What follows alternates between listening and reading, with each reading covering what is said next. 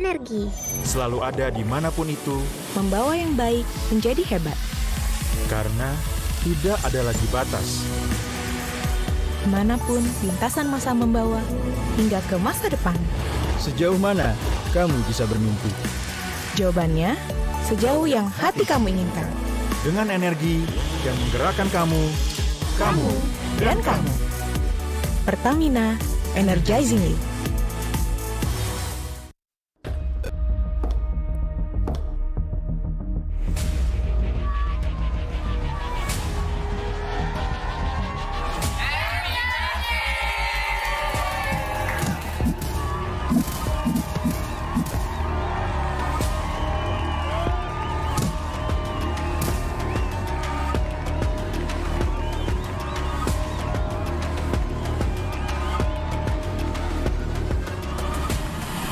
Iklan pop mie, stuck gitu-gitu aja. Pop mie, ransel, pop mie.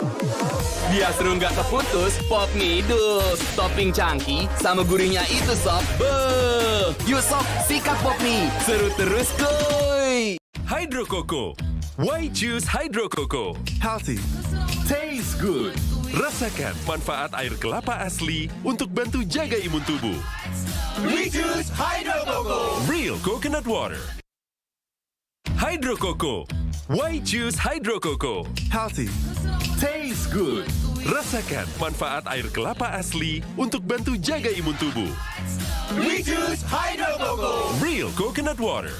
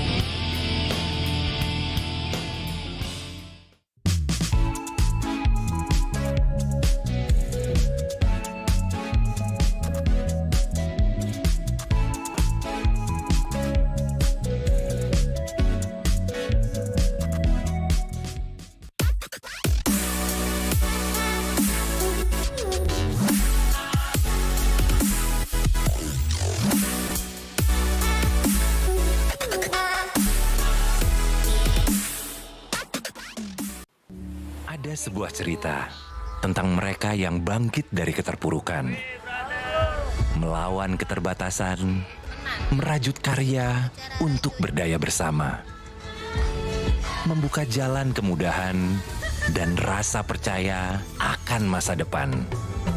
Di tengah tantangan, mereka suarakan harapan, bergerak untuk perubahan. IndiHome, aktivitas tanpa batas.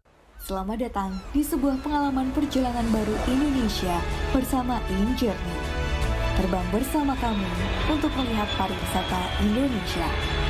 Sirkuit internasional, bentang alam, ragam atraksi budaya, produk lokal asli Indonesia, warisan budaya, keamanan dan kenyamanan. InJourney membawa keramahan Indonesia ke dunia.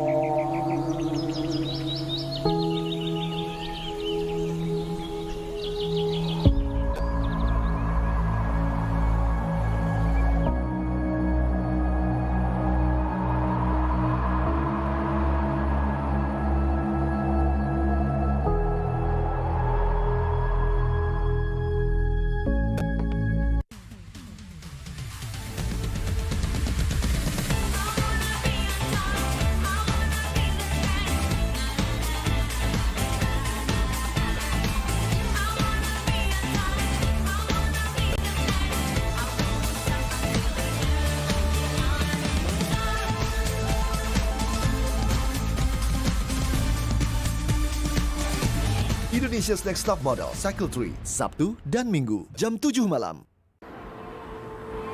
Berani melawan keterbatasan demi memberitakan kebenaran. Terus berjalan menghadapi perubahan, berinovasi menjawab tantangan zaman. menjadi tempat informasi terpercaya yang cepat, berimbang, dan akurat. Tak sekadar memberi wawasan, namun juga membuka pikiran. Orang cerdas membaca tuntas hanya di detik.com. Warga plus 62 emang banyak maunya. Dari drakoran sampai banjir air mata. Nonton action yang mantul. Sampai nonton tendangan cantik. Maksudnya ini.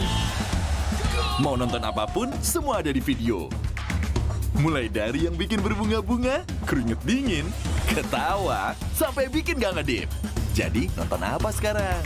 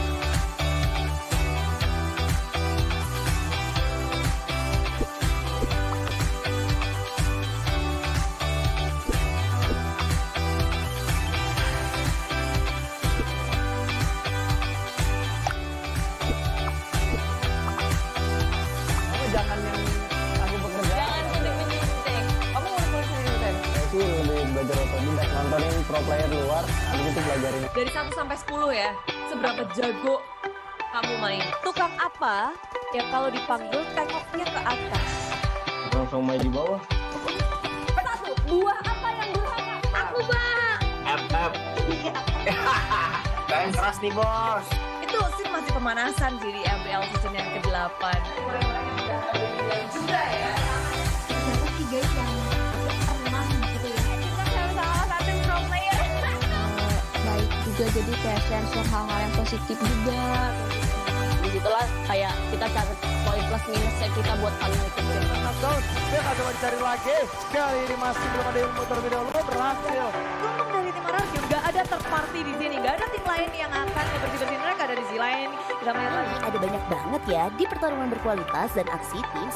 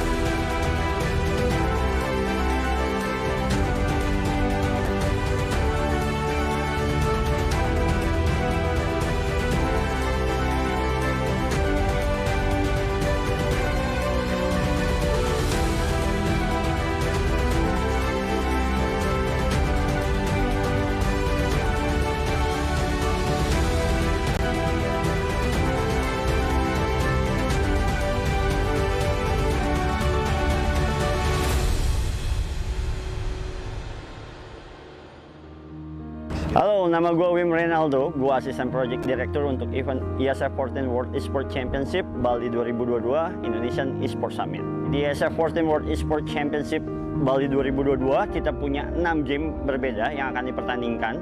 Tapi ada 7 nomor di mana kita punya game PC, ada Dota 2 dan CSGO.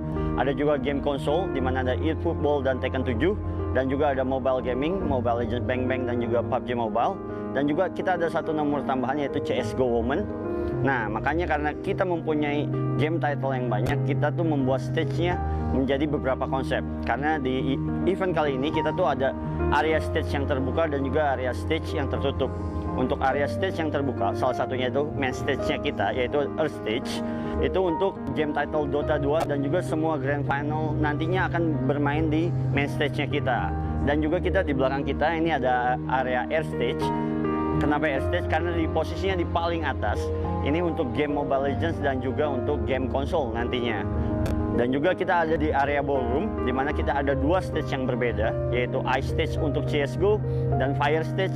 Karena ini gamenya game perang, makanya untuk game PUBG Mobile kita namakan Fire Stage juga. Tapi di event kita kali ini, kita juga nggak cuma punya turnamen aja, tapi kita juga punya keseruan yang lain. Kita punya entertainment area di Water Zone, kita juga punya expo, kita juga punya summit. Jadi orang-orang di sini bisa dapetin one stop entertainment kayak gitu. Dan untuk preparasinya ini kita udah mulai dari kurang lebih hampir 1 tahun untuk menyiapkan ini semua. Ketika kita terpilih menjadi tuan rumah ke-14, kita sudah menentukan nih tempat-tempat mana yang paling cocok untuk jadi event venue-nya kita. Makanya kita putuskan di sini di Merasaka Hotel Nusa 2. Kita harapkan kita start di tanggal 2 Desember sampai 11 Desember dan semua untuk para atlet sudah mulai datang dari tanggal 29 November sampai nanti tanggal 1 Desember. Kita harapin teman-teman dukung juga tim nasional kita karena kita sekarang menjadi tuan rumah untuk IESF 14 World Esports Championship Bali 2022. Datang ke acara kita, jangan cuma nonton online aja, datang karena kalian dapetin keseruan, kalian bisa dukung timnas kalian bisa dapetin keseruan dan juga mendapatkan kesempatan ini karena event perdana di mana kita adalah partisipan terbanyak untuk di event IESF kali ini, yaitu kurang lebih ada di 106 negara yang akan hadir di sini bermain untuk 6 game title.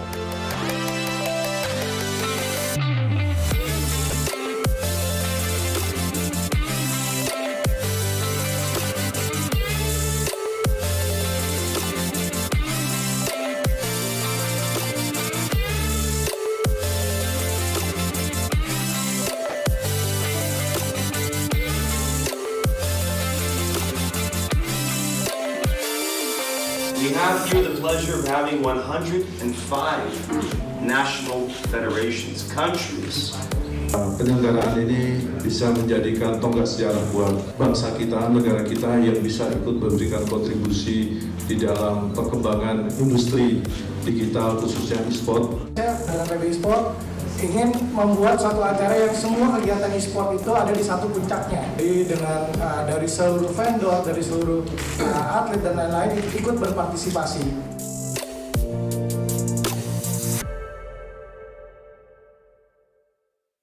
Are you all satisfied with your performance in this match? Kind of satisfied. We prepared quite well, but we're just warming up, you know. So that's it. So next question is, what is your key factor that helped you to win in this match? We really communicated well. We trust each other. So these are the main factors we played with. You are friends. Yeah. If you have won this match, do you will improve your next match? Sure. Yeah. We will prepare like even better. Like. So you will practice more, right? Yeah, we practice more. Okay.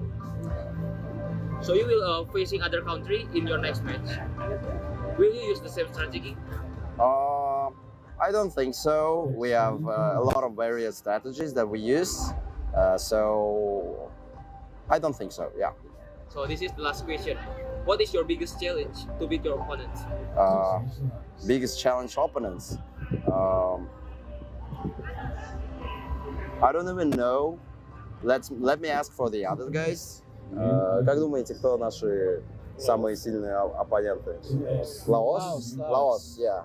Laos is the biggest challenge for us for today, I guess. Okay, I think that's all for my question. Thank you for your time and I hope the best for this competition. Thank you too. Love is love.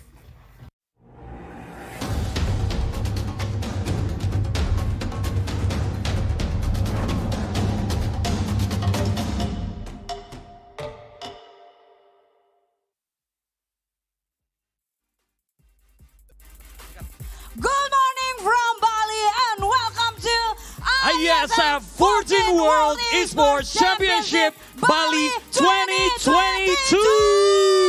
Right. Oh, yay! And we are back again in the largest outdoor esports competition in Southeast Asia with Brenda Exactly. and my partner.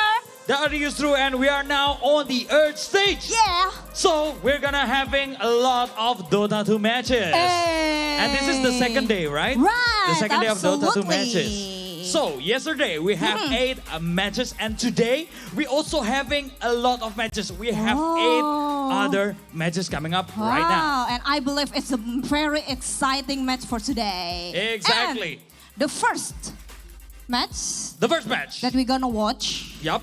is from Thailand versus Team Laos, and I would like to let you know what team or who will be do the match for today. There will be a lot of teams, Yeah. right? So we will have for our first match, we will Yes. have Team Thailand and versus Team Laos. And for the second match, it has Team Poland versus Team IESF. True. And also for the third match, we have Team Myanmar versus Team Philippines. And the fourth match is Team Brazil versus Team Kyrgyzstan. And for the fifth match, we have Team Lebanon versus Team Mexico. And the sixth match is Team France versus Team Kyrgyzstan. And for the seventh match, we will have Team Costa Rica versus Team Philippines. And the eighth match, or the last match for today, is Tiebreakers 1. Yeah, so we will looking for the points, and the Yep. one who get the tiebreakers will be the one who have the match number 8. Exactly. Yeah, so we are going to have our first match soon. Seems like both of teams already setting up their consoles, their computers. Yes, of They're course. setting up their account also. Their gaming gear. Their gaming gear, true. Right. So we are going to give it up for our caster up there. There will be Co-Lius or Brother Lius and also Anonym. Are you guys ready? Of course, you're so ready! So All to the caster, right. please catch the session! Take it away, casters.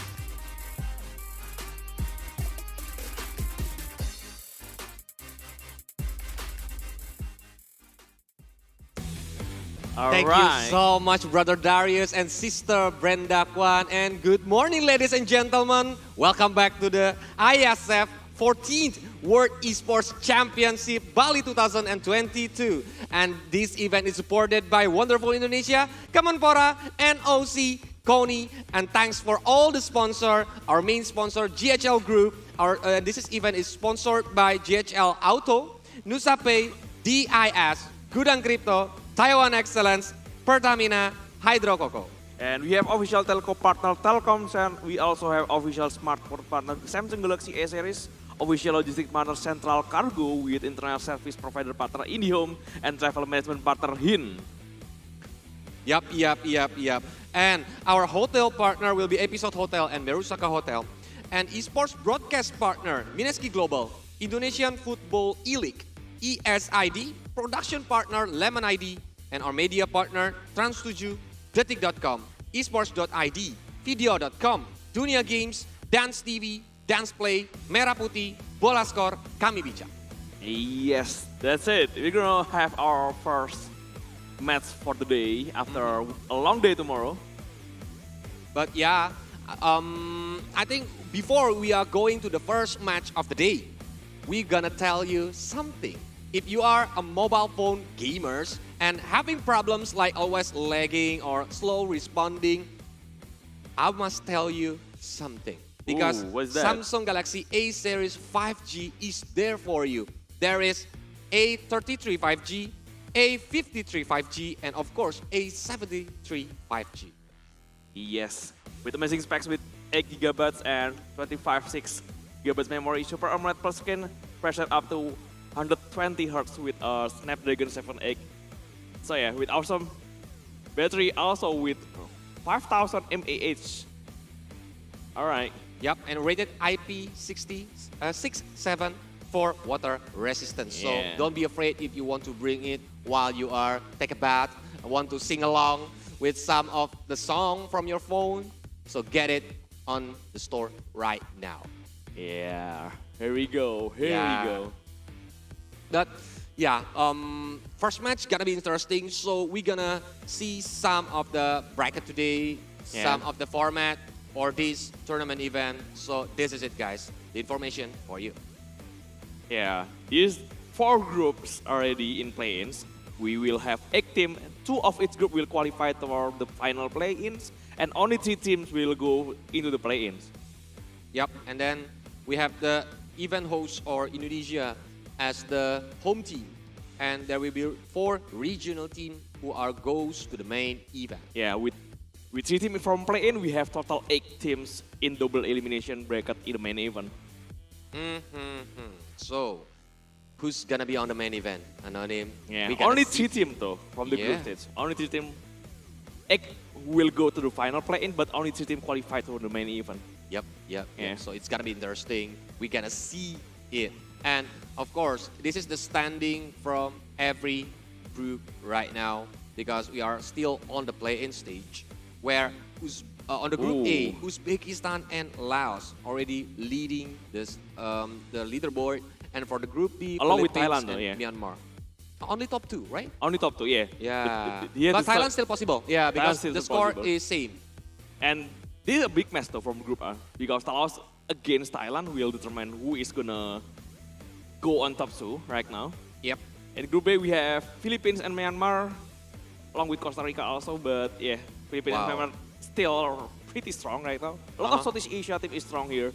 Group C we have Bulgaria still on the winning streak, 3 win without any lose at all. With Colombia still with 1 win and 1 lose. And the last for the Group D is Kyrgyzstan and Brazil on the same first position. And they will meet for today on the 4th match later. Yeah, so yeah, a lot of big match today. So we're gonna see it, but before we going further, we're gonna see the prize pool for the Dota 2 itself. The total prize pool is 100,000 US dollar, and for the first place, gonna get 50 grand. The second place will be 30 grand, and for the third place is 20 grand. Oh, that's the prize pool for the winner in this tournament, right? It's so big, man. It's so big, so big because it's an international tournament, I think, and they are representing their country, so they must win in Bali.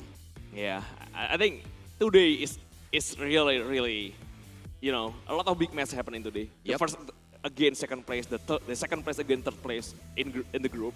So yeah, you know, a lot of strong team fight against each other. Especially this match in the early, Thailand versus Laos. Both of them had never lose at all. Okay, already played 2 games and both get to winning. Yep. And this is the today's schedule that Anonym mentioned about Thailand and Laos. The first team in their group because they never lose. So still unbeaten both of them. This gonna be break their win streak for the first match, and for the second match will be the Poland versus Team IESF, and the third match Myanmar versus Philippines. Fourth match Brazil versus Kyrgyzstan. Yeah, with Lebanon next up against Mexico, also with France against Kyrgyzstan again, and Costa Rica will play in the last match against Philippines. It's gonna be interesting because we're gonna have another tiebreaker if there is team who have the same score. Yeah, there's a possible tiebreaker though after today. Yeah, so we're gonna see it later. The producer gonna see on the leaderboard who's gonna need for the tiebreaker. Yes, of course. Yep, and this is the lineup for Team Thailand and Laos who are playing on the first match. Here it is. From Team Thailand, we got Fearless, TNT Boom, Lionex, KMP, and Boom Bui. Yeah, a lot of big names in Southeast Asia though. A lot of DPC player with Lionex, Knompang, Boom Bui also, Fearless, and also TNT. Actually, they're all very experienced player. And one of the enemy, Jackie, used to play with them. Jackie used to live in Thailand also.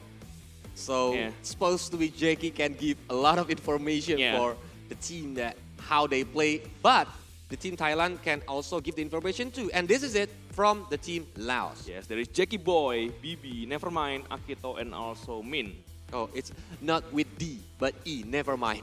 Never mind, yeah, but the same spell. The So same, sad. yeah. So sad.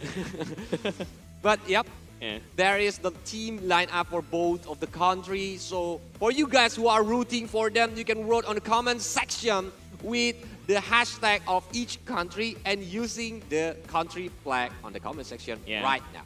A lot of Southeast Asia fans. Though. I watched the live chat yesterday. There is a lot of Southeast Asia fans. Of course, we are in Bali, right? So this both of the big Southeast Asia country will face each other. I think this will be a really exciting match. Yep, and we're gonna see our prediction, Anonym, between me and Anonym, who's are we predict gonna win on the first match. And for me, I choose Thailand. Yeah, I choose Jackie. I choose Laos though. You trust Jackie? Yeah, because he can give a lot of information for his team, right? He used and to play. maybe it can be useful. He used to play together though in MG Trust. How long? I don't know, around 1 or 2 years, I think. Wow, it's I think it will be a lot of information. It's including the habits of every player that he knows. Yeah.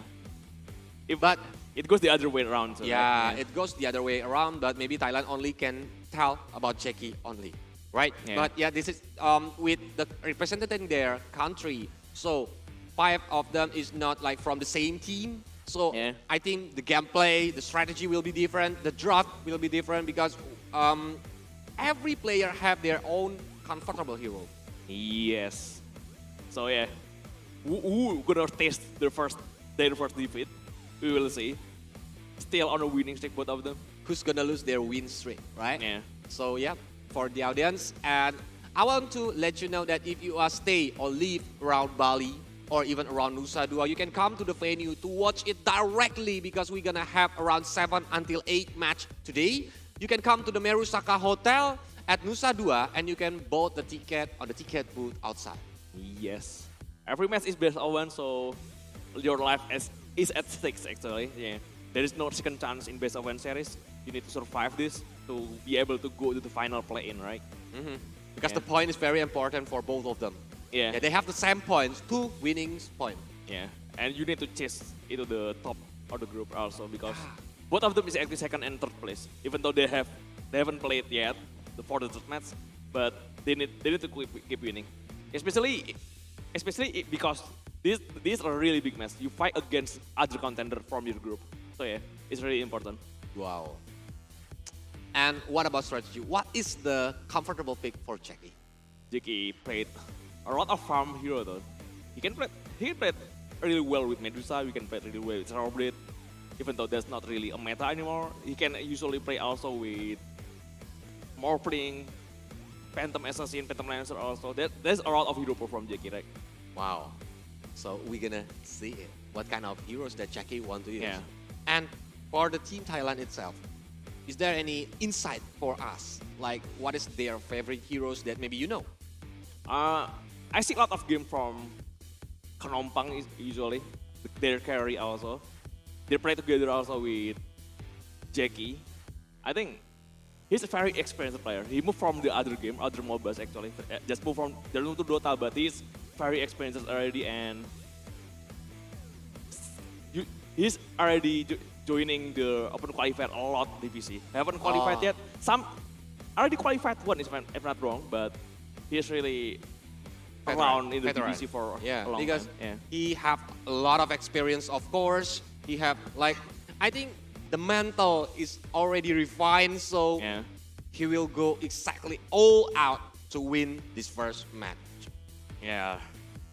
And the funny thing is because they are both from Southeast Asia, they meet each other a lot in the pub, in the MMR. Of course. So only they know each other. Of course. That's why we're gonna see what kind of drop or strategy. And the funny thing, Southeast Asia community is really friendly to each other. You usually town in game, town in pubs. Yeah, every player know each other in Southeast Asia. So yeah. Wow. It's because they know each other. Even like, let's make the game for fun, right? Yeah. Usually maybe we will see all chat. Maybe we will see a town. Maybe I don't know if that's allowed, but they usually do that. Yeah. So we are expecting they do that because it's gonna be fun to casting a game like that, Anonym. Yes. So the player is ready, trying their setup already in the booth. Before we are going into the ban and pick later, but most of them is still communicating each other, I think, because they want to like give the best performance, like planning some kind of the battle plans or even like the strategy they want to use. Yeah, of course. We will see. Another Southeast Asia team is also on the schedule today. There is Myanmar against Philippines. Yeah. In the third match. On the third match. That's also really scary though. Myanmar is really strong because they play as a team. 5 of them. I don't know if that's all 5, but a lot of them is from Yangon Galacticos in the team. And Philippines, you know, Philippines are always strong in Dota. Or in every esports actually. Philippines, yeah. That's why they need to respect each other. Yeah. Right? Yeah, Philippines have SIBO, but Myanmar is playing as a team. That's why they already have the chemistry, they already have the strategy, they already know what they want to play. But Philippines also is very, very strong. That's why on the third match, we're gonna wait for it, we're gonna see it. So for the audience, you can put some notification that on the third match, we're gonna have that big match today. Yes, of course. So here are the players. We look at the screen, the players is already like setting, but yeah, they have fun though. They have fun. Yeah, if I see the vibes is like very fun on the booth because like they are loving each other, smiling, and they are not under pressure. Yes. So yeah, we're waiting for the ban and pick. The ban and pick. While they are doing some of the settings. From yesterday, we see a lot of non-meta hero included. I think they are just having fun. Even Burger, yeah, using Magnus, using Medusa, still putting a really strong performance though. Yeah. We haven't seen a new meta again, but maybe we will see it today. But both of them is really strong. If I can say that, I'm curious about Marcy after it getting nerfed. Yeah. I'm surprised also about that. No team is using Marcy. Not even getting banned, not even getting picked. Yep. Yeah. Just it being ignored. Yeah.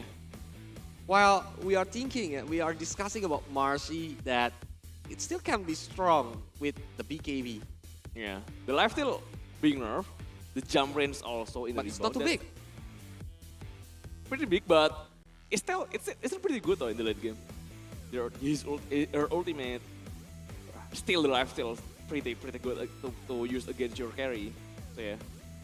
Yep, that's why maybe if the Southeast Asia team meets each other, that Marcy will be show for the first match or maybe the third match, right? I think a lot of Southeast Asia team love using Marcy. I don't know in this patch maybe after the nerf, but before Marcy is most contested hero. One of the most contested hero. Yeah. Between being picked or being banned, right? Yeah. Like, either one of those. I want to ask something. I know. Why the Sand King is not shown anymore? Is it like out of meta? I think it's kind of hard to commitment initiation hero, a frontline hero that really needs to commit to initiate the game without the escapability after he commits. It's kind of hard. There is Ion Disc, there is BKB. You cannot really tell if this is a good fight or not. Sometimes you need to find an easier initiation. That's why Hootwing come in. That's why Earthshaker maybe come in. A stun from range. Maybe some jumping hero, but with the escapability. So if the initiation doesn't work out, they can still run away. But Saring doesn't have any of that. If the initiation actually is bad, he just putting himself in awkward position. Agree. Because he only have like the Sandstorm, maybe count on like goes to the invisibility or even the Barrow Strike to have like the stun CC to the enemies. And lastly, Epicenter. And Epicenter is really counting on the Blink Dagger. If you want, if he want to like have a surprise tag, and if not, like Epicenter can be easily cancelled by another CC. One thing, maybe Sand King is still pretty good as farm though. He can be used for farming. He can clear lanes pretty fast. He can clear jungle pretty okay, decently though. with the power With to the caustic take- vinyl. Yeah, with power to take stacks also. So yeah, maybe it's still usable. Depends on the situation. So let's see, because I think Sun King is not a priority hero, but it's a situational hero, right? Not underrated, I think, because they still can like maybe think about it to use it. But I heard it. We are going to the ban and pick where the Team Thailand already banned Lesra and Doom. And for Laos, they are banning the Brute Mother and Undying. Yes, Doom already being banned here. Actually, this is the Southeast Asia meta. Actually, they love picking Doom. They love banning Doom also. Not every team do that though. But wow. Yeah, but most of them. And Since Mirana, yesterday, since yesterday, Mirana is very, very popular Taskar, hero. one of the most contested hero right now. I think Taskar is still there in the pool if they want Tiny. to pick it. Tiny also. Almost all the game have Tiny yesterday. Tiny is a really strong hero. But, Oh, finally! yes. Thank you so much for Laos. Maybe they are hearing us. Marcy is picked by them. And we're gonna see who's gonna accompany Marcy to do the combo wombo. Yeah. A lot of hero is good with Marcy. The pair, maybe. 10 seconds remaining. Or you can just pick another lane first, some flexible 5 hero you can seconds put it remaining. anywhere. Like Tiny. Tiny, maybe. Taskar or something like that. Yep. You can choose, actually. But if Laos is picking Tiny right now, maybe they are Radiant denying the team pick from the Mirana because the Disruptor. combo from the Mirana and Tiny is very, very powerful. And look at that Disruptor. So Yeah. there will be glimpse, there will be kinetic field on the team fight later. But Ember, Spirit, Pink pick maybe, yeah. Huskar. It's getting banned, but with Ember Spirit, I think it's What of the comfortable. combo actually? What of the combo for Miran? The Searing Chain Arrow maybe. Not the perfect setup, but it's really good because the Searing Chain can be used Radiant with a Strike team Office back. combo in safe range. And Huskar, okay. Yeah. Yeah. They will make Huskar- sure the Ember having a good time. Huskar is just a bad matchup for Ember in the landing phase. Yeah, and no Lycanthrope too. Yeah. Dire team Lycan. back. The third band and Morpling also one of the Jackie. favorite hero from Jackie. Yes. They already know. They didn't want to give Jackie for his comfortable hero, but we're gonna see on the fourth ban from Laos. Yeah. With the Disruptor, I think they can possibly pick something like Terrorblade or maybe 5 Medusa. seconds I Or think. even Slardar, like yesterday combo. Oh yeah, in the offlane, right? Yep. So the Slardar already wait for the bash. Like the enemies get glimpse, and then Slardar will Yeah, use just the vision from Corrosive is really useful for the glimpse.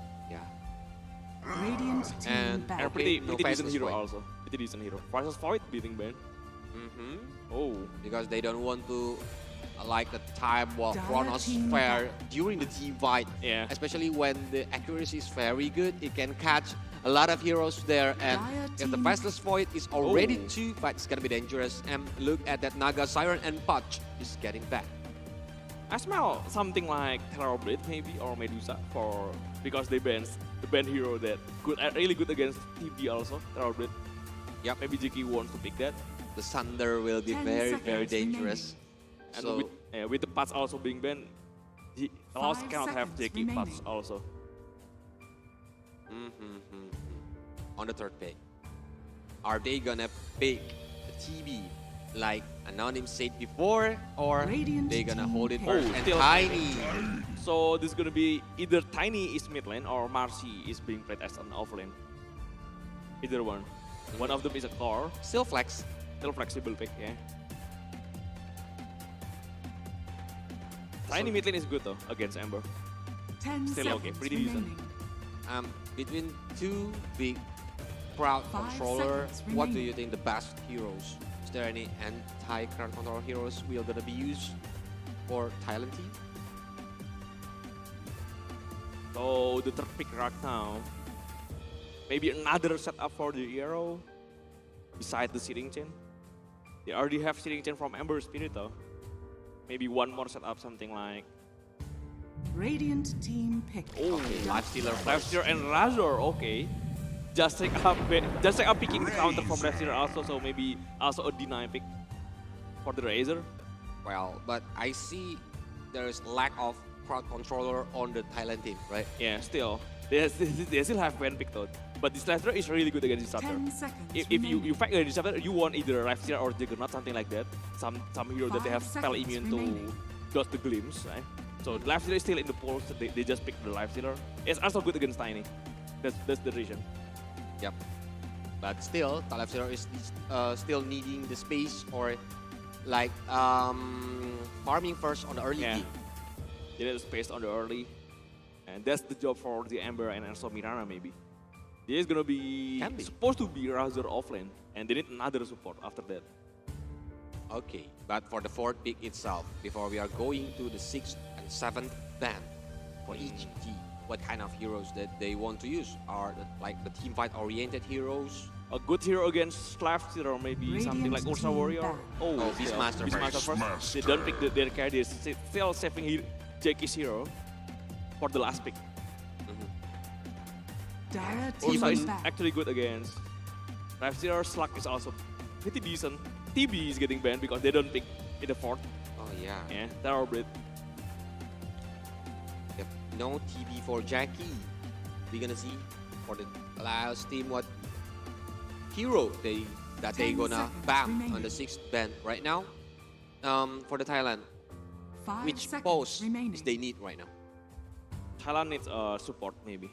Supposed to be Razor offlane with Life Stealer carry and Ember Spirit mid lane. They need another support. And they need to ban another support. Tuskar is already getting banned. This is the first time we see Tusk is being ignored, even like getting banned on the 6th ban, right? Yeah, Tuskar pretty high contested hero. And Slark, a good hero against Life Stealer. There is still Ursa, there is still Troll Warrot, but Trolls is not really in the meta right now. But it still can be used, I think. Yeah. Still, if they want to fight this kind of draft today. Maybe Ursa is okay though. If they want to ban it. Yeah. If they want to pick it for Laos, I think, with the carry. And one more ban for the support. Laos need to ban one other supports for Thailand. Radiant team Crystal Maiden. Crystal Maiden, yeah. There is still in the pool one of the most popular hero right now also. Because of the Arcana also. The Arcana is Persona, I mean. The Persona. Very cute. Pretty though.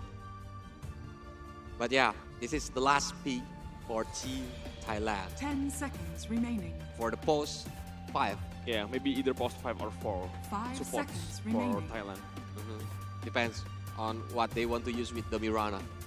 Which posts are that evil later on in game. Mirana can be played as a 4 or maybe as a 5. Still pretty flexible hero in the support role.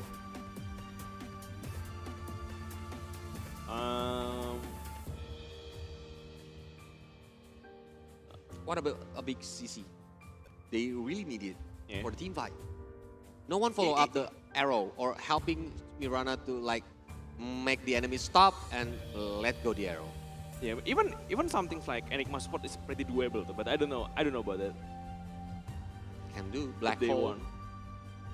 They're really annoying during the team fight. Or if just some stun to set up Mirana arrow is pretty decent. Some hero that can set up the arrow from Mirana, they need to rely on the Mirana maybe. Another stuns to set up the arrow. What if Lina? Dire team no, Jack No, hero. Jack hero. Another long range hero. With the ice and fire. Pretty good AoE. Having a lot of CC also with the slow and the stuns. And last pick for Jackie. I think Ursa is kind of hard to play against Jackie. 10 seconds remaining. To face each other even 5 seconds like remaining. when the Life Stealer is on. Do they need a range hero? Range is good against Razor though, but I don't know.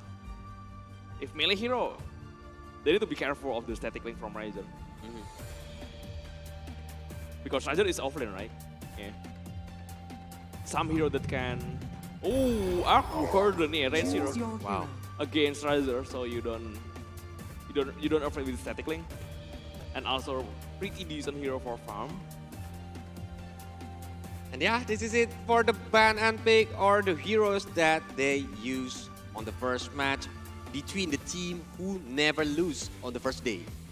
So guys, you can write on the comment section which team are you think that gonna win on the first match between Thailand and Laos, and you can write on the comment section using their flag and of course the hashtag from each country. Yes, I think a lot of Thailand fans and also Laos fans here. Every Southeast Asia team has a lot of fans in here. And if we see on the venue, there's a lot of person who are watching yeah. right now. Hi guys! It's still morning. Yeah. Yeah. Yesterday, the venue is crowded in the noon, right? Maybe, yeah. Still in the morning, but they are very, very excited right now, to still see. in the morning, they're already here to watch Thailand and also Laos. Wow. Both of Southeast Asia team. So what kind of gameplay that they want to bring on the first game? Is it like gonna be aggressive or is it gonna be passive game until like in the middle game? I think based on the draft, I think I'm favoring Thailand a little bit here in terms of draft. It's kind of hard to utilize glimpse against left stealer, and you need to be careful with static link also in the lanes. And left stealer just pretty much untouchable in this game. As long as he's not being pressed on the early game. There is a Beastmaster though. That's one answer. That's one answer to deal with the left stealer. But yeah, we're gonna see it in a moment. So I believe both of them want to win this game very, very much. Oh, this is the game one between Thailand and Laos, the first game of the day for the second day in the DOTA tournament in Bali, Malaysia. Yep, the IESF 14 World Esports Championship. So we're gonna see who's gonna win, who's gonna make like destroying the enemy's win streak yesterday. Yes. Both of them still unbeatable until the second day right now. But one of them has to take the loss. And there are Thailand's on the Radiant side with Laos playing the Dire sides. Still just setting up some room, some observer ward trying to contest the bounty runs into the early game. And no smoke game on this early game, right? Yeah. They don't want to put the deeper ward into the enemy area. Just trying to put it in the middle and also around the ancient camp. Or Laos. Both of them want to play very, very safely. I know. Sorry? Both of them want to play very, very safely. Yeah. They don't want to like invading the jungle in this early game. Yeah. Like, just want to contest the river runes, right? Doesn't want to commit for the other sides of the runes. Avoiding the first blood. Yes. Trying to find something. Bumbui here trying to go onto the high ground because some hero revealing himself in the bottom lane. They know there is no one on top outpost, right? So yeah, they just takes the right bounty goes from itu Laos, the left bounty goes for Thailand. There's two bounty for each team. Still a balance early game.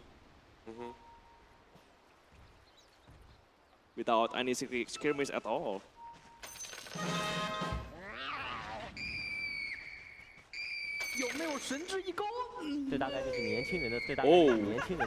Oh, this is... Wait, a minute. This is not a tiny mid lane, it's a Marcy mid lane. Well, I thought Tiny gonna be the mid lane. Yep, but they are using Marcy after getting nerfed on the last patch or update. Yeah, Marcy core is doing really great against spell immune here, so I expect her to be doing well against Life Stealer also. In the late game, he can use Berser, he can use BKB. Just the Berser is actually pretty solid against Life Stealer. Every time she uses his ultimate. Okay, but it's gonna be hard for Nevermind on the early game because the Eyesight Fire. As long as Jakiro have the mana, it will poke him down. Never mind the bottom lane though.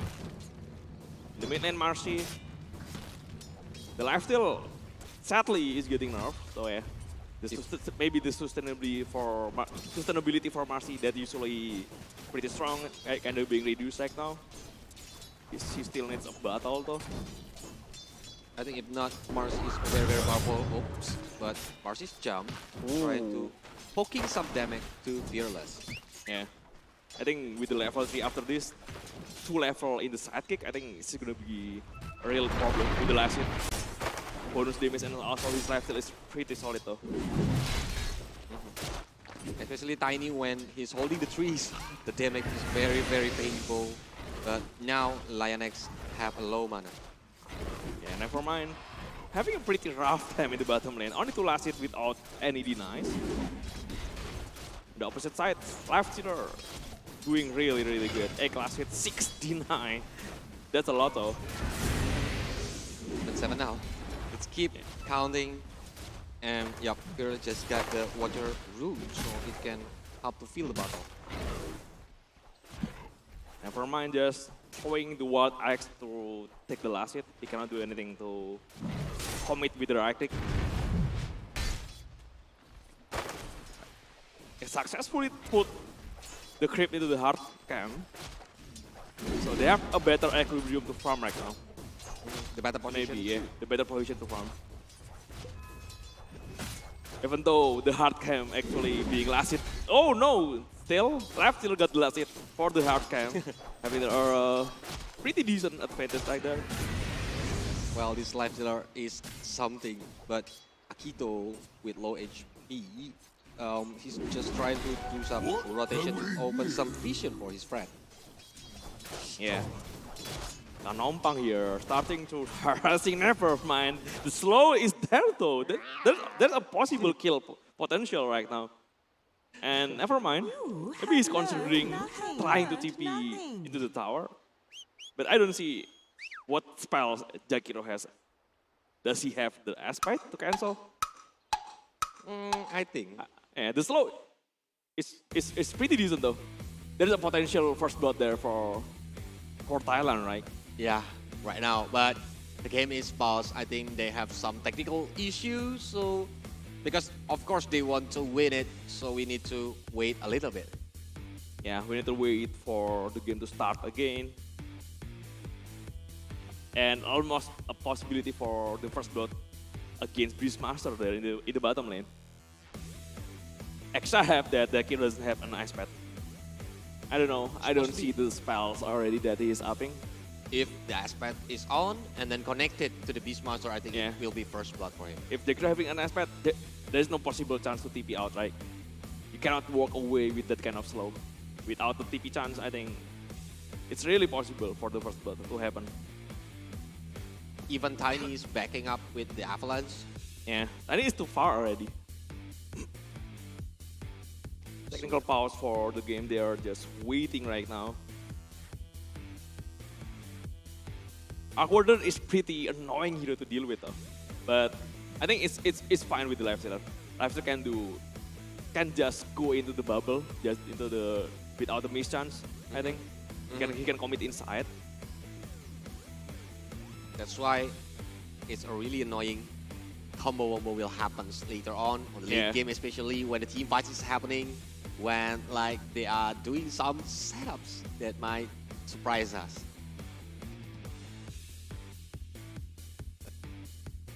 Alright. Oh, we are back to the game. But there's nothing really happen. Never mind, just go to really low SP right there. No TP. Oh, he's using TP. He's using TP. He doesn't have any TP right now. So the aspect is not there. Yep. Jakiro. Yeah, he doesn't up the aspect. So TP out is successfully completed by the Beastmaster. He can go back safely. Luckily, so still no first blood on this 4th minute in game. You have learned nothing. And 23 last hit with 99 for Lifestealer. This is pretty dangerous situation though. And with Jakira having 2 level on the dual bread and 1 level in the turn skill, it's pretty hard to farm against it. Yep. Oh, still cannot get the last hit into the hard cam though with the wild axe. So for Kanopang itself, it's a very, very good player while he's doing some last hit or even denies.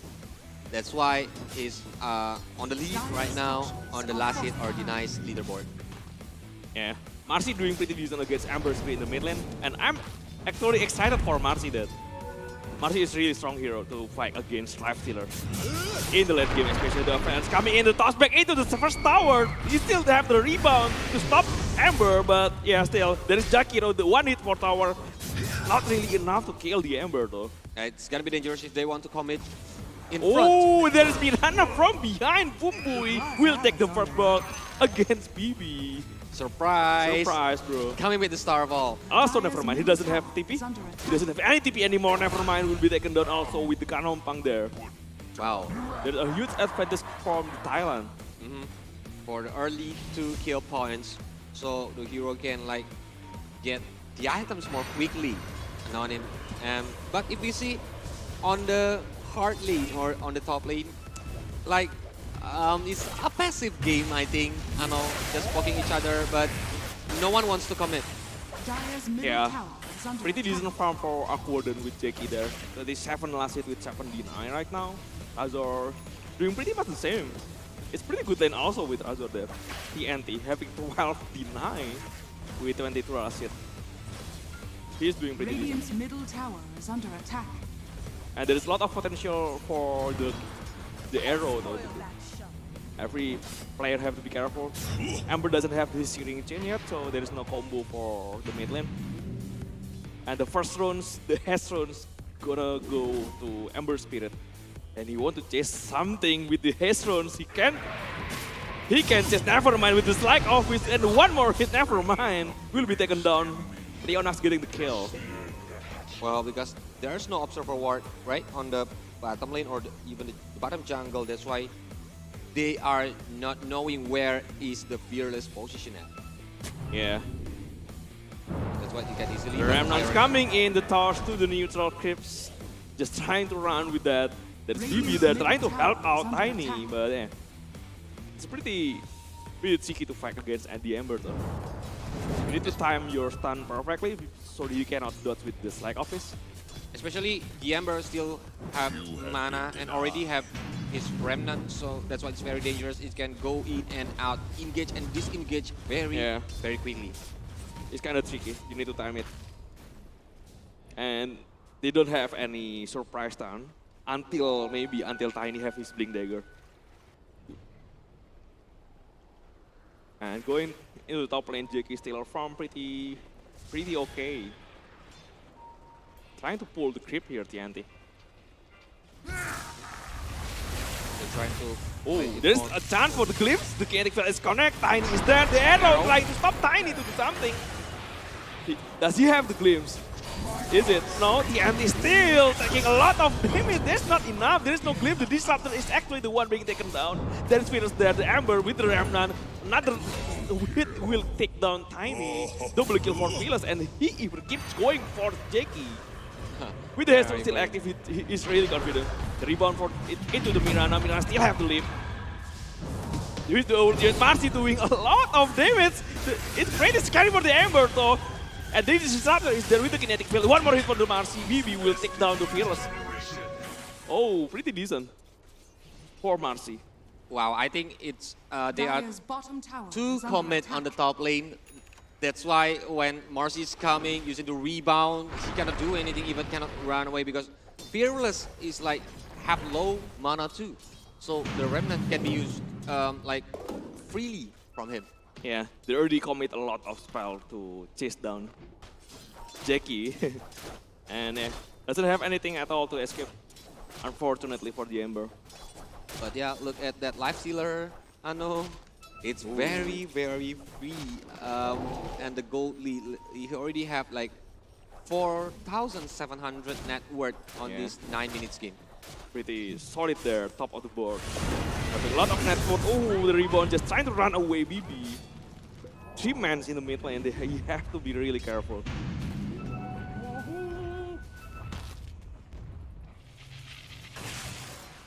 And Aqua just keep farming. I think Laos will play conservatively. Doesn't want to commit anything. Maybe trying to use the glimpse, just the glimpse to take down any hero. Trying to counter the movement from Thailand.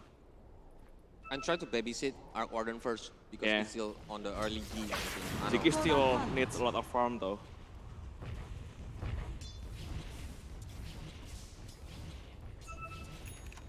Just trying to farm behind the tower. Kind of passive game for Laos. Thailand actually the one making a lot of the movement. And Kanompang also in the bottom lane with the avalanche. I don't think he can do anything. He still have the rage. He still can run away, and Jackie trying to move lanes. He switch lanes into the bottom, trying maybe also to get the safe lane tower for the enemy. Yeah, because BB is coming, I think it's very dangerous if he still want to stay on that jungle. That's why he used the rage and just run away first, get back first, before it's very dangerous. But look at the first tower on the mid lane. They are trying to use it, an arrow connected to the catapult. Yeah. I'm really want to see Marcy having a lot of item though. This hero is really strong. Especially you get a spell immune hero, something like Left Stealer. So yeah, I really like Marcy core in this situation. Better than Tiny. Because you have Left Stealer that is pretty hard to handle. And now the smoke is being popped up. Maybe they want to looking for on the jungle of Laos. The sneaky come slowly. And remember, there's the Remnant coming. So the arrow also will take down the Disruptor. Whoa. It's a very fast pick-up. The Primer Roar trying to find Left Stealer there, but never mind, taking a lot of damage with the Jakiro helping. Left Stealer Kanompang is still really solid. And the Fearless get a double kill into the bottom lane also. 3 cores. Actually 2 cores in the bottom lane. And they will get the tower, I think. So they just can handle the damage and get the tower destroyed before they are moving again to looking for Marcy. If they meet him, I think it's gonna be dangerous because Illusion Rune has been used from Fearless. Yeah. So it can be a bait for Marcy. Armlet is a really strong item in the early game. You don't have a burst damage, right? You can just pop the Armlet, turn on, turn off. Just playing with the damage. BB just keep farming into the mid lane, trying to defend his tower. There is Illusion Rune from the Ember going in front of the tower. But the runes on the left side of the river, Regeneration Rune for BB. The arrow set up to connect to Marcy, but the Avalanche is trying to take down someone. He has a Static Storm. He can do something about it. Maybe the Glim Static Storm combo. He needs the damage from Marcy though to follow it up. But they don't want to like go forward first. They need to be patient. But now, arrow into the Disruptor and he will get the kill. Bullseye. Bullseye. Oh, What yeah. a nice arrow to the Disruptor. Even the Disruptor cannot go run away. The Avalanche toss is trying to pull it on the first tower, but still have the lead. Yeah, trying to rebound under the toss. Akito on the bad position. Jackie is behind him, but he cannot do anything. The arrow connected to Marcy though. The arrow combo in here is really, really strong. Yeah. Yeah, I think even Avalanche is trying to clear some creep who are coming for the first tower, and the first tower on the mid lane is destroyed. And this is the advantage for the Team Thailand, so the enemy will a little bit hard to get the high ground position on the mid lane. And they can invading the jungle more comfortable. Yeah, Jackie still trying to find a lot of farm there. There's no stacks for the Ancient though. He's still behind the Life Stealer in terms of gold. Dire's top tower Life Stealer is really stacked now. Having a really good timing also. 11-1 in terms of kill. 13 minutes in with the 6,000 gold lead for Thailand. They got a really good advantage right now. Dire's top Maybe tower has fallen. trying to finish some objective. They already got all the tier 1 tower from Laos. So that's a pretty decent. Dire are scanning. Radiant's bottom tower is under attack. But with this kind of situation, I think Laos is very behind on this first 14 minutes and smoke has been popped out. Oh, the counter smoke is coming also. They will find each other there. The scan is connect from the Thailand. They break the smoke. They know something is there, but the vision from Thailand Will get a lot of the arrow coming in. Starfall, this is still a static storm, but doesn't connect to anyone. Even the glimpse just bring Mirana back into the high ground. They lose Tiny, they Ember want to keep going. The primer roll, he will take a lot of damage until the dispose also. They can go for more. Ember just too confident to go to the high ground. I think that's not the position you want to be in. I think it's the misdecision from the Disruptor. I know, because the glimpse is helping Mirana to get his high ground back, and not too far away from the team fight happening, so he can like more comfortable to like damaging or like poking the enemies. Yeah, pretty good kill finally for Laos. Pretty good trade though. They just lose Tiny support, and Ember is really valuable hero to lose for Thailand. Yeah.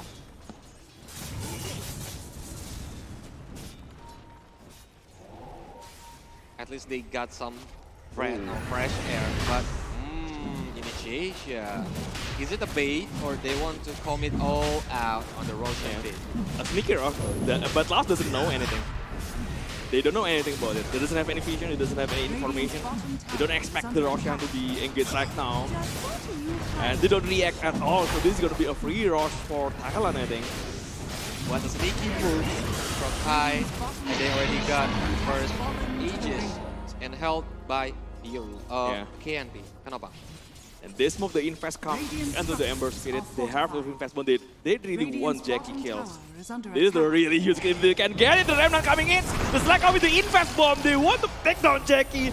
Oh, he's taking a lot of damage. He cannot do anything at all. The Macropyre, the Aspat, BB is the one being chased down right now. Jackie with the static top and really good. Pretty decent static top. The buyback coming from Tiny. He will take the fight back. BB will take the kill. Akita is waiting. We still have the Avalanche, he still have the toss. The damage from the tower to tower is pretty solid though. The Aspat coming, he will keep the jet to chase into the high ground. Akito will cut the high back. Oh, no way. This Disruptor with the kinetic field, he cannot run anywhere. 3 men down. Die back for Tiny, not really good at all. Even though they get the Aegis, they get the Ember. Well, with 1 Aegis reclaim, but he got 3 kill, right? I know. So it's gonna be like benefit for the Thailand team. Yeah. Because he can dive more easily, more comfortable. But I think the toss and avalanche from Tiny who are waiting for the Kanopang is very good too. But never mind. Yeah, never mind. He's alone in the bottom lane. Just an easy kill for the Ember. Too far away, man. Too far away. Because you have no vision, you have no backup there. That's why that you can be easily getting picked off by the Thailand team. Yeah. The Roshan is huge though. They won the fight because of the Aegis, right? It should be a good fight for Laos after the static storm, but because of the Aegis, it doesn't have any advantage at all. And they don't have Jackie in the fight.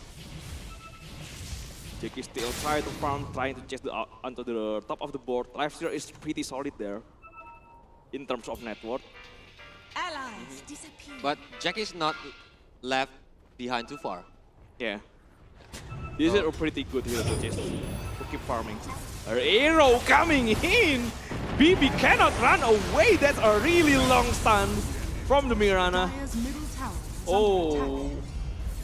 The arrow combo, you need to be careful of that. Yep, because when the arrow comes, usually it will be followed up by the ice pack. Yeah, there's a lot of follow-up there. Even the Macropyre being popped out by Jakiro.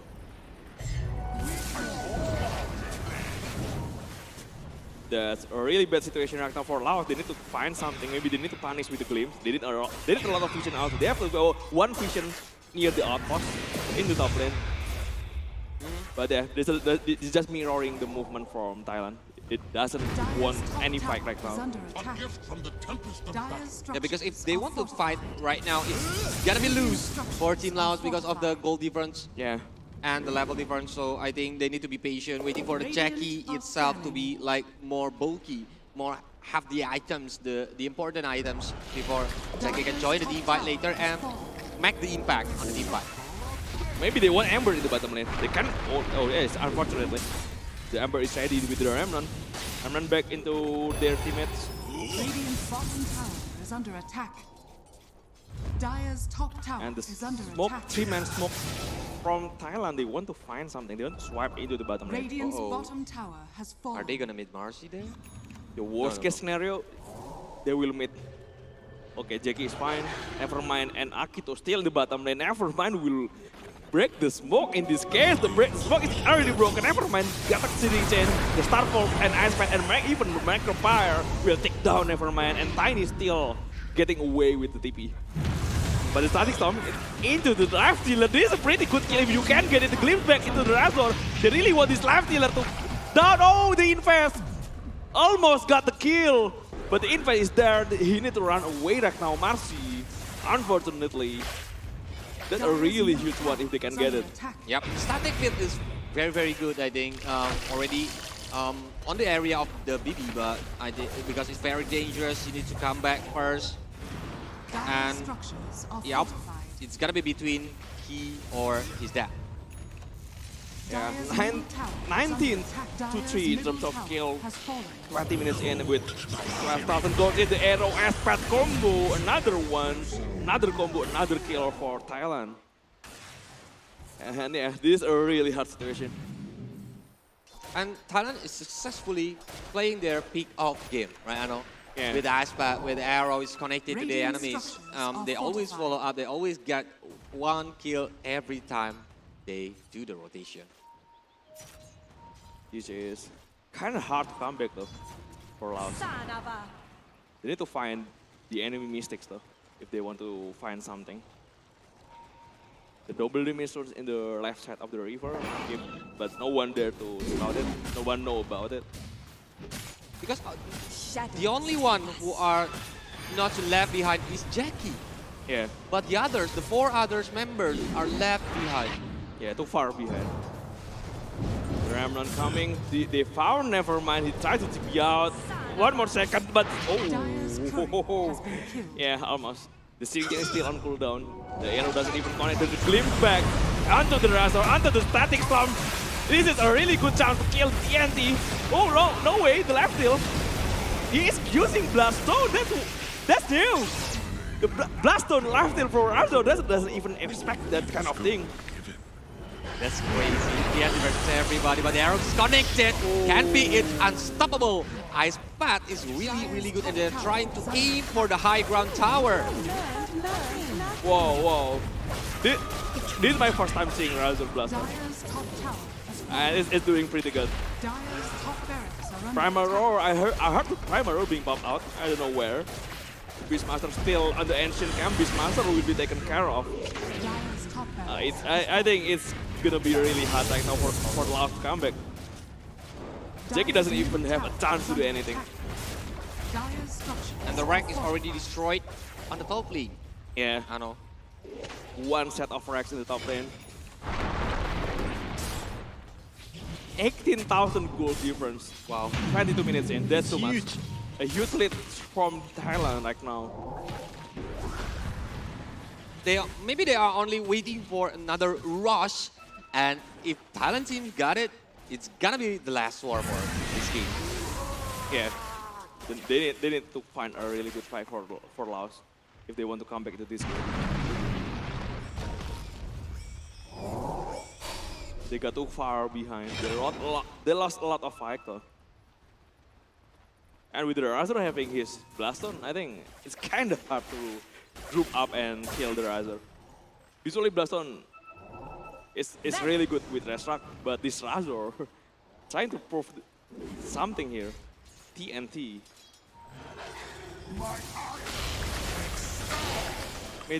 Magic Razor, not even the right click. With the Plasma Field, right? Yeah, Plasma Field very, and also very the Eye of the Storm, yeah. Whew. But yeah, it's a waiting game again. Maybe they are trying to wait it first, and it's hard. It's a hard time for Laos itself. Maybe what can they do to like chasing? Because like I said before, only Jackie, but Jackie now is finding it's very, very hard to like getting a better position on the team fight happening because the France is very left behind. Yeah. They cannot do anything at all. They even can't leave their base though. They're just too scared to do that. They don't have any vision. I bet the map is really dark. They cannot see anything outside of the base. Yeah, they don't even dare to go into the jungle because like they're already sure that the Thailand team is already waiting for them. Yeah, they're already setting up some vision outside of the base. So yeah, they will know if something going on. And they wait for the next Roshan. Unfortunately, the random time is kind of long. 1 more minute, 20 seconds. Yep, still have time. Until the next Roshan. Second Roshan of the game, right? So there will be cheese. Ooh, the offense starts into the static storm. But Razor again with the blast on the left tilt is too much. Razor trying to go forward with the left tilt. He cannot go down. He's kept getting full SP again. This is really bad situation. Jackie is down, disrupted, and now Tiny. 3 men down. I think it's GG, man. I think it's GG. Triple kill, fearless, and everything is taken down except for the Marcy. But it's getting hard, and GG is called. So Team Thailand, what a play for this first match. Oh my god. The Razor Blaston. I think that's really problematic for... It's really surprising that... Laos, yeah, because it's very painful when he's using his skill. Even like the life steal is very crazy. Yeah, even though you get stunned, even though you get disabled by the enemy, you still can do damage and still can life steal with the Plasma Field, with the Eye of the Storm, especially Eye of the Storm. They got a lot of life steal from there. Yep, the Eye of the Storm is very painful. Look at that HP bar. When, he's versusing everybody, trying to aim for his head, but the HP is come back full, but the enemies is getting low. That's... Yeah, they're just too far behind at the point. And this is it. Our first winner of the second day, Team Thailand. Congratulations! Congratulations, Thailand. They got 3 well wins. Played. Well 3 played. wins in 3 games, yeah. They never lose at all. So yeah, they're still on a roll, on a winning streak. They played really well in this game. And then they are the big contender from their group to going further into the main stage. And Laos needs to prepare for their next match, I think. They need to play better. They still can qualify because... Still? There is 2 spots, right? There is 2 spots. Because on the top 2 from each group will qualify, so Laos is still on the number 2, right? Yeah, based on the leaderboard. Number 3. But they just played less, actually. That's why they are still in number 3. They can chase up. They can chase up to the board, maybe. As long as they have a lot of win, maybe win streak again. Maybe they need to win the rest of the match. So who knows? Who knows? That maybe they can meet each other again. I really hope they can win. So they're gonna be revenge match, yeah? Yeah, they're gonna be revenge match against Thailand again, maybe in the main event or in the play-in final.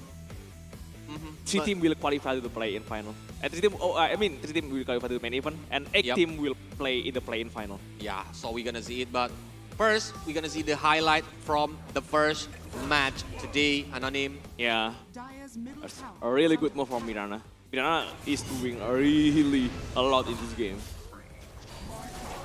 Okay, with the arrow accuracy is very good.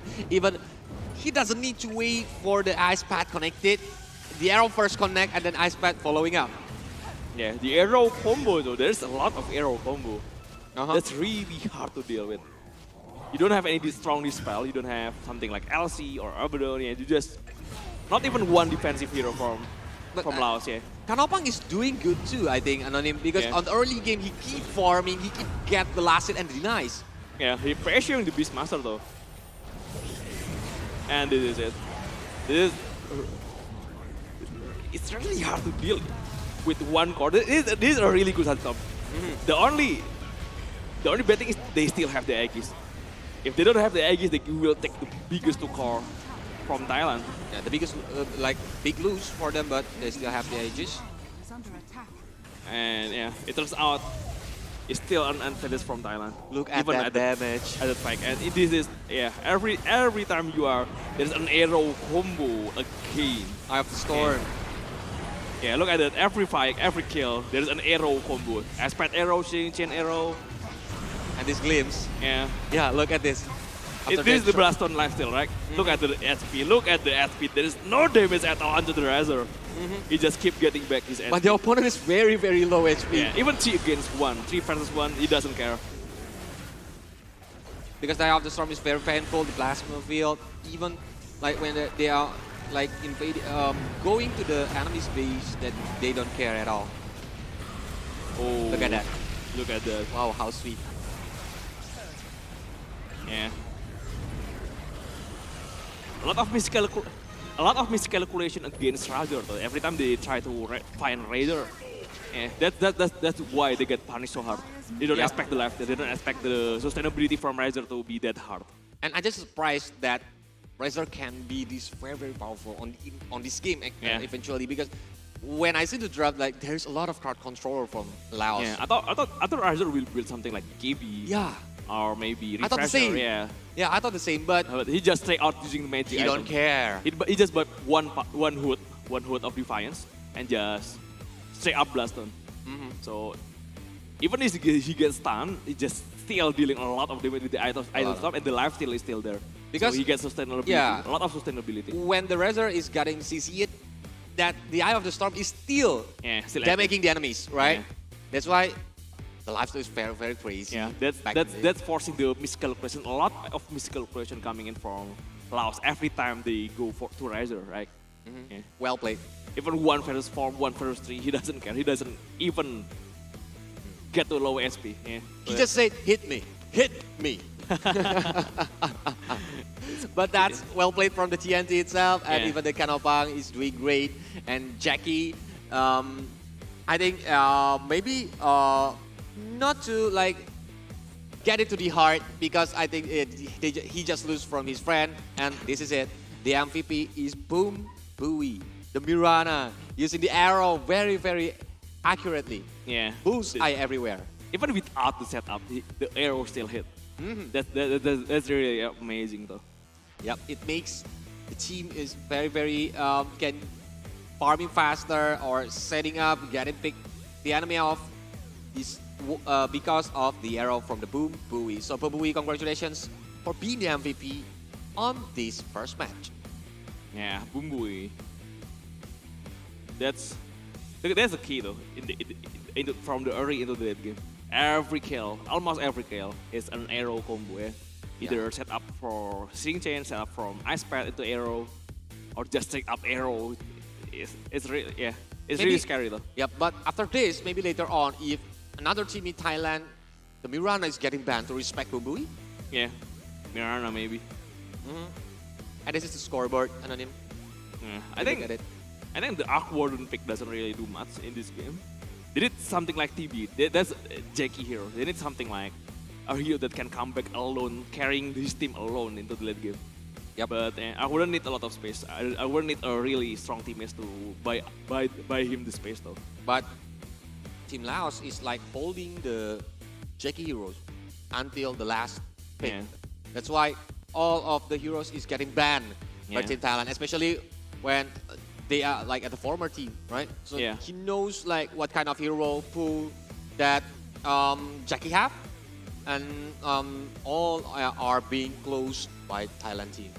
But now I want to like mention something for you guys. So if you want to like presenting us, like want to send or deliver some kind of package, or even like want to send it, you can just present a solution for goods delivery service, serving the delivery of goods both by air, land, and sea. And it's door-to-door service, so you can just call the central cargo to pick your package up and deliver it. Yeah, you can just download Central Cargo application on the App Store and Play Store right now. Right now, guys. Because it can make your life easier, especially when you are doing some business, maybe opening an online shop. Yeah, maybe you are out of home, you cannot deliver the package, you just send people there, download the app. Yep. I think we're gonna prepare for the second match before we are jumping it on the second match. We're gonna have a little bit break only to prepare it, so don't go anywhere. We're gonna get back after this break. Stay tuned.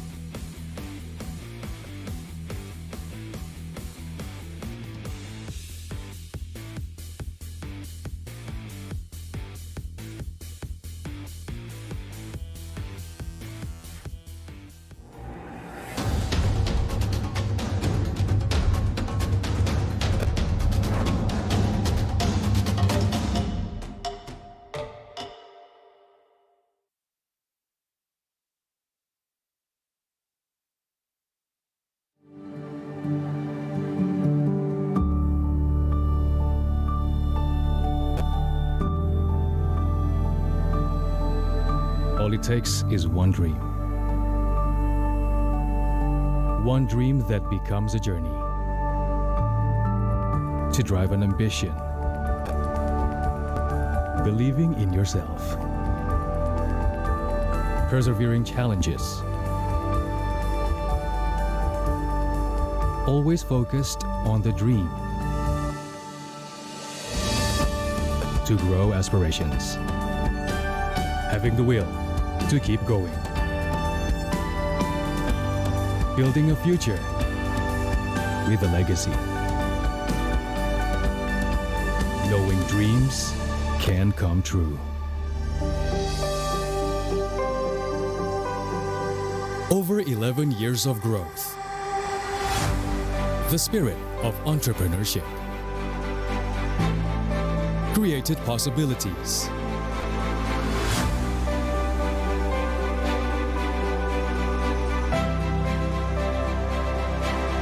Realized new potentials.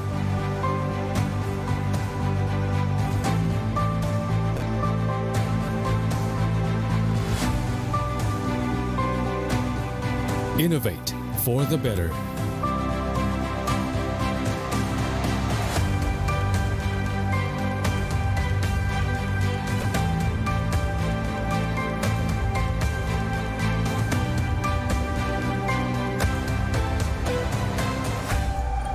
Expand horizons.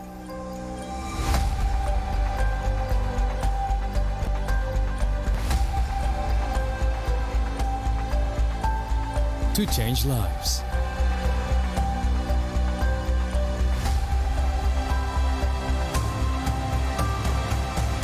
To connect new ideas. To explore new grounds.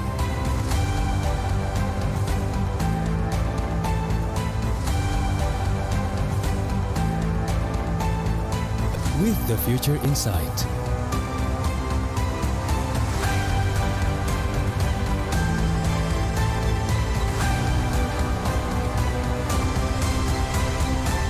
Together.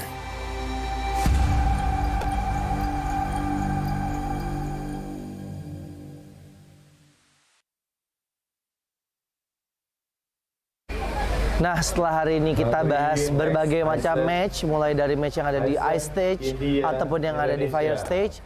Sekarang saya mengajak kalian untuk relax terlebih dahulu, di mana saat ini saya berada di booth area. Di sini banyak banget berbagai macam activation yang disediakan oleh booth-booth, baik itu booth dari sponsor ataupun booth-booth dari partner-partner PBSI dan IESF. Seperti yang ada di belakang saya, ini ada Garuda Zone, di mana seperti yang kalian lihat, di sini banyak banget area-area permainan, ada racing simulator, ada juga mesin capit yang bisa mendapatkan hadiah item-item Dota, atau di sekelilingnya banyak sekali game-game atau booth-booth dari developer lokal. Nah, sekarang saya mengajak kalian untuk kita keliling-keliling di area booth. Mungkin buat kalian yang mau nonton dan mau datang ke acara IESF World Championship ini, kalian bisa tahu nih, kalian mau ke booth mana dan mau menikmati activation di booth mana aja. So, ayo gue ajak kalian untuk keliling-keliling lebih dahulu.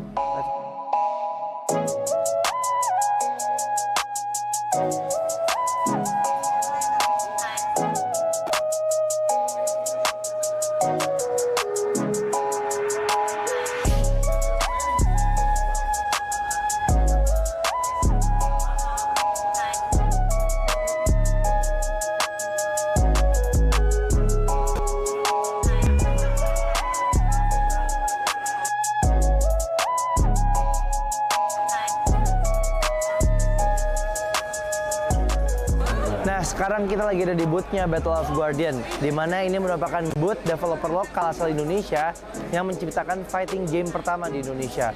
Nah, keseruannya nih di sini kayaknya kita bisa main game nih. Kita bisa mencoba trial untuk main game Battle of Guardian. Nah, gue juga penasaran ada apa aja sih di booth Battle of Guardian. Jadi yuk kita coba aja samperin langsung ke booth-nya Battle of Guardian. Let's go.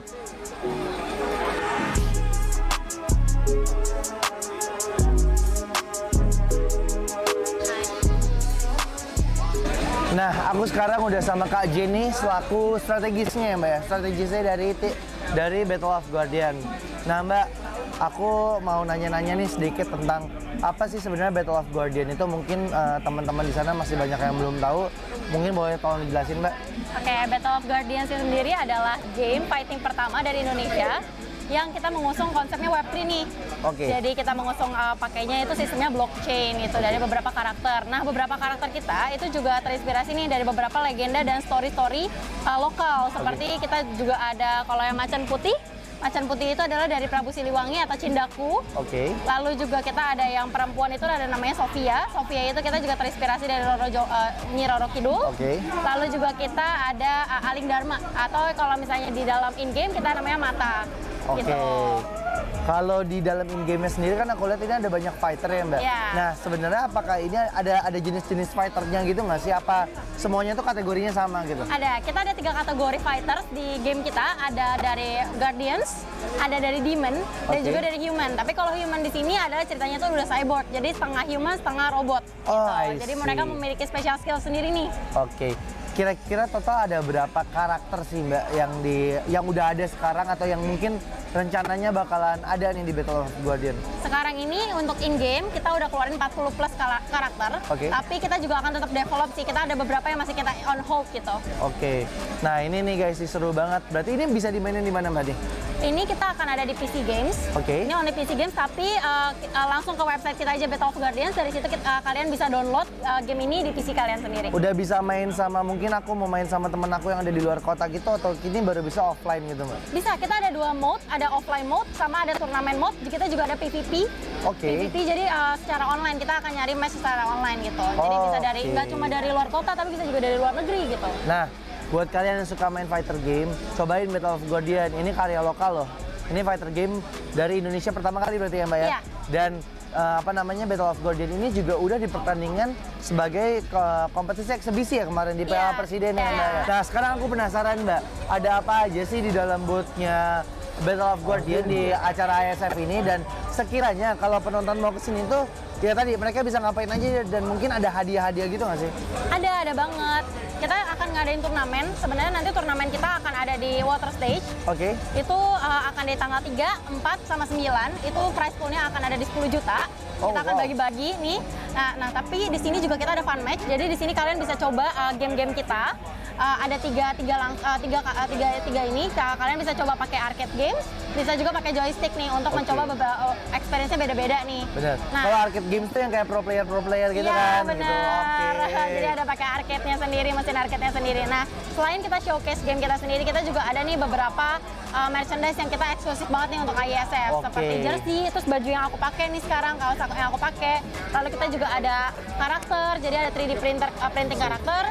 Kita juga ada figur, ada juga keychain gitu. Nah, boleh nggak aku izin nih?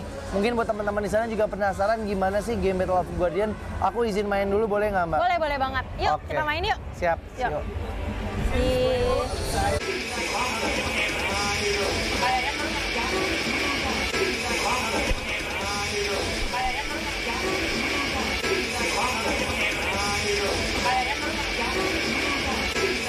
Mbak Jen, thank you banget udah ngasih kesempatan aku untuk main Battle of Guardian. Game-nya seru banget. Ini sih buat kalian yang suka main fight game bakal ketagihan banget ya, Mbak ya. Oke, kalau kayak gitu. Mbak Jen, aku pamit. Thank you ya, Mbak Jen ya. Thank you. Oke.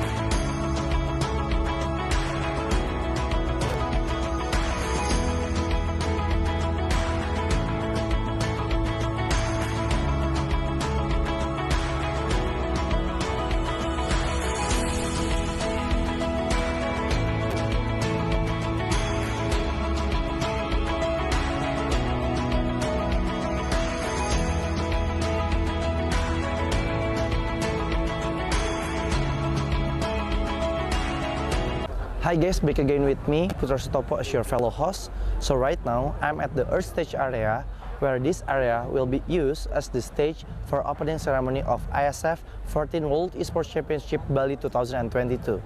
As you can see behind me, they are all practicing for the opening ceremony at 7 o'clock GMT plus 7. To be honest, I cannot wait to see the opening ceremony because there will be an amazing performance from Alfiref and other performers. So, for those of you who want to watch it, you can watch it through the IESF official channel on Twitch TV. To be honest, you need to watch it, okay? So right now, I want to continue to see their practicing for the opening ceremony. Bye guys.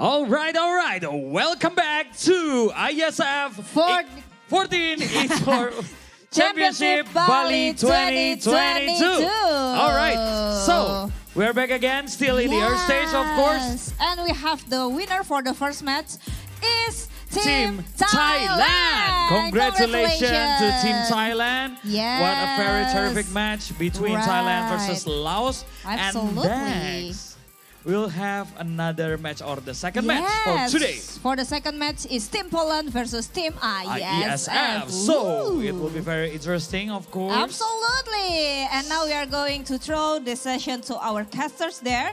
There has Phillipines and also our brother Anonym. Are you ready? But we're still waiting, of course. We are still waiting because we want to see who will be the winner between Team Poland or Team IESF. Of course. Yeah, seems like they are setting up those gears as well. They prepare themselves. They are preparing. Oh, they're using sunscreen. Not hot It's because it's so hot here. It's so hot here in Merusaka, Nusa Dua Bali. Yes. Of course, and we'll still have a lot of matches. Not only for the second matches, we will have 8 matches for today. Yeah, so stick up with us. Yep. Please enjoy. And if you guys still in Bali or live near Bali, please come here. Please come to Merusaka, Nusa Dua Bali. Because there has so many entertainment here. Yesterday nights, Exactly. we have a little bit party. A lot of party as well. Yeah, we sing a song together. We have like We're dancing. 5 stages. Yeah. Yeah, we have water stages. Yes. We have earth stage. We have ice stage. We have Where's the fire stage? Where's this the this place. And the left side of the stage is the water stage. Exactly. And inside the building, like we have that over there, air stage for the Mobile Legends tournament. We also have the fire and the ice stage for the PUBG, CSGO, Tekken, eFootball. There has so many games that we play in this event. Exactly. No wonders that IESF 14th in this year is the biggest. Very big. The biggest. Yeah, the biggest outdoor esports competition. Exactly. Right. But now it's time for the second match for the Dota 2 at the Earth stage. Yeah, of course. We will be accompanied by our casters. Like we said before, we have Anonym and also Vela Javider. Are you ready, guys? All Absolutely. right. Let's give it up to our caster.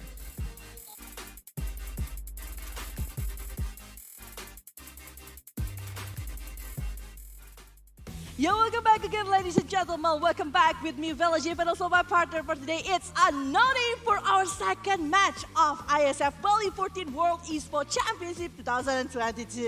Yes, Velajib. Hello. After a very, very unique first game, I saw like it's a quiet, one-sided game, right? Actually. Yeah, I thought it would be a hard game. It is. They know each other, they play with each other also. I thought it would be a really solid game, but it quite turned out to be a one-sided game for Thailand though. I am so surprised as well. When I saw the draft, actually it's like coming really well. But the thing that the execution in game is actually pretty different. Yeah. The aggressive movement coming from Thailand is just like undeniable coming to Laos side. But yeah, now we're coming to the second match. But before that, we would love to thank our sponsor because we thought we won't be having such an amazing, prestigious event from this one. IESF 14 World Esports Championship Bali 2022 is supported by Wonderful Indonesia, Kemenpora, NOC, and KONI. And thanks to all of our sponsors, our main sponsor, GHL Group, sponsored by GHL Auto, Nusapay, DIS, Good and Crypto, Taiwan Excellence, Pertamina, Hydrococo. Yeah, we have official telco partner Telkomsel, official smartphone partner Samsung Galaxy S series, official logistic partner Central Cargo. We have internet service provider partner IndiHome and travel management partner HIN. Yep, and also we have our hotel partner, Episode Hotel, and also our venue for this one, Marusaka Hotel. And we also have esports broadcaster partner, Mineski Global, Indonesian Football E-League, ESID, and also production partner Lemonade. Thank you so much, everyone. And also along with our media partner that is always giving up a new news regarding IESF, Trans7, Detikcom, Esports.id, Video.com, Dunia Games, Dance TV, Dance Play, Merah Putih, Bola Score, and Kami Bijak. But yes, coming for the player lineup here for our second match of the day, it's gonna be Team IESF and also Team Polandia, but we will check it first from the Polandia side here. Yeah, Exotic Deer, Econ, Molex, Jacob, and Crust. Yeah, we still have no, to be honest, for me personally, I don't have any data regarding for this one, for this Poland team that is going to be playing for this second day, on the second day of play-ins instead of IESF, but this is going to be coming from Team IESF. It's going to be Chambi, Prem Yavnikuda, TTR, Daydra, and also Saluna Gaming. Yeah, Team IESF here for the second match of the day. They have to fight Poland though. I have no idea at all how they play yesterday because I didn't. They only play at the stage today, right? Yeah, this they only is play our today. first time casting their match. Yeah, there will be a lot of surprise, I think. Yeah, I guess so, and I hope that they will giving so really amazing performance, just like what the other teams are doing so far in the Earth stage. But yes, the prediction, I want to know. Actually, I was choosing for Poland for this I'm choosing IESF. So, because I love IESF though. It is. Definitely we love IESF, but I want to know more because like the Poland's flag is actually quite similar to Indonesian. It's only like reverse side of the white and red. So I want to give my support to the Poland team for this one. Yeah, white and red. But yeah, back again. I think like that's the first from previous game. I think like the first Marcy that it's been considered to be picked. Yeah, actually, because I used to cast a lot of Southeast Asia matches, I thought Mercy will be played by every other team. But it turns out only Southeast Asia team that use a lot of Mercy. Okay. Yeah, that's why we see Mercy in the Southeast Asia. In Southeast Asia country, I think. I think that's why they are being picked, because it's Southeast Asian team. So it means that we are back to the other country right now. For Europe or maybe American, it's gonna be a different one. Like so far, it's Mirana, Tusker still, and also Dawnbreaker. Something like that, yeah. Dawnbreaker. I feel like Dawnbreaker, Tusker, and Mirana is just like top priority. Yeah, maybe so also with Tiny, Broodmother, something like that, yeah. Yeah, I do agree with that. Mostly it's like being banned or actually being picked for both of that side. But so far, like the gameplay is also like very aggressive as well. Like I do feel like they are more into the very early initiation, maybe because of the draft that they are having, apparently. Yeah, there's a lot of objective in the early game though. Usually you need to move for the run in the second minute, the fourth minute, even the 6th minute for the power run. So yeah, there's a lot of kill potential, a lot of skirmishes in the game. Even in the landing stage though. Yeah. Even when you're not roaming around, even you're not finding to kill anywhere, even in the landing phase, there's a lot of kill already happening. Okay, but this is the draft. Yeah. Without further ado, jumping to the ban and pick phase, but this is very interesting. Razor? And also Razor. Two heroes that build Blaston. Razor just built Blaston in the previous game, so yeah, we know something's going on. Something's going on. They're like Razor. I barely see people actually like first phase banning over Razor. It can be an option, but maybe it's because the previous match they was Razor, how strong Razor with the Blaston, maybe they don't want to fight against that kind of hero, and then they still don't know how to deal with it. And Sniper actually being first pick in the first phase, along with the Disruptor, Isn't it too risky? Like Primal Beast is starting gonna be there, but I'm not sure though. With the Beastmaster and also our Shaker that is already being secured, is Primal Beast is still a very good option to actually going against Sniper. Yeah, usually the fourth pick is maybe some people keep picking 5 seconds strong hero in the fourth pick because after that they're gonna be a banning phase. You have 3 ban. It's for the team. Maybe they will ban all of the counter from Sniper in the ban phase. Yeah, they don't reveal it in the first pick.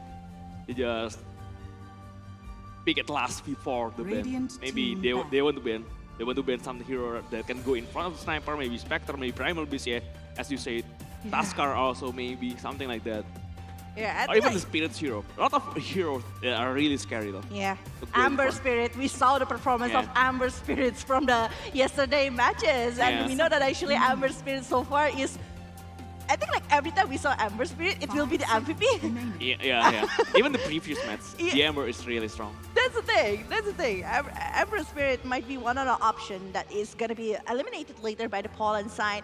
But I do feel like from IESF, they need to consider like, this is a very bold move coming from the side of Polandia.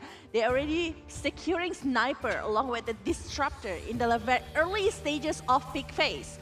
It means that they will be having something later on, like Titan Hunter might be one of the hero that they can pick as a frontliner, as the hard laner later from the side of Polandia, or maybe something that even uncontrollable for IESF. Dawnbreaker might be an option as well. Maybe a lot of support that will 4-star, maybe a lot of 4-star build that can save Sniper, can make it go away for the enemy. Maybe a lot of counter initiation hero also with Elder Titan, maybe something like.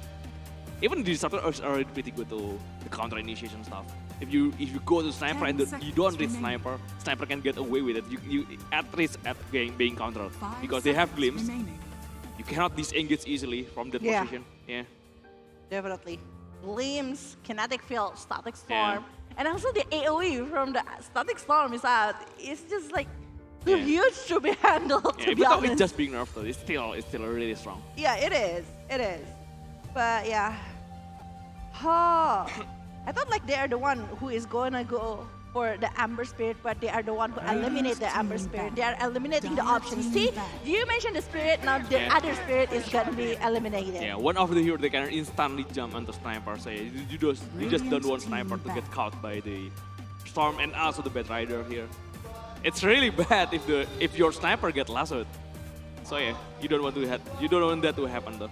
And Tiny is actually getting banned, and Taskar, a lot of good hero against Sniper. They just banned it themselves from IESF. That is weirder. It means that they have something as well for this one. Maybe they want to outrange Sniper with. There's no one outrange Sniper though. No one. Yeah, Sniper is the longest range hero in the game. I think like they need dive hero for this. Like we saw yesterday, like Juggernaut, but I don't think like it's gonna work because like the later the game, the longer the range coming from the Sniper.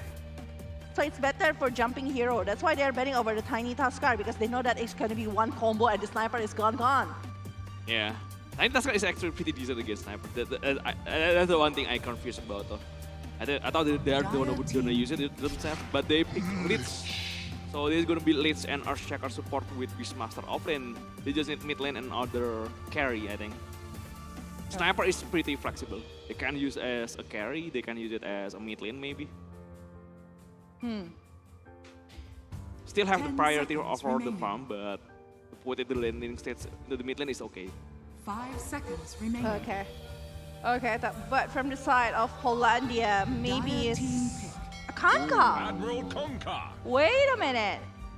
Yeah, it's actually good though. A territorial hero that can protect Sniper for anyone who want to commit in, right?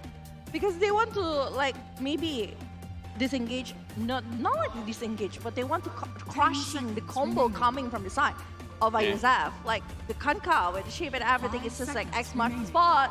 And you are not gonna be able. They have like 2 heroes to do it. Like the X-Mark the sport, they have Gleams. Like, how can you escape from this kind of hell? Maybe you need Life Stealer, some with spell immune for the IESF. Enchantress also. Life Stealer is pretty decent though. It's good against Enchantress, it's good against Kunka, and also good against Disruptor. You need someone to invest to deal with Sniper, by the way. Dire team back. Life stealer. Yeah, Yeah. life stealer. I really surprised they're not getting banned. Life stealer. If they want to pick this something like this, it's a perfect hero for this kind of situation. Okay. You just need one medium for your invest. Maybe someone who can jump. Void Spirit. Void Spirit maybe. 10 It's not on the meta seconds right now, but it's pretty doable. But who else that is available for diving in? They are the one who actually banning those heroes. Yeah, that's why. I'm very confused about what they are trying to do with this one. Oh, Puck, I forgot about it. Puck is yeah. also still there, but it's getting banned already by the Poland. Who else? A Queen of Pain? No. Pain is Radiant team. decent though, but Zeus is the one getting banned. They just don't want to reveal the position of Sniper. Maybe just Earthshaker is still okay, but he needs dagger. He Earthshaker needs dagger, dagger, yeah. And it's gonna be like quite long until like Earthshaker getting the dagger. Despite that it's +4, 10 but it's like seconds 2,250 for the dagger. It means like it's gonna be like taking like, what, 10 minutes? Seconds remaining. Or more? Maybe. Yeah, 10 to 15 minutes to actually getting the Blink Dagger. Which is like good time for Sniper to already securing a lot of stuff, but Lycan. Actually, Lycan is like very good for them, but yeah, I think like they already have the life stealer, so it's not gonna be like very good if they are picking another kind of things. Yeah. And for the Poland, they need an offlane. It's supposed to be Conca mid lane and also with Sniper safe lane. They need another offlane. Lycan is good. It's one of the good offlane.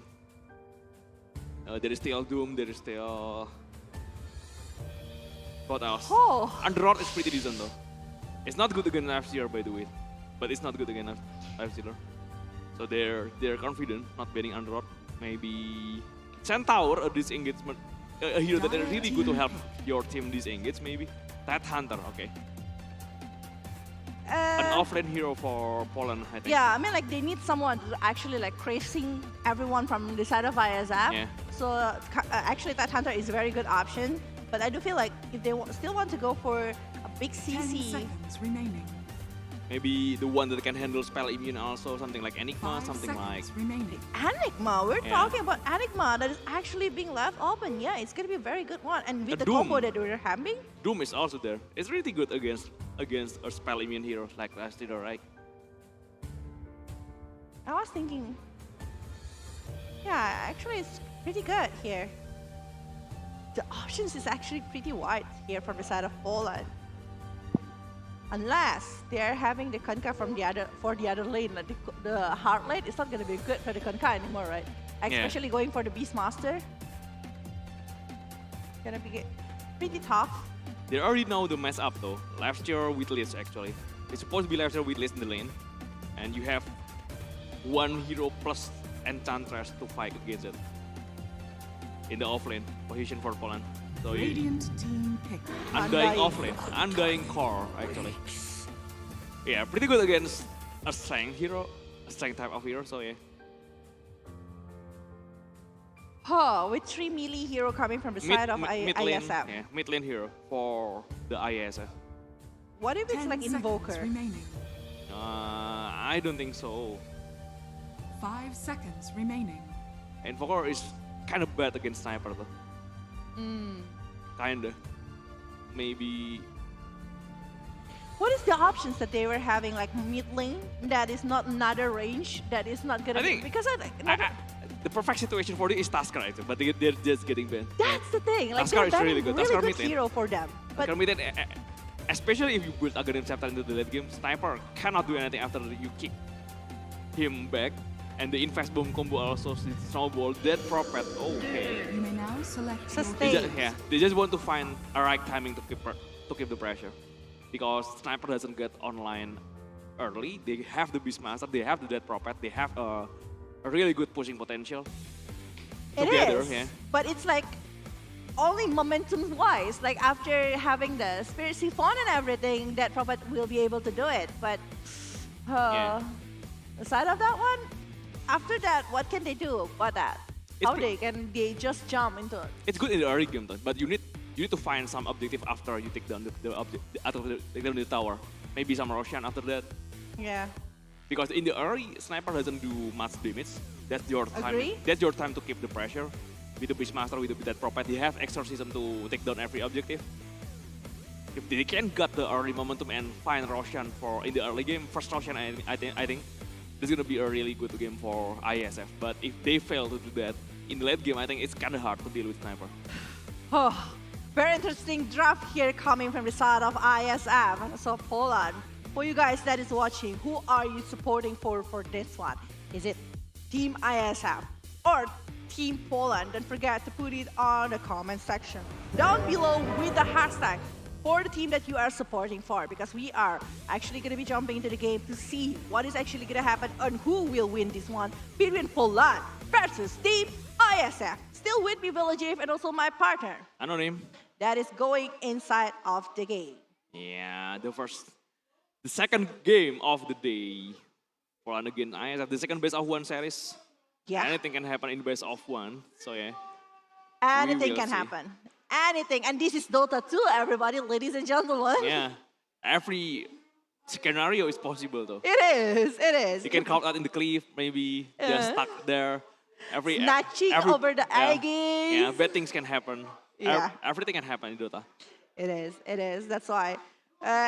Even like the prediction can be made in the early stages, but still everything can like happen.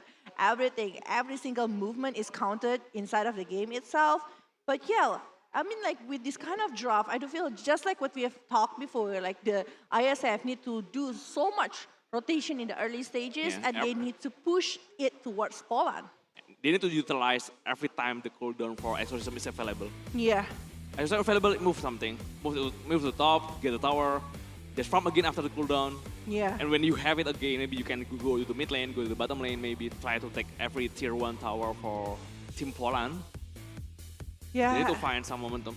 They have Beastmaster though. They have the aura. They have the Roshan potential also with the Exorcism. So yeah. A lot of potential of the objective power. Yeah, I do agree. Even the Life Stealer can do so much damage to the tower and the Roshan.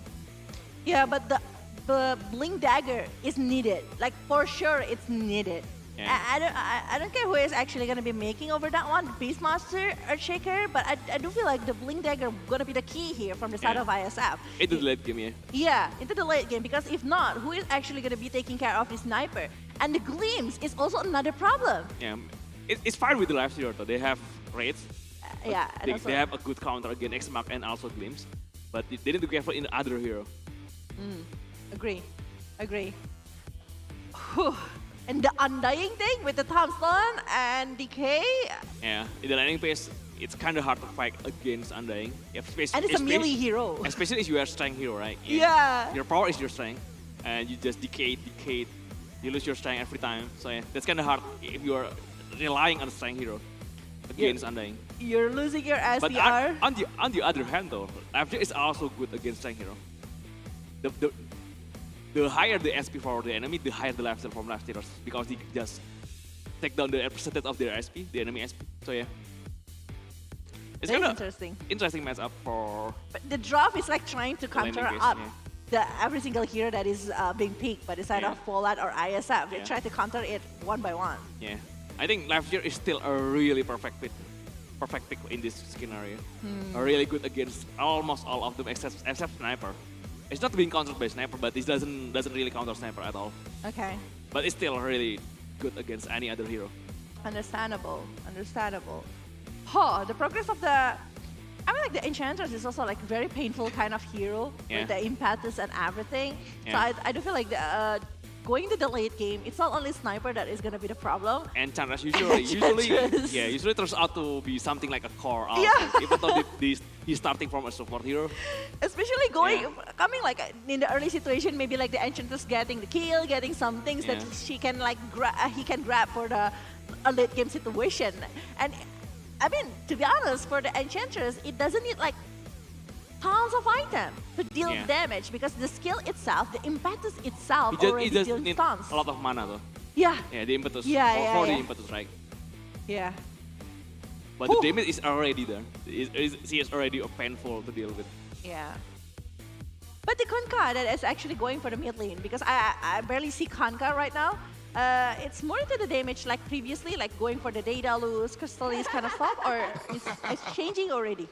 Oh, but we are coming to the game right now. Ooh, they're already in the bounty spots.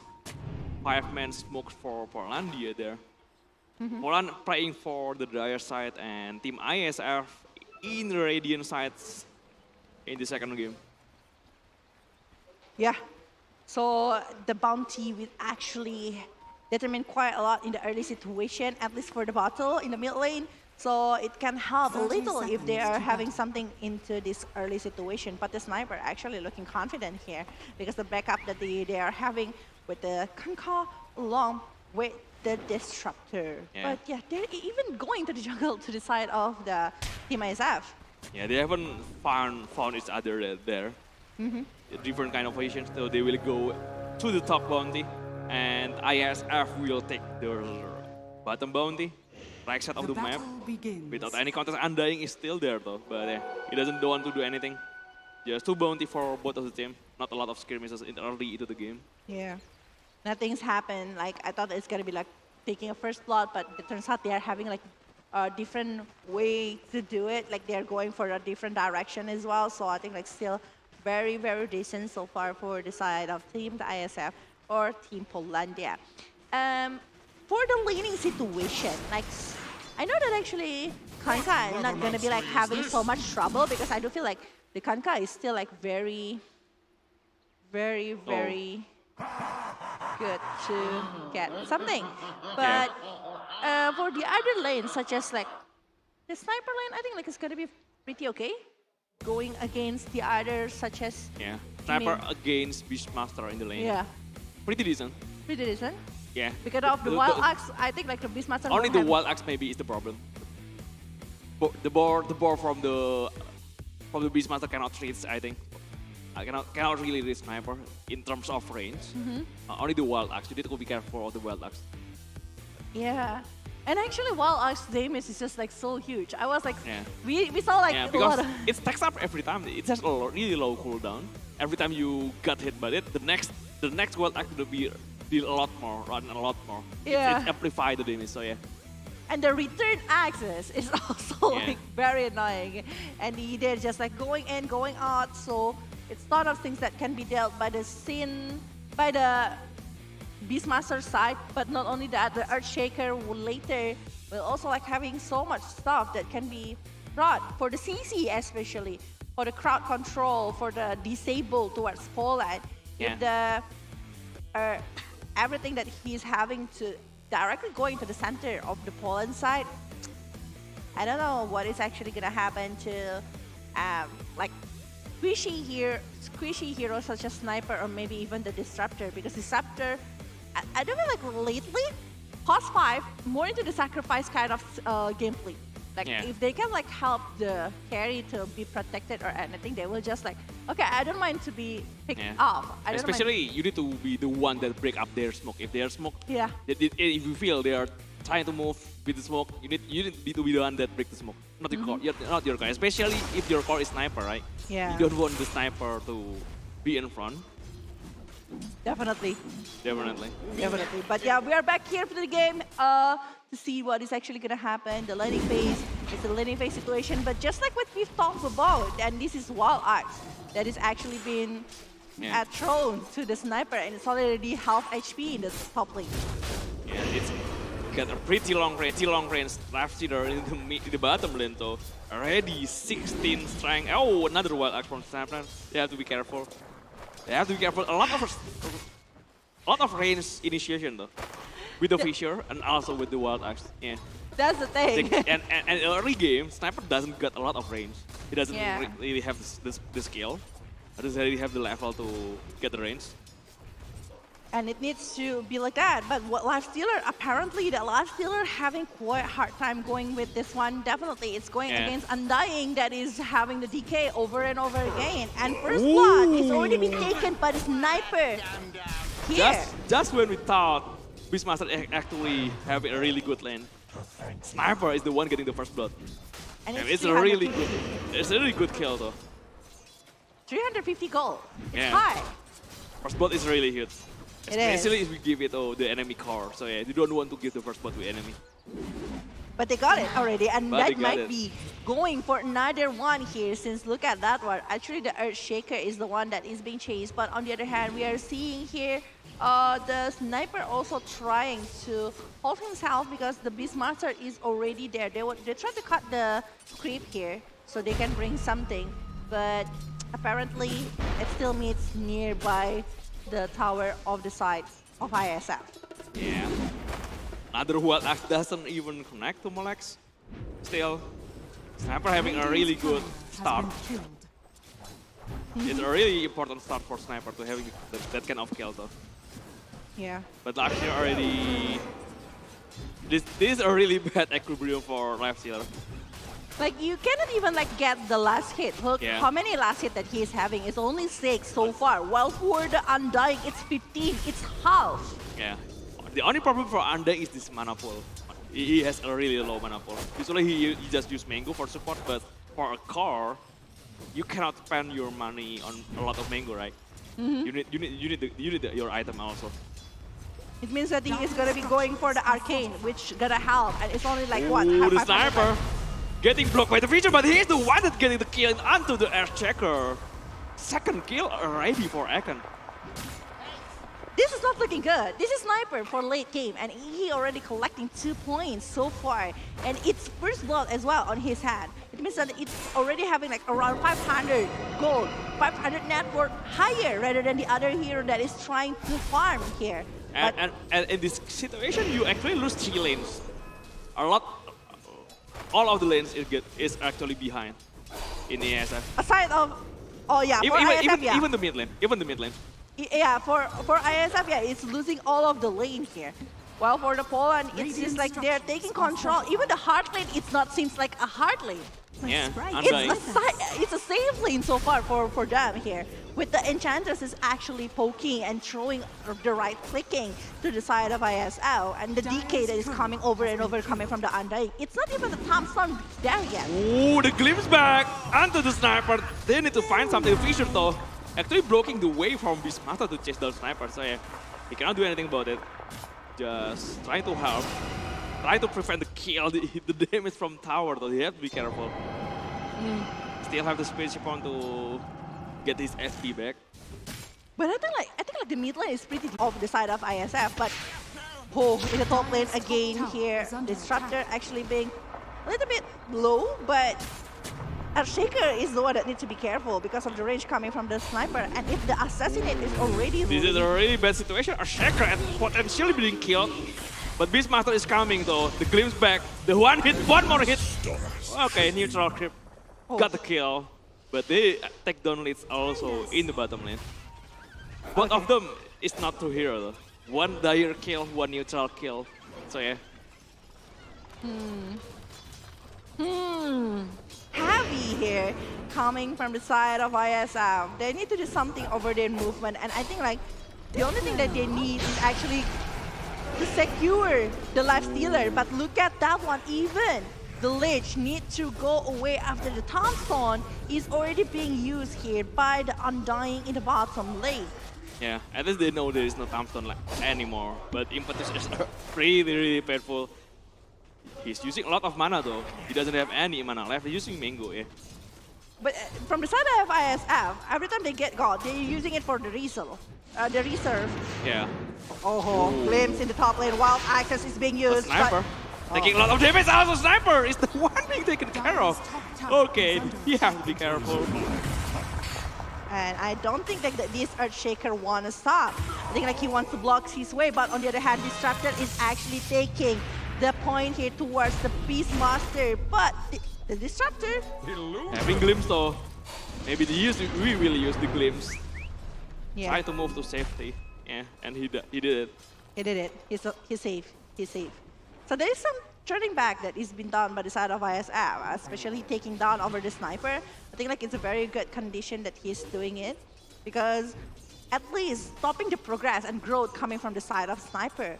Well, again, for the bottom lane, we are seeing that actually this Life Stealer need to use, this is not looking good because the Undying is actually there, but the Enchantress will be going for the Leech, and I don't think this Leech will survive for long. One more hit, still do it, yeah. Yeah. Just trying to save Flash Stealer there. Another point here. Oh, well, top lane. Just a preventive kinetic field here to survive the condition, not allowing himself to be picked up again by the side of IESF here. While the Kanka doing some rotation while Axe is already being used by the Beastmaster, but they want to protect, they want to take care of that one. But Exorcism, how can they handle this one? Primal Roar is being used, and Kanka, I don't think will be survived for so long. It's going to be point for the side of ISF. They don't see Sniper yet. And yeah, they don't even know where is Sniper. They know right now Akan is too far for the Sinister Gaze to come out. So yeah, top tower is still can run behind. Dire's top tower has fallen. Okay, one Exorcism is being used. They're taking objective, they're taking towers. But again, in the bottom lane, the life stealer is only like having 21 last hit. And it's being pursued by the side of Poland so far. And again, it's going to be killed by the hand of Undying. Just one decay doing a really lot of damage though. Onto the right here. There's a lot of decay already before. Radiant's I'm supposed, yeah. tower is under You got a really low SP. How can they try to get it back? Maybe like focusing over the objective over and over again, coming from the ISF whenever they have the Exorcism. But it means that it repeatedly after 3 minutes. Yeah, I think it's still fine for ISF because Radiant's bottom tower has fallen. when Poland is winning, they spend a lot of resources in the bottom lane. In terms of Mango, like in the bottom Enchantress, and also they spending a lot of money for Mango. They got a lot of kill, but not a lot of fetters to show for it. Still only 1k gold plate in 9 minutes in. So yeah. They just need to wait for the next Exorcism to come out, maybe try to move toward the mid lane or maybe move toward the bottom lane. Supposed to be mid lane. Okay. The Exorcism is almost available though. Almost available because it's already being used before, but it's gonna be back really, really soon here. But the Earthshaker, I think like Earthshaker doing a really great job so far, but the Fissure, along with the Ancient Totem, is actually like blocking so much way for the side of Poland, but the Glimpse is gonna be there. Kinetic Field. Into the Ghost Ship though, no one is there to follow it after. By the time Stone so him, they will keep chase down every player from IESF. They want more kills. They have the Thunder Strike. They will find another one, the Kinetic Field, and blocking his way, and he glimpses back. You cannot run everywhere. Speedsuit actually is saving him, giving him a lot of SP, but it's 4 against 1. Nothing he can do. Nothing they can do regarding this, and I think that it's a revenge time coming from the side of Poland. They want to go for the mid lane, and Fortified is already being used here, while the rest of the player coming from the Poland, I think like it's really happy with the point that they are taking over the Death Prophet along with the fortification, but the win rate of the Life Stealer is actually 100% so far, I don't know. Yeah, not because he is being prioritized, not because he is being contested. It's just a really situational hero. Usually, if you pick Life Stealer, it's when it's a really good game for Life Stealer. So yeah. And they are having it so far. And this Life Stealer is not having like the one that I've seen so far from inside of ISF tournaments. Like this kind of hard. He's having a rough time in the lanes against Undying, to be fair. Yeah. Undying is really strong against every strength hero. And it's shown. Yeah, so he's far. having a really hard time right now. Oh.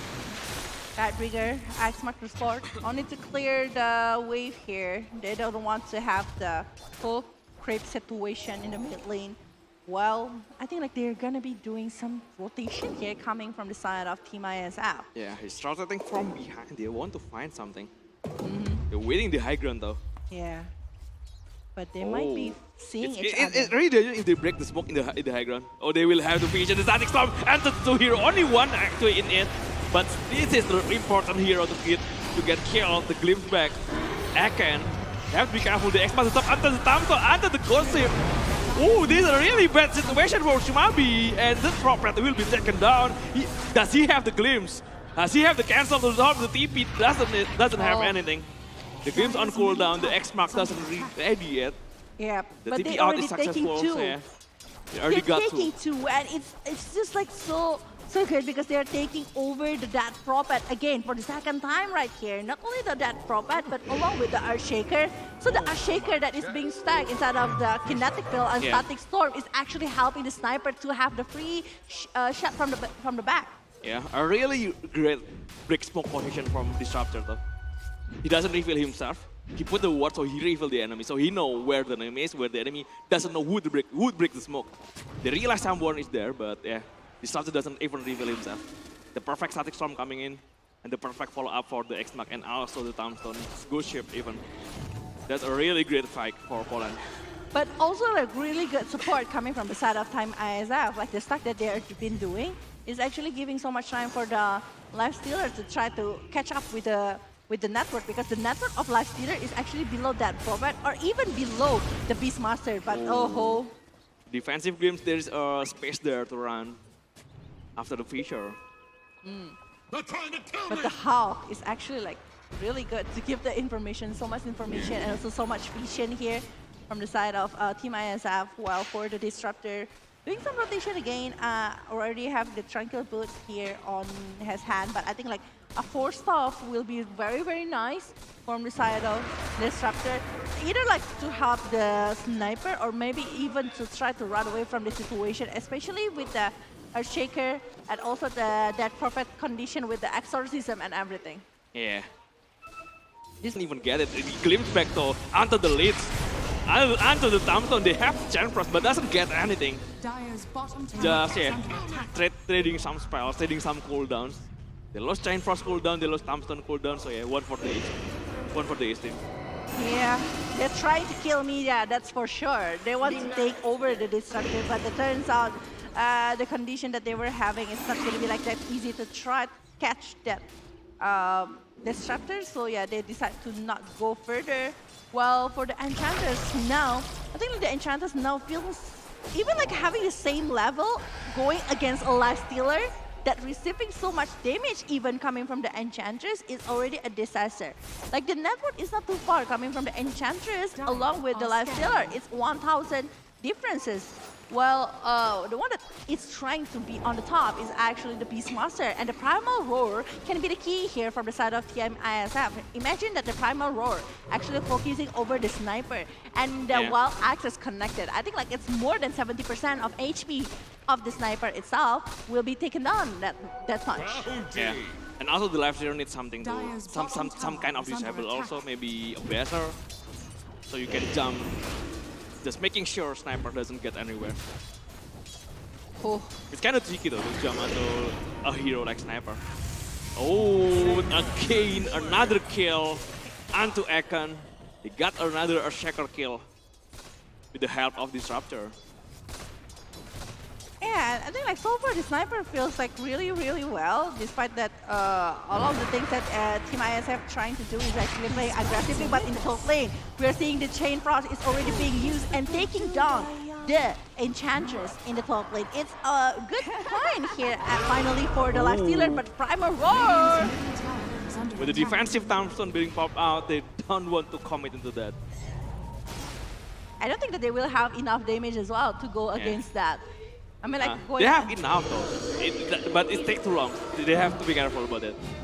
There's a chance to be countered by the Poland. But they are starting the rush. This is the great potential for the lineup. The objective potential, the Russian potential. Can Poland contest it? They don't have any vision though. They need some kind of vision. Maybe Enchantress unit, Enchantress script, or maybe Torrent, maybe something like that. They sent the Hawk just now. Oh, it's too late. It's too late. The first age is going into IESF team, and they got away with it safely without any casualties at all. Be careful for the glimpse though. Be careful for the glimpse. Smabi there. Doesn't even have any exorcism left. The Ghost Ship and X-Mark the spot will hold Smabi there. The static storm also, but the Fisher is really nice. Sniper. The save from Infest Smabi is being taken down. The sniper is already dealing a lot of damage. It's a desolator actually from the side of sniper. It means that another damage can be given, but on the other hand, we are seeing that actually this lich will be the problem because it's gonna be the double kill from the side of the sniper, not even using the assassination. It's only using the right click coming from the sniper itself. Yeah, and the glimpse back onto the Earthshaker and the X-Magnus spot actually glimpse back. Yeah, actually bringing him back into the same position, but it's already too late. You cannot do anything about it. Yeah, it's actually confusing for the Earthshaker because I was here and then I was that and then I back again to this position, but the tide bringer is actually on point coming from the Kanka, so at least they still have the kinetic field as well to lock it out. But yeah, I think like they really need to consider about the X-Matter spot and also the glimpse here coming from both of the side. But the win probability now is changing to 42 at 56. It's not too much differences coming from both of the sides. Yeah, because this left hero is really hard to handle. They counter a lot of heroes, they're still playing well. He has the Aegis though, the primal roar coming into the top lane. But no one there to follow it up. Left healer. Left healer is there. He can go into the undying. He can get this kill. He will get it. Oh, the nice momentum coming from Team IESF. They got the Aegis. That's a really huge one. And in these circumstances, left healer is really hard to handle. You have to be careful about it. All right. Well, we are seeing here the Enchantress doing some push to the bottom lane, and actually, it's looking good so far for this Enchantress. Like semi-hero, semi-core already with the movement and also the damage that is given by the side of Enchantress. While for this Sniper, I wonder what kind of item that he's going on next, because with the Desolator actually it's giving so much damage already from the side of the Sniper, and they might be going for objective gameplay here because they are directly going that much. Ooh. I think the bottom lane. Okay. This is the comparison between Ekon and TTR. A lot of assists, a lot of kill for Ekon. There's a lot of difference. A really good game for the Sniper though. The X-Master spot coming into the tower, and there's a lot of damage coming into the leads, and they will get the kill. Yeah. It's just like they want to slow it down back. But at least like from the side of Poland, they already take a secure objective while the Death Prophet. He's moving into the Sniper though. The Fisher is helping. The Infest is there. Ekon will be taken down without even using the Infest bomb. Jacob will use his BKB. The Infest coming in. He will try to find the Kunkka, but the Tombstone, they need to deal with the Tombstone first. The Tombstone is being taken down. The big Paul, he will run away with the movement speed from Big Paul. Smabi won't chase the Kunkka though. Will he get it? The Frost Shield slow coming onto Ren. The Frost Shield is there. Silence there. He have Fisher. He will have the Fisher. The Fisher. Oh, wait a minute. And Chantra's just putting his body, blocking the way of Smabi. He has the EO though. So yeah, still fine. Still fine. Still fine. Huh.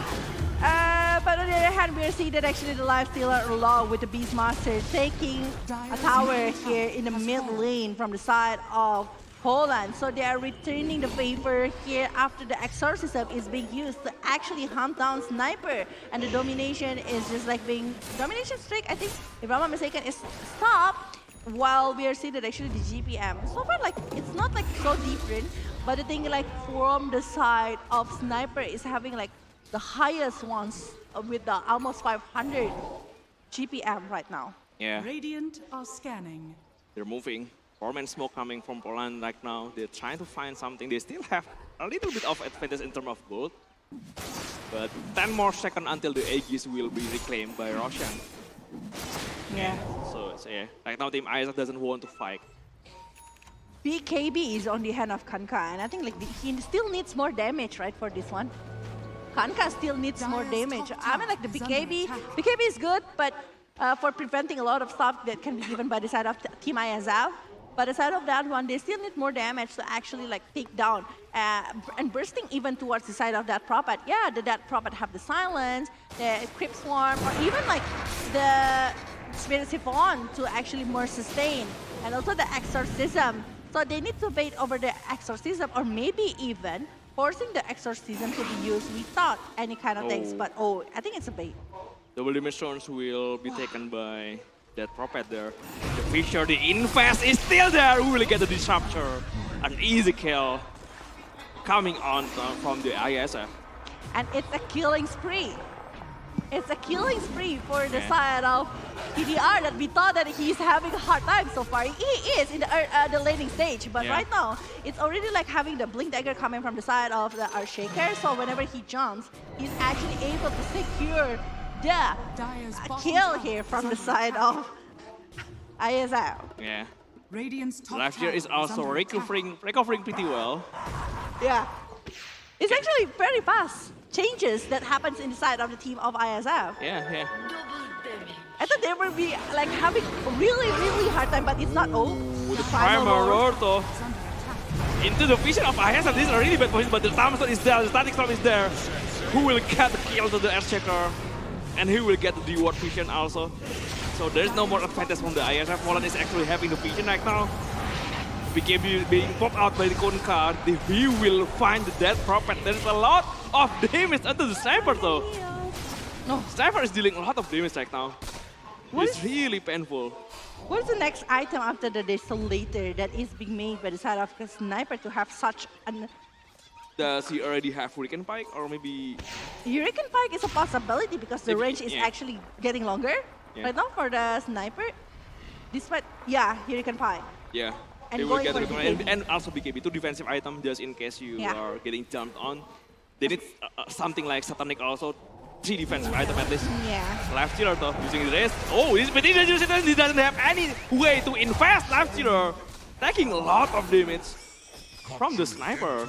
And actually trying to get close to Sniper to actually try to he goes to the crypt, it. He goes to the crypt. He wants to invest, but what? They are amazing though. They know. Just keep in the crypt in the small camp, and there's no way to invest after that. And that's what happened.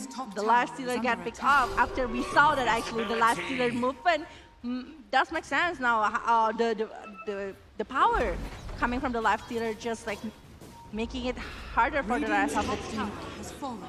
Poland to go further. The Primal Roar and Earthshaker with the Fisher also. The Enchant Totem is also there in the easy kill. A lot of damage from Beastmaster along with the Overlord creep from him.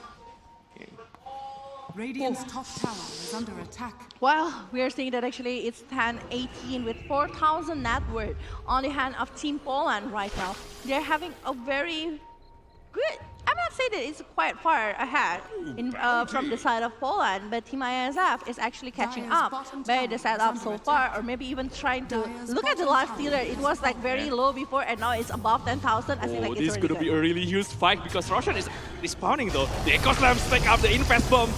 He still has the Static Storm to help though, but Jacob taking a lot of damage there. Oh, it's really huge. It's really huge. Just in time before the Roshan spawn. They need to be careful about the Death Prophet. Sniper doesn't want to continue because it's too scary. It's too scary. Blink Dagger can be used right now. He can use the Fisher. Maybe they want to find the Disruptor. And Enchant Totem, Fisher, he doesn't even aware where is the enemy, so that's the second kill. And it's only like one slap coming from the last Stealer, and he's like stealing everything. It's a good kill again, once again. For TDR here from the side of Team IESF, they are stopping 2 movement coming from the side of Team Poland. Just like what you mentioned, is actually Roshan time. Will they be going over that one? But I think like they will try to handle themselves first. They're taking maybe the creep that is available, pushing some waves to the side of Team Poland. Yeah, chasing Disruptor actually taking a lot of time though. The respawn time for Kunka is almost up, so yeah. They're just trying to do it right now. But Team Poland, the one, is actually doing it. Yeah. Oh. But I think like if they're the one who take it, Sniper will be harder to be taken down. Like they might be using the Blink Dagger and maybe Invest, but like it's not gonna be easy.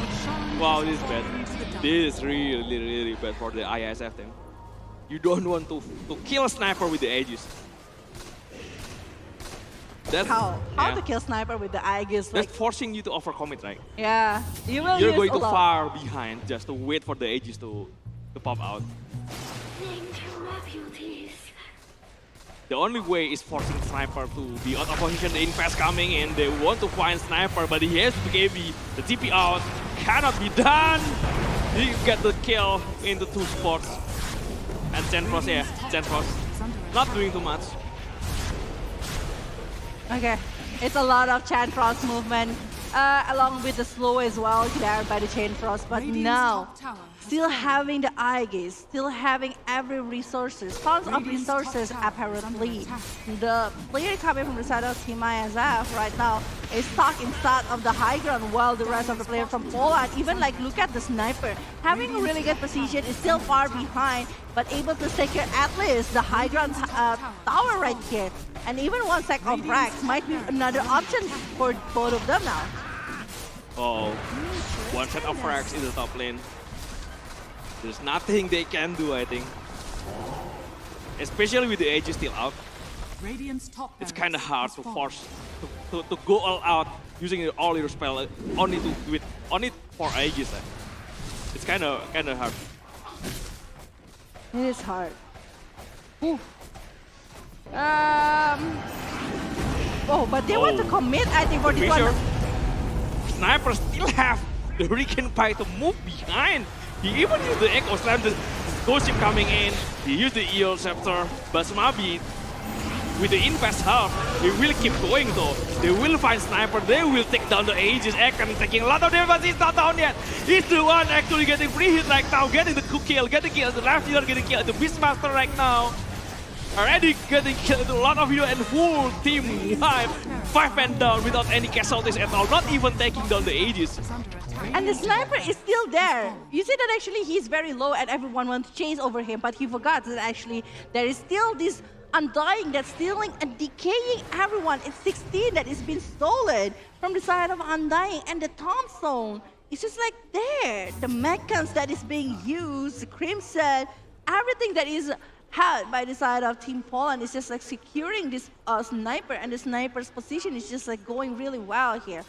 I don't think the Dead Prophet will be able to at least taking 1 or 2 players coming from the side of Poland, but actually the invest bomb that is been done by the top lane again. Yeah. This one is a replay coming from the side. Yeah, I mean, like, look at that one. The invest bomb that is being shot is actually on a kinetic field and also static storm. So it's like creating another problem right there for the side of the life stealer along with the prophet. At that point, I thought Sniper will lose this Aegis though. He's taking a lot of damage, but still perfect situation. Still 1 minute and 30 seconds until the reclaim time. They can use it to another fight maybe. 1 more fight to utilize his Aegis. Radiant's middle tower has fallen. And how with this kind of condition, like still going further for this one, like that Team IESF and also Team Poland, might be going somewhere else now. They might be going and asking for another objective with going with the high ground tower again. Double damage turns though. It's already hard to deal with Sniper without the double damage. As now his damage double damage. 50 more seconds though until the Aegis is reclaimed. They still have time. They still have time for this high ground at least. For this 1 set of racks. They're trying to fight for it. With the Fissure, with the Enchant Totem, with the Aghanim Shot Enchant Totem. They will go for the melee bird. Oh, only to kite a bit, but look at the damage towards the 1 sec of racks. It's just like coming really fast. But in the top lane, we're seeing that actually the Beastmaster trying to do the some split push right here. Some split push mechanism that they're trying to do, but 1 sec of racks in the bottom lane, it's not gonna be survive for so long. Oh, but they will get 1 set as well? Is it? Maybe. The fortification coming out. Beastmaster still have to run away. They need to get back right now. Doesn't get the rocks. It doesn't get the rocks, I think. With the invest for the Earthshaker, they need to be careful though for the Poland when they get back. Has fallen. All right, it's 12:25, 15,000. lead here from the side of Team Poland with the network that they are having, and it's a double damage. Again, that will be taken, but this one comes from the Lifestealer side. The Lifestealer actually, they just need a really good combo, a really good and really perfect timing going against Team Poland. But so far, it's very hard to having that kind of situation. Oh, the smoke break, and Shaker is the one getting spot first. So yeah, no chance for using his initiation. And this is a really, the last possible moment. Not really enough damage to take down the Beastmaster. Okay, for everyone, I was like wondering how like Team IESF will be able to secure that one. I'm like using the Primal Roar, maybe going to the Sniper, but it means that this Beastmaster need to join over the war, and he already actually making over the seat of his. So it might be the case now. Yeah. It might be the case. They just need Exorcism. They just need the Blink Dagger along with the Fissure. At least Fissure coming from the side of our Shaker. Yeah, with the Sniper already having Lincoln and also BKB, it's kind of hard to do. There's no CC that can lock Sniper in, even with the Primal Roar. That's the thing. Especially when Sniper use BKB, the only spell that can go through spell immune is only the Primal Roar. So yeah, you cannot disable the Sniper right now. He will get out. But the Lincoln Spear is there. Yeah. How can he get like Primal Roar? Yeah, that's why. It's really hard. The only spell that can go to spell immune is only Primal Roar, right? Yeah, but there is a Lincoln, so but there's a Lincoln, yeah, that's it. No one to break. Nothing else to break the Lincoln.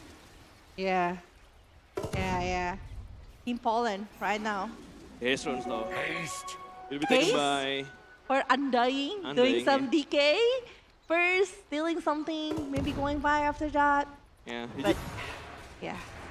Just trying to keep the runes, doesn't want the runes to get taken by the enemy though.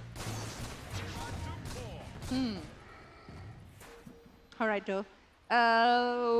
For this Sniper, going directly for the, I think like Crystallis and also Daedalus here, so another critical for the side of the. But I don't feel like the Satanic it's not needed right now. Even when we see this kind of situation, like the Sniper is just like very free. No one is actually going in. We thought that Invest Bomb will be focusing over the Sniper, but no one is actually will be able to do that. The Sniper. If you can get your next Aegis, maybe you don't need any more defensive item. I think you just can build a greedy item. Daedalus for more damage. Maybe Skadi if you want to have a little bit of flow into the spell immune from Lifestealer, right? Yeah, I think like Skadi is so much better. I do agree with that. More sustain, more damage. The slow evac as well coming from the Skadi. Yeah. I think like it will be so much better. It's good against BKB also. It's good against spell immune. Yeah. So it might be next, but for the Enchantress, Hurricane Pike is done. Lotus as well. I think it's semi-core already at this rate. It's core already, even. Like the damage that is given for the Enchantress towards Lifestealer before is actually suffocating for the Lifestealer. Lifestealer having so much hard time handling that one. And the Beastmaster, actually the one that he did is actually very good with the split push that he was doing in the top lane previously. Yeah, but he got range. Yeah, he got range. That's right. But he need to do another things aside of that one. Will he like try to the split push again, or maybe he go join in the war? Not when the Rosh is in stage throw. I don't think they will let this Rosh being taken by the Poland. They can mirror split when Poland try to push, but if Roshan is the objective, I think they need to contest it. You don't want to give it to Poland. Well, on the bottom lane, actually, it's quite hard for Team IESF since like 2 waves just come into the high ground here of the side of Team IESF itself. Yeah, they can easily like clearing the wave from the top lane with the Beastmaster, but They will try looking for something there, but okay, they got away on time, just on time before Poland find them. Yeah. But the Overlord creep though, the Overlord creep is pretty decent to farm. they will farm the creep from Beastmaster. The creep cannot get away. That is pretty much like more like 500 net worth, right? Total for all of the creep that is on the top lane just now.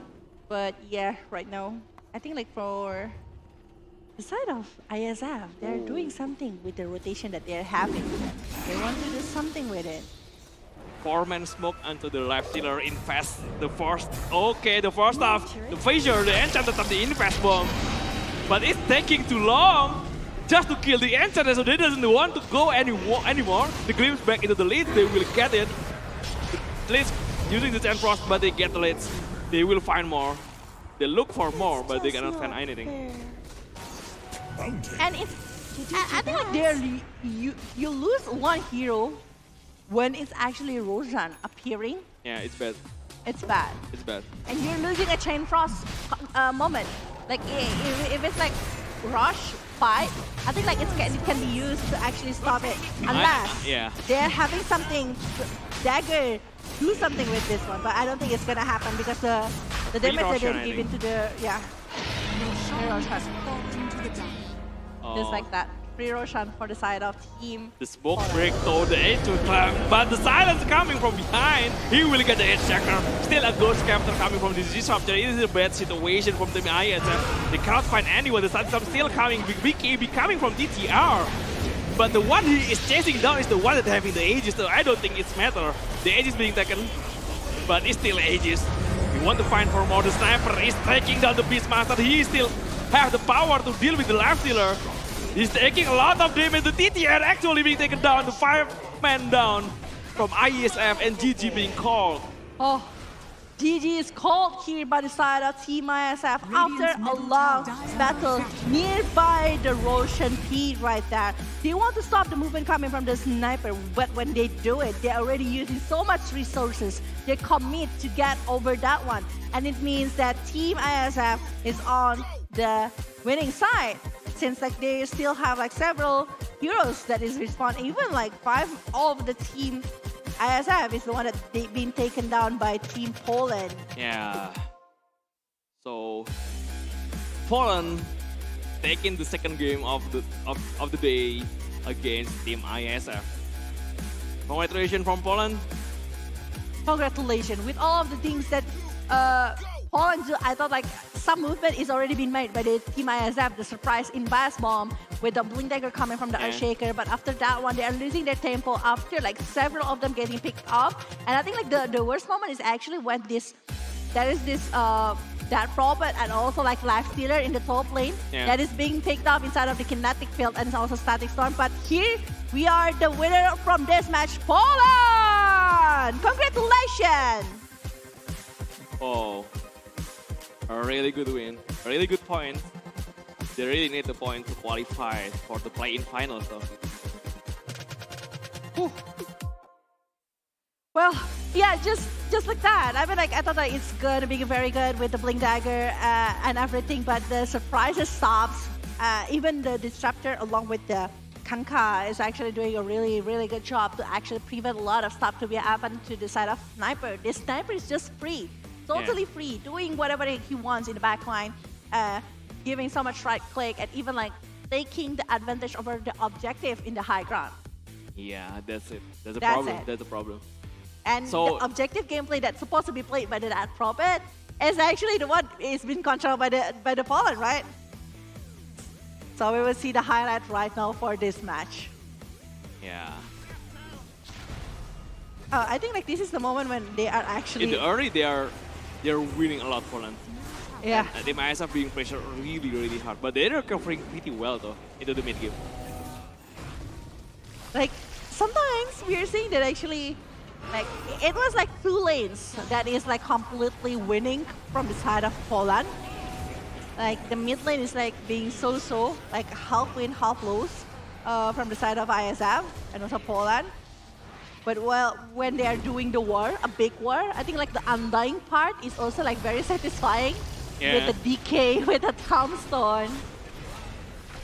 They're doing better and better into the mid game. The problem is when you give away the Aegis. That's a really huge spike.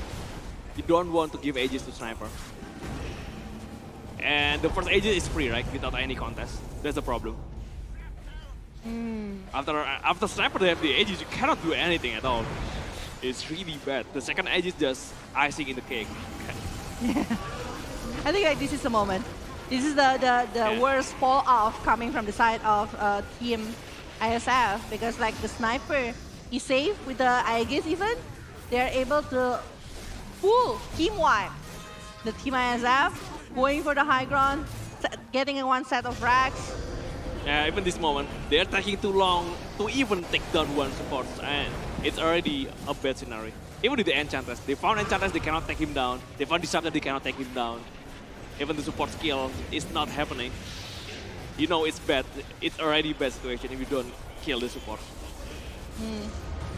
And even the Death Prophet that he jumps in because he wants to actually give the damage using the Exorcism. But the sniper is just like, oh, I'm doing it. I'm doing the damage. No matter what happened, the Desolator is on my hand already. So I'm just going to do everything that I can. Despite that they're losing the Aegis at that moment, but still though. Still a very good moment that has been done by the side of Team Poland for that match. A really good win, a very important win. Who is going to be the MVP? Point. Sniper, of course, yes. Too easy to predict? No, I just, no. You just know? Okay. But yeah, it's a sniper here from Aken with 12-2 and 13 KDA here and 700 GPM. We saw that actually since the early game, the GPM coming from the side of sniper is just like very huge. And the decision making over making the BKB plus Lincoln Spear is actually making the sniper untouchable. Yeah. So this is scoreboard for the second game. They're actually doing pretty decent though, until before the first Russian. After the first Russian, everything is bad for Team IESF. But the thing is, look at the gold from Sniper and then from the Life Stealer. It's a lot. It's 12,000. Yeah. Is it? So this is the first lose for Life Stealer pick, yeah? Yeah. No more 100% win rate. Yeah, it's breaking the win rate here from the side of Life Stealer, but 12,000 net worth difference. Coming from the carry only. Yeah. Life Stealer is good against 4 of the heroes that Poland have, except for Sniper. Yeah. He can deal with Disruptor. He is really well against Kunkar. He is really good against Enchantress also, but yeah, too bad. Too bad for the side of Team ISF. But don't worry, they still have plenty of matches that they can try to do here for today, because it's still in the play-ins right now, and we are looking for top two of each group, because the top 2 will be competing for the 3 slots in the final play-ins later on. Yeah. But guys, whoever that you guys that here inside of the Bali 14 World Esports Championship 2022, don't forget to actually visit the booth of Talcom Style, because you actually can redeem your point and exchange it for really interesting merchandise. Yes. And not only that, you can also play a really good game, Anonym.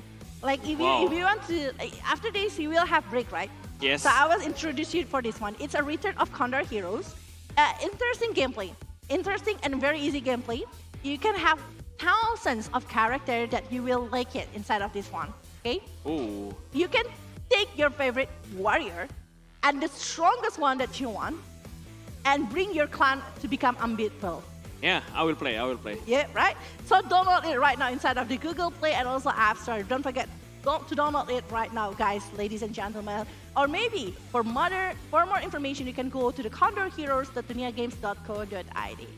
But after these, we will be having the third match of the day. It's gonna be another interesting match that's gonna happen. Who is gonna be taking the point again for their group stage? So don't go anywhere. Please stay tuned, because we will be back very, very soon. See you.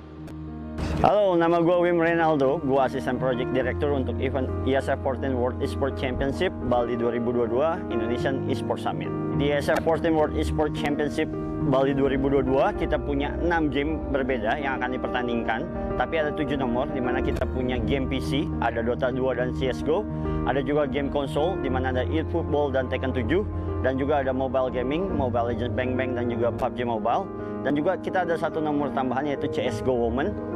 Nah, makanya karena kita mempunyai game title yang banyak, kita tuh membuat stage-nya menjadi beberapa konsep. Karena di event kali ini kita tuh ada area stage yang terbuka dan juga area stage yang tertutup. Untuk area stage yang terbuka, salah satunya itu main stage-nya kita, yaitu Earth Stage. Itu untuk game title Dota 2 dan juga semua Grand Final nantinya akan bermain di main stage-nya kita. Dan juga kita di belakang kita ini ada area Air Stage. Kenapa Air Stage? Karena di posisinya di paling atas. Ini untuk game Mobile Legends dan juga untuk game konsol nantinya. Dan juga kita ada di area ballroom, di mana kita ada 2 stage yang berbeda, yaitu Ice Stage untuk CSGO dan Fire Stage. Karena ini gamenya game perang, makanya untuk game PUBG Mobile kita namakan Fire Stage juga. Tapi di event kita kali ini, kita juga nggak cuma punya turnamen aja, tapi kita juga punya keseruan yang lain. Kita punya entertainment area di Water Zone, kita juga punya expo, kita juga punya summit. Jadi orang-orang di sini bisa dapetin one stop entertainment kayak gitu. Dan untuk preparasinya ini kita udah mulai dari kurang lebih hampir 1 tahun untuk menyiapkan ini semua. Ketika kita terpilih menjadi tuan rumah ke-14, kita sudah menentukan nih tempat-tempat mana yang paling cocok untuk jadi event venue-nya kita. Makanya kita putuskan di sini di Merasaka Hotel Nusa 2. Kita harapkan kita start di tanggal 2 Desember sampai 11 Desember dan semua untuk para atlet sudah mulai datang dari tanggal 29 November sampai nanti tanggal 1 Desember. Kita harapin teman-teman dukung juga tim nasional kita karena kita sekarang menjadi tuan rumah untuk IESF 14 World Esports Championship Bali 2022. Datang ke acara kita, jangan cuma nonton online aja, datang karena kalian dapetin keseruan, kalian bisa dukung timnas kalian bisa dapetin keseruan dan juga mendapatkan kesempatan ini karena event perdana di mana kita adalah partisipan terbanyak untuk di event IESF kali ini, yaitu kurang lebih ada di 106 negara yang akan hadir di sini bermain untuk 6 game title.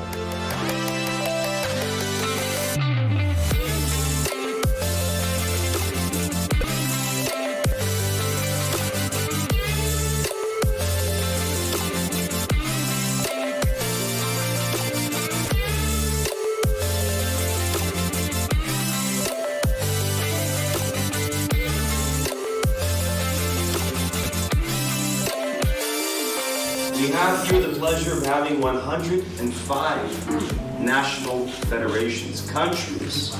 Penyelenggaraan ini bisa menjadikan tonggak sejarah buat bangsa kita, negara kita yang bisa ikut memberikan kontribusi di dalam perkembangan industri digital khususnya e-sport. Dengan PB Esports ingin membuat satu acara yang semua kegiatan e-sport itu ada di satu puncaknya. Jadi dengan dari seluruh vendor, dari seluruh atlet dan lain-lain ikut berpartisipasi.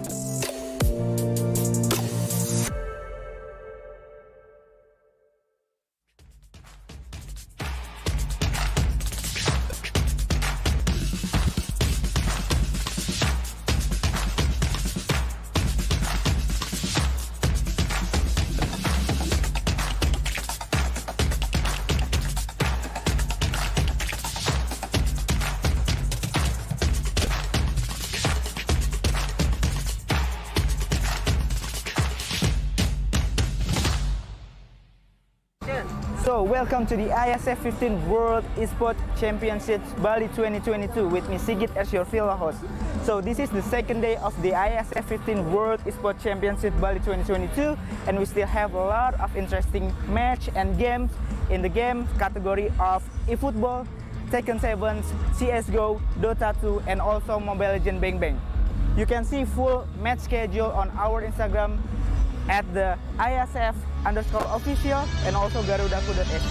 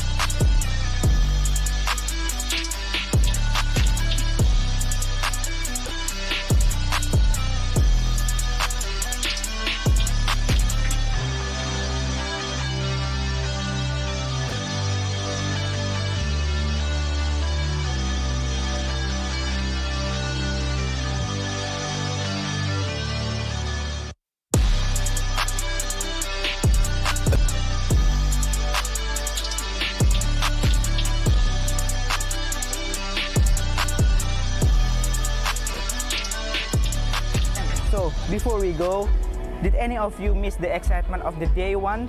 Don't worry, here's the recap day one of the IESF 15 World Esports Championship Bali 2022. Enjoy!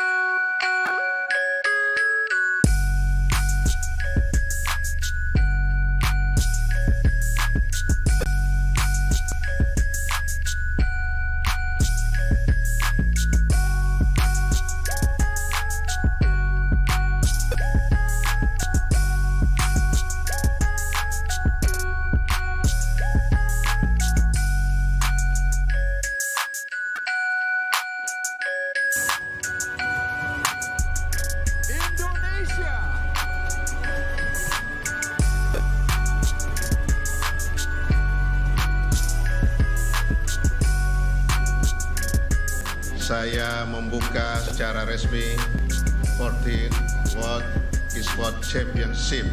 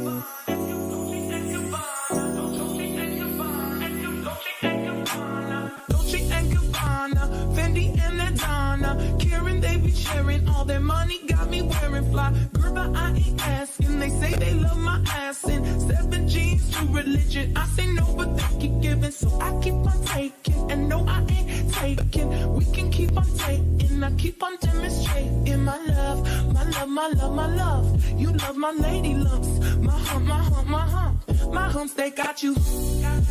They got you. They got you. Got you. They got you. They got you.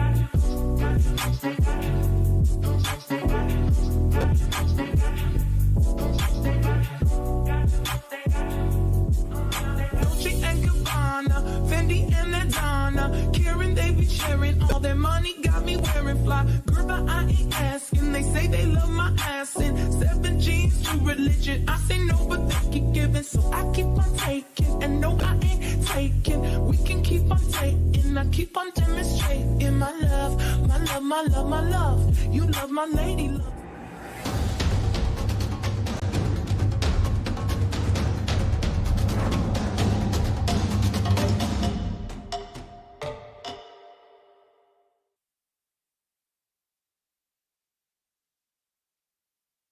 Merusakan Nusa Dua, give some noise! Yay! And welcome back to IESF 14 World Esports Championship Bali 2022! Alright. Still with us together, I am Darius Drew and also Brenda Kwan here, and we just saw the first match, the second match I mean. Yeah, the first and the second match, right? Yeah. And the first match is won by Team Thailand. Yes. And the second match won by Team Poland. Yay. Congratulations once again to Team Poland. And next we are heading to our third match. Yes, and there will be Team Myanmar versus Team Philippines. Exactly. There will be a very, very tight battle between Myanmar and Philippines. Yeah, of course, absolutely. I heard that both teams are very, very strong. Yep. They are great in their classes. Oh. So this will be very, very interesting matches. And we believe you guys already want to watch this match between Team Myanmar versus Team Philippines. Yes, because me also. So right now we are going to throw this session to the casters. Exactly. There has our brother is... Brother Lius and also Vela Jabe there. Yeah, are you ready? Yeah, they are so ready. So we are also ready. I believe you guys in the home also ready, and everybody here in Merosaka also ready. Yeah. So let's give it up to our casters. Take it away.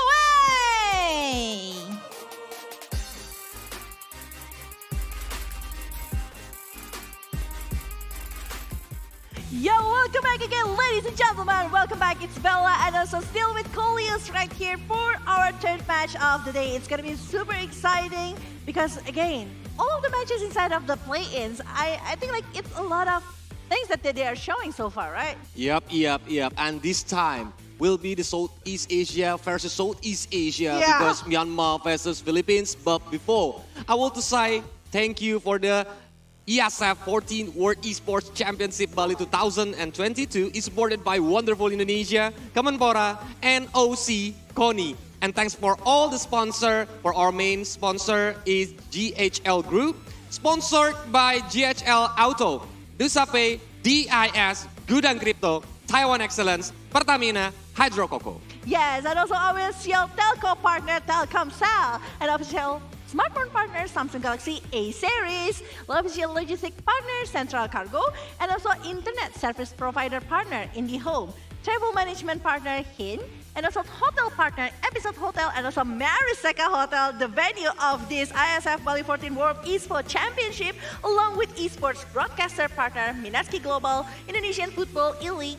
ESID, and also production partner Lemon ID. And we are not forget about our production partner Lemon ID, like Vela Jabe mentioned before, and our media partner Trans7, Detik.com, Esports.id, Video.com, Dunia Games, Dance TV, Dance Play, Merah Putih, Bola Skor, and last but not least, Kami Bijak. Yay! Thank you so much for all of the updates here from the media partner that is always supporting ISF. We love you so much. I love you so much, guys.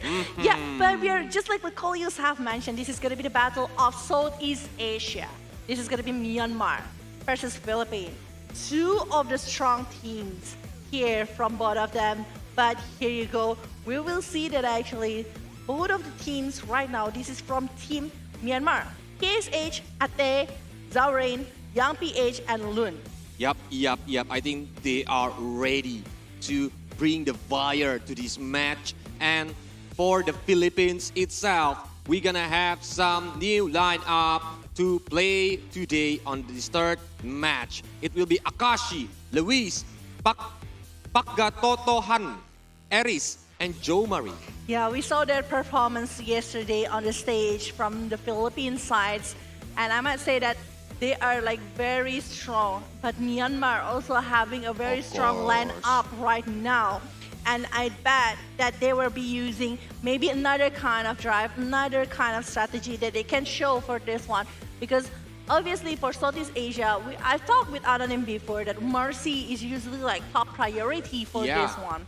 Because we already see Marcy on the first match, but unfortunately, the one who's using Marcy, the team Laos, is lose from Team Myanmar and Team Thailand. But we don't know about this third match, so we're gonna see it. But I have a funny story.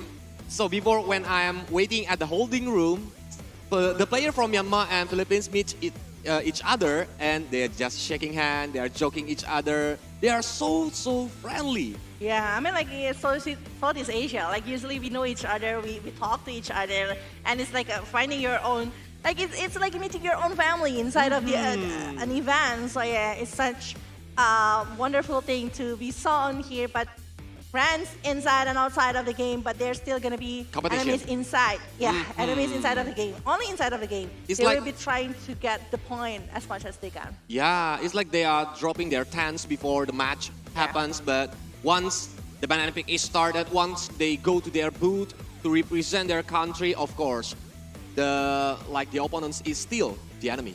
So they need to win because they need to collecting the points. But with meeting friends, I think this game will be so fun. Yeah, it is gonna be so fun. And the draft pick is already here, ladies and gentlemen.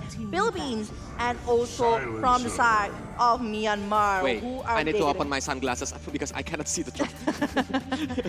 Yeah, so from the Philippines right here, they are banning directly to the Nyx Assassin and along with the Brute Mother. And I think like they just don't want anyone to actually try to control their own neutral crypt, that's why. But if there is Tusk and Silencer, so the team fight initiation will be a counter initiation from the Philippines team based on the first two draft picks. But if we look at the Myanmar, they are using Trend Protector, a very tanky hero in the early game, and especially Trend Protector can heal the tower. Yeah. Not only that, they're also like picking over the Hoodwink here from the side of Myanmar side. And I think like with this kind of the damage that can be dealt by the Hoodwink later on is also like gonna be very good. But the thing is, Silencer is combo breaker along with Tusker. I was like thinking they still need another hero that can be comboed with the Tusker itself. So I was thinking about Lina, a lot of things that they can use against that one. But the Naga and also Beastmaster is the one that is eliminated from the side of Philippines, because we know that actually the ability that is had by the Brute Mother, Naga, and Beastmaster is just like very strong towards the neutral creep. But Myanmar is banning the Bat Rider too, because the Bat Rider have the lasso. So when they are playing the hide and seek, if lasso connected to the enemies, I think it can bring more pain to the one who are getting picked out. Another heroes getting banned. Beastmaster too, like from Philippines.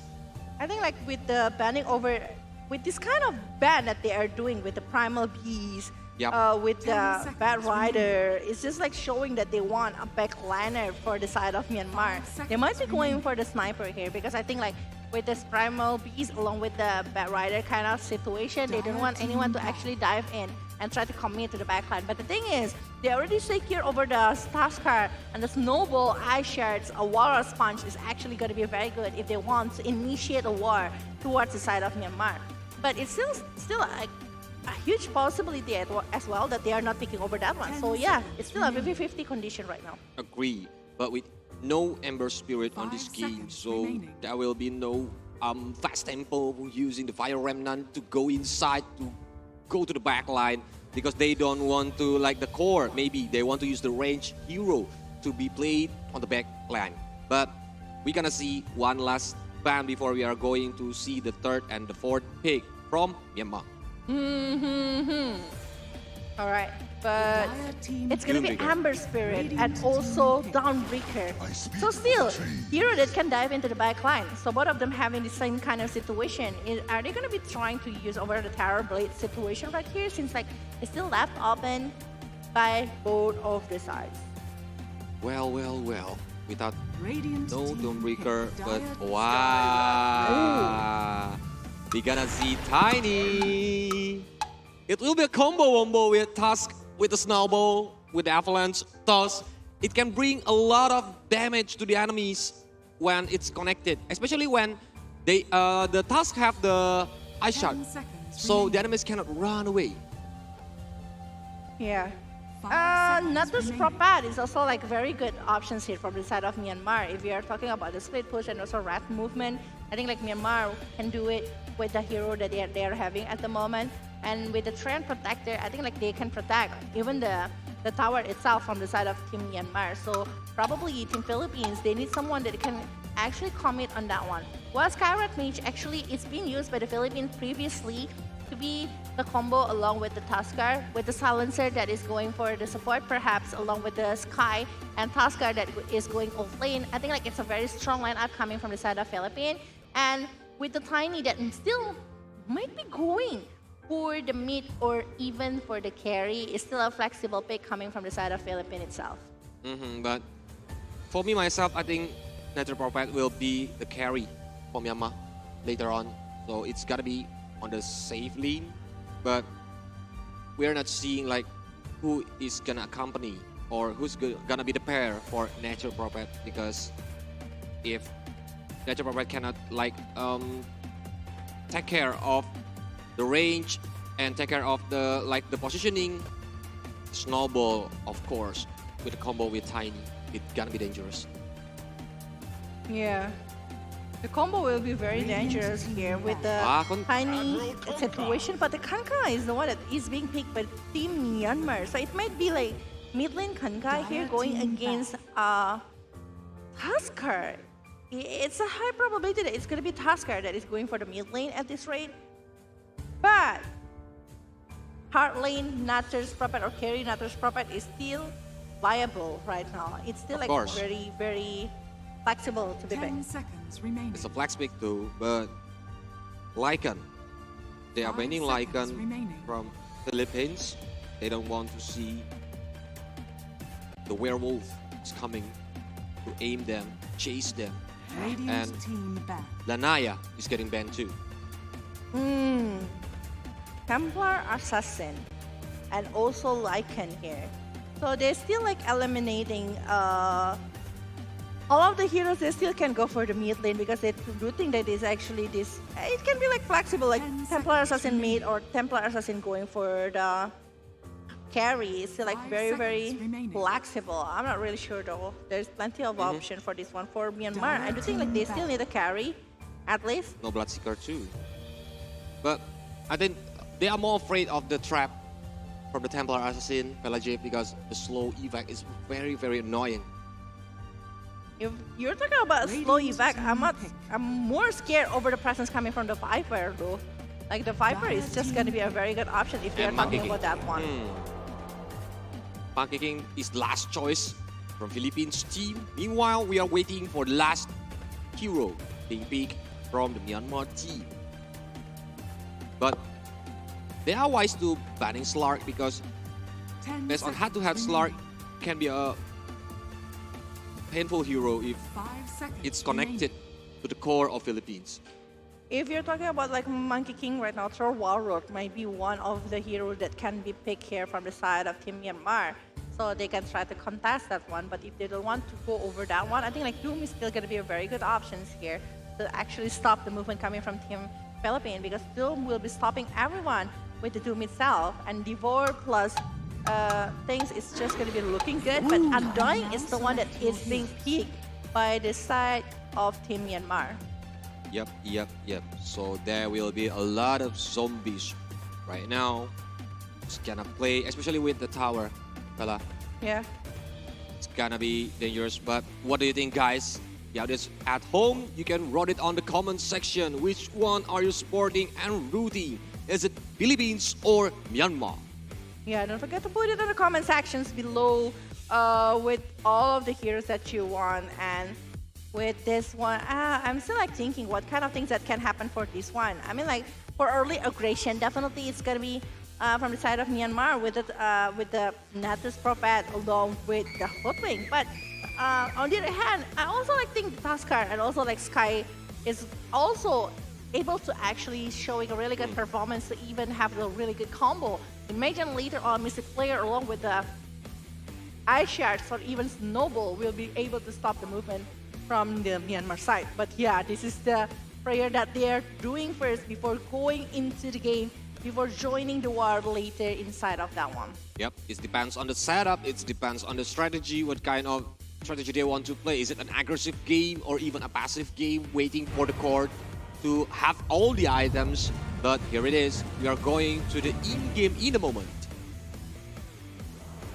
Yep, that's true. Here, we are going for the in-game here between Myanmar versus Philippines for the Southeast Asia Games between them. And who is actually going to be winning for this one? Don't forget to put your comment in the comment section below with the hashtag with the country that you are supporting, because they really need your support for this one inside of the play-ins of IESF Bali 14 World Esports Championship 2022. Yep. And you guys, if you live around Bali, you can come to the Merusaka Hotel at Nusa Dua and watch directly from the venue.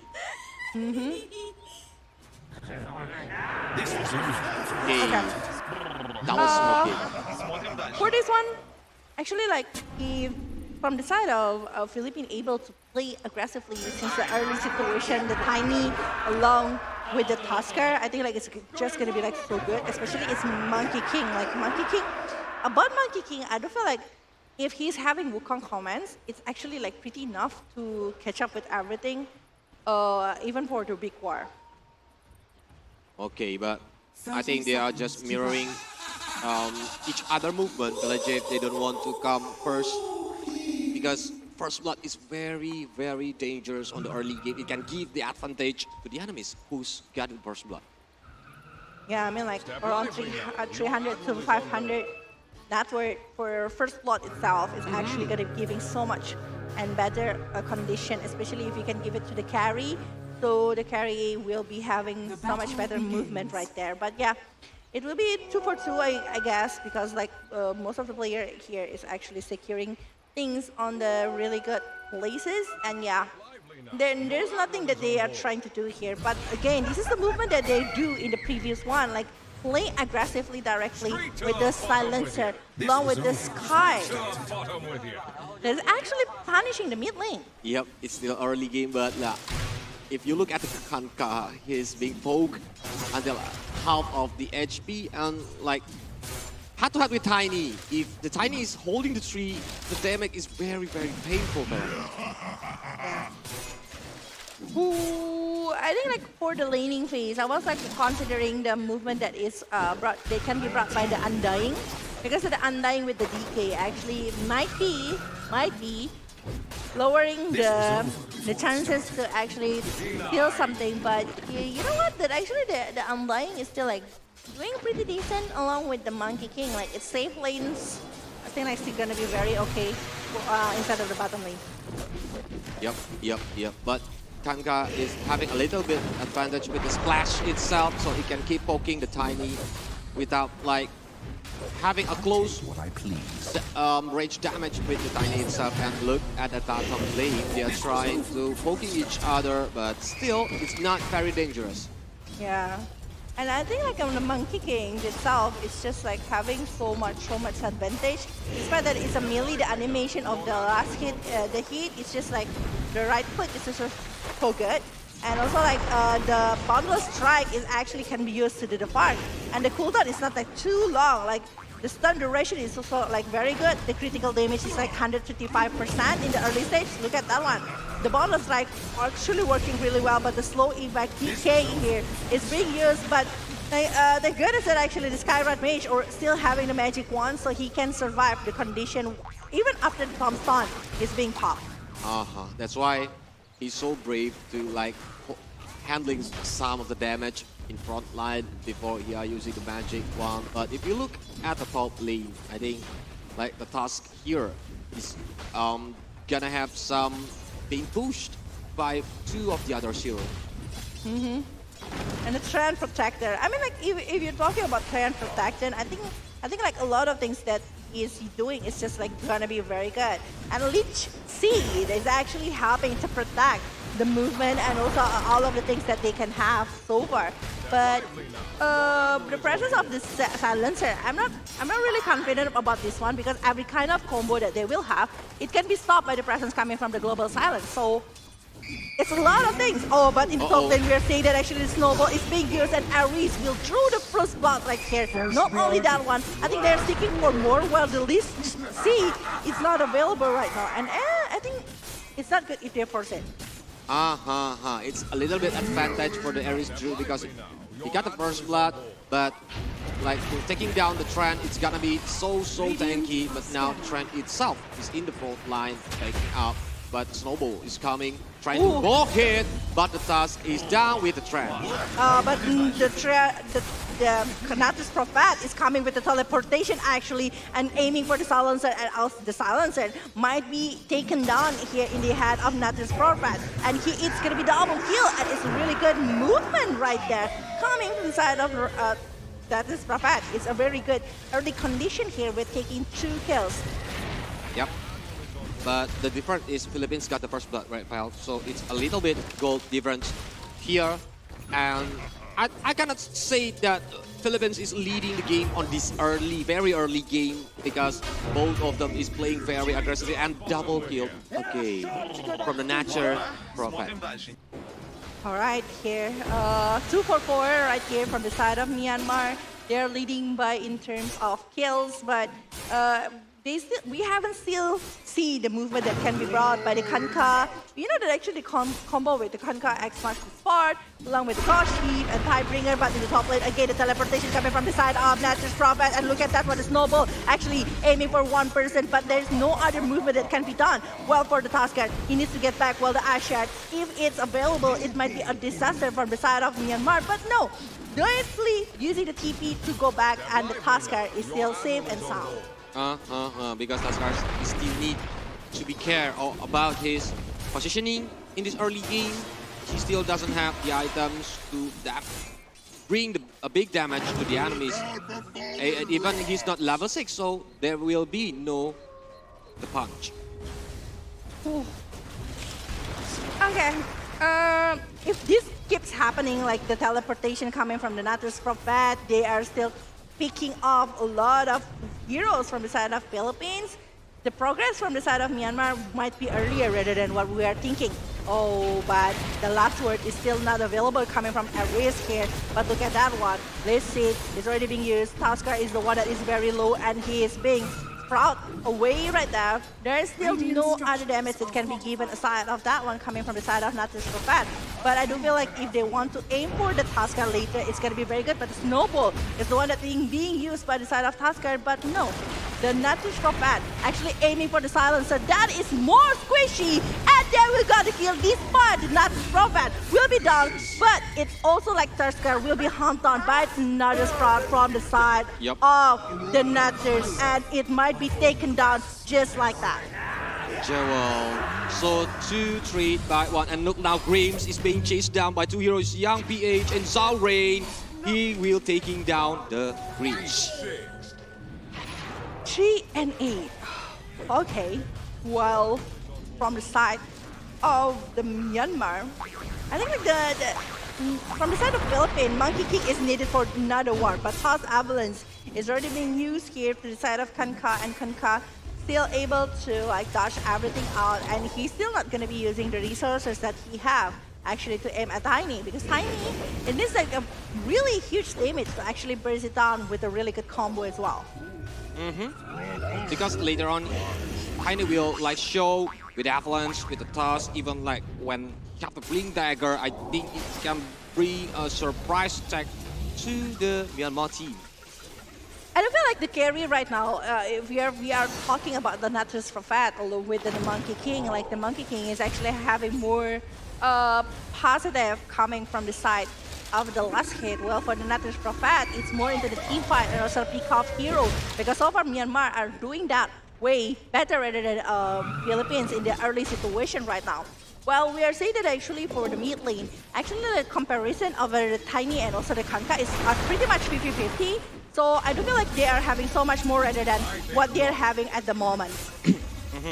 Because they cannot stop the Natural Prophet from teleporting to like show anywhere, anytime he wants, as long as the teleportation is not on cooldown, and especially the Natural Prophet have the red, so it can bring the damage to all of the map. Yeah, but the Monkey King, I mean like the ability to just escape everything is just coming really good, but Toss Avalanche is already big, Snowball is already there, but here you go. This is the point coming from the side of Team Philippines right now, another point. Well, it's like playing so aggressively, and Philippines try to chase it. Even like, I know, with Natural Prophet, it's gotta be dangerous because Myanmar can do a fast tempo game on the early game, but Philippines needs to be patient, needs to be waiting for the core to have the items, and later on, the team fight will happen. And I think Philippines get more advantage with the Snowball combo, with the Global Silence. So the Myanmar team need to be careful, especially for the Global Silence, need to bait to be popped out by the Silencer before they are going to commit on the big team fight. Yeah, it's still a huge probability to be like that, but remember that actually the combo breaker from the Silencer is the one that can stop the movement coming from Myanmar. If they are able to stop the Ghost Sheep after the X marks the spot, it's being popped along with the call bringer right there, type bringer. It's going really good, but Akashi, really, if we are talking about the network like here, we can see that actually Akashi is down below, even lower than the pressure, the Tusker itself, along with the Tiny. It means that they are having a really hard time here from the side of Philippines. They are losing 2,000 net worth lower rather than what Myanmar are having in the first 10 minutes. Yep.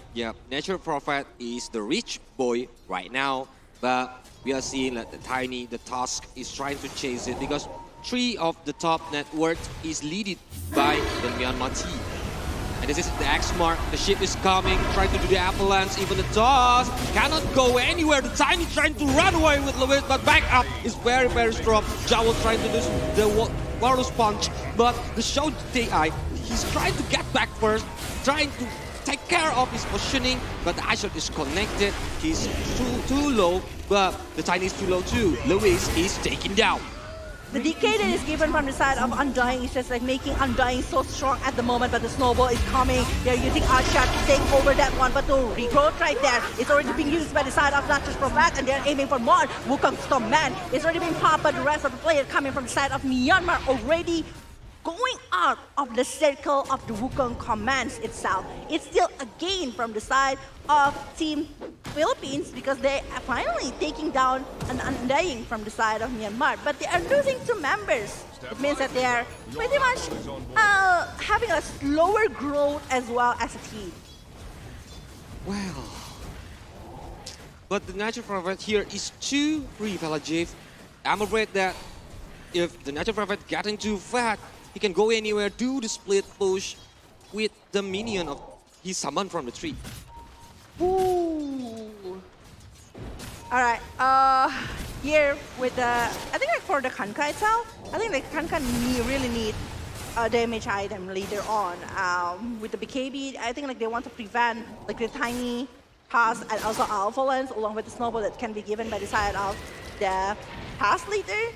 But I think like for handling the damage that can be given by the side of Flank Kicking, they need to have something else. But the slow and the silence that is given directly tossed is already being done. It's global silence that is being popped here after the Tidebringer is being used by the side of Kanka. But they're not stopping that. Look at that one. Hoodwing trying to do something, but the Undying finally taking down the Tiny. Yep. A counter setup by the Myanmar team. It makes Tiny from the Philippines is taking down, and now they're trying to move again. But Vela, please don't laugh at me. Are Kanka right now still build the Battle Fury item? Or what? Kanka? No, it's not. Yep. It's not. It's more into like maybe defensive first, like a big KB or maybe the other item. Yeah, that he need the BKB. He need the BKB for the he need team. BKB. Yeah, but it's not like going for the Battle Fury or maybe the Daedalus. It's like maybe situational kind of situation. But I do feel like if they want to go for the damage, they still can go for the Crystallis or maybe or even the Daedalus from the side of Kanka itself. Well, for Akashi, there is no growth coming from Akashi so far. It's very hard, huh? Yep, and look at that stack. No. It's gotta be rich to like chasing the Natural Prophet here. That's why on the top 3 of the network, it's still leaded by the Natural Prophet, Kanka, and the Undying. Yeah, I think like clearing this much of ancient creep is just like giving so much thing for the side of Kanka, because Kanka, I think like still need plenty for finishing off the BKB. While for the Hoodwing here, I think like the Hoodwing doing a really good job so far to actually like handling the situation and even giving the CC here to the side of Philippines. But I think like we still need more movement that can be brought by Myanmar. Imagine that they are not doing it and Tiny is having the things that he wants. The Aghanim, the Blink Dagger. It's gonna be painful. Yeah, it is. It is. Oops, the smoke is popped right there. Slow happened. There is this road that is given to the side of Sky, but Skyrat Mage still able to run away from that kind of condition. But now, I think we are already over the 10 minutes, so the movement from both of the team is going to be a little bit passive, not like on the very early game, because they need to make sure that the enemies didn't get the kill points that can like helping them to get the gold difference right now. Who? Like 4,000 net worth higher rather than the one that Philippines handling right now. Philippines need to do something over their movement. Like the global silence, if it's ready, means that they need to go and aim at someone that can they instantly take. But I think like it's if they're able to secure maybe over the Natter's Prophet, it's gonna be very good.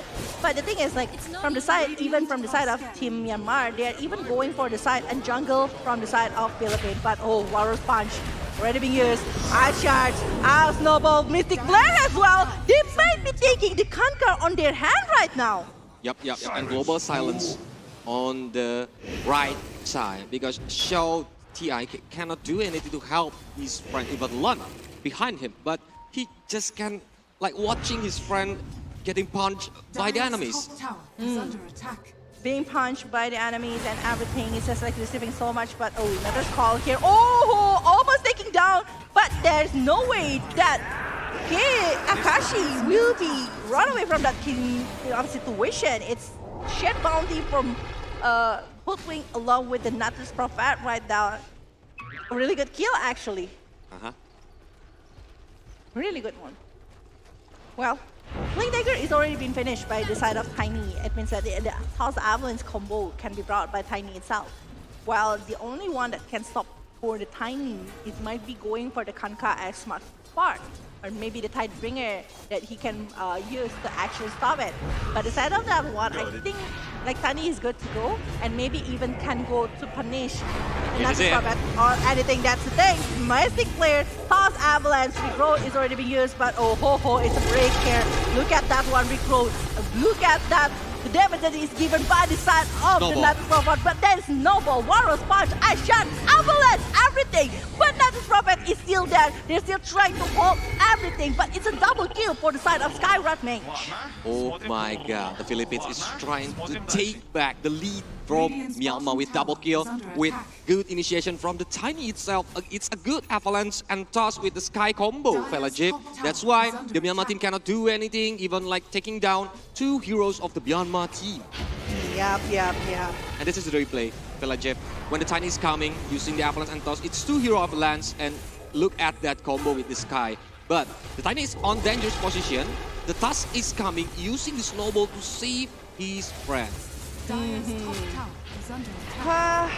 yeah, I mean like the condition is not in the favorable for the side of Myanmar because I don't feel like again the surprise Blink Dagger from the Tiny is just like giving so much things for the side of Myanmar. Like the Mystic Flare is so much help for the but look at that one. Global Silence already being used. Snowball, Ice Shard, focusing over the Undying, but the decay is going on. And X marks the spot. Mystic Flare is there. Ghost Ship is there. Everything is being used, but the Tidebringer is still there, and British will be taken down. But Monkey King will not be able to survive with this kind of problems. With this kind of damage that is given by the side of Myanmar. It's 4 member down from the side of Philippines. This is what I'm afraid for, Phillipines. When the rich boys come, I think it's gonna be painful. And look at it. It's from the Natural Prophet itself is very, very painful for the damage. And when he comes in using the rat, the enemies cannot do anything, even 4-man downs for the Philippines. It's 9-16 and it's like 5,000 lead network here. But yeah, we can see it from the replay. Actually, the setup from the Undying, the decay and everything actually minusing the STR from the side of Philippines, right? And it's like the Ghost Ship along with the X marks the spot that actually in really, really good position. And not forgetting the presence that is given by the side of Goodwing along with the Natter's Prophet is Mystic Flare once again, stopping Kanka to move. Woohoo! But I think the Kanka is alone in the front line. That's why the Ashat, when the Ashat is connected, the Mystic Flare is being popped out by the Sky. And Kanka cannot do anything. But Myanmar still have the lead, but this is an Avalanche toss, low HP, couple more hits. And now Lan is taken down. I thought he will be surviving that kind of condition. They are not committing over that one, but look at that one stun for this Tiny. Will he be able to survive? But on the other hand, we are seeing that actually the Ice Shot along with Snowball is used to control and taking 1 point right there. Well, KSH once again taking down Lewis here from the side of Philippines. 1-4-2, still an advantage from Philippines side. Wow. I think, yes, is it almost a 9-for-9, but the Tiny is taken down too. That's why the Myanmar is having a little bit advantage because of the Tiny bringing them the gold. But now he's using the Monkey King. He's trying to scout the enemies. But the network that is dropping by 1K means that Philippines are actually getting so much gold by the presence that they are doing. I mean, like shutting down over the Kanka, like for how many times already? 3 times already? With the combo with the Snowball along with the Mystic player are actually giving so much hope for the side of Philippines. They need to play more safe, I might say, or maybe like play more. Like if they want to stick together, they need to stick together. But I think the Hoodwink here need to be careful and looking for Tusker Punch, trying to go away, but Mystic player game with the Ashard. It's a very crazy combo wombo to be picked off the enemies one by one. Yeah, I think like Philippines really love to stick by what they know. They know how to play with Tusker along with the Silencer plus the Skyrat Mage, and that is their biggest point so far. They're not revealing another card that they were using, just like what they always do. But based on what we are seeing right now, I think like Myanmar doesn't really scared if one of them is getting like picked off with the Mystic player along with Ashard Snowball combo. But later, if it's like a big war, they really need to be careful over the position from the side of Nature's Prophet along with the Kanka.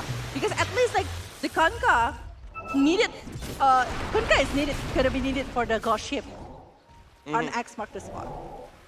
Because with the Ghost Ship, it can bring LOE, crowd control if it connected to the enemies, but now Smoke Game is coming. They're trying to searching for a hat, maybe, and they're moving to the bottom lane where the Sky is there, trying to run away. Grims with low HP cannot do anything. Grims is taken down.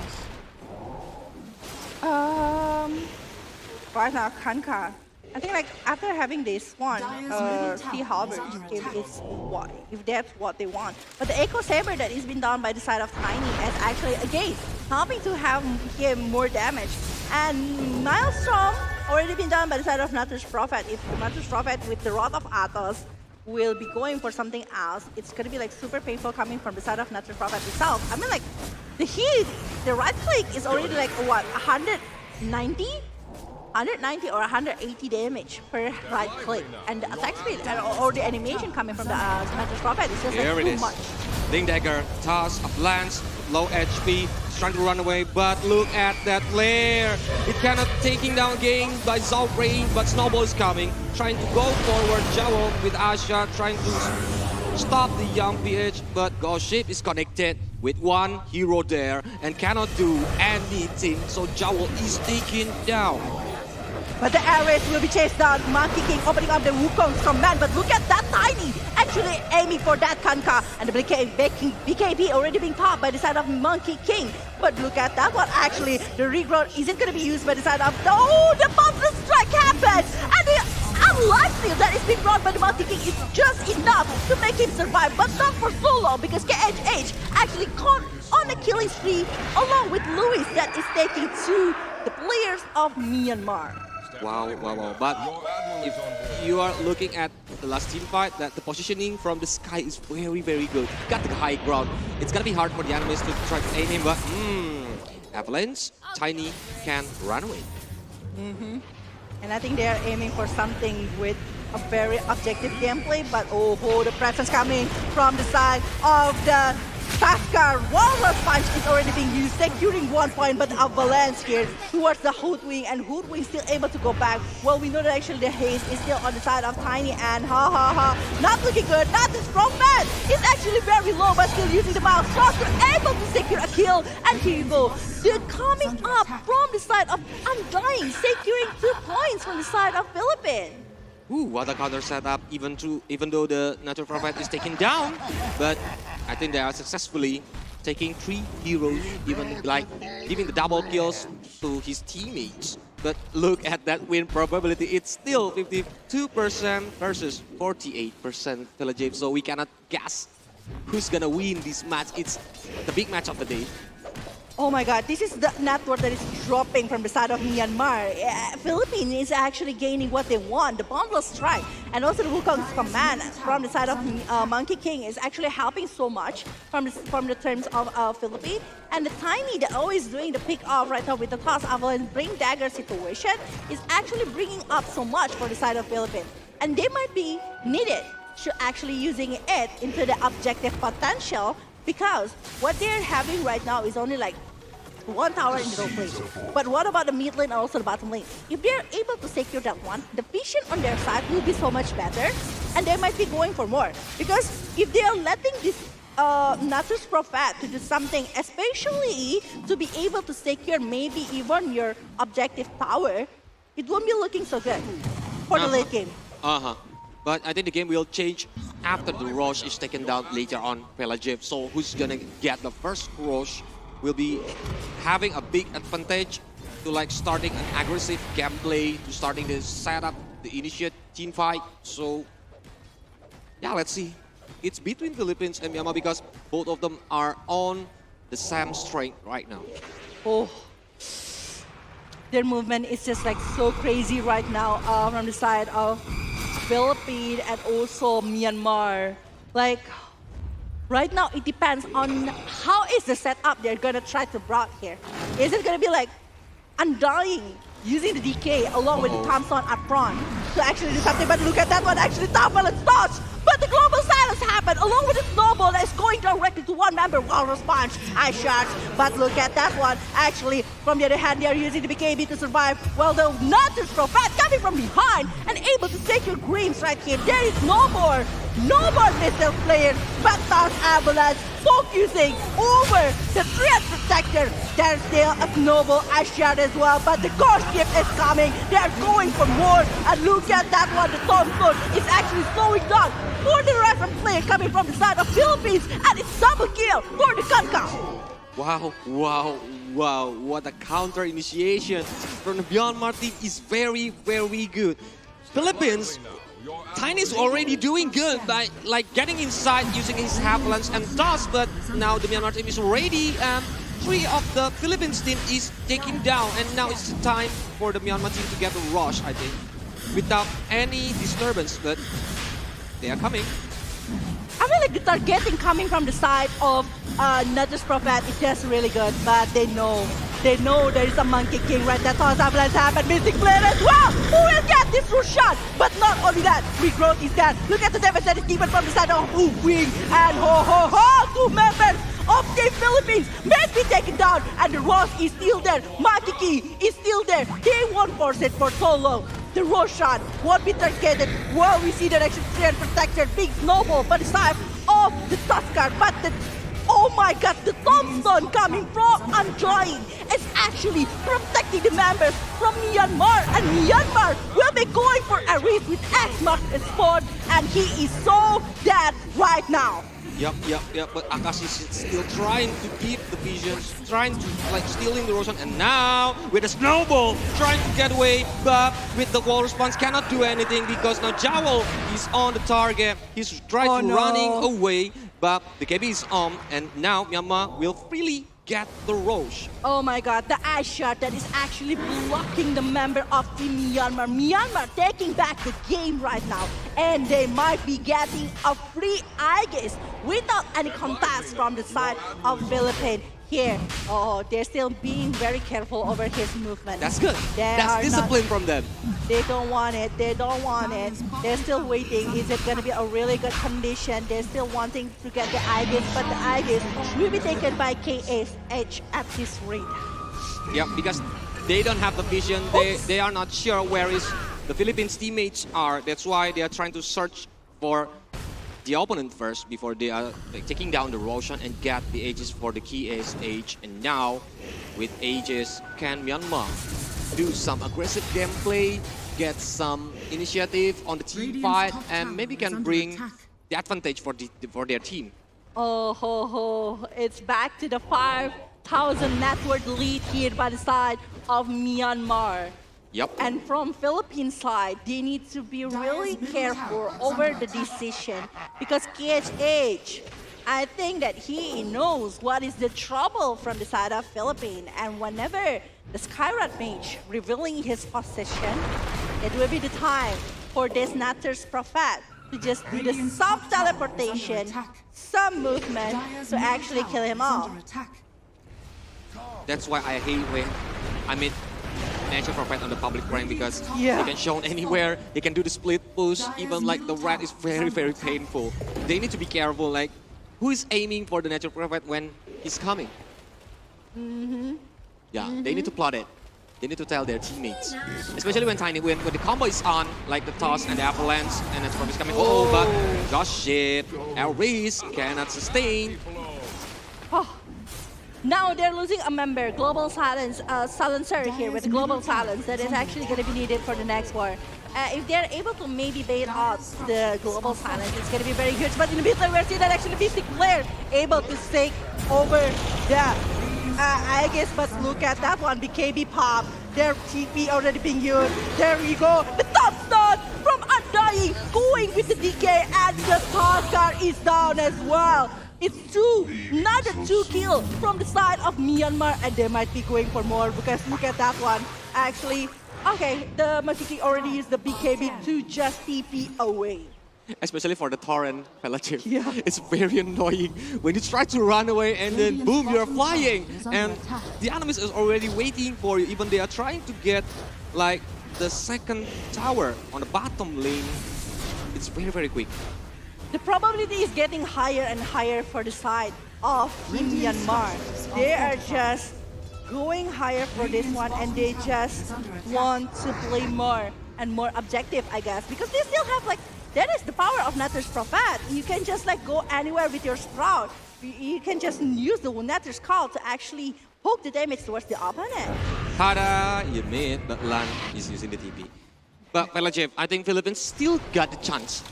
I think if they are successfully pick off the Myanmar team, because it's not too far away. They still can win this game. Especially when they can pick off like the Kanka or even the Natural Prophet, the game will be different again. Philippines will get the lead.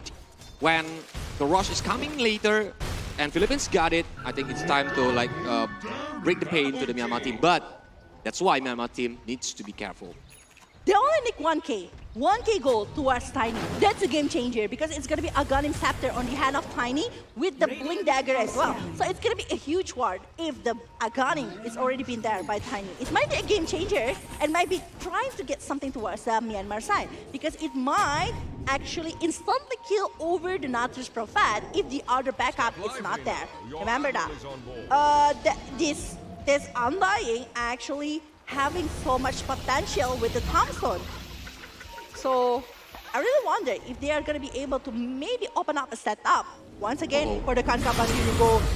They're going to be using the Tidebringer, but the Global Silence is there. Look at that one. Actually, everyone is ready. And Regrow is going to be used. Look at that one. Alphawan. Who comes command? It's being offered, but 2 members from Philippines is down. Not only that, maybe the Skyward Mage, if this fight is using up the Mystic player, but KSH aiming for that one. And they will be taking another objective in the mid lane, even going to the high ground, I suppose. Wow, wow, wow. 3 men down from Philippines and Myanmar is on the target. They're trying to get the high ground tower right now on the mid lane. They're trying to use the fortified, but I think it's very, very quick to destroy the high ground tower later with the member of the Myanmar team is getting inside. One set of Black Hill will be taken directly, I think, from this kind of situation. Don't let this Natter's Prophet going for another high ground because I think like if they are able to do that again, it's going to be so hard for the rest of the players coming from the side of Philippines. They need to do another kind of rotation.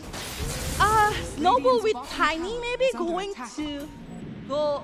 I'm not sure, like, what is the chance right now to actually pick off the player coming from the side of Myanmar? Because the positioning from the Natter's Prophet even. It's good, actually. Yeah. It's very good.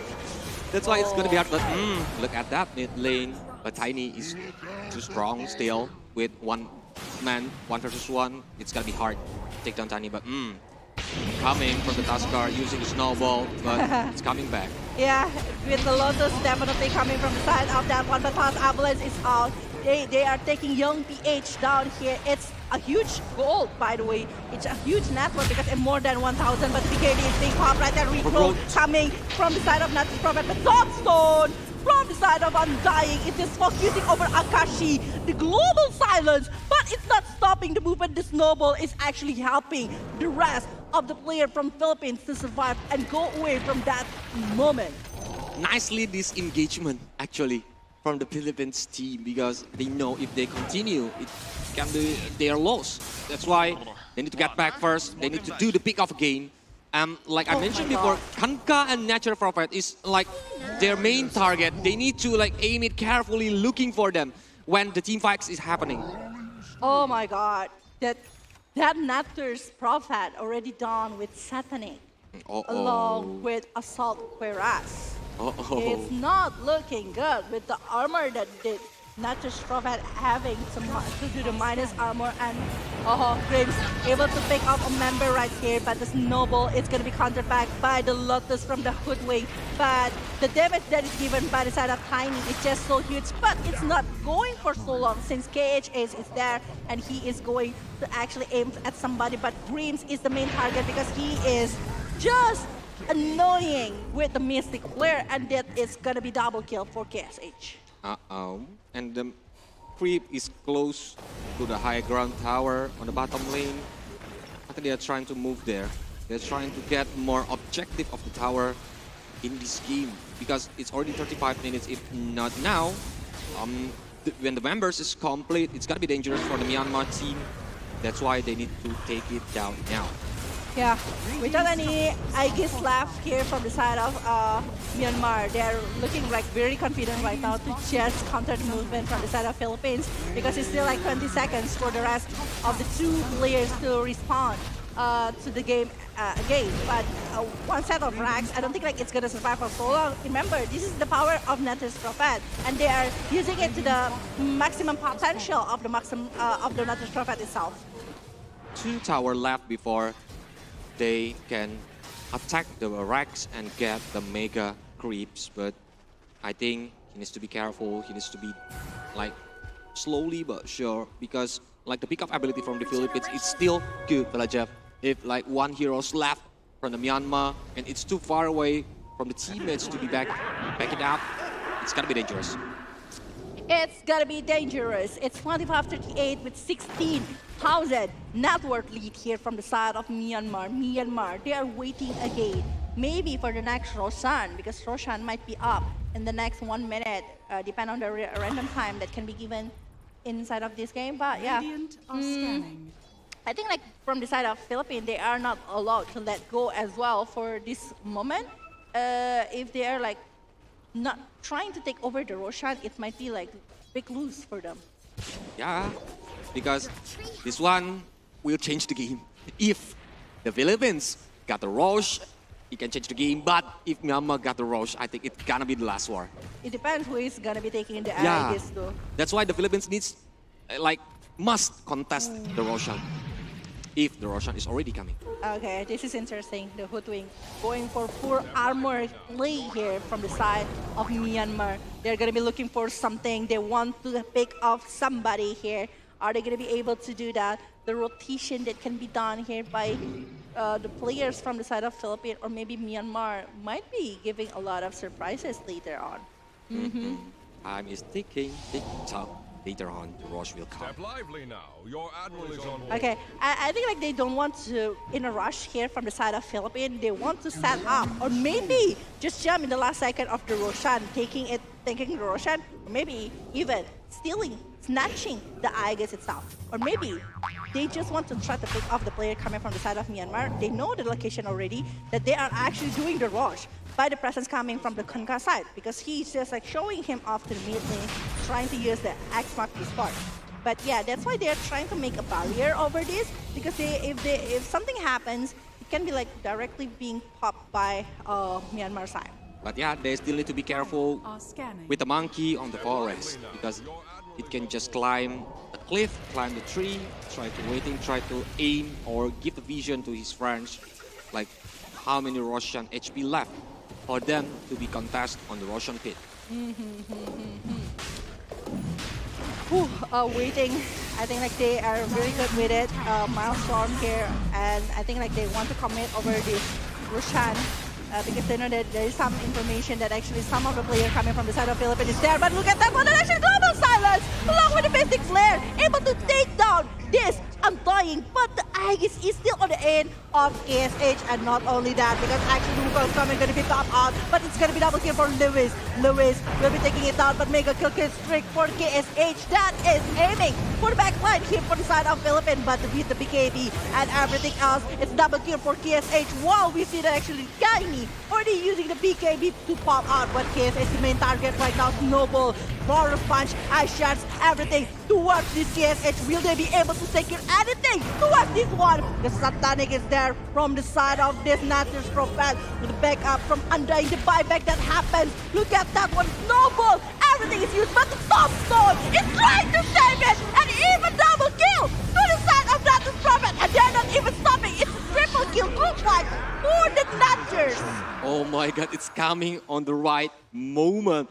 But even the Ghost, the team fight is so long. Even Kankais need to bob back and then use the TP to the mid lane to covering.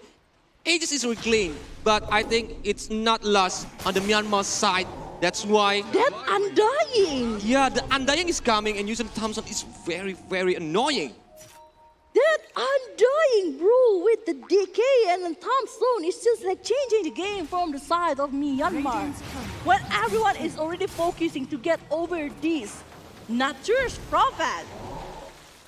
Oh, that is getting harder for Team Philippines to turn back this game.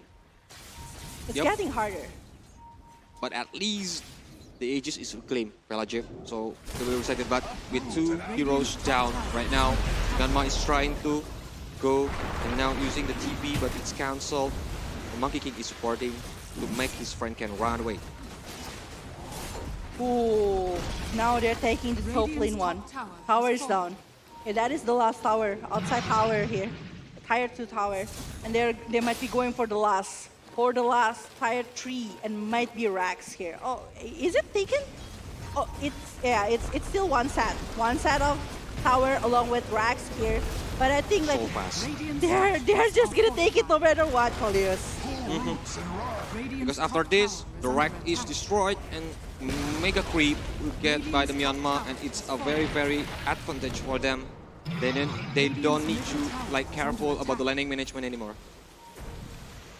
Ooh, heavy. The Rax is still gonna be focused for the Tiny, even with the Aegis and everything. Oh ho ho ho ho! Global Silence is already being used. Ghost Ship as well. BKB is being popped, but the Tuskar I think is gonna be down no matter what happened. Look at the damage that is given from this silencer, but the Wukong's command is just open to prevent anything, and the rest of the players coming from the side of Myanmar, they're just being disciplined and go back after taking the last racks. It's gonna be a mega creep here for the side of Myanmar. It's gonna be dangerous because they don't want to go home, they want more. And look at that, Hax is being popped out. Monkey King with low HP cannot do anything because GSH on the back line is very, very painful. Even Luis, he's trying to get away, but Scotty is very, very sick, man. Even KSH now going into the fountain! Fountain farm for the KSH, and it's a GG for the side of Philippines. Myanmar taking this game to the next level. Wow. I told you already, this is like the big match of the day, Pelajev, because both of them are strong. Both of them don't want to lose. And that's why when the first rush is down, Myanmar get the Aegis, like the tempo is changed. Myanmar is leading the game, and the Philippines is trying so hard to pick up the Myanmar members, but they cannot do much because the Natural Prophet is too fat, Pelajev. Oh my God. I'm speechless. I'm so amazed by the performance that is being brought by Myanmar, and this is your winner, ladies and gentlemen, from this match. It's Myanmar! give a big round of applause for Myanmar. Congratulations, you guys like play such amazing and aggressive gameplay here. Oh my god, oh my god, oh my god. So crazy that is given by the side of Myanmar here for this match. Yeah. GG match. Just wave more, boys. Yeah. But we can say nice try from the team Philippines because they already do try very hard to defend it. Myanmar pressure is so crazy. It is. It is crazy. I don't know, man. like at first I still like thinking like there's plenty of chances for team Philippines to turn back the table, especially when they are having the tiny with the Aghanim Scepter. But it's not. Actually, the KSH is like targeting the players really well. He is aiming for the Skyrod mage, and that's what happened from like. He knows that actually the Mystic player is the one that dealing tons of damage and stopping the movement from the side of Myanmar. Yep, but if you're looking at the highlights, the combo on the early game is very painful with the Ice Shard, with the flare inside, even when the Tiny is coming using the Avalanche and Toss. Yeah, like all of those things, like I think like Snowball, Ice Shards, along with Toss Accidentally bring Tiny. Because Tiny wants to go back, wants to run away, but Tusk already like casting the snowball. That's why Tiny's get inside. Yep, and this is on the mid lane. When the rich boy come, Balajev, the Nature's Prophet, everything's different. But the Tombstone actually is like, it's like such a dilemma. You want to take care of the Tombstone or you want to take care of the hero. Like the Tombstone actually dealing tons of damage because of the Undying's presence. But if you're not taking care of the player, it's definitely going to be so painful as well. So that's a very hard option. It is. Like you choose over the, maybe even the Sprout coming from Nature's Prophet or maybe the Tombstone. Like the Tombstone is actually the one that's making so much and good war for Myanmar. And I love how Myanmar like playing safely, try to looking for the Monkey King first before they are taking down the first rush. But look at this on the mid lane, on the mid game too. Skyrod is cannot go anywhere near the trees. Yeah. Skyrod, after this moment, I think like it's just like so hard for Skyrod to have like his own position. But I want to mention as well that Akashi actually in the laning phase is just like having so much trouble to even farm, and going into the late game situation, I do feel like from the side of Akashi, despite that he is able to use the Boundless Strike or maybe the Wukong's command, but he's unable to actually going freely and jumping freely to the side of the player from Myanmar. Because whenever he does, this is the moment that actually it's just like too much. Because like the presence coming, the buyback even that is coming from the Undying, is just changing the game. Because Nature's Prophet able to survive and even taking double kill on the head of Undying. Yep, and when he's teleported to the backline of the enemies, it's a doom for them. Because like using this Skadi, it makes the enemies cannot run away. Even the fountain kill from the Natural Prophet itself is very crazy, and that's the end of the game on this third match. Once again, congratulations to Myanmar team. Congratulations, and now I want to see more matches. Of course, from Myanmar side. I'm so excited. And I think Myanmar is the biggest candidates to go further from this play-in stage. With that kind of gameplay, yeah, it's a high chances for them to go maybe to the final of the play-ins here. Because back again, just a reminder for you guys that actually top of two groups here will be going for the final play-ins that will be competing for 3 slots inside of the main event later. We already have the 4 coming from the regionals and 1 coming from Indonesia as the host here. So we have 5 already. But we will see who is actually going to be the MVP. KSH. Of course, it's the Natural Prophet. Yeah. Yep, the KSH with the 22 kill points, 5 death, and 16 assists. And look at that item, Villager, Skadi, Satanic, BKB, even the Butterfly. Oh, it's so painful. And also like the Assault Peras, like I think like it's just like very rich at this point with 22, 5, and also 60. That's why I called him the rich boy. Because from the early game, he's always farming, and got 4 kill points, right? He can just teleport it and just got 4 kill points in so easily. Yeah, he is doing the player farming instead of the creep farming, and he got it right. Wow. Well, even the Daedalus is already being made by Lewis to actually give so much damage to the side of Myanmar. But I don't know, like they are depending on the damage coming from Grims and Lewis. Well, Akashi, actually, I don't think like Akashi giving quite a huge of damage, despite that he's having this Blood Throne, Skull Basher, and maybe going for this, I think like the other item that he's trying to go, maybe the Abyssal one. But yeah, from the young PH, I think like he already did something great with the Kanka. Because the Kanka have the side, and the Undying have the pipe. That's the important item when the team fights is happening. But where is actually KSH getting 34,000 net worth?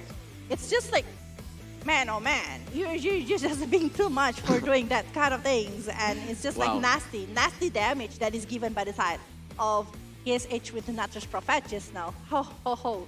But guys, don't forget that you can actually go to the booth of Telkomsel if you happen to be inside of the Bali 14 World Esports Championship 2022. Because what, Colius? Yep, because if you are looking for fun, amazing fun games, that Colius will tell you that the return of Condor Heroes is an interesting gameplay and 1,000 characters that will you like it in this game. Yeah. So you can make your favorite warrior be the strongest in this warrior world and bring your clan become an unbeatable clans. Yeah. So go check it into the website so you can see what is actually the one that we are having, Condor Heroes, .duniagames.co.id. Or maybe if you want to get something, or even the smartphone, you can go to visit the booth of Telkomsel and redeem your point. You will get awesome merchandise, free drinks, or even if you can join the fun games to get more million rupiah every day. Oh, it's every there's day. a bit. Yeah. Yesterday on the Telkomsel booth, I remember they are giving away like the Samsung Galaxy phone, but it's based on the bid using the Telkomsel points. So please come. If you live around Nusa Dua, Bali, you can come to the Merusaka Hotel right now. You can buy the ticket on the ticket booth outside, and you can enjoy all of the experience here. Watch directly, go to over all of the sponsor booth here, and meet some of your favorite players, even or the caster. Yes. Even we can see that actually that the camera 360 degree here, so you can take a photo and video with. You can enjoy the beaches while enjoying the coconut drink. Anonym was enjoying his drink nearby the beach. Ladies and gentlemen that is watching, No. He's enjoying while watching the Dota itself. So he's having the fullest. Wait a minute. What? Anonym is looking for the international ladies. On the beach. On the beach. Oh my god. Oh my god. But yeah. Anonym Squad. What should we do about this one? Because the squad, Anonym Squad is actually on the live chat right now. Anonym is a handsome boy. Of course, the ladies will queuing for him. Wow. So for all the ladies inside the venue, if you want to take a picture with Anonym, please come. Actually, plenty of the not ladies though. It's plenty of men. It's actually asking a picture with Anonym. Yeah, because it's his fan base. Yeah. But it's a man. I'm hoping there will be a girl that asking Anonym to take a picture with. Yeah, Look definitely. At that. But yeah. So Anonym is in front of us and already shaking his head. Staring at me, I was like, why you're doing this, Bella? But yeah, I mean, like, we can have tons of activities here. Even the water stage, we have like so much activities as well. But yeah, before we're jumping into the fourth match, we will be having a short break. So for you guys, don't go anywhere because we will be back very, very soon inside of the Bali 14 World Esports Championship 2022.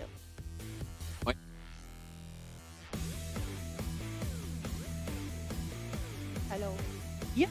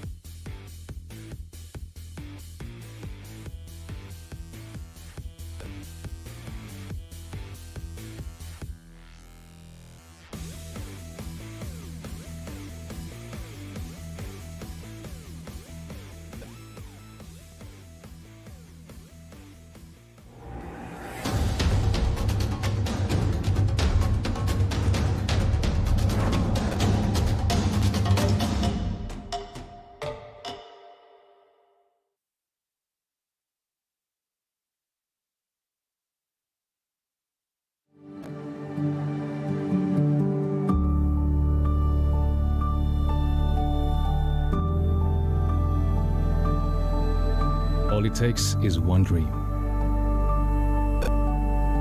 One dream that becomes a journey. To drive an ambition. Believing in yourself. Persevering challenges. Always focused on the dream. To grow aspirations. Having the will to keep going. Building a future with a legacy. Knowing dreams can come true.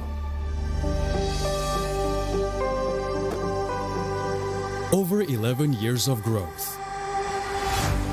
The spirit of entrepreneurship. Created possibilities.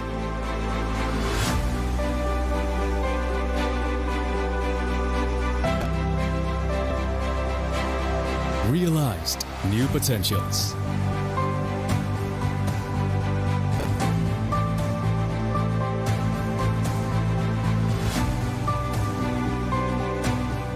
Innovate for the better.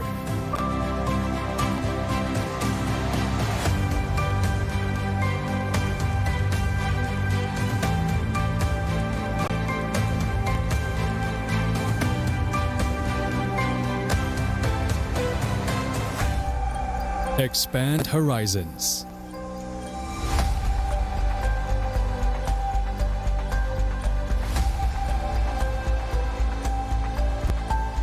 To change lives.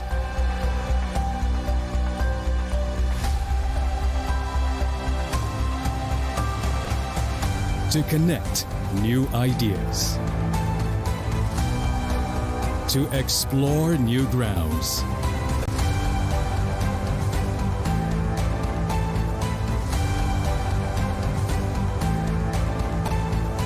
With the future in sight.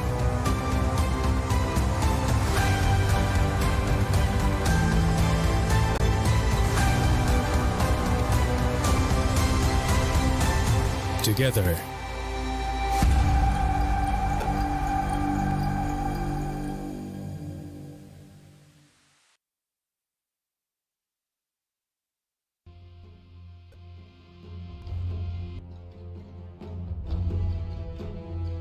Can't let you have that.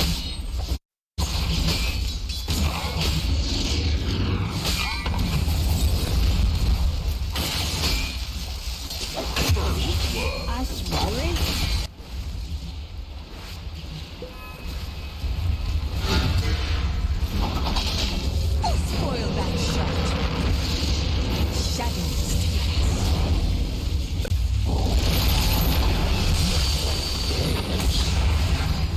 Dire's middle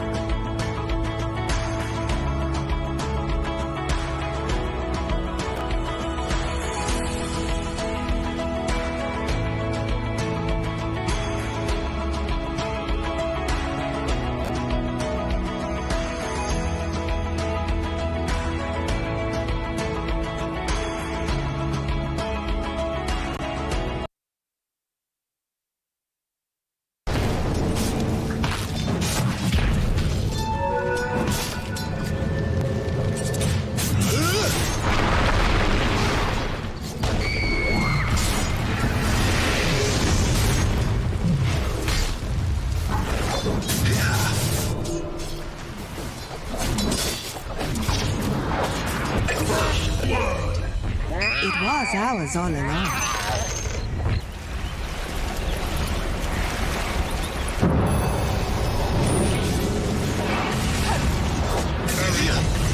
Endless grasses. All lives must end.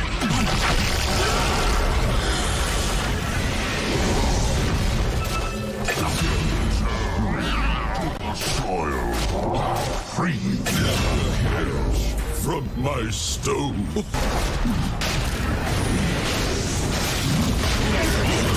Radiant's bottom tower has fallen to the Radiant. Radiant structures are fortified. Radiant's bottom tower is under attack.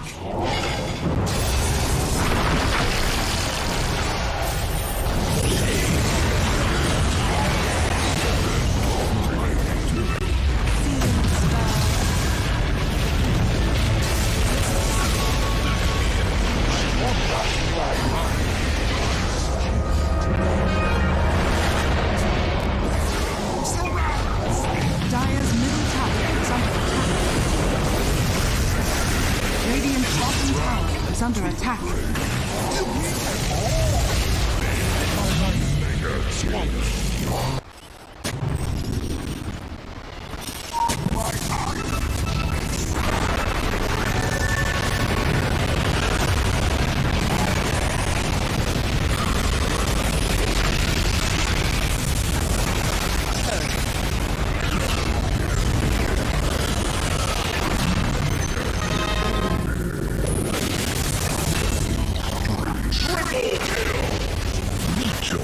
Dire's middle tower is under attack.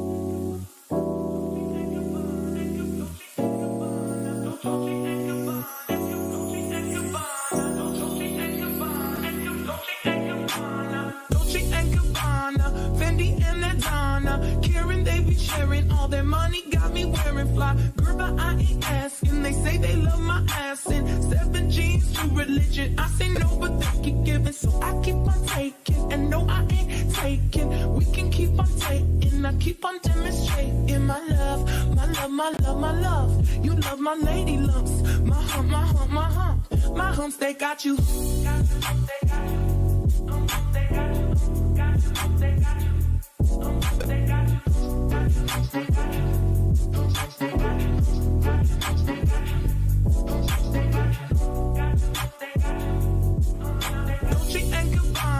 Fendi and Adana, Karen, they be sharing all their money, got me wearing fly. Girl by IESF, and they say they love my ass. And 7 G's to religion, I say no, but they keep giving, so I keep on taking. And no, I ain't taking. We can keep on taking, I keep on demonstrating my love, my love, my love, my love. You love my lady lumps.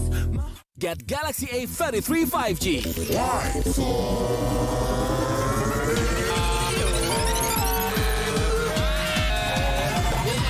Galaxy A33 5G with awesome battery. Buy now.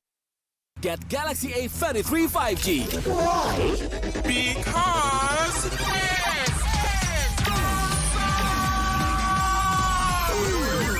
Galaxy A33 5G with awesome processor. Buy now. Selamat datang di sebuah pengalaman perjalanan baru Indonesia bersama InJourney. Terbang bersama kami untuk melihat pariwisata Indonesia.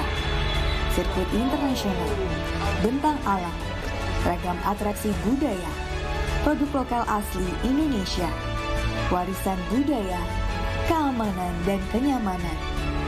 In Journey, membawa keramahan Indonesia ke dunia.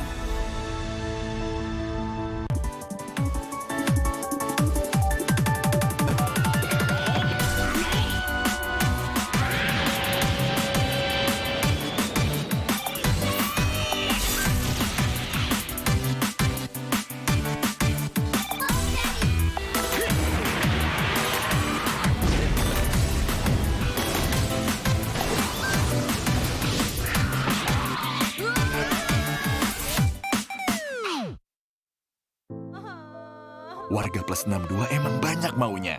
Dari drakoran sampai banjir air mata.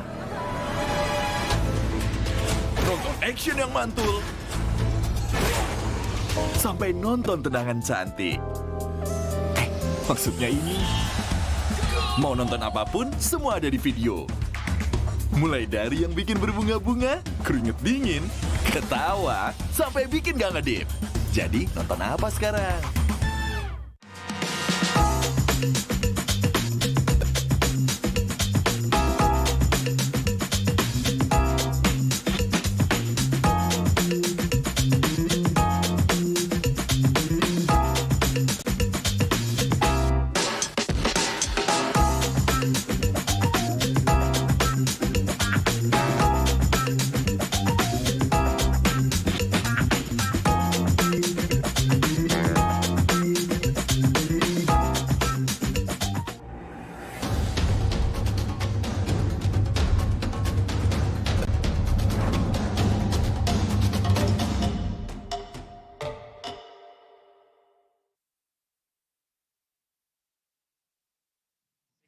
Greetings from Bali and welcome back to IESF 14 World Esports Championship Bali 2022.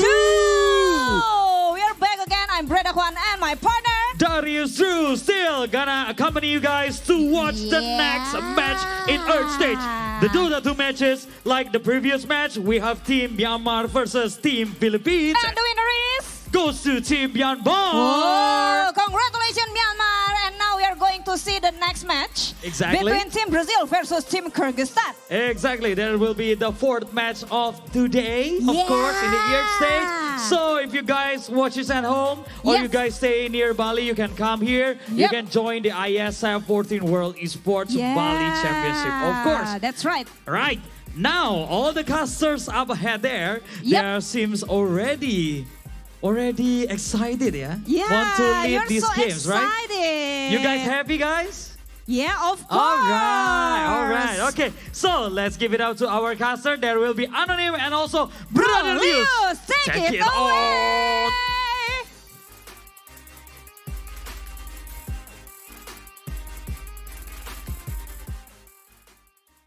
Yep, thank you so much, Brother Darius and Sister Brenda Kwan, and welcome back again to the caster desk with me and Anonym here. Yep. Wow, it's so excited because we are going into the fourth match today. It's already fourth. Yeah. Wow, it's so fast, man. But yesterday we had all the match. It's exciting. All the match. Yeah, that's why I'm so happy today. The Myanmar versus Philippines, like. Wow. Wow. Yeah. What a great performance by Team Myanmar, though. Yep, but we want to say thank you first for the IESF 14 World Esports Championship Bali 2022 is supported by wonderful Indonesia, Kemenpora, NOC, Kony, and thanks for all the sponsor, our main sponsor, GHL Group, sponsored by GHL Auto, Nusa Pay, DIS, Gudang Crypto, Taiwan Excellence, and Tamina Hydro. Yes, we have telco partner Telkomsel, we have official smartphone partner Samsung Galaxy A series, official logistics partner Central Cargo, internet service provider partner IndiHome, travel management partner HIN, with hotel partner Episode Hotel, and also Marusaka Hotel. Yep, and our esports broadcast partner here, Mineski Global, Indonesian Football E-League, ESID, our production partner Lemon ID, and our media partner Trans7, Detik.com, Esports.id, Video.com, Dunia Games, Dance TV, Dance Play, Merah Putih, Bola Score, and last but not least, Kami Bijak. Yes, that's all of our sponsors. Ooh, without them, we cannot have this kind of event. Yeah, you can imagine enjoying like watching esports competition beside the beach. Yeah, and we will see the lineup after this one, the lineup before Team Brazil versus Kyrgyzstan. Yep. I think we already seen Kyrgyzstan before, right? We haven't seen Brazil play in the States yet. Yep, because this is Brazil. Yeah, this is Brazil. No, this is Bali. This is Bali. Yep, this is it. For the Brazil team lineup, there is Sono, Rayur, Aomine, Biu, EQ, and Arms. Yeah, there is Aomine Daiki. Yeah, I think he is, anime lovers. Anime lovers, yeah. I won't say the word though. Aomine is for on the Kuroko no Basuke. Oh yeah. And for the Kyrgyzstan, we gonna see lineup. There is Ascot, Dream, Green, Blizzy, and also Sunset. Oh, they changed their substitution. Green is not playing yesterday, right? If I'm not wrong. Who playing yesterday? Forget. Yeah, maybe. They have substitutes though. They are allowed to change the player. Maybe they want to change their strategy, or we can make sure it on in game. Yeah. Before the tournament, I already see Kyrgyzstan lineup. And they have Zayak in them, but I don't see Zayak playing at all. So maybe they are waiting on the play-ins. Maybe. As the ace card or the joker card for them. Yeah, we have our prediction down. here. My prediction and also Korea's prediction is the same. Kyrgyzstan, because they played so well yesterday. Yep, so we're gonna wait. Are they gonna win today's match 2 between Kyrgyzstan and Brazil? Yeah, we haven't seen Brazil though, so we cannot underestimate them. We don't know anything about them. Maybe they will surprise. They will give a little bit of surprise to Kyrgyzstan. Maybe. This is the first time they are playing in the States, right? Yeah. That's why we're gonna see it first later for this 4th match of today. Oh. And we are already goes to the booth of Brazil players. They are on fire. Can't wait to be in game later. Yeah, that's a Brazilian style maybe. If in football they have, their own style. Maybe in Dota they have their own style of playing maybe. Oh, tiki-taka. No. It's different, guys. It's different. It's different, yeah. But I didn't see Neymar is playing. Neymar, yeah. Neymar playing in the World Cup right now. Right now he's on injury. But we're gonna see it now. Because Kyrgyzstan is looking ready to anonyme. That's why I think both of them gonna play at their best to secure the points. Yeah, they need to, if they want to qualify to the play-in final. Yeah, only two teams. The total of 8 teams from each group. Each group is true, yeah. We have 4 groups. We have 4 groups, and only top 2 from each team will goes to the next. Yeah, play-in final. After that, we only have 3 teams. Yep. And this is it. We're going on the ban and big for the Kyrgyzstan versus Brazil. Where is Lina, Undying, Root Mother, and Tiny is already getting banned. Wow, Lina and Undying from Kyrgyzstan. Maybe they know something. Taskar is the first pick from Brazil. And Mirana? Yeah, the first 2 pick from Kyrgyzstan, they still have Mirana in the pool. Pangolier and also Crystal Maiden though. Really strong pick also from the Kyrgyzstan. Pangolier is really high contested hero also right now. Usually played as a mid lane in this meta. Still be able to play it in the off lane though. Yep, it's still possible, I think. Yeah. Because they have Crystal Maiden, so the Pangolier can spam his skill. But for maybe the second pick, Bloodseeker, if you want to straight counter Pango, Bloodseeker is really good here. Is it wise to pick Bloodseeker on the second pick? If you have to deal with Pango though, I don't know. If they think it's hard to deal with the Pango. Yeah, that's the only hard counter for Pangolier, I think. Except for the other spell immune disable, maybe. They already have Taskar though. For the disable that pieces to spell immunity. Yep. Bloodseeker. There it is, Coach Anonyme. That's the only counter, the only reliable counter for Pangolier, and the Pangolier is really hard to deal with. And the enemies cannot run away when the Rapture is coming. Yeah.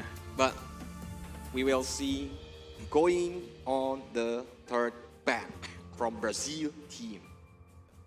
So they need to find something. Bloodseeker possibly as a carry, while Taskar still a flexible pick. They can use it still as mid lane, as a support, maybe as an off lane though.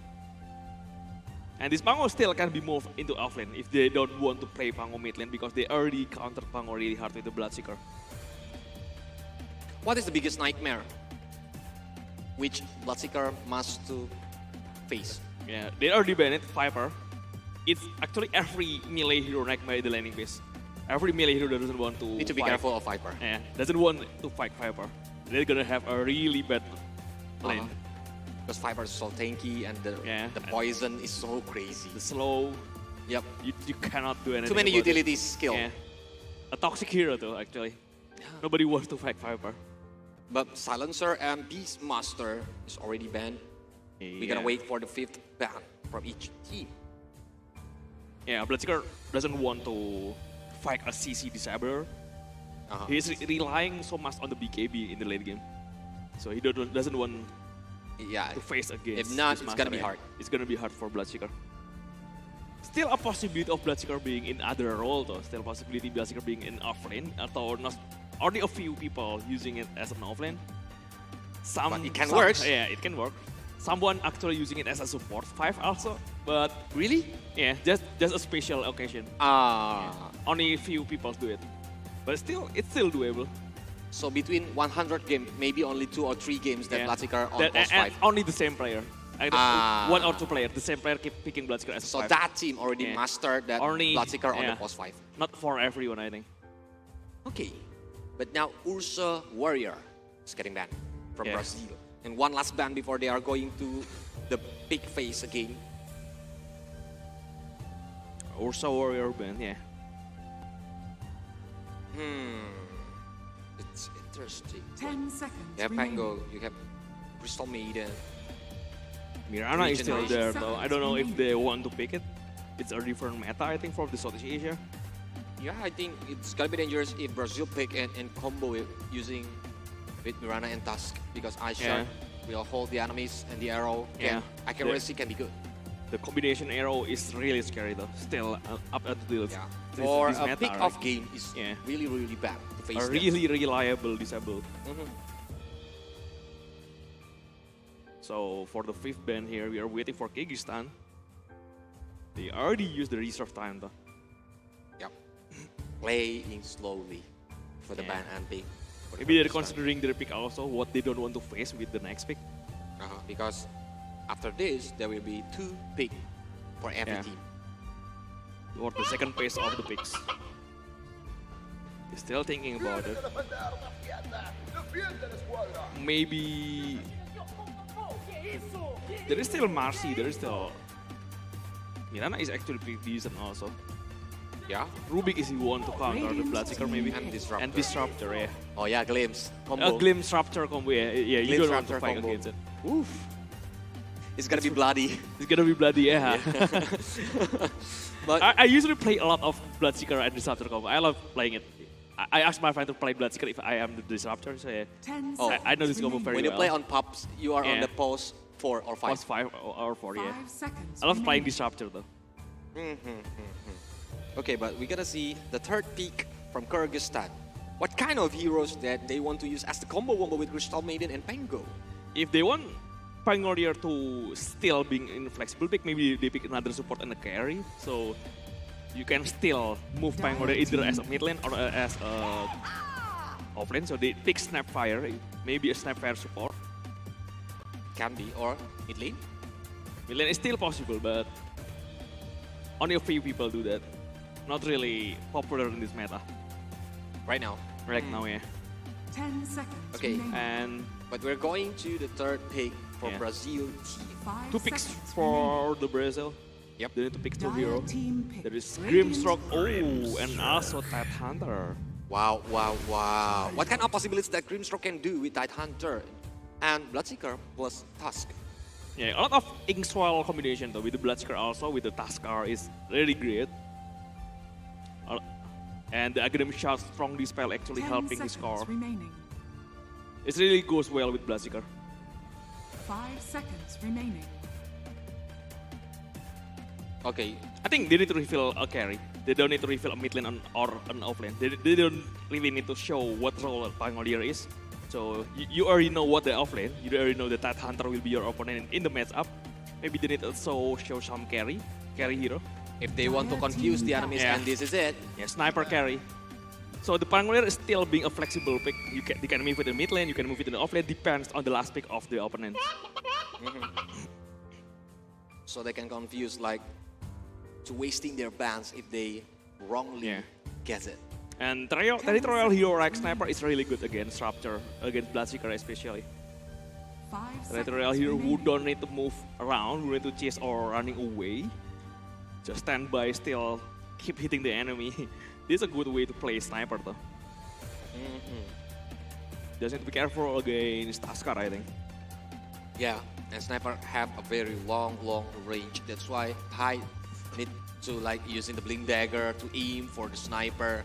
And if he focusing on the sniper only, the Ravage will be a waste because there's a lot of enemy heroes if they are not like crowding on the team fight position. Yeah.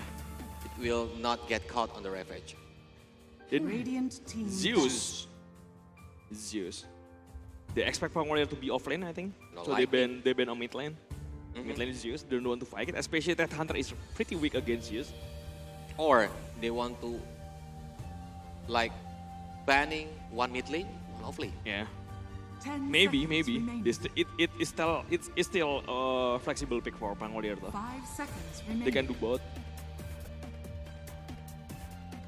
Okay, it's because if we are seeing for the Kyrgyzstan draft, I think there's no burst hero yet. Yeah. Dire team Maybe on the last pick. They will keep it on the last pick. And Batrider. Batrider mid lane is supposed to be getting banned here by the Kyrgyzstan. They don't want to face against Batrider. Especially for the lasso. Yeah, lasso. Lasso Rapture is pretty crazy. Annoying combo, yeah. You get lassoed, but while the Rapture is active, is I don't know. There's a lot of damage though. 5 seconds remaining. And the last ban here for the Brazil. Either a mid lane or an off lane. You don't... If Tata is really weak against Doom, maybe they need to ban the Doom, I think. So the power of Tata is in the Kraken Shell. Yep. The sustainability, the strong dispel, and Doom cannot be dispelled. Fuck, actually, yeah. They ban 2 mid lanes.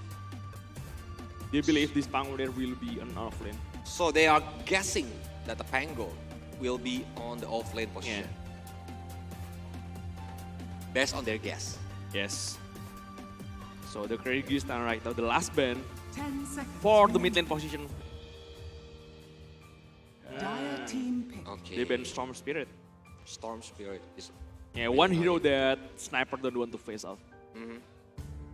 Because it can go directly beside Sniper Yeah. and bring a lot of damage. But Radiant we are team looking pick. at last pick. Yeah, another jump hero, another hero that can go into the backline. Void Spirit, although it's not the meta, it goes pretty well with the Inkswell. The Astral Step Inkswell combo, bro. Usually does pretty well. Okay, but the last pick, 10 it will seconds remaining. like showing the Pango will be on the mid lane or 5 off lane. seconds What kind of remaining. heroes in Kyrgyzstan can do? Yeah, Pangolier meeting is really good. You can pick Doom, you can pick something like Snack Stalker. I think it goes well also. A hero that can have disable without being scared of the dispel power of the Tide Hunter. You can silence that Hunter with the Creeping Fear, maybe with Next Stalker, Okay. or maybe Doom, if you don't want to fight against Ravage. But the Doom timing needs to be done in perfect time, right? Yeah. If you are like wrongly selected the target, or even you are wasting your Doom skill, it's gonna be dangerous. Oh, And Enigma finally an offlane Enigma. Uh-huh. So this Pangolier will be Pangolier mid lane, the Sniper as a carry, and Enigma offlane. So this is Enigma debut on Yeah, the ISF, finally. right? Yeah. From the day one, we didn't see Enigma. Yeah, this is another disable that cannot be dispelled by the Tide Hunter. Dragon Shell though. So yeah, it's pretty decent. And it's Okay. actually really good also with the Eidolons. Okay, so for all of you guys, if you are rooting or supporting for Brazil, you can write it on the comment section, like the hashtag for the countries itself, and please put the flag in the comment section. Or yeah, just use the hashtag. Here's the any words you can say to support your favorite team here, favorite country that you're rooting for. Yeah. Because Kyrgyzstan fan base is big too, so that's Yeah. why we are gonna wait what kind of gameplay, what kind of strategy with this draft during the fourth match of the day. Yeah, or maybe there is some surprise for the Brazilian style of Dota, I think. Ooh. We will see that. They have a good draft though. They have a decent amount of draft, a good counter to Pangolier. They have Bloodseeker, they have a combo, Inkswell combo to Void Spirit, and also with Bloodseeker, Inkswell is pretty decent. So yeah, they have a chance to fight against Sniper from Kyrgyzstan. As long as the sniper is not getting too fat. Yeah, you have to be careful. Especially when the sniper already get the big KB, it's gonna be dangerous. But in this is it, Brazil versus Kyrgyzstan on the fourth match, ISF 14th World Esports Championship, Bali 2022. Yeah, the game, the fourth game for the day. Okay, Kyrgyzstan is playing on the Radiant and Brazil is the one playing on the Dire sides. Bloodseeker carry, Void Spirit mid lane with a Tide Hunter offlane, dual support Taskar as a fourth position with Grimstroke in the 5th position. They'll have a lot of Inkswell combination though. Snowball Inkswell, Astral Step Inkswell, even just running forward with the Bloodseeker with the Inkswell is pretty decent. Have a way to find the sniper in the backline. But as we know, Sunset, it's too tanky maybe on the early game. I think the first blood won't happen before the game is started. Yeah. 30 seconds. They're trying to set up the vision, trying to contest the bounty runs. They are both on the right side of the map. They will find one another though if they keep doing this. The right side of the bounty will be the one they are contesting. So everyone will get all the bounty, but yeah, on the right side there will be contest. Sunset's ready, Sono is already there. The battle Ascot is already opening the map. They're not contesting, so the bounty will be taken by Aomine there in the bottom lane. Bloodseeker already taken one, so 3 bounty for Brazil. Wow. Wow. Yeah, and only one. It's a good early game. Yeah, and only one for Kyrgyzstan. So 2 versus 1 rule for the Kyrgyzstan and the Brazil. We're gonna see it like how they gonna play with a little bit gold advantage. The early battle maybe for the Void Spirit is pretty good. You want to have every advantage you can have against your opponent in the mid lane. Because you're just straight up one by one, right? By one, it's really important to have advantage. Okay, but the Pango on the mid lane here, what he can do to like poking the enemies now? Yeah, just trying to focus on the last hit, focus on the CS maybe. Don't get too greedy with the kill potential. Just try to last hit the range script, especially trying to deny the range script for your opponent. That's a lot of experience though to contest. They need to build up the advantage maybe in terms of gold, having the early battle also to contest the runes afterwards. In minutes too, after this. Whoever got the battle have the advantage. Okay. But I think the Enigma will like being paired by the Crystal Maiden who can like poking the enemies using the Frostbite. But the Beauty Q is a very annoying hero too. And look at the mid lane, Asco now is a little bit low HP. Yeah. Oh, there's an unpulse. It's pretty painful to the range keep being denied. That's a huge experience for Void Spirit actually. Has been killed. But still fine, they got the range. Yep. It's actually Pangolier winning the CS right now. Denying another melee creep. And just trying to get the runes. So if he can prolong the team fight or doesn't need to go back to the fountain and use the Tango. The top lane though. The Enigma still in the broad right area. The slow coming from Grimstroke doesn't let him get out. Still a pretty decent amount of damage coming into Enigma. Well, it's still an early game, and I think we can say that with this very early game, it's a passive game. I know, right? Yeah, still. There's no... No one tried to commit. Just trying to get the last hit. Trying to contest the last hit. And 16 last hit with CD9 in Pangolier. 16 last That's hit. good. That's and good. 69 from the sniper. They're doing pretty well here for Kyrgyzstan. In the landing They keep chasing each other for the sniper and the blood seeker. Ooh, but now it's dangerous for green with low little HP and first blood got by the Beauty Jew. Just leave you out. No, nothing to cancel his TP. Getting the first blood and get away with it. Well, because bottom lane too. The task is have very Oh, low the body HP block coming from the Mirana is actually doing a lot of damage because sniper is free hit from behind.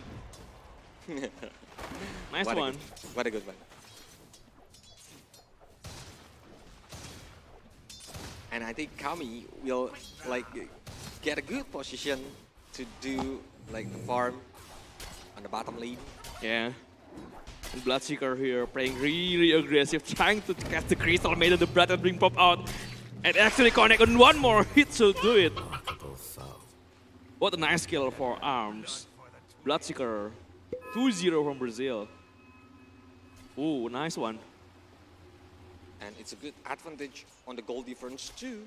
Even like the Pango having 25 last hit, the Sniper got the 23 last hit, but 8 denies. Yeah. But the Bloodseeker is only have 22, but having more on the denies, 11. Yeah, and also getting the kills, right? You don't want to give Bloodseeker the early Maelstrom, especially against Enigma. You think it was yours? He will farm the Eidolon from Enigma, I think, if they get the early Maelstrom. Yep, it's gonna be hard for him. Yeah. And the bounty runs being taken by Almina in the side. Still a really solid advantage sector for Brazil. Maybe you want to find another arm, actually taking a lot of the inks well. Just trying to help Bloodseeker to run away. Giving him a little bit of movement speed that the Eidolon damage is too much though.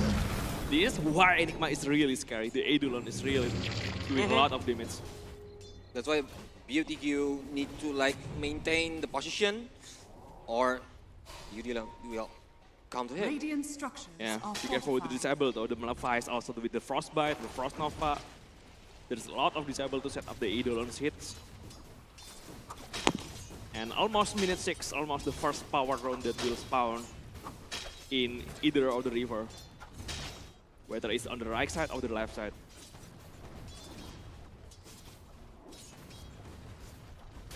Well, but the Void Spirit here is playing a good moment too, because he already have the 33 last hit on the mid lane. I know. Yeah, the last hit with 5 deny. Pretty decent. Actually, still not a lot compared to the Pangolier also. Almost the same. But not too far, yeah? Yeah. Only have 2 different on the last hit. The Astral step into the Ether Remnant doesn't connect. As Costa run away, Ryu actually in a pretty dangerous position though. Oof. Almost. Where is the runes? I don't know. I didn't see it. Oh, yeah. I think it's stolen. That's it. Almina got the bounty rune. Yeah, Almina got the bounty, the power runes. Maybe being denied, no one gets it. Yeah. For playing for the safety sake. They're still having a little bit of advantage, 1 kick gold lead for Brazil right now. 6 minutes in, just 6 minutes. But look at that Sono. It's too tanky on the early game. Yeah. For the Tide Hunter. That's why Dire's with middle Gush, tower is it under can attack. like bring the minus armor to the enemies. And they need to be careful. Oh, the Astral Trap into the blood right though. Ryu. What a nice rotation coming from Void Spirit. Even Crystal Maiden can't run away. Because the Astral is on points. Crystal Maiden is in the middle of the Astral, cannot do nothing. Yeah, the Inkswell maybe. Astral Step coming out. Ryu trying to find Blizzy. There is the silence. The Inkswell coming. Ryu will try to find the kill. The Inkswell pop out. He will get it. The Inkswell damage is really good to find it. He cannot run away with the Astral Step, even like the Void Spirit is diving into behind of the first tower on the top lane. Oh, but he is in a really bad position. Ryu is still tanky though with the Snurple's armor. He needs the Inkswell to set up the kill. The Sunset coming in. The Inkswell will be back. With the Astral Step, he doesn't have enough damage, but Sunset will be taken down. This is going to be the end of Void Spirit, I think. He cannot run from there. Also with the Grimstroke is in a really bad position with the Silence coming out, but he cannot run too far away with the Crystal Nova being bought out. He still have the mid-10 plus, we still have the Malefice. He's still pretty tanky with the Frostbite. Yeah, I'm sure he die. One more hit from the Enigma. Got the kill into the Grimstroke. Yep, and the kill streak ended by the Beauty Q. I think it's plus 61 gold. It can help the Blitzy to like collecting the important item for the Enigma itself. Yeah, Sniper is free though. That's one positive thing coming from the Kyrgyzstan. Yeah, and they almost lose in every position, every fight that happen. And it's leading the leaderboard on the network too. Yeah. But not too far away with Bloodseeker. And this is it. Snowball's coming on in it, trying to hit Kami. Kami cannot run away with low HP. Kami's taken down, but Sunset now. They're trying to change the target. Sunset cannot do anything and only can run away with two heroes chasing behind him. It's really hard to back him up though with the Raven still available. The Raven comes out, he gets the kill into the Snapfire. The Atreus follow is up into the Bangalore. He cannot do anything to Snowball. But the rolling time being popped, it's nice timing to use the rolling though. Ryu needs to be careful. He does the rolling, he has the Inkswell. He needs still need to run away, but there is Taskar being taken down by the escort. Nice timing. Almost in a really bad position when the rolling cannot come out. Yep, nice counter setup too. Yeah. Because like, yeah, he lose his friend, but at least he traded. Yeah, it's a huge skill though. When Sniper dies, it's always a good movement coming from Void Spirit. Yeah, very important movement. Tower is under attack. You can try to keep trying to find the kill with the Inkswell combo. Are scanning. Sniper still on top of the board, but not by much. Bloodseeker already up there also. Snowball coming. This is the Pangolier. The Ice Shot coming out by the Swashbuckle. He is getting by. Already going to the high ground. But Armto, he really wants that Rapture to connect to Pango though. And now Ryu is using the invisibility rune. Maybe try to looking for the enemies if there is no sentry there. They try to find something, the Inkswell into the setup at the Eternal. Not having enough damage but Sunset with the help of Taskar being taken care of perfectly. But they lose that Hunter. In the bottom lane, oh, the solo kill coming from Sniper. But the damage is too painful. Iomine trying to run away with low HP right now. Just punch is being out. Iomine still survive with couple more kills. Oh no. It's a false hope for Iomine. Yeah, the Swashbuckle coming out from behind the high ground.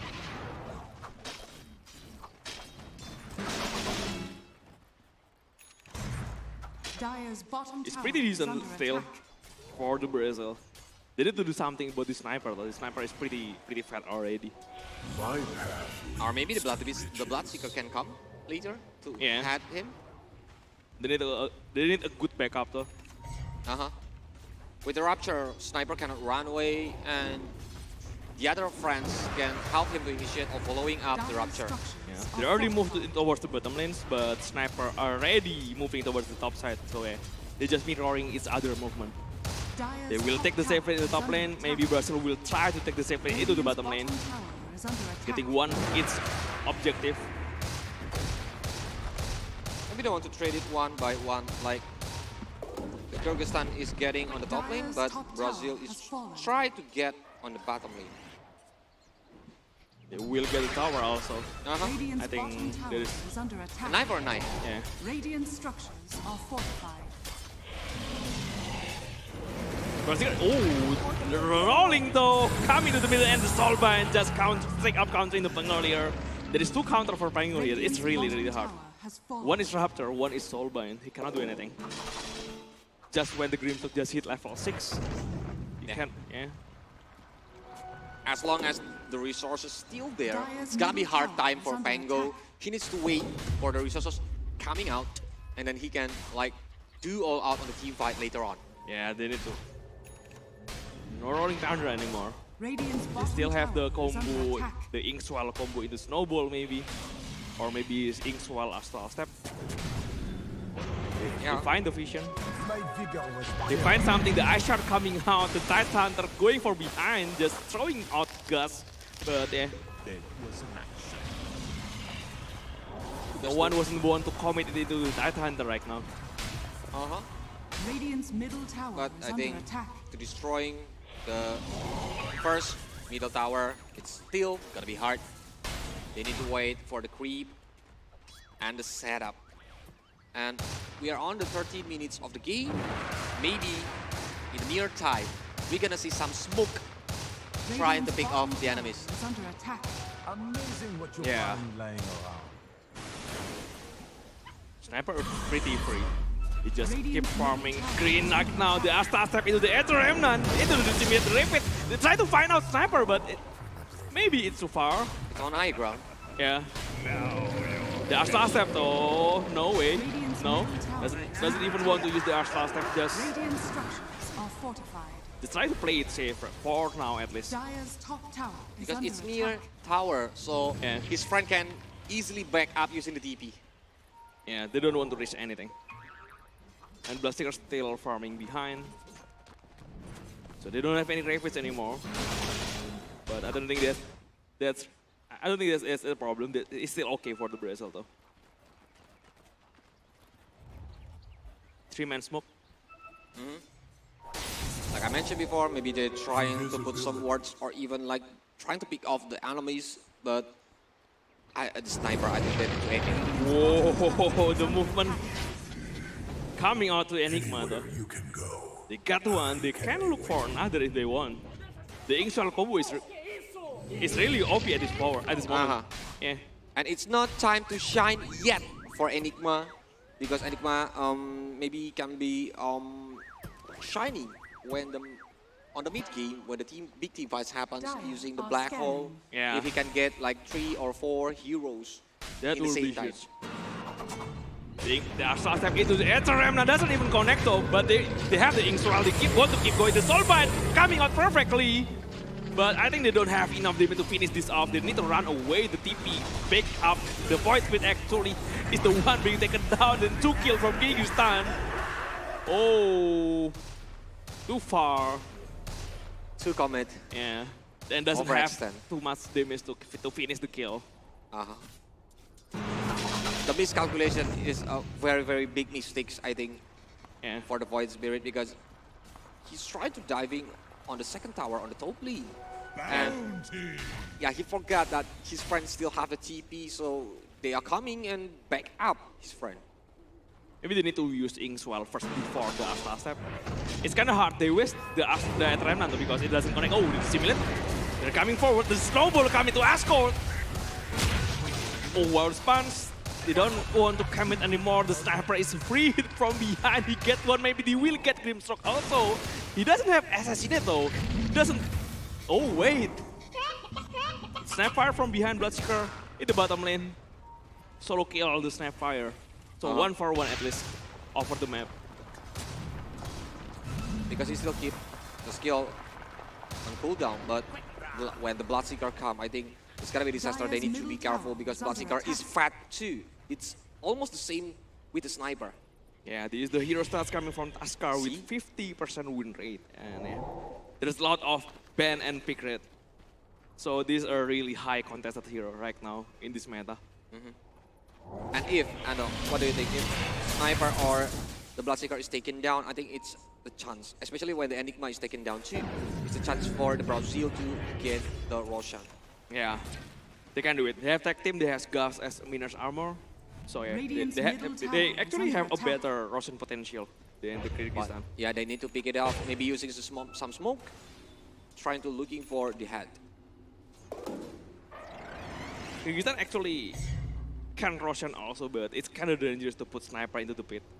You don't want Sniper to put in that kind of position, maybe only after you won a fight. Yep, because Sniper have the range, so even he have the assassination for someone who wants to run away. So it's gonna be dangerous if they want to start rush now. They need to pick it up first. Yeah, this is the stats, the comparison between Ascort and Arthur. This is it. Fang Warrior and Void Spirit mid lane. A lot of assists coming out from Rayur though. Okay, but he found it. He's trying to breed more damage, but it still get back because the CM now is taking his position. Oh, the Malefice. Coming. Oh, having his BKB already. He just used this big goal. The sniper from behind dealing enough damage to kill out the Tidehunter, but they lose out on CM.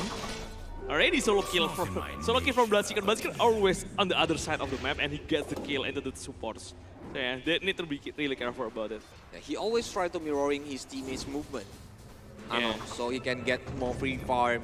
So the enemies will get focused on like the more heroes that the Brazil team or can bring. Yeah, the win probability right now is in favor of Brazil. Only 57% though. Not too big. Yeah, not too big. Anything still can happen. And just keep going down. A cross step Atrana into the Ingswell combo. The Penguin cannot do anything at all. Nice chain stun there. Also with the Snapfire, the Ice Shard silence. Just one more hit from Arms will get the kills. This Bloodseeker actually doing pretty good though.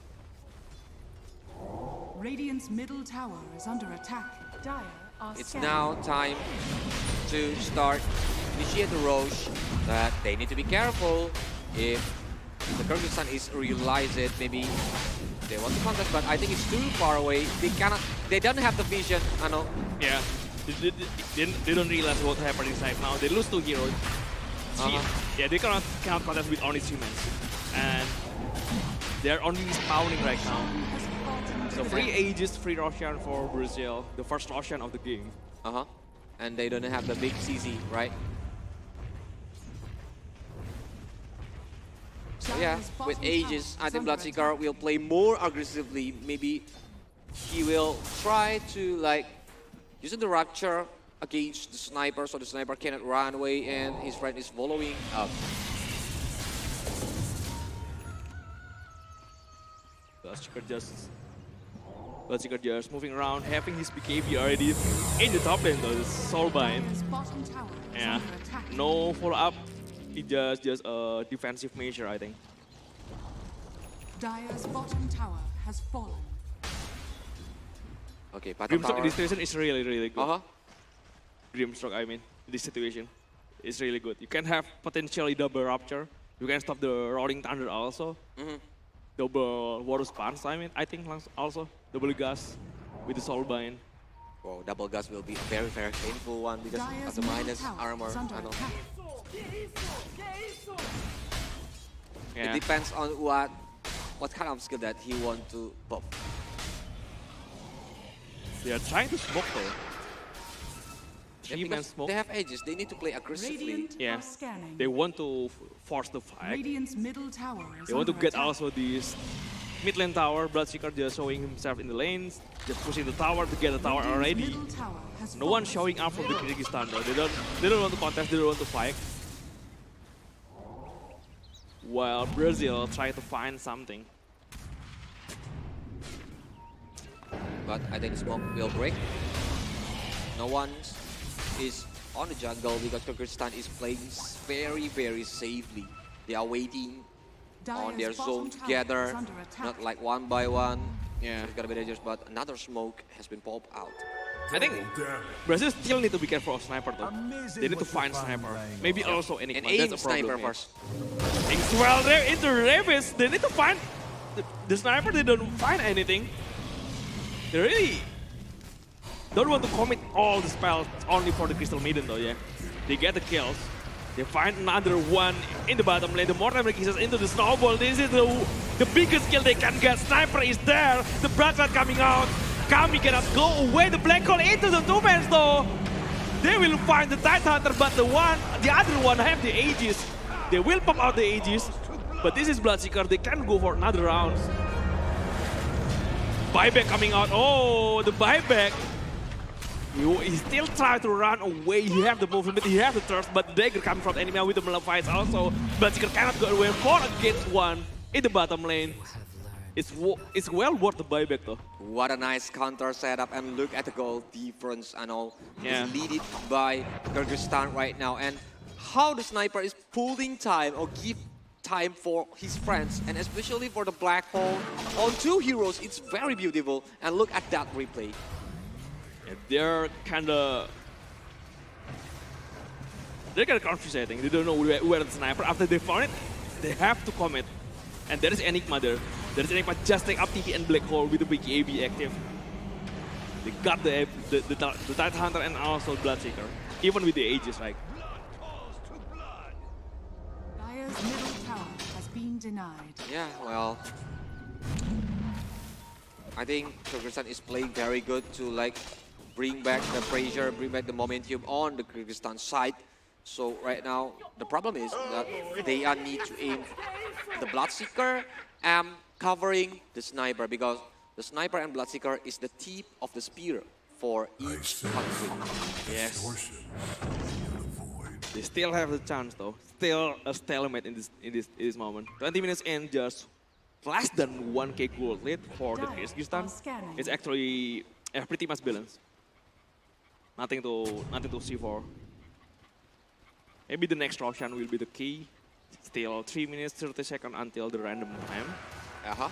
But they don't need to be rushed, because if they calculated it wrongly, it can be dangerous because the enemies can get the rush. So it's gonna be better if maybe they can try to play some smoke games, try to pick up a game.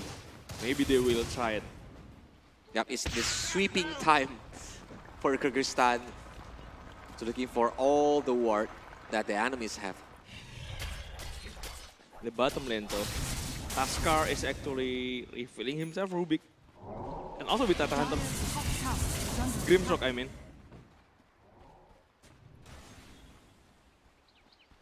They try to get the second tower in the bottom lane for the Brazilian. But it is guarded very heavily. I think if they want to come, but it's gonna be dangerous if like they just come and play it roughly. Yeah, the fortification is there. They're still delaying the push coming from Brazilian. They're smoked as a 4-man, and they're coming from the front. They're trying to aim it, they're trying to get it, but be careful of the Ravage, because Leviathan have it. The Tide Hunter will be ready now. You need to know where is the Enigma and also where is the sniper. That's the key for the Brazil. Kinda hard though. If you want to commit a sniper, kinda hard when you don't know where the Enigma is. There is a potential counter from the black hole. You cannot just go to sniper. When go all out, when go all out, Enigma will be hiding, waiting for the moment, and using the Blink Dagger. But Mjolnir is already on the sniper side, and the BKB, plus the Mask of Madness.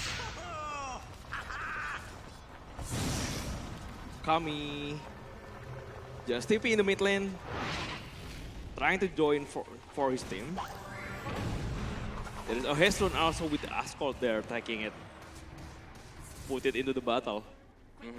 And he can use it during maybe to disengage or even engage to chase the enemies. Yeah, need to be careful with the Rapture though. 1 more minute before the random time. This is the crucial moment. You don't want to be taken down before the Roshan start the fight.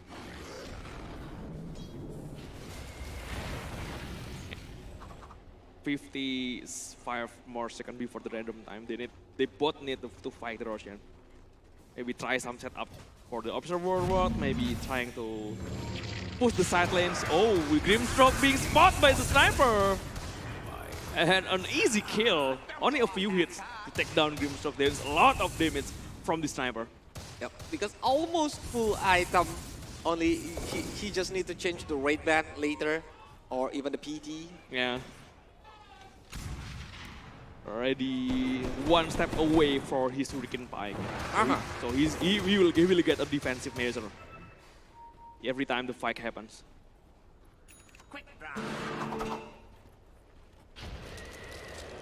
And yeah, it's a waiting game for them. Yeah, 10 more seconds until the random time for the it's a Aegis. waiting game.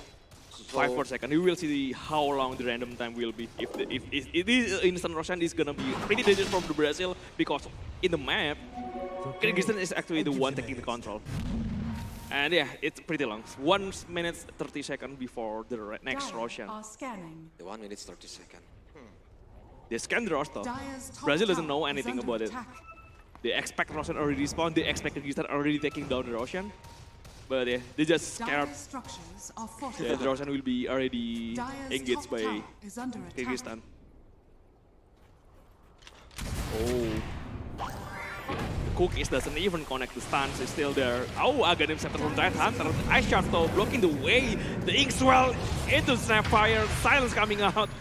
But Rolling Thunder coming from behind, they have to be careful though still. Ascol having the Lincoln Spare, protecting himself from the Raptor. They still have the Raptor, they still have the Raphids. Just to keep it for the rush, I think. I know. They didn't want to take it rushly because the rush is very important. But now Ice Shard is trying to hold CM to runway. Yeah, he still have the force himself up into the drawdown. 25 more seconds before the Roshan respawning. And kind of tricky situation though from Brazil. I think they are really having a really hard time trying to find Sniper and also the Enigma. They have to be careful about it.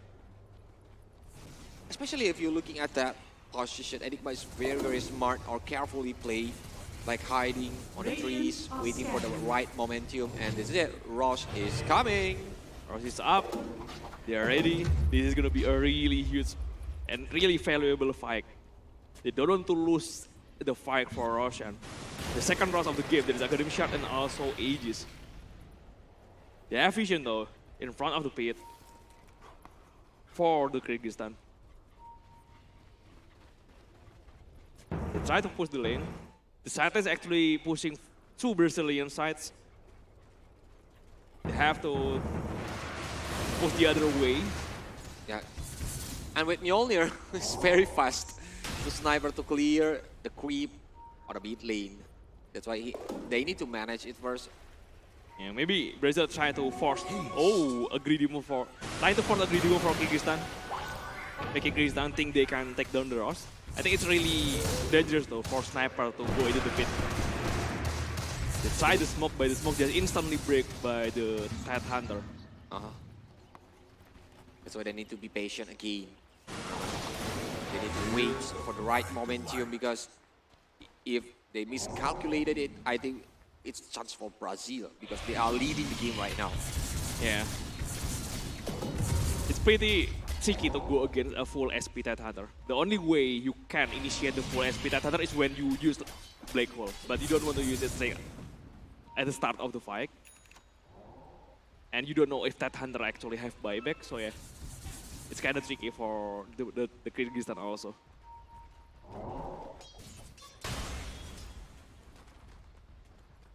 They're just dancing around the pit.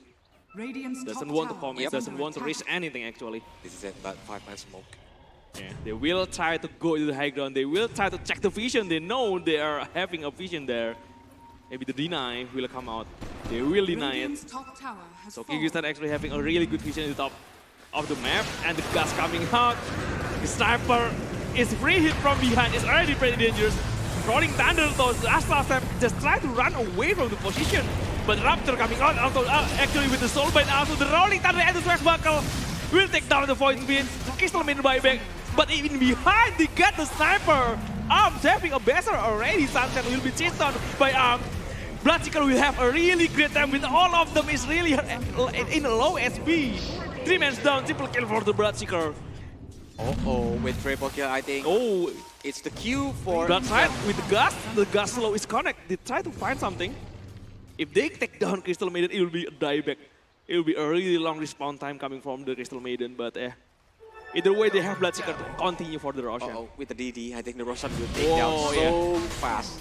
Yeah, this is the luckiest run for Arms before they take the Rosh. That's exactly what he needs right now. DD runs. Yep, with no contest, I think it's too far away. 3 men down. They cannot do anything. with the Aegis, they can play very aggressively as long as the sniper won't take down a game. Maybe they can still defend it, but Brazil will not take it easily. They want to aim the next objective, like for the tower itself, because the second tower is still there on the mid lane, bottom, or the top lane. This is a really great Bloodseeker game though. Already have this Abyssal Blade, you can't just lock down this Viper. You have the best, you have the one-on-one potential against the sniper.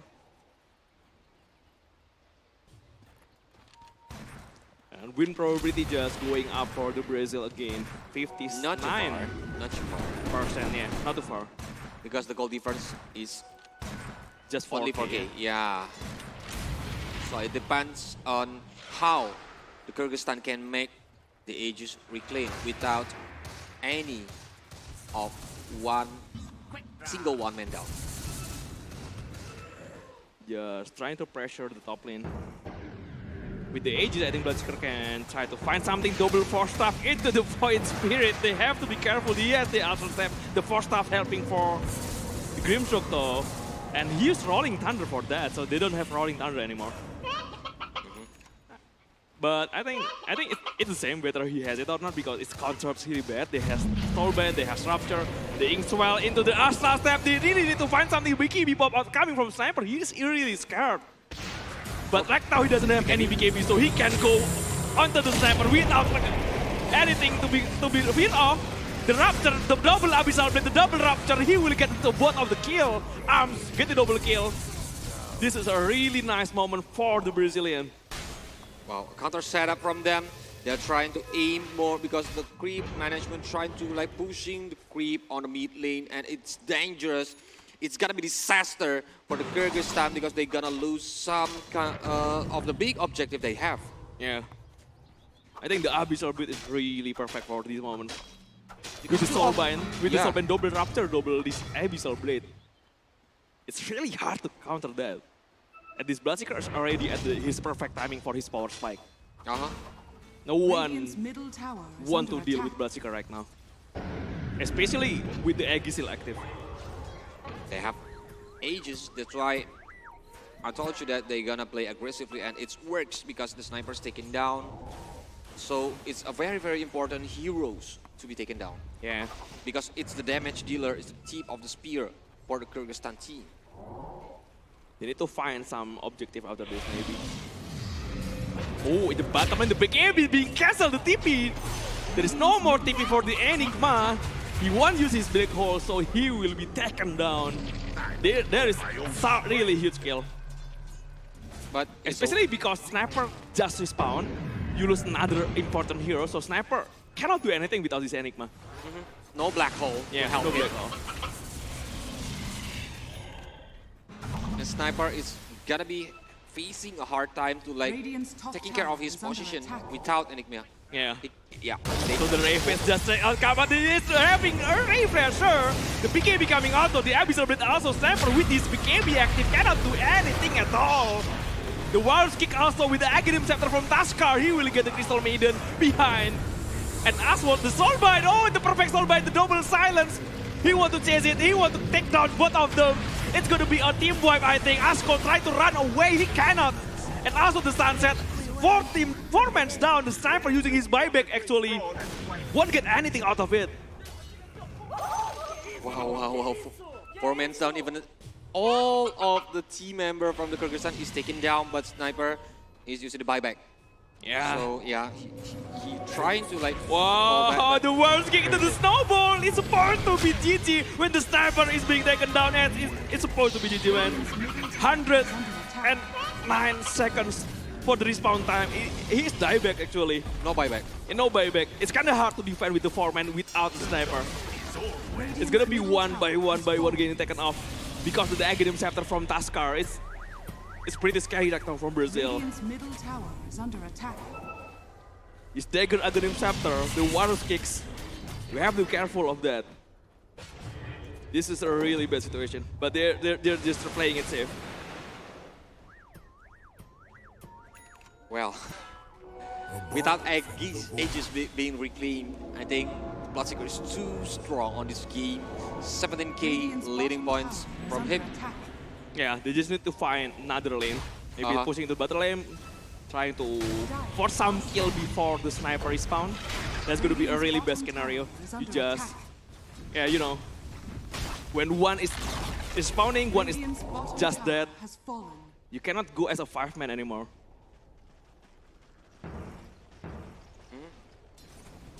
And they're trying to push the bottom lane with the creep, but no damage dealer there. So the high ground tower, I think, still trying to playing some bait for the Kyrgyzstan team. Taskar looking for something. The worst case is ready. He just need a vision though. He just need a vision to find the target. Radiant's bottom tower is under attack. But in top ancient, there is Void Spirit also with the Grimstroke. Just the pick off maybe. Yeah, the Bloodseeker is in the mid lane. Yeah. Void Spirit is in the mid lane. It can be picked off if you don't realize it. Sniper already respawning. So yeah, they reset the fight. Actually, they got more chance. With the 5-man already respawn. I think they're losing the chance, right? Without sniper, Kyrgyzstan is actually not too strong, but they choose to play so safe. Even they have the edges, having the edges. Yeah, it is 18 gold, 18,000 gold advantage already for Brazil. 39 minutes. Bounty. And still going. Yeah. They need to find a pick off, I think, for Kyrgyzstan. Yeah. Trying to find the fight without Bloodseeker for Brazilian. Oh.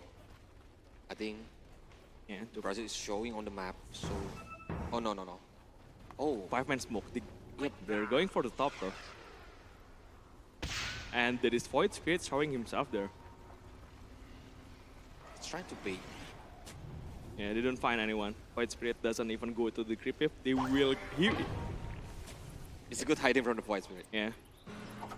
They put one observer on the side of the dire jungle. And the Hezron also for Aumini. It's a good vision. Yeah. To spy on the teammates' movement and maybe they can't find the Void Spirit. Or no, they show himself, they just try to clear the wave. It's kind of hard right now. Void is coming and running away directly because he knows like the enemy is still there.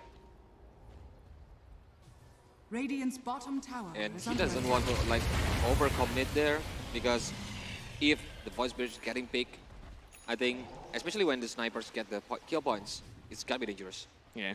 And 27 seconds until the next Russian. They have a good vision for Kyrgyzstan.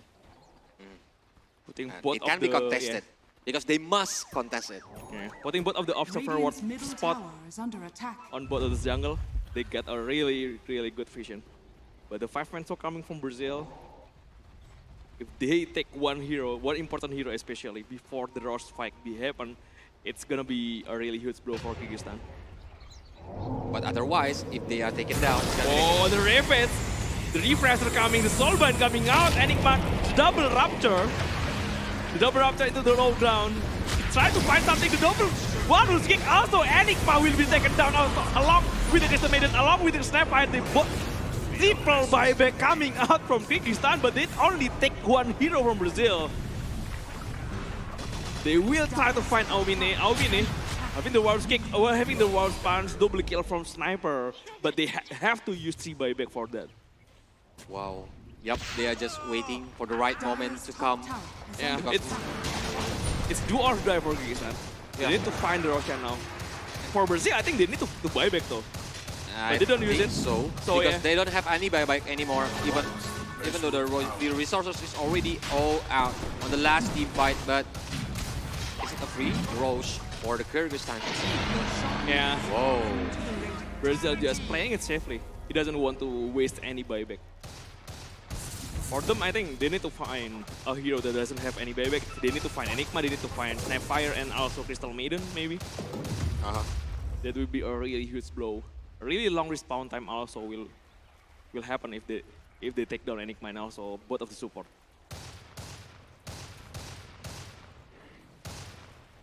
And yep, the fire is still on the Kyrgyzstan team. They don't want to lose, even though they are being pressured. And now they are holding the Aegis and the cheese for the sniper. So it's gonna be hard. Even the double ruptures is targeted on the sniper, but the sniper still have the Aegis on him. So it will be a waste resource from the Brazil team if they want to aim only for the sniper. Yeah, maybe they try to utilize the wireless kick from Tusker, just trying to find kill one by one. And just save sniper for the last. Maybe the Astra step, trying to clear the wave in the bottom lane. Just Ryur here. Ryur has been playing really, really well in this game. Oh.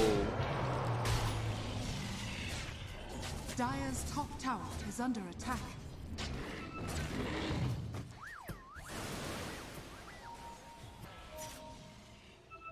Okay, but they are still moving on the bottom jungle. And for the Kyrgyzstan, Pango is there. Yeah. Put some kind of surprise attack. The He Enigma still need to wait. Yeah, he still have double Ravage. Oh no, 18 more seconds until the refresher, so if they want to use the double Ravage, they need to wait. The sentry being popped out, so green. Big AB into the...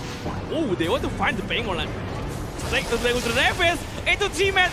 Maybe another snowball, the edge is being popped out. G-Man's down already, 2 already, but 3 men already die back, so Sunset. Oh no, this is gonna be the end. Sniper doesn't have really anything until the Big AB in, and Big AB already expired, so and Kami trying to fight them all alone. Yeah, and it's done. Yep, GG is cold. All of them doesn't have any buyback left, so yeah. Well. Brazil, they are playing very beautifully.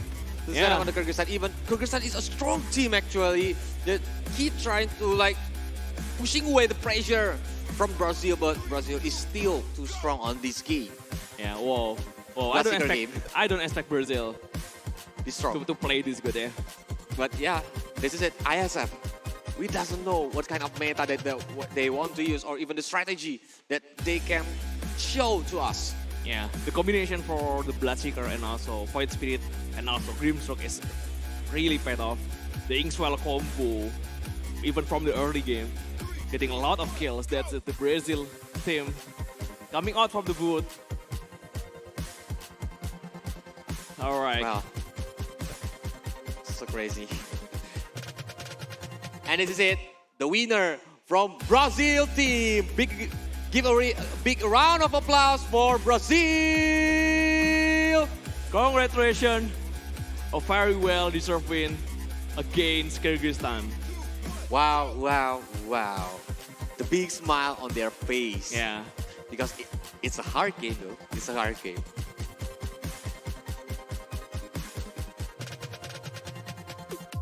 But I think Kyrgyzstan is already played at their best to hold it. Even the sniper is very rich on the early game, but he cannot do nothing because like the pick of strategy from the Brazil is very, very strong. And we're gonna see the highlights for the 4th match of the day. If you look at the early game, that CM is the target from them, but Brazil has already got the like 0-5 kill difference on the early game. Yeah, they're playing really aggressive in the early game. Sometimes they got punished for it, but they still try to play the same always. But the Walrus punch and kick, it's the annoying. It's really annoying. This is the one that they try to find sniper. They get punished for it though. They take down sniper, but they cannot run away because the black hole are really huge black hole coming out from Enigma. 2-man black hole, cannot do anything, and the Aegis is reclaimed. Yeah, this is the biggest moment I think for Brazil to take the win. Sniper forced himself into the high ground. He does the Ravage with the big AB, but the Abyssal, the best coming out from arms. That's the problem. You cannot do anything about it, even with the big AB active. And 2 heroes already at low SP, so it's a really good situation from Bloodseeker. He got his thirst active, so he can chase everybody. And also with this one, the double Rupture, the double Abyssal Bet. Look at that, double stun from Abyssal also. He just can't stand there. Yeah. And just shooting desperately for all the heroes who come to the sniper. And after that, it's really hard already for Kyrgyzstan to do anything against Brazil. He cannot contest the Rost. At one time, he got the Roshan actually for Kyrgyzstan, but he spent 3 buyback for it. That's a lot of buyback. It's too expensive, I think. Because on the last moment, they cannot do This is the one anything. when sniper buyback, I think that's... Oh, this is the one, They're losing the fight, Kyrgyzstan. But they got it back after they used all the buyback they have. Enigma buyback, Snapfire, and also Crystal Maiden using the buyback. 3-man buyback there. And finally won the fight, got the Rost, but the next fight is really hard. Because they get punished by the respawn time, by the penalty time for the buyback, right? Yeah, this is the moment. Yeah, the last team fight. The last team fight. They got the Enigma dieback, they got the Pangolier dieback, they got the Crystal Maiden also. Even And the all of Kick them is is very 90-second respawn time, so yeah. Yep. You cannot do anything about it. And that's why, after the sniper cannot do anything, and GG is called. Yeah. So, yep, Brazil is winning on the 4th match of the day. Whoa. Who's do you think is the MVP? Bloodseeker, I think. Let's go. Let's find out. And its arms. Yep, the Bloodseeker. Using the Abyssal Blade, Mjolnir, BKB, face boots. It's already painful. Yeah, Swift Blink also with the movement speed and also the power to chase down the sniper. He's playing really well. I think also the combination with the Inkswell, with combination with Soulbind, it's perfect. Yep, and they choose it wisely to like drafting Bloodseeker on the second pick, right? Usually Pangolier is really hard to deal with, but they stick up countering. All of them is countering Pangolier. They have Bloodseeker, they have Grimstroke also with the Soulbind. No Rolling Thunder is easy though. Yeah. Yep. And this is for the scoreboard itself. The Enigma is having hard time on the BKB in Dagger. Yeah, he's doing pretty decent, but Brazil is just really playing well in this match. Yep. So once again, congratulations to Brazil and nice try for the Kyrgyzstan team. But yep, they still can collecting more points later on another match. But I want to say thank you because the IESF 14th World Esports Championship Bali 2022 is supported by the wonderful Indonesia, Kemenpora, NOC, KONI, and our main sponsor, GHL Group, sponsored by GHL Auto, Nusa Pay, DIS, Gudang Crypto, Taiwan Excellence, Pertamina, Hydro Coco, and our travel management partner, HIN, our hotel partner, Episode Hotel, and Merusaka Hotel. Yes. And yep, for you guys, I think Anonym have information for you who are loving to play some mobile games. Yeah, if you are to play some mobile game or really amazing game, you need to play Return of Condor Heroes. It's interesting gameplay and there are thousands of characters that you will like, I think, in this game. You can make your warrior be the strongest in this game and you can become an unbeatable clan. Just play with your friend, download now on Google Play Store and or App Store. You can find more information on condorhero.duniagames.co.id. Right now, yeah. Yep. And wow, Anom, it's already 4th game. After this, we're gonna go to the 5th game and the 6th game. And if there are some tiebreaker games, we're gonna run through until tonight on the 8th game. So it's really excited. So for you guys who are stay around Nusa Dua, Bali, you can come here. You can enjoy the festival, the Esports Festival, the first Esports Festival ever. So you must come buy the ticket booth on the outside. And guys, before we jumping to the 5th match of the day, we're gonna have a little break. So don't go anywhere because we will get back after this break. Stay tuned. See you.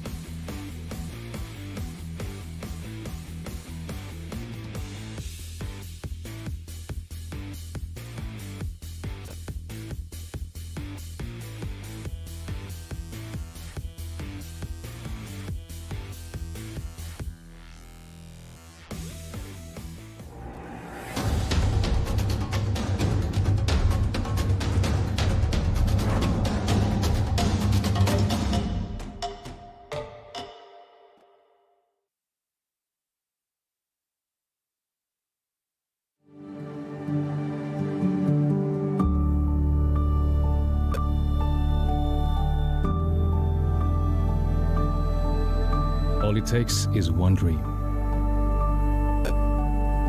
One dream that becomes a journey. To drive an ambition. Believing in yourself. Persevering challenges. Always focused on the dream. To grow aspirations. Having the will to keep going. Building a future with a legacy. Knowing dreams can come true. Over 11 years of growth. The spirit of entrepreneurship. Created possibilities.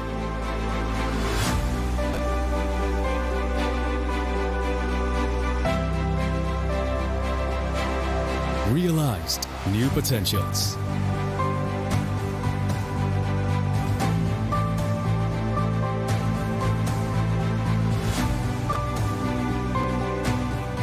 Innovate for the better.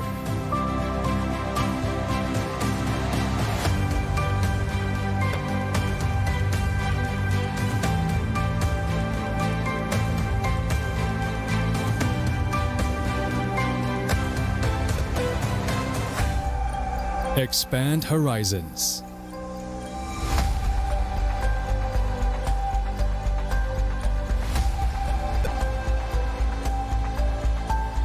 To change lives.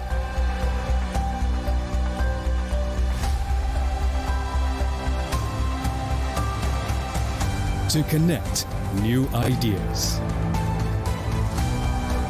To explore new grounds.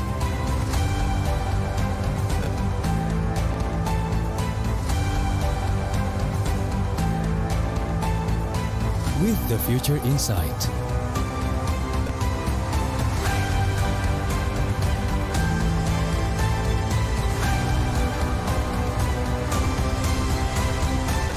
Together.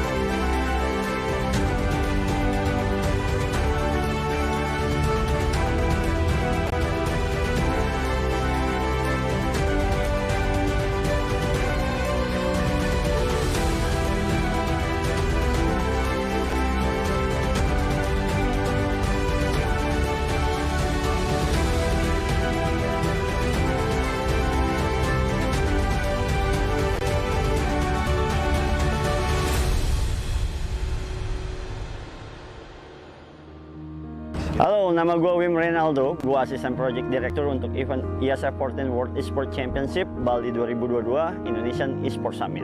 Di IESF 14 World Esports Championship Bali 2022 kita punya 6 game berbeda yang akan dipertandingkan.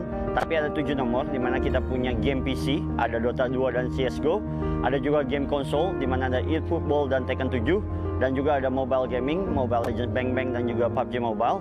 Dan juga kita ada 1 nomor tambahan yaitu CSGO Women. Nah, makanya karena kita mempunyai game title yang banyak, kita tuh membuat stage-nya menjadi beberapa konsep. Karena di event kali ini kita tuh ada area stage yang terbuka dan juga area stage yang tertutup. Untuk area stage yang terbuka, salah satunya itu main stage-nya kita, yaitu Earth Stage. Itu untuk game title Dota 2 dan juga semua Grand Final nantinya akan bermain di main stage-nya kita. Dan juga kita di belakang kita ini ada area Air Stage. Kenapa Air Stage? Karena di posisinya di paling atas. Ini untuk game Mobile Legends dan juga untuk game konsol nantinya. Dan juga kita ada di area ballroom, di mana kita ada 2 stage yang berbeda, yaitu Ice Stage untuk CSGO dan Fire Stage. Karena ini gamenya game perang, makanya untuk game PUBG Mobile kita namakan Fire Stage juga. Tapi di event kita kali ini, kita juga nggak cuma punya turnamen aja, tapi kita juga punya keseruan yang lain. Kita punya entertainment area di Water Zone, kita juga punya expo, kita juga punya summit. Jadi orang-orang di sini bisa dapetin one stop entertainment kayak gitu. Dan untuk preparasinya ini kita udah mulai dari kurang lebih hampir 1 tahun untuk menyiapkan ini semua. Ketika kita terpilih menjadi tuan rumah ke-14, kita sudah menentukan nih tempat-tempat mana yang paling cocok untuk jadi event venue-nya kita. Makanya kita putuskan di sini di Merasaka Hotel Nusa 2. Kita harapkan kita start di tanggal 2 Desember sampai 11 Desember dan semua untuk para atlet sudah mulai datang dari tanggal 29 November sampai nanti tanggal 1 Desember. Kita harapin teman-teman dukung juga tim nasional kita karena kita sekarang menjadi tuan rumah untuk IESF 14 World Esports Championship Bali 2022. Datang ke acara kita, jangan cuma nonton online aja, datang karena kalian dapetin keseruan, kalian bisa dukung timnas kalian bisa dapetin keseruan dan juga mendapatkan kesempatan ini karena event perdana di mana kita adalah partisipan terbanyak untuk di event IESF kali ini, yaitu kurang lebih ada di 106 negara yang akan hadir di sini bermain untuk 6 game title.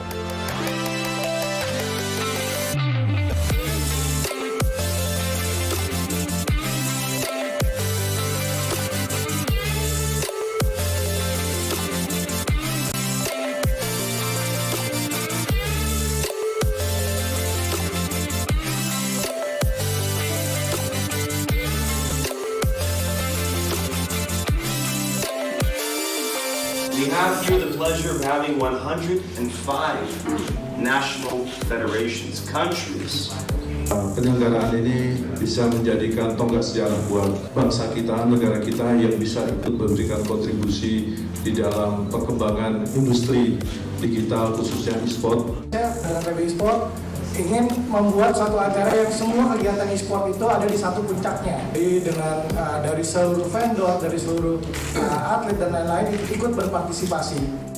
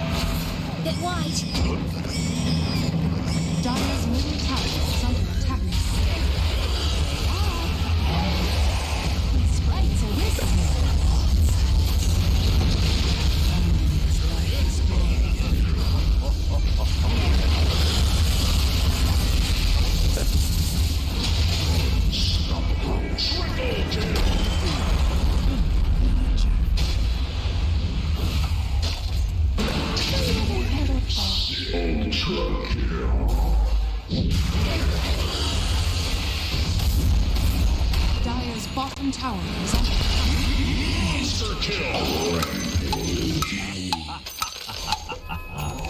has fallen. Radiant's bottom tower is under attack.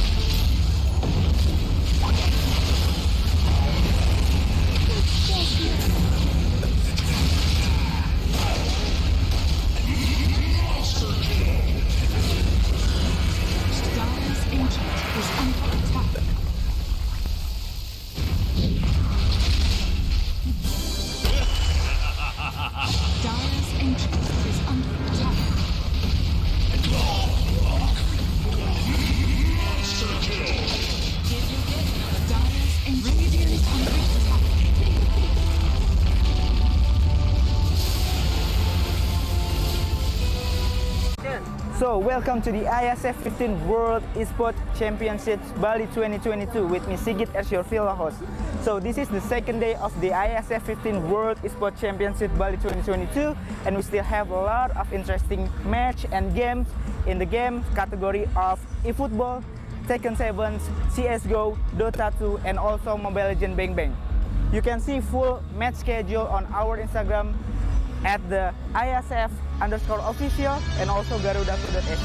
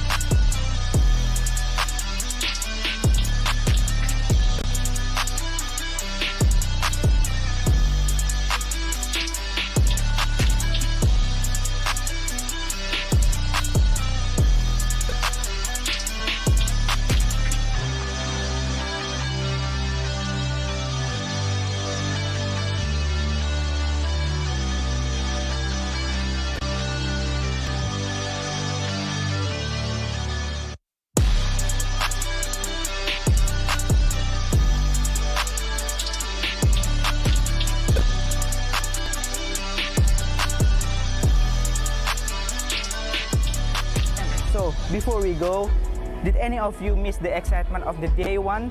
Don't worry, here's the recap day one of the IESF 15 World Esports Championship Bali 2022. Enjoy!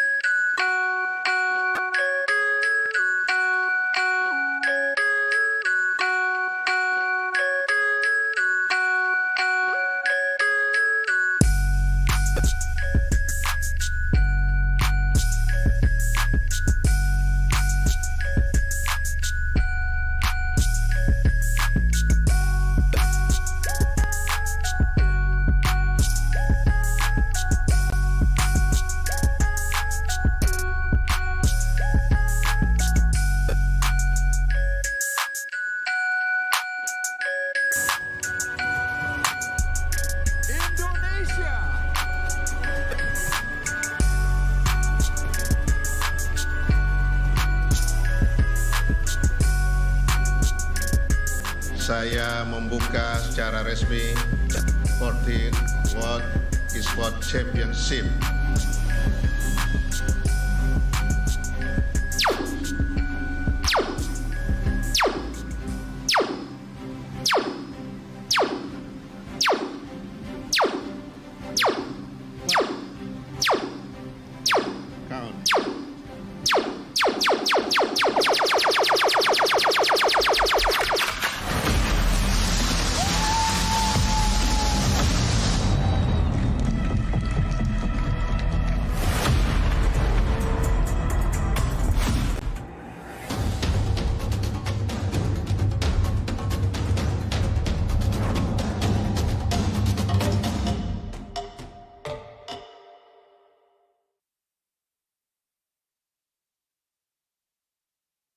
All right, ladies and gentlemen, and welcome back to IESF 14 World Esports Championship Bali 2022.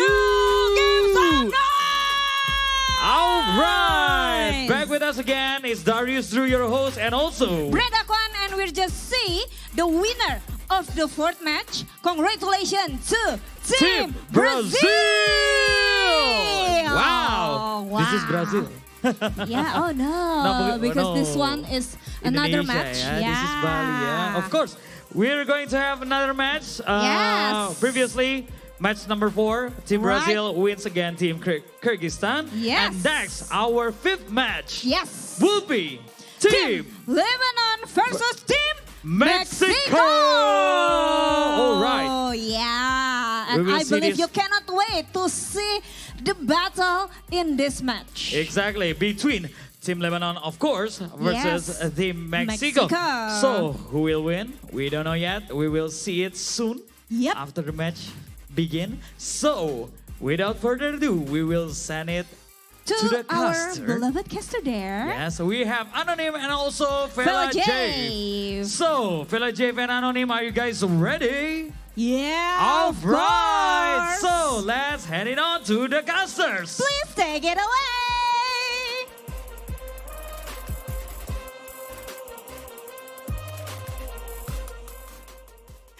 You're welcome back again, ladies and gentlemen, to the IESF Bali 14 World Esports Championship 2022 with me, Villa Jave again, along with Anonym after quite a long game just now, huh? Oh, Coming yeah. from Brazil as well. Pretty fun game though. I don't expect Brazil to do pretty well against Kyrgyzstan. Yeah. Because I see the yesterday Kyrgyzstan We saw played Kyrgyzstan, really, yeah. really well. Uh-huh. But Brazil just outplayed them in all aspects, yeah. Whew, even the prediction is actually going for Kyrgyzstan, Yeah, all yeah. of you. We haven't seen Brazil yet, and we Mhm. know now that Brazil is a really strong team. Oh, very interesting coming from Brazil versus Kyrgyzstan. But we are just gonna go for the next match. But before that, IESF 14 World Esports Championship Bali 2022 is supported by Wonderful Indonesia, Kemenpora, NOC, Koni, and thanks to for all of our sponsors here, our main sponsor, GHL Group, sponsored by GHL Auto, Nusapay, DIS, Gudang Crypto, Taiwan Excellence, Pertamina, Hydrococo, and also official telco partner, Telkomsel. We have official smartphone partner Samsung Galaxy A series, official logistic partner Central Cargo, internet service provider partner IndiHome, and travel management partner HIN. We also have hotel partner Episode Hotel and also Merusaka Hotel. The one that is the venue for Yeah. the ISF itself right now. But we also have our esports broadcaster partner. It's Mineski Global, Indonesian Football E-League, ESID, and also production partner Lemon ID. Also, we have media partner that always bringing up new news or information regarding ISF. It's Trans7, Deticom, Esport.id, Video.com, Dunia Games, Dance TV, Dance Play, Merah Putih, Bola Score, and Kami Bija. Thank you so much, everyone, that always supporting us here. But match number 5. Yeah, the 5th game of the day. And it's gonna be super interesting here because actually, it's gonna be Lebanon versus Mexico. Team Mexico. Yeah, I have seen Mexico yesterday. Mhm. Did I see Lebanon? I think I was Lebanon also. Okay. Yeah, they're actually not winning in the first day, but we will see about today though. Yeah, definitely we will see actually how they're gonna do for this one because I think like yesterday they are not really performing well because it's going against Uzbekistan from the side of Lebanon. Yeah. And now for the team lineup, it's gonna be 9, Lamsha, Lan, Hiroko, and S from Mexico team. Yeah, ESK. Yeah. Yes. Oh, Mexico is actually the one who win, right? I remember now. ESK. ESK? The one playing Draw Ranger yesterday. Oh, Yeah. the Drone Ranger along with the Shadow Pins combo, right? The Oh one- yeah, I remember now. Yeah, the one that is actually giving so much damage coming from the side of Mexico. But yeah, this is the talent prediction for this match. Who are you supporting for this one, Anonym? I go for Lebanon. Oh, okay. I was like making quick prediction because I think like I was doing it yesterday for the prediction that I do remember right now that it's the Door Ranger and also the Shadow Fins movement Yeah, that is yeah. just like very strong coming from Mexico. It's like a clean win coming from them because it's just like aggression to be aggression and also like tons of pressure that is given to the side of the opponent at that time. Yeah, And I want to see it again coming from the Mexico side. yeah. They need to find a win again though to secure the top two spots Mhm. in the group. They need to qualify also to the play-in. Yeah. There's Yeah. only 2 spots for the play-in in each group. Yeah. With a total of 8 teams going to qualify. Yeah, because the final play-ins, it will be consist of 8 teams that is taken by top 2 of each group, group A, B, C, and D. And they will be fighting for 3 slots in the main event because 4 is already taken by the regional 1 is for Indonesia. And the rest 3 is coming from the final play-ins. That's why they need to fight really well and really giving all out for this one. Yeah, only 3 teams in the main event. I see a lot of strong teams. Yeah. There's Myanmar, there's Philippines, there is Mexico also, Brazil, I see. Kyrgyzstan, not forgetting the... Yeah, Bulgaria also. That's a lot of teams to fight only for these 3 spots, yeah. Mm. That's right. Not even that. I mean, like coming from the group stage as well. Yeah. Like it's one of them. It's just like gonna have like hard time to even qualify for top 2 of each group. Yeah. Right. And later they will be fighting again for top 3 for the final play-ins. So the total is only 3 teams out of 16 that is played in the group stage. Yeah, so it's really tough. It's really tough to qualify. It is. But the draft, once again, I mean, like, so far, we kind of see the pattern here. Like, all of the things that is being used or maybe, like, being taken in the draft pick is mostly, like, they always eliminate over the micro kind of situation hero. Yeah, especially Brood Mother, maybe. Brood Mother. Especially, yeah. I think it's 100%. We haven't seen any Brood Mother yet.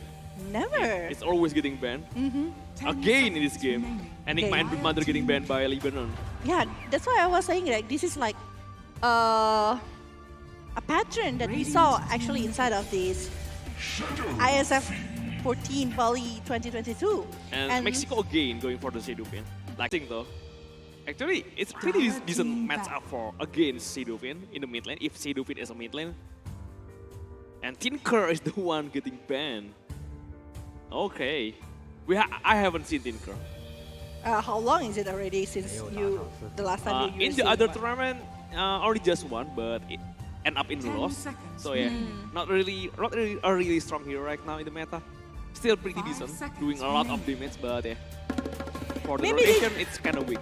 Maybe they're just avoiding like maybe split push that can be brought by the side of Mexico. I mean, like the power of Tinker is just like so super strong, right? Yeah. Clearing the wave.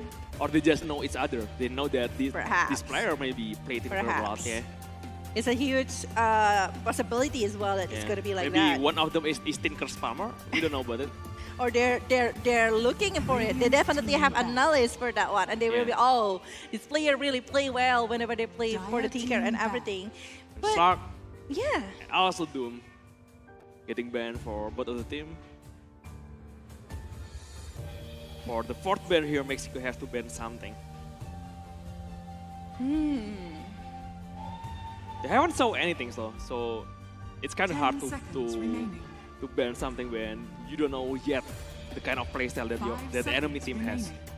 Maybe just ban some hero you don't want to fight against. Maybe if you know what you will pick, maybe you need to ban the counter. Yeah. Yeah. But if I look like this, I feel like Bat Rider is still like very good options if they want to put it in one lane. Yeah. Since like the pick off, it's gonna be like super useful, either coming from the side of Mexico or Lebanon, because I do think like the lasso will be very helpful for both of these heroes. A generally strong hero right now. Even in the first phase of the pick, sometimes, but just being picked right now. Yeah. And they're still thinking about the ban though. Yeah. There's still Mirana in the pool if they want to fight against it. Maybe. What if it's a carry that they try to eliminate first, so they are more comfortable with kind of hero that they want to pick, but with the Queen of Pain, the one that actually can jump into the backline, I think like they really need a lock here. I was like thinking like Marcy is enough, but with the ability for Blink coming from the Queen of Pain, if they are still looking for the support, Disruptor might be a case here. Yeah. But Tide is the one that is being eliminated here from the side of Mexico. And also more playing for Lebanon. Okay. 10 seconds. Yeah, is there any possibilities that Mexico still no matter what happens, I still wanna pick the Ranger? Maybe, but they're gonna wait for it. I think. Draw is not a priority pick. It's a situational pick. I think. Naga Siren. Oh yeah, I forgot about it.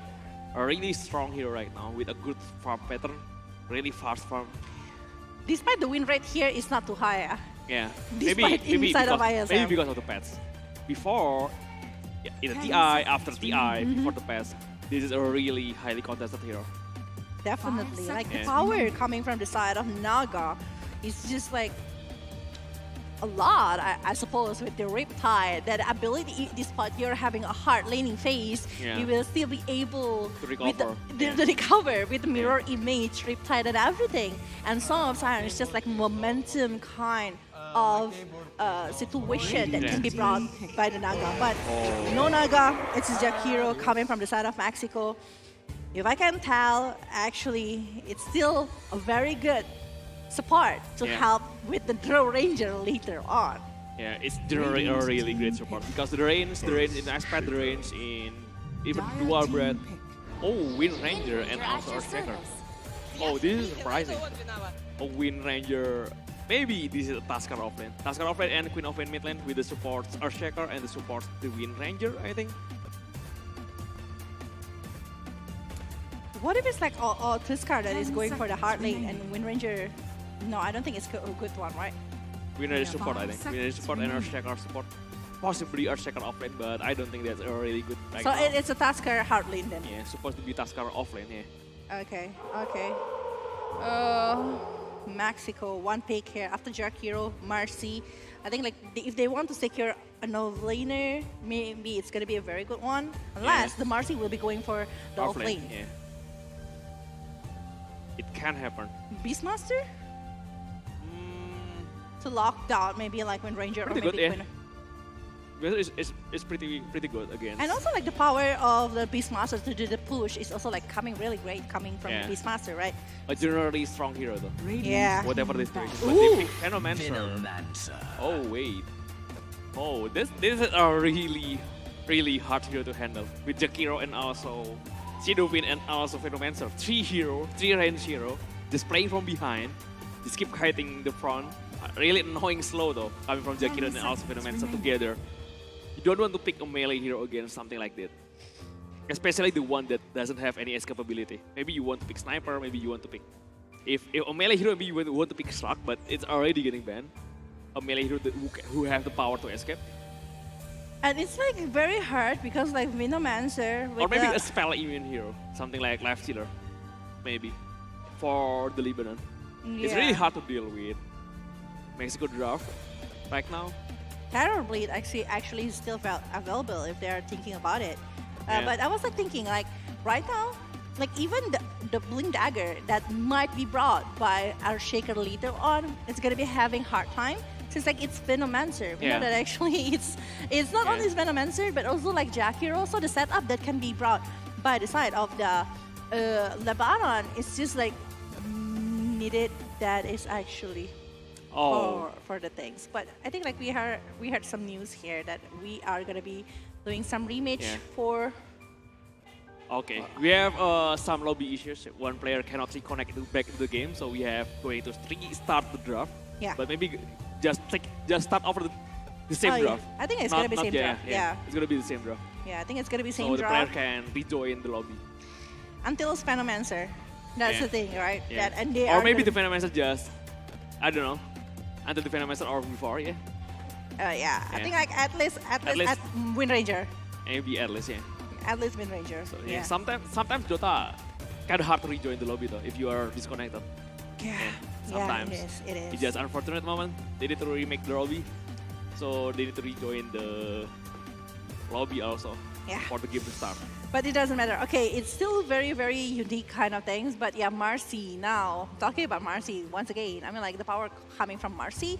And it's like head-to-head of like Tusker, Marcy. So both of it actually having a very, very good support here to do initiation, either coming from Marcy or maybe Tusker. But I do feel like Tusker is a little bit upper hand, only because the snowball. Yeah. In terms of burst, Tusker is actually better. Yeah. But the constant damage if the fight is long longer. one, But you know, Tusker doesn't have any right click power. Yeah. When all the skill is cooldown, even only 5-second cooldown, only 10-second cooldown from the snowball and anything, you cannot do anything. But Marcy is different. Marcy is having a constant damage with the ultimate, having a really good lifesteal. If you cannot burst with Tusker, Tusker is actually just don't know what to do, right? So yeah, in the early momentum, Tusker is having a really good initiation. In terms of initiation, Tusker is better though actually. Yeah. I do agree with that one. I mean like Marcy for the longer fight with all of the skills that she is having as well. I think like it's gonna be a very good one. But the thing like about Tusker, it's not only like one person's kind of perspective. Like Tusker is about a lot of things. Like that's why I love Tusker right now. With the snowball, I think actually it can be a momentum to save or even to initiate. Or even just to buying time. Yeah. If you feel like you're being attacked, you're being ganked, you're being initiated on, you can just do snowball, just prolong it as long as possible until your teammates finds you. Yeah. Right? That's kind of annoying though. It is. That's why I was like thinking like Tusker a little bit in my opinion, my perspective, it's a little bit upper hand. But it depends on the initiation as well. Yeah. In the how they are actually executing the momentum inside of the game. Yeah. And actually with the Tusker plus kill, I do feel like I know how the rhythm and also like the combo will be. Like the Scream of Pain or maybe like the Sonic Wave coming from the side of Queen of Pain will be like the one who actually finishing off everything that Tusker are doing in the initiation. Yeah. And also the problem is Marcy is getting nerfed a lot though. Oh, that is sad though. Not just one time. Every new patch, Marcy is always getting nerfed. Because even after nerf, Marcy is still on the meta. It's still pickable. So they just keep nerfing him again and again. Because you know that every time I saw a DOTA match, I saw Marcy. Like, are you guys not tired like seeing Marcy all the time? Like, it's either ban or pick. Yeah. It's better now. It's not every game we see Marcy. It's getting nerfed really hard. But it's still a good option. Still a good option. Still, the power in the ultimate is still good. But it's not as good as before with his ultimate. Usually, CS are really perfect counter for BKB. And his ultimate is really heavy. It slow people when he hit BKB before. Okay. So that's really good. And the jump, the rebound range, so it's really broken hero. Right now it's just perfect. It's still usable, but doesn't do much at all compared to before. Okay. Yeah. Compared to before, yeah, definitely. Because before it's just like too OP, even like it's past 4 or post 5, but it's the one that having like very high net worth. I was like, oh, what? Is this Marcy or what? even people playing him as a carry before. Yeah, I do remember that moment. Like I was like, oh, really? You're gonna play it as a carry? But it turns out like it's going really well because you can play aggressively. She only need BKB and Besser, I think. Yeah. Just to kill one hero. The buy one potential is really great. He can solo kill people, even a carry people. Yeah. Crazy coming from RC, but But now it's not that OP anymore.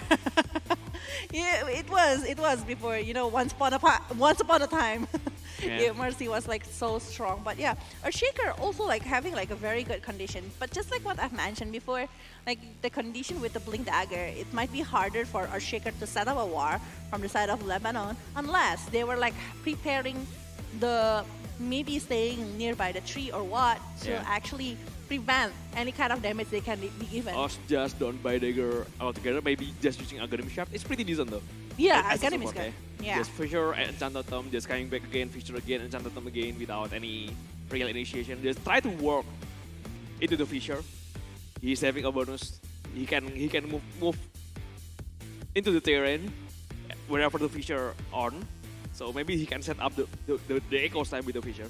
Yeah, just the Fisher. And the Enchanted Aghanim Sharp. Yeah, it's a high possibility, but yeah. Oh, turns out it's not Venomancer. It's gonna be Visage that is being picked. Same hero, but yeah. Same the hero. Venomancer just after they announced that Robbie will be remixed, so yeah, it doesn't count. Same hero, Visage is the 4th pick for the Mexico. Actually, it's really great actually to find a checker in the backline. For the familiar, it's the same concept with Venomancer. It's actually better because Visage is in the meta right now, pretty strong hero overall. And because like we are seeing that actually from Lebanon, it's gonna be a Wind Ranger, Queen of Pain, and also Toss. I think like they apply it well for the Visage one because actually it's gonna be like giving the spam of the skill gonna help the Visage to actually have the momentum right there.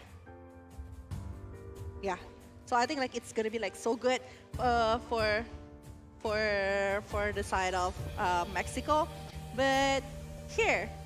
Coming to another banning here from the side of Lebanon, I think like they need someone who can be like frontliner and be the one who actually tanking all of everything. So of late here, maybe coming from the side of Lebanon, unless they're putting the they have to ban carry. Yeah. Yeah.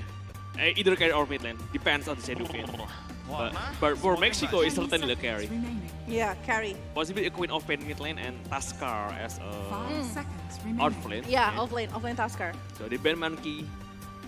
But yeah, they expect the Shadowfin can be a carry also, so they ban Pangordier and they ban Batrider. Both of mid lane here. There's a really huge possibility that Shadowfin will be a carry though. Huh. So the last pick, the last ban I mean, for Mexico. 10 Our seconds carry remaining. hero that doesn't want to, Lifestealer? they don't want to fight against. Lifestealer is still 5 there. seconds Lifestealer is remaining. really good against Jakiro. Yeah, I think like last Doing really year good is also with against Sniper. Shadowfin, and they ban Sniper. Yeah. Shadowfin doesn't really like to be outranged, especially if Shadowfin is a carry. Whoever outranges the Shadowfin gotta get the upper hand. Shadowfin is really bad if he get outranged. So you don't want to fight against Sniper. 10 seconds It remaining. means that if and only if like Lebanon going for Lina that is Rina hitter. Lina carry possible. Yeah. But Lina actually really bad in the safe lane because the hit level. Dual lane provide less XP because they okay. share the XP. Okay. It's doable though, it's doable. But it's not as good as Lina mid lane. Yep. Okay, so what else big here for the side of Lebanon? What kind of carry? Lifestealer is still a possibility here, a huge chance as well because it can be like Invest Bomb along with coming from Queen of Pain side with the blink that she is having here. It's not only like Queen of Pain, like Tuskar, like a Shaker that can be done like that, or a Terror Blade. It's possible. A lot of possibility. I mean, to be honest. Yeah. Research time now for Lebanon side. Who are they gonna pick for Last this fight one? is pretty. It's actually Oh, okay yeah. though. Now you if they mention want. Yeah. with the Queen of Pain and also Wind Ranger, I think like it's still very good, along with the Fisher coming from the side of our Shaker. Yeah, because it's hard to use melee hero if you don't want any escapability, especially against Jakiro and also Marcy. So fight is actually pretty decent. If you want something like that, maybe last year is actually not bad also. They're still in the pool. Suddenly they pick something that is very unique. I'll be surprised. Pat's carry. No, Draw Ranger. Yeah. Draw Ranger. Something that can outrange Shadowfin. You know what? Yeah. They want to deny it as well from the Mexico, I think. Yeah, No, possible. But it's also good because Shadowfin doesn't really like to be outranged. Draw Ranger, Sniper. My concern for Draw Ranger is really weak 10 against Visas, I seconds think. remaining. And also, he need to be careful of 5 Marcy. seconds remaining. Because But the Marcy is like... overall, if Draw get the farm, he get the item, it's a really strong hero. We have seen that yesterday in Mexico. And like Marcy is Shadowfin along with the Visage, she's like very flexible kind of pick. So I think Yeah. like it's still like they still can rotate. Like the Marcy can still go for the off lane. The Shadowfin can still go for the mid or carry. Visage the same with the off lane mid, like Yeah. that. Visas One offlane, Shadowfin with Draw there, possibly Shadowfin mid lane. It's better for Shadowfin for a mid lane rather than a carry against Because Draw going, Ranger. yeah. Yeah. A better using magical requiem Shadowfin rather than right click Shadowfin, I think, in this scenario. It's still okay though. Maybe Alright. some melee carry that can jump into the draw. Press for it. Press for it. Yeah, it's good. That's how I stop the range one. Yeah. A melee carry that can jump into the draw ranger. And- It's really good also with the outside damage from Shadowfin. And actually, we're supposed to see it coming. Like the Jakiro one is actually like gonna be very helpful, Yeah, along with yeah. the Shadow Vein for the Yeah. passes for There's it. a lot of outside damage that can support Chronosphere, yeah? Yeah. Outside damage to support the Chronosphere is just like so crazy right now, coming from the side of Team Mexico. I think like, oh, the drop is just like very solid for both of them. Like they have like chances to win. Depends on how is the execution inside of the game, like how they're from the side of Lebanon, how they are gonna make this Raw Ranger having the items that he needs as soon as possible. Yeah. Well, for the Mexico one, just like dragging the time for Pesos Void. Yeah, and just trying to utilize Crossfire every time Crossfire is available maybe. It's very good. It's really, really strongest spell in the game, especially in the late game. Using spell immune, the AoE is really huge. No one can do anything about it. Especially without the save hero, without something like Zero Demon, without something like OD maybe to save someone. So, ladies and gentlemen, don't forget to support your favorite team from Lebanon or maybe Mexico in the comment section below because we will be jumping for this match from the play-in day 2 inside of the 14th World Esports Championship Bali 2022 here by IESF. Definitely, we are going to witnessing this match number 5, the 5th match of the day between Lebanon versus Mexico with me, Velajave, and also Anonym. Yeah, here we go. Here we go. This is going to be a really exciting match. It is. Yeah, it is going to be with the super. performance that Mexico showed yesterday, actually, it's a really promising way to start the tournament. Yeah, it Mexico is. show they are a really good team. But based on the drop that we are having from the side of Lebanon, along with the side of Mexico, which drop that you think will be having like a very good first 10 minutes? Landing pace with match up. With Open against Shadowfin, right? I think it's fine for the mid lane. Open and Shadowfin just trying, right? just trying to contest the CS, trying to contest the runes, and Visat along with Marcy supposed to be.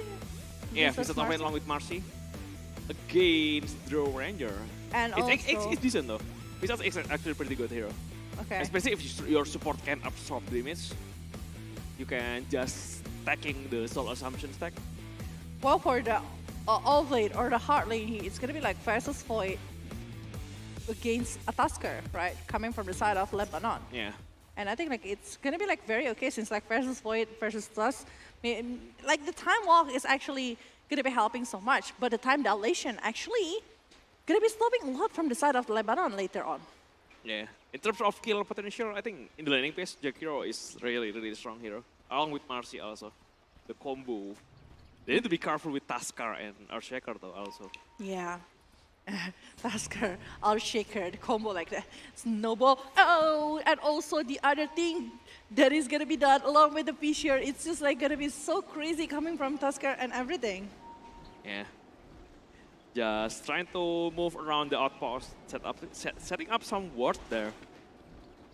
Using up the smoke, 5-man. They're just getting up into the mid lane. They see someone, they're checking for the ward, they put the ward, their own ward in the right side of the mid lane. Oh, yeah, but I think like they're not gonna be forcing so much for this Monty. I don't think like they want to fight for this one, so I think like it's gonna be cool 2-for-2 here from the side of Mexico and also Lebanon. Yeah, no one tried to contest from the Reaver, but at the bottom outpost though, maybe they will try to contest the bounty. I think it's gonna be 3. Is it possible? Ooh, still Marcy. Still Marcy taking the bounty, so 2-for-2. Marcy and Visats with Wind Ranger and also Void take the bounty. Oh, so it's a 3-for-1. 3-for-1 though. 3-for-1. 3 for Mexico. 3 for Mexico. So it's an early advantage here coming from the side of Mexico itself. Oh, Tusker mid lane. Tusker mid lane. With the Queen of Pain off lane.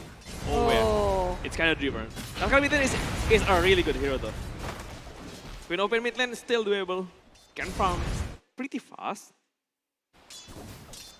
But isn't it gonna be nice if the task is the one that having quite a hard time to even like clear everything in the mid lane? I mean, like it's still doable. Yeah, it still can survive and everything. It's still doable. Yeah, he just tried to last the range creep with the Ice Shard, just growing the melee creep to himself, playing it safe. And yeah, the Ice Shard coming in, trying to tracking Shadowfin though. You have to be careful with the race. It's good. Second race coming in, also the range creep. He will try to last it. Oh, not really. You have to be careful with the race. Snowball. Oh. Okay, fine. Actually, like the aggression that he made towards that one is also like very good. But Marcy actually very low. But on the other hand, Lamp Shop is actually stopping the movement coming from the side of Draw Ranger. Yeah. There is a little bit skirmish in the left. Both of the support just trading damage. So there is solo assumption charge from the frame shock, right? You have to be careful of that. A really nice kill first blood from Visage. Yeah, I think like it's slowing down a bit the growth coming from the Ranger, but later Soul Assumption, if she's keep doing that, if he's keep doing that to the side of the Ranger might be having quite a hard time. I mean, like, for me, the Ranger is just like needing level 6 too fast, but oh! Again, the draw! He get the kill first though, but he is still being taken down. Flame Shock already has the second kill. The Soul Assumption. Atomic Fred trying to run away. One more Soul Assumption should do it, I think. But the charge is rolled up. The power shot is connected to Flame Shock. He used the wind. Oh no. Alright, almost. Nice try. The Wind Ranger almost got the kill first, but Flame Shock is actually surviving that. But now Flame Shock already having like 3 points in the very early situation coming from the side of Mexico. Yeah. It's especially bad because the kill in draw and also the kill in Wind Ranger is solo XP for Visage. He got a lot of experience out of it. Yeah. Without Marcy sharing the experience. Yeah, it's a solo one. It's a solo one since like the Wind Ranger, sorry, the Marcy is the one that's being taken care of before good. Yeah. So yeah, time dilation. Actually, like that's the one that I don't like coming from the Faceless Void.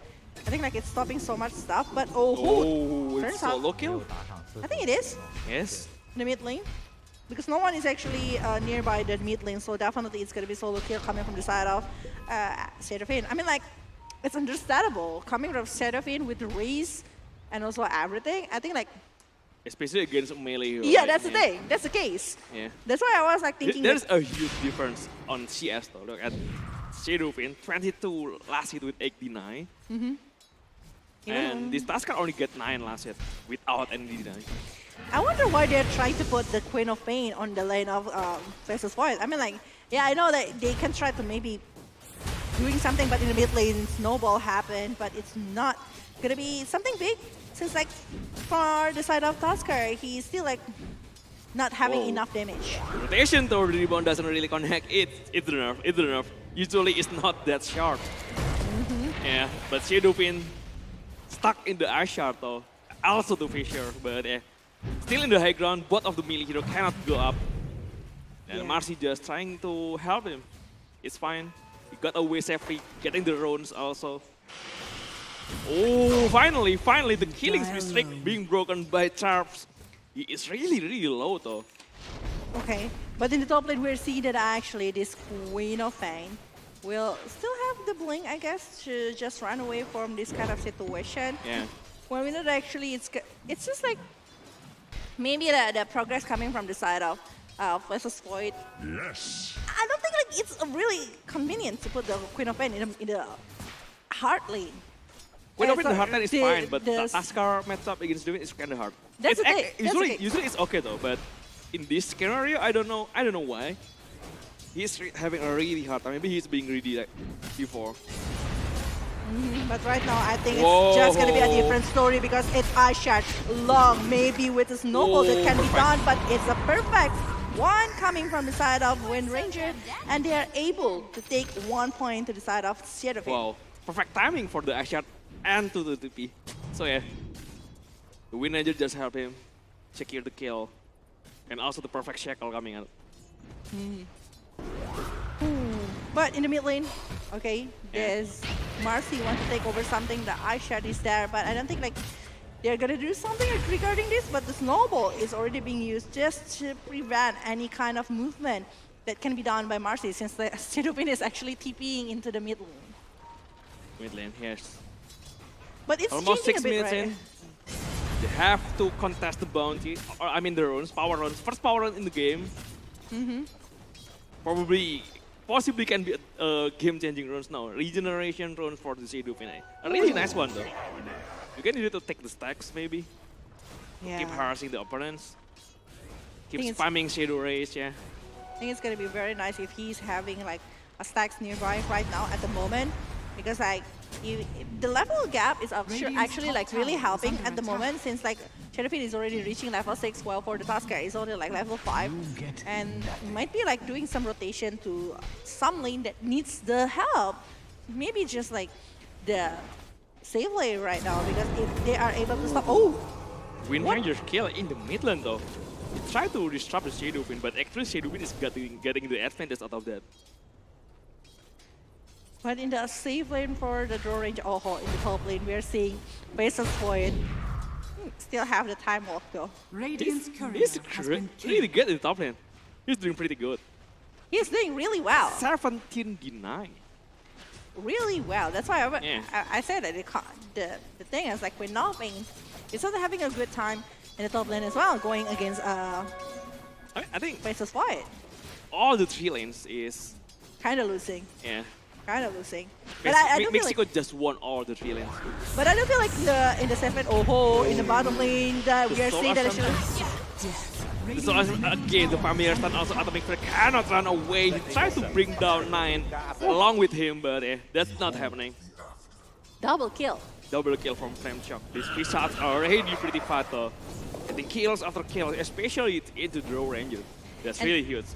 And they might be trying to get it over the tower here in the bottom lane, at least like trying to do something. And then he have like his own familiar to actually do it. And with the help with Jakiro, as on fire and everything, it's just like gonna helping so much to actually aiming for that tower. And they might be getting it without any time right now. Yeah. Usually when you play Visage, it's pretty hard to win the CS though. Kind of hard to win CS with Visage. You may win the kill, you may win the contest, but kind of hard until you reach level 6. Okay. But right now, he is really ahead other than Draw Ranger. Draw having a really hard time here in the bottom lane. Very hard time. Shackle though, just holding the Jack hero. The familiar keep chasing under the Draw, under the Wind Ranger. Yeah. Still. Does he want to continue? Right now for the side of Team Lebanon, they're forced to have the Draw Ranger actually farm to the mid lane just now, because they know that actually it's going to be very hard to stay in the bottom lane since like the tower is already been taken by the Hind of Mexico. And they might be going for something more since like from the side of Lebanon, they are going for trying to get something else for the movement. The Wind Ranger actually scout up the ward that spot up the ward that Mexico put there, but Power Shot is just too short of vision. He knows something, but he cannot reward it. And so still have a really good vision for Mexico right there. They just knew it without any ability to actually control the map again. So yeah, I think like they're just gonna wait for the movement to be done by the side by the other hero later from the side of Lebanon. But Mexico, again, with all of the resources that they have at the moment, with all of the big skill, I think that rotation is needed from their side. Yeah, they need to find, maybe try to find some things.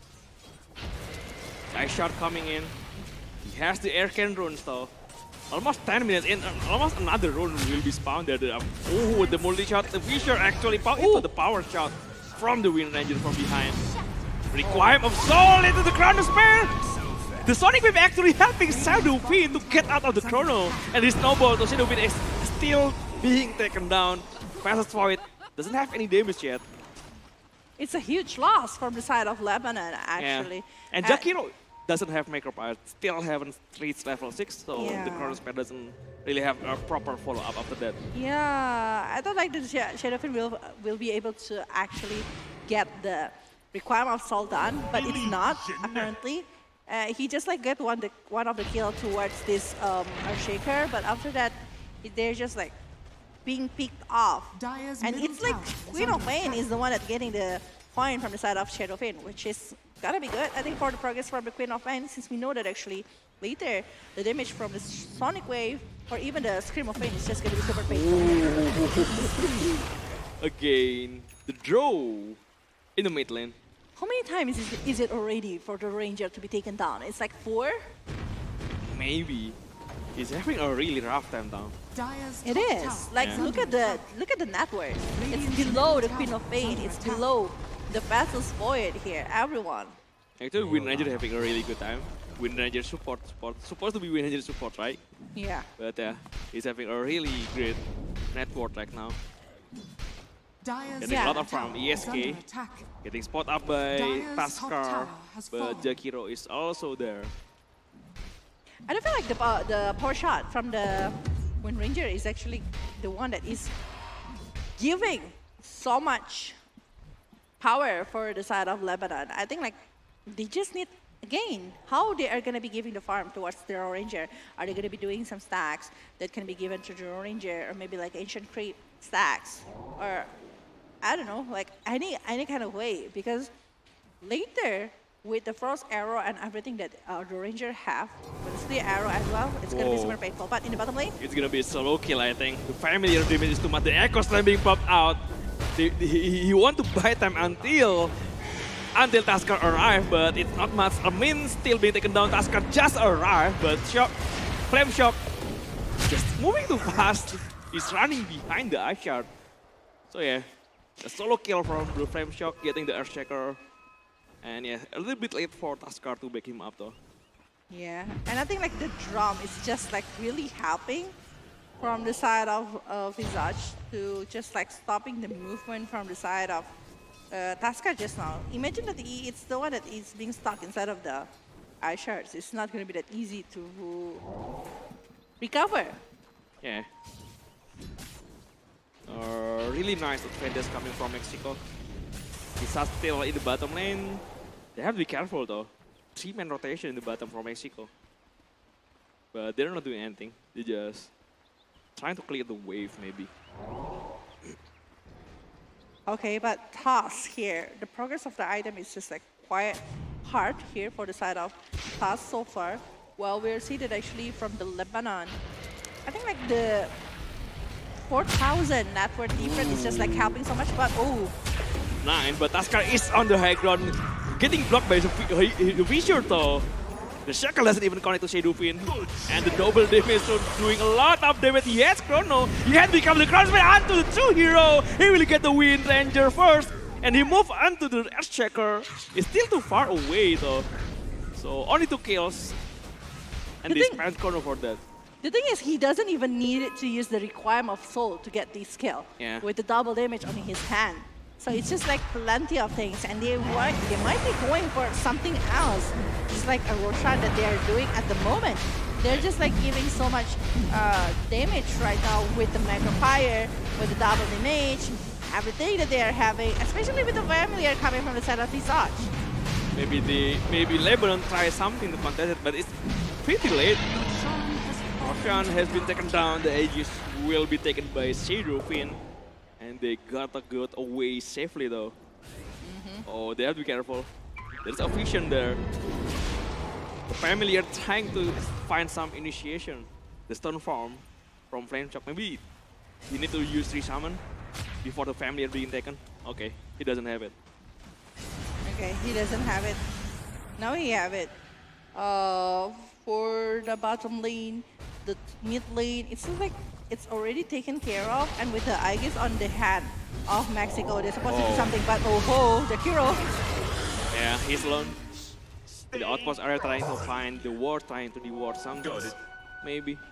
Or maybe just going to the runes. But in the bottom lane also, especially Draw Rage, is that a Stormform? No, nothing. Yeah, he just used it. Yeah.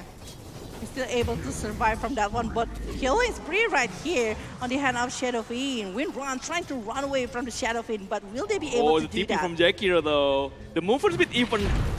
Yeah, he doesn't even have the movement speed to run away from Marcy. Marcy using the pace boot is just too fast. Just, yeah. It's really bad. It is, like right now, the conditions still on the favor of Mexico. Like it's piling up little by little. It's like a 5,000 on the hand of Mexico right now. It's 15-8. It's still like 16 minutes inside of the game. But I do feel like the progress from the Draw Ranger is just like quite stacked here. It's still in the 5,000. When we know that actually the Visage, even the Visage, is like having 7,000. It's just like so crazy how Visage able to outplay everything from the hard lane, right? Yeah. I think they know what Lebanon is doing. Yeah. They smoke in front of the ward though. Radiant structures so Mexico knows something is up. Try to move behind. Just trying to get the runes, illusion rune for Sidufin. Trying to move forward though. I mean Visage. The regeneration rune is there, Flame Shock. He is pretty much alone right now. He doesn't have any backup at all. So yeah, this is a free kill for Lebanon. I thought they have a vision. I thought the smoke is being spotted by the observer beside the tower. I don't think it is right now. Yeah. Or they just like not really Respecting seeing. the movement. Yeah. I think like they are not going to be doing anything, and it's like killing spree that is being taken by the side of Lebanon. It's just like a really good streak that is ended by the side of Lebanon, and they are going to be trying to get something in return for that one. Not only like the kill, but they also want the objective, like the tower in the mid lane, along the fortification that is being built. Oh, the Jakiro just in a really bad position. The power shot doing a lot of damage. Nines. Also the second kill coming from Lebanon, taking 2 Mexico heroes down. Somehow, the movement is just like inefficient. Like I do see like the Visage has been taken down. Okay, it might be a mistake, but like the other two also been taken down. When you are having Aegis, it's just like too much. But yeah, the Chrono just under the Draw Ranger. That doesn't even have a backup right now. The Silence Gust coming from the Draw. Atomic Flash still having taken down, but they lose the Vessel's fight. They will lose the Shadow Wind. They will lose the Visage. This Aegis is being popped out. They wait for the Shadow Wind to respawn again, but the Visage is done. The Requiem is actually being popped out. Taskar taking a lot of damage. They still have the Snowball. The Vision is helping him up. The Guts also the Silence. Did they have the Vision? Did they have the detection though? The blink away from Queen of Pain. Queen of Pain doesn't even get killed in that kind of situation though. Oh. Only losing Draw Ranger in the Chrono before, and Taskar still having the Snowball to buy time. They will lose his life, but at what cost? Draw gonna get... no. Visage is too much to deal with right now. Drew doesn't want to commit. He wants to run to the right side of the map. Oh my god, the Queen of Pain still survived no matter what happened, but the Visage is being taken down and it's too much from the side of Mexico. It's just like plenty. Even the Aegis that is being held by the Shadow Fiend are unable to give something, some objective. And look at the drop over the network. It's just like giving Lebanon so much hope at this rate because they're like having so much takes. And not only that, because the gold is also like taken by the side of Queen of Pain a little bit to the side of Draw Ranger. It's growing up the progress coming from the Draw Ranger, and suddenly the Draw is not on the top 3 of the network list, which is going to be very good for the late game later. Yeah. The one that Lebanon is taking in the fight is 3 core. They get first Void kill, they get Visage kill, they get Sidufin kill. And Lebanon only losing 2 supports. That's the problem. Yeah. Yeah, this is the comparison between ESK and Tarps. ESK with the fast fight doesn't get any kills right now. And Tarp doing a lot of damage though. Ooh. Queen of Pain, wait a minute. Where is he? Oh, alone. Sidufin getting the kills. Yeah. With the help of 9 and also Hiroko, right? I think the rotation, they do understand that they were doing some mistake here in previous moment. So I think like they want to do it more by having like more into the stick movement. So they are not having the losing moment again after that one, because I do feel like the network of Shadowfin is still like very high at the moment. Yeah. It's like 12,000. Like no one is actually reaching that far. It's only like 8,000 for the other player from the side of both of the sides even. Yeah. They need to find the next objective though after this. Both of the team. Maybe they need to set up some vision before the Ross fight. It's still a pretty long way to go though. 2 minutes before the random time. Maybe they need to farm out a pretty crucial item like BKB or maybe some damage item in the Vessel's Void. Gonna be nice. Echo Saber along with another thing maybe coming from the side of the Shadowfin, so it will like higher the chance for the bash to happen. Like they need the back to be the best lord here. Yeah, the Vessel's Void, right? Yeah. Sharp actually having double damage, is it? Oh no, this Clarity. Yes! 5-man smoke.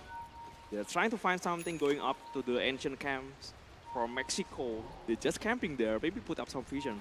They just put up some vision, Observer and Sentry. They're waiting while the Mexico is also using smoke, trying to invade the enemy ancient, but there is stack for draw though. They will get the stacks. This is pretty bad. You will give draw some nice gold. The ancient stack gonna be cleared right now. Radiant's top tower is And under Mexico attack. just trying to move into the mid lane. Oh, they're If the gonna fight be... happen inside the vision of Lebanon, this is gonna be pretty hard for Mexico though. Radiant's top tower is under attack. And it's high probability going that way because the snowball is actually already being used along with the Walrus Punch. It's actually opening up the news here. And even the Black Flame Shock already using the zone here to actually stop the movement coming from the side of Aixen. Yeah, they need to reward the vision first, I think. The vision on top of the ward spot. They cannot do anything without rewarding that. That's pretty scary though. You don't have any vision at all. It is. It is super scary. Invisibility. Okay. 13, 18, 6,000 in the hand of Mexico. Mexico right now still looking for a way to try to pick off the players from the side of Lebanon. But Lebanon is actually giving and having really good progress here from the side of the Ranger. And the Ranger is going to progress into the BKB. Oh, they know something. The Invis actually inside of the Sentry Ward vision. And they refill that one. Yeah, and they only need to wait 30 more seconds before the Roshan up. The second Roshan of the game, so yeah. The control of the map is actually in favor of Mexico. Mexico is already standby in the Roshan area. So it's gonna be bad if the Roshan just respawning there.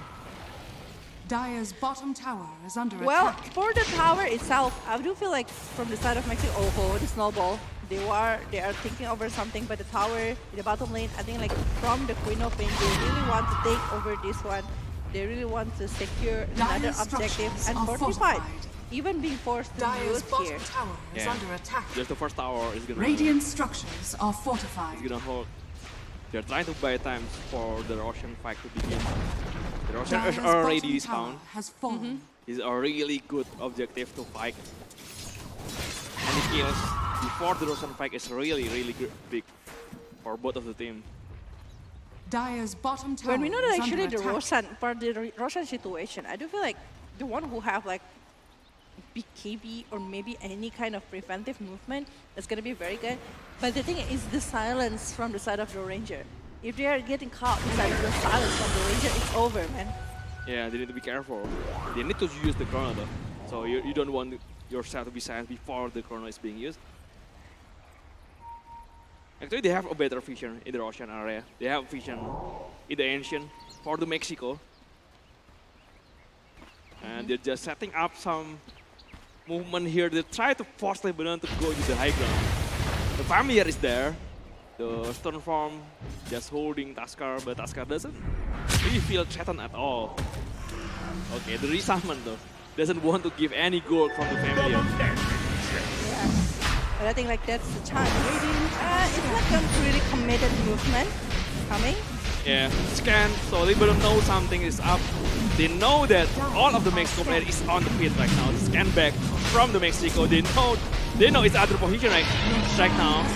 But Roshan is already being taken down. The Aspect actually will take the Checker down. He cannot even do anything. The Costa connect the two heroes. They will try to find the Drone Ranger. So a lot of damage coming to the defense, but also assumption into the Macropyre. 3 men down here from Lebanon. They got the edges, they got the fight. They got 3 men. So this is a really good advantage from the Mexico. And the one that is down is only Marcy. It's a support, and it's just like so perfect. Since like from the side of Lebanon, the one that is taken down actually just like very perfect chronosphere that is actually being used by Fastest Void. And the Fastest Void movement, it's just like directly to the Draw Ranger. Despite the Draw Ranger and also Queen Open doing a really great job by using the Sonic Wave along with the silence from the higher ground. Yeah. Perfect chronosphere, I think, from the Fastest Void. Yeah. ESK again. Under attack. Try to fight into the high ground right now. They try to get the objective. And even the Requiem of Soul coming from the Shadow Pit, it's just like in that perfect moment. And right now, they're trying to go into the high ground, try to get over the tier 3-1 here. Even the Shadow Pit! Sadly, he's using Aegis though. losing it. Yeah. Yeah, the Fisher coming out. The Echo Slam only to clean the creep. Nice pump. But yeah, nice pump getting out of there. Oh wait, they still want to try something. The Wild Punch coming out. The Draw having a really good position to right click one by one the player from Mexico. They will try to find Flame Chop. They know the chrono is not up yet. That's why they are really confident trying to go into the fight. The Ice Shot coming out. They're blocking the way from Flame Chop and they keep blocking the way of Chidupin. Also, nice Fisher into the hero. The Wild Punch coming out also. The Chidupin is in really bad position. They have the Statanic though. They still have the left tail. He will take down Tusker and still get away safely. Oh my god, the positioning coming from Draw Ranger is just like coming really well. But you know, the Shadow Spin damage is just like so huge. Despite this Draw Ranger already finishing up the Yasha, I think like it's needing the Manta. Because it really do. I mean like the Soul Assumption coming from the side of Visage is just like too much to be handled. Not only that one, but Mercy. I do realize why Mercy is just like getting picked at that moment. Since like whenever he wants to jump in, or what kind of decision that he's trying to do, he's gonna that anyway. He wants to get back and get. If there is a chance, I want to do the rebound or maybe picking off the players coming from the side of Lebanon. Yeah. But it's not working since like it's Wind Ranger plus the aura coming from the Draw Ranger that's hitting on that particular hero.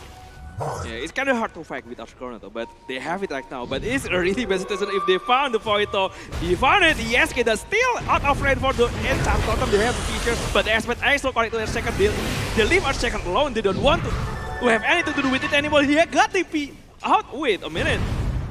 Okay, no best in there. No best. Yeah. They leave the Archecon alone though, yeah. That's the only way you can get away with that. But Chidupin on top lane though. Fun getting spot by Tusker. He's still alone. He don't get back at all. The Silver Edge getting used. There is no dust, there is no detection, so they don't know where the Chidupin is. He still get away, but the Dribble Dim is coming for Marcy. He found the draw. He will take the draw. He just jumped. The Shackle though connect to Chidupin without even using this BKB. Just to let the Satanic developing him left tail. He still can't get the left tail. He still can't get through 5. But the draw being chased on the Familiar. Visa trying to find the draw. Keep chasing onto him. The Familiar will spot him. And he will take him down. But Chidupin also in a bad position. He will take. It's just a trade though. And Visa still alone. Along with his Familiar only. One versus 3 situation here. I don't think he can do anything about it. 2 heroes in the bottom lane with the fastest point. And also Giacchino doesn't ready for the fight. It's just like too much. Like despite that the Shadowfit already used the Mass of Madness, but still like all of the CC is going to him. After the BKB is done, it's just there is Shackle, there is what? The other things that is given by the side of the Baron. Even they're buying time by using the Snowball coming from the side of Tusker.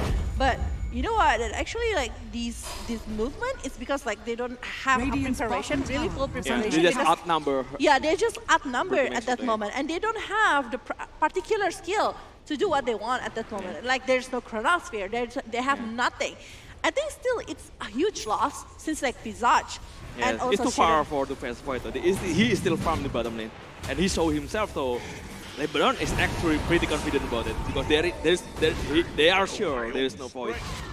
Yeah. Maybe if Void doesn't show himself, maybe they're gonna have a really hard decision either if they are want to commit or not. But with the Void showing himself in the bottom lane, they are really confident though. Definitely. And now, even from the Mercy, it's just like the Mercy is having really hard time. We were expecting that the Mercy will be like very, very good going for this game, since like it's gonna be easier to actually picking off the player from Lebanon. But it's not working that way, since like the Mercy, whenever he shows up, there's this silence that is particularly going for this Mercy, and non-stop right click that is going from the side of Draw Ranger towards him. So yeah, but I think like later, if they are able to secure the Ranger first, it's just gonna be a different story. Yeah, the 4-man smoke though, they have Chrono right now. Archecon break up the smoke. They just like up using his dagger, trying to chase down Archecon though. They should leave Archecon alone, I think. Lebanon, he cannot do anything about it. It's pretty risky if they want to back him up. Just yeah, nice kill for Mexico. It is a nice kill for the side of Mexico here. It's 1924 in the 31 minutes and 9,000 network difference only. Like everything still can happen. And for me, with the ability coming from the side of Queen of Pain can just like clear the wave pretty fast as well. He's spotting Taskar. I don't know if they want to use the chrono. Yeah, they check up use the chrono. But the damage is still not there. Marcy coming up, the snowball will be used. The rebound onto the hero. Used to give it the revive of oh, the Queen of Pain! He needs to pick up. The Queen of Pain will be taken down along with Taskar. They want to find for more. There is still Draw Ranger in the lane, in the bottom lane though.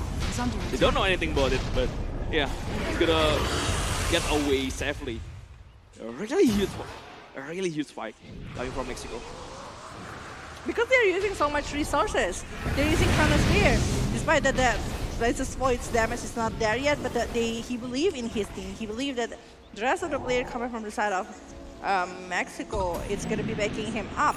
And with two members that is already being picked off by the side of Mexico, they are just going to be capturing everything that they can. And they even got the outcast there in the bottom lane.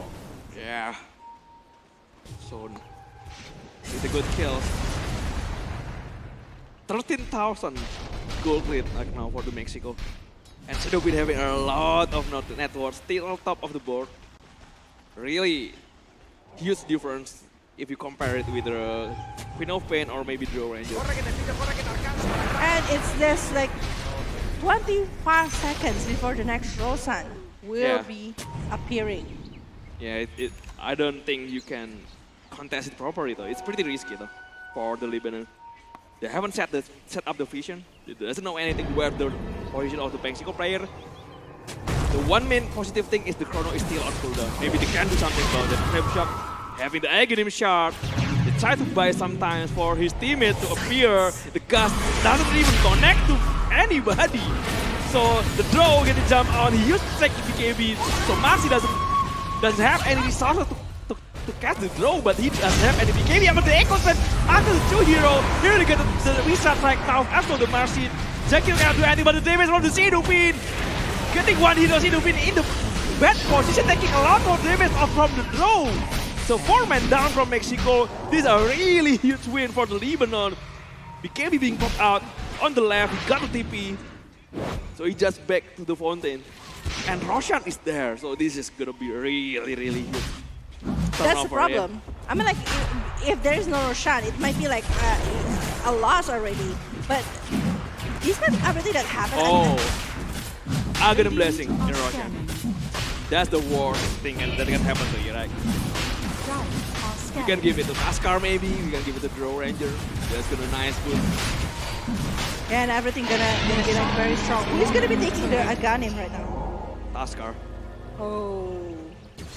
Taskar Warless kick, right? So yeah, you have to be careful right now. Yeah. Yeah, the pick off potential.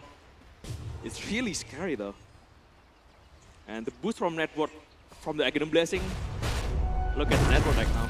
Oh, it's just a difference from like 15,000. It's now 2,000 only. It's 13,000 dropping to the side of Lebanon right now. Yeah, a really huge gold swing there. It is like 13,000. Suddenly it's just changing, and Lebanon is the one that is leading at the moment. Win probability, it was 8%. It was 8%. Yeah. Now it's 29%. It's just keep rising. Yeah, keep rising. And even now it's above 30%. They still got the AG, they still got the cheese. They got the Aghanim Blessing for Taskar. Look at Taskar network right now. Because of the Aghanim Blessing, right? It's a nice skill to have though. Mexico have to be really careful for the Warless kick from Taskar.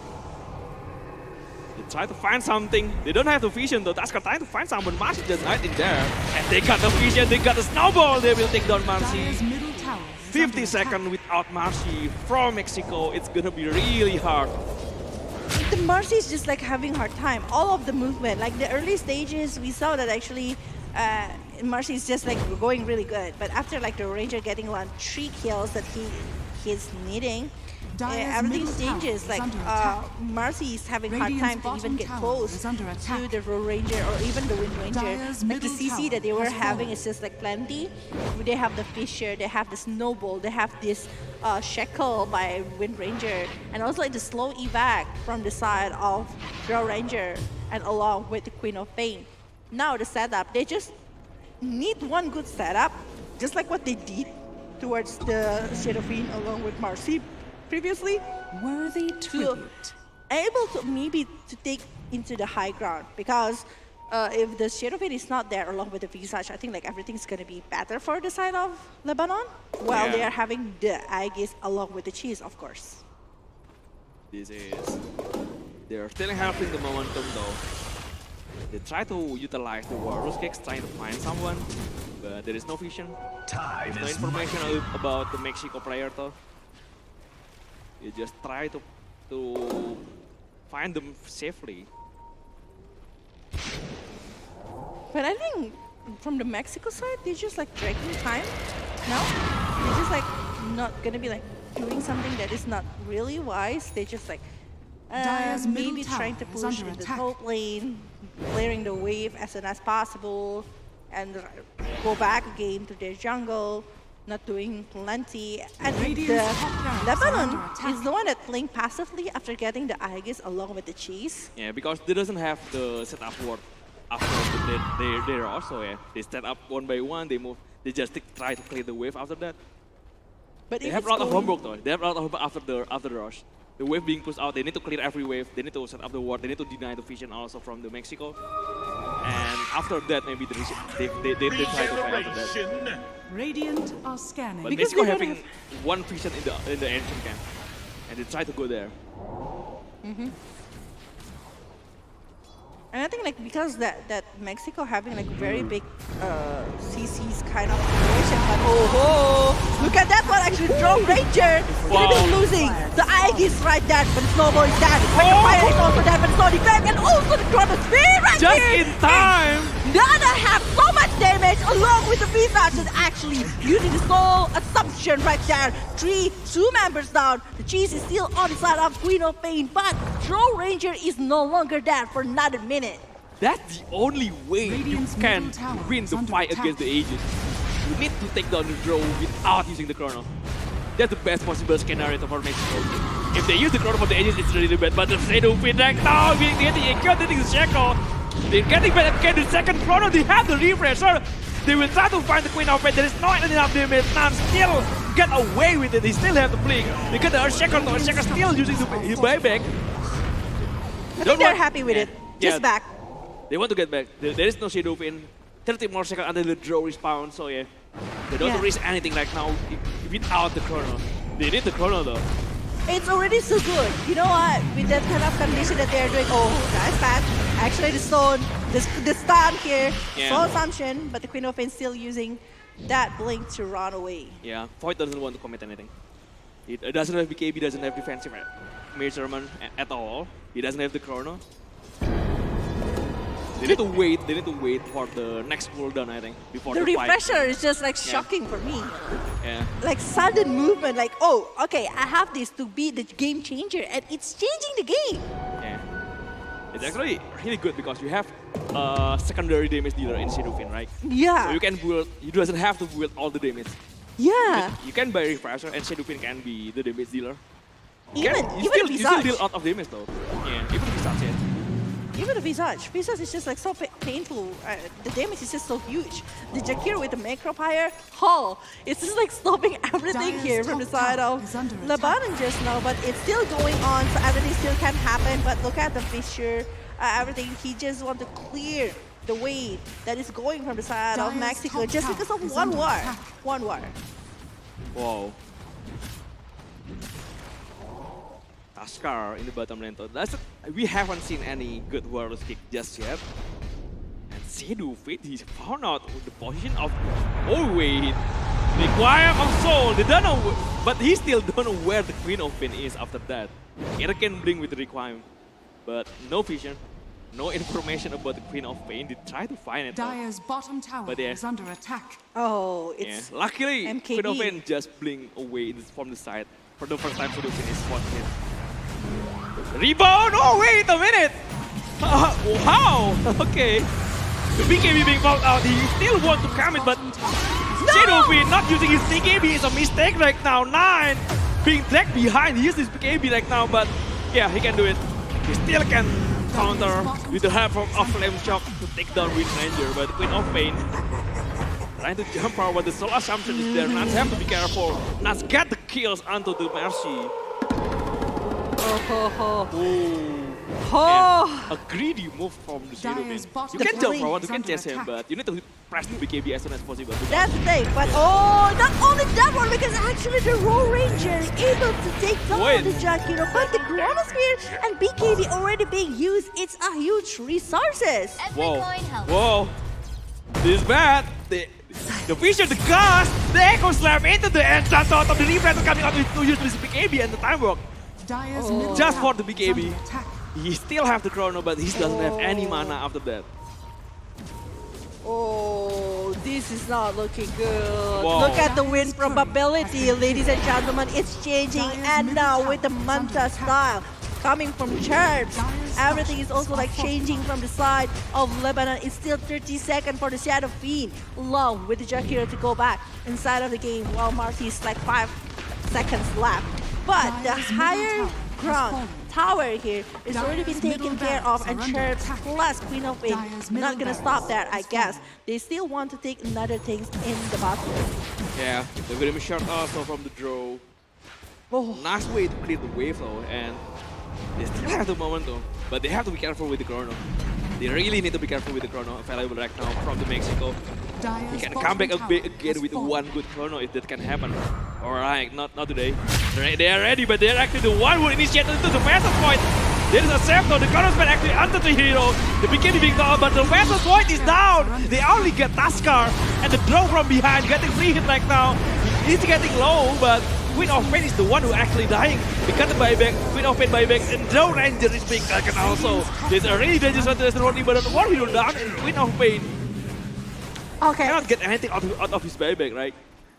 Forcing a buyback here from the side of Queen of Pain. He cannot even jump into the side of Mexico. Mexico, at first, like the setup was like coming really good from the side of Lebanon, but you know what?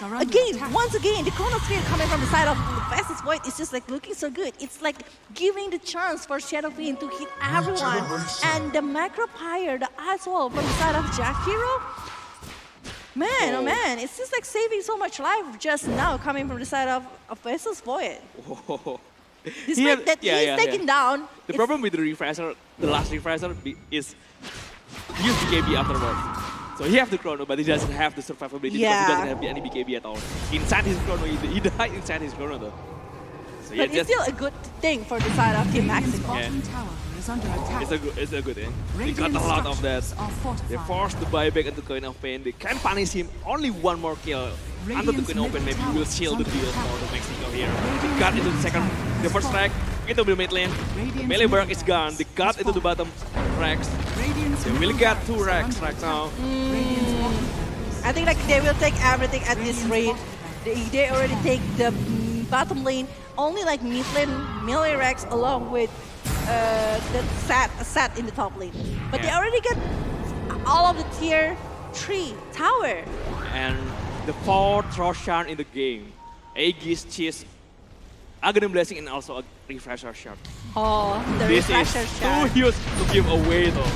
And they will get it for free, I think. There is no time at all to contest for Lebanon. Yeah. They're not in a position, they're still too far behind.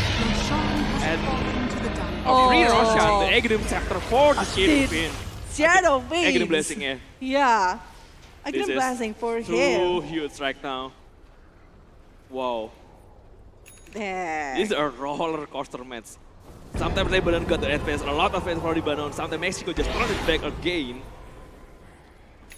Everything's just changing in this game. It's like, I think like this is the longest game that we were having so far.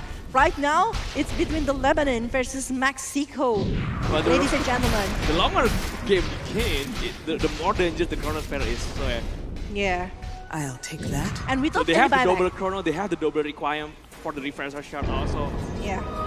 But remember that actually from the side of Wind Ranger, from the side of the Queen of Fate, it's still like very long for the next buyback. Even for the Earthshaker, it's still like another 50 seconds. Yeah. And Queen of Fate still have the penalty time. When he's dying and being picked off, the respawn time is going to be really, really long, at least 90 seconds. So they have to be careful not to give away the kill. Oh yeah, just farming the family or Draw Ranger, putting a lot of damage there. That's the thing. I mean, like the range coming from the side of Draw Ranger along with the Wind Ranger is just like so huge and so far behind. Even Flameshaw is like receiving so much damage. They need a chrono, the good chrono in the two heroes. Use BKB to try to find the draw, the second chrono already into the require. He got the draw, but the draw is suddenly buyback. He doesn't have any chrono right now. They try to get away, try to reset the fight after forcing the Draw Ranger to buyback. Yeah. But it's still a very good movement. I mean, like double chrono like that, it's just like making and forcing the buyback coming from the side of Wind Ranger. Yeah, they need to fight the fight right now. If the fight getting reset and they have the chrono spare again, I think it's really bad for the banner. They need to fight a fight before the chrono spare off cooldown. Even though the enemy still has Aegis, you cannot fight the chrono right now. You need to find something. Oh, the snowball is going to be happening towards this Basel's Void, but the bash is dead. The Echo Slab is already being opened. The require of soul. Everything is being popped out, but we can see that actually in the front. That is Sharpies is the main target from the side of the Mexico. They want to get it. They want to get the draw though. Into the fountain, the Charp still have the BKB. 3 man's down. The buyback coming from Tusker, but they will lose Queen of Fate, I think. Queen of Fate, one more hit, Queen of Fate still survive actually. The Warus kick from behind, trying to get Flame Shock, but he still have the Aghanim Shard. 4 people waiting for him, and he will be taken down. Oh, yeah. Just enough to defend, nice defense actually, even though they have to use all the buyback they have. Oh, that is just... This is a roller coaster match. You're right about that one. But Mexico just need to wait for the respawn time and wait for the chrono. And after that, they will fight Liberate again without any buyback. They doesn't have to cancel about any buyback at all. Yeah. They don't have any buyback at this moment. It's like another 7 minutes. Unless from the Lebanon, they are the one who is actually able to hold everything out. And it's like only like 1 minute left before the Aegis will be reclaimed. Ooh, Queen of Fate getting spotted by the Requiem Soul, the Resto, the Aghanim Scepter from the Requiem. They're taking a lot of damage and a dieback Queen of Fate. 120-second respawn time. You don't have any Queen of Fate right now. For in 2 2 minutes. minutes, yeah, that's a really long time. It is. For 2 minutes, it's just so long. And it's going to be 4 versus 5 later, despite the reset's going to be on or what. But yeah, this is just like looking so crazy. Even the Shadow Fin is progressing towards the refresher arm. Imagine that he is having that one and maybe using 2 times Requiem of Soul, and the Satanic is done by the hand of the Shadow Fin right now. Yeah, double Requiem with the Aghanim Scepter effect, so that's kind of scary though. The Aegis will be reclaimed in 40 seconds. They still have time to find something. They still have time to utilize the Aegis, the Aspect, into the Scorcher Spare. They will count 2 heroes in the chrono, though. He will just have to use BKB. Tusker also die back. 1 more hit. The Wind Ranger doesn't have any buyback right now. And also the Earthshaker from Mean. Use the Ghost Captain, another refresher from the Fearless White. He has the chrono again. And they can use the chrono 4-man without buyback. And it's supposed to be GG. It is a GG right here. Mexico somehow of Mexico. Yeah, take the win. So crazy the match between Mexico along with Lebanon. So much things that happened. I don't feel like even the highlight later will be having so much things that is going to be highlighted. Not only like because of the double chrono, it's because of the right Requiem of Soul, but also how is like the Sonic Wave and also the combo along with the Draw Ranger Gas and also the arrow. There is just like plenty of good timing that is being brought by both of the sides. Lebanon really tried hard for this match, but Mexico just taking it to the next level by having... Actually, the momentum is coming from the refresher arc, coming from the side of Vesus Void, and they're just like having more and more. But yes, this is our winner for this match, Mexico! Yes, congratulations to Mexico. A very hard-fought win against Lebanon. Roller coaster match actually. Wow, the longest match in IESF right now. So far, yeah. So far, yeah. So far, this is the longest match that happened inside of the IESF, and it's just like so crazy coming from both of the sides. They tried so hard. Lebanon tried so hard. Yeah.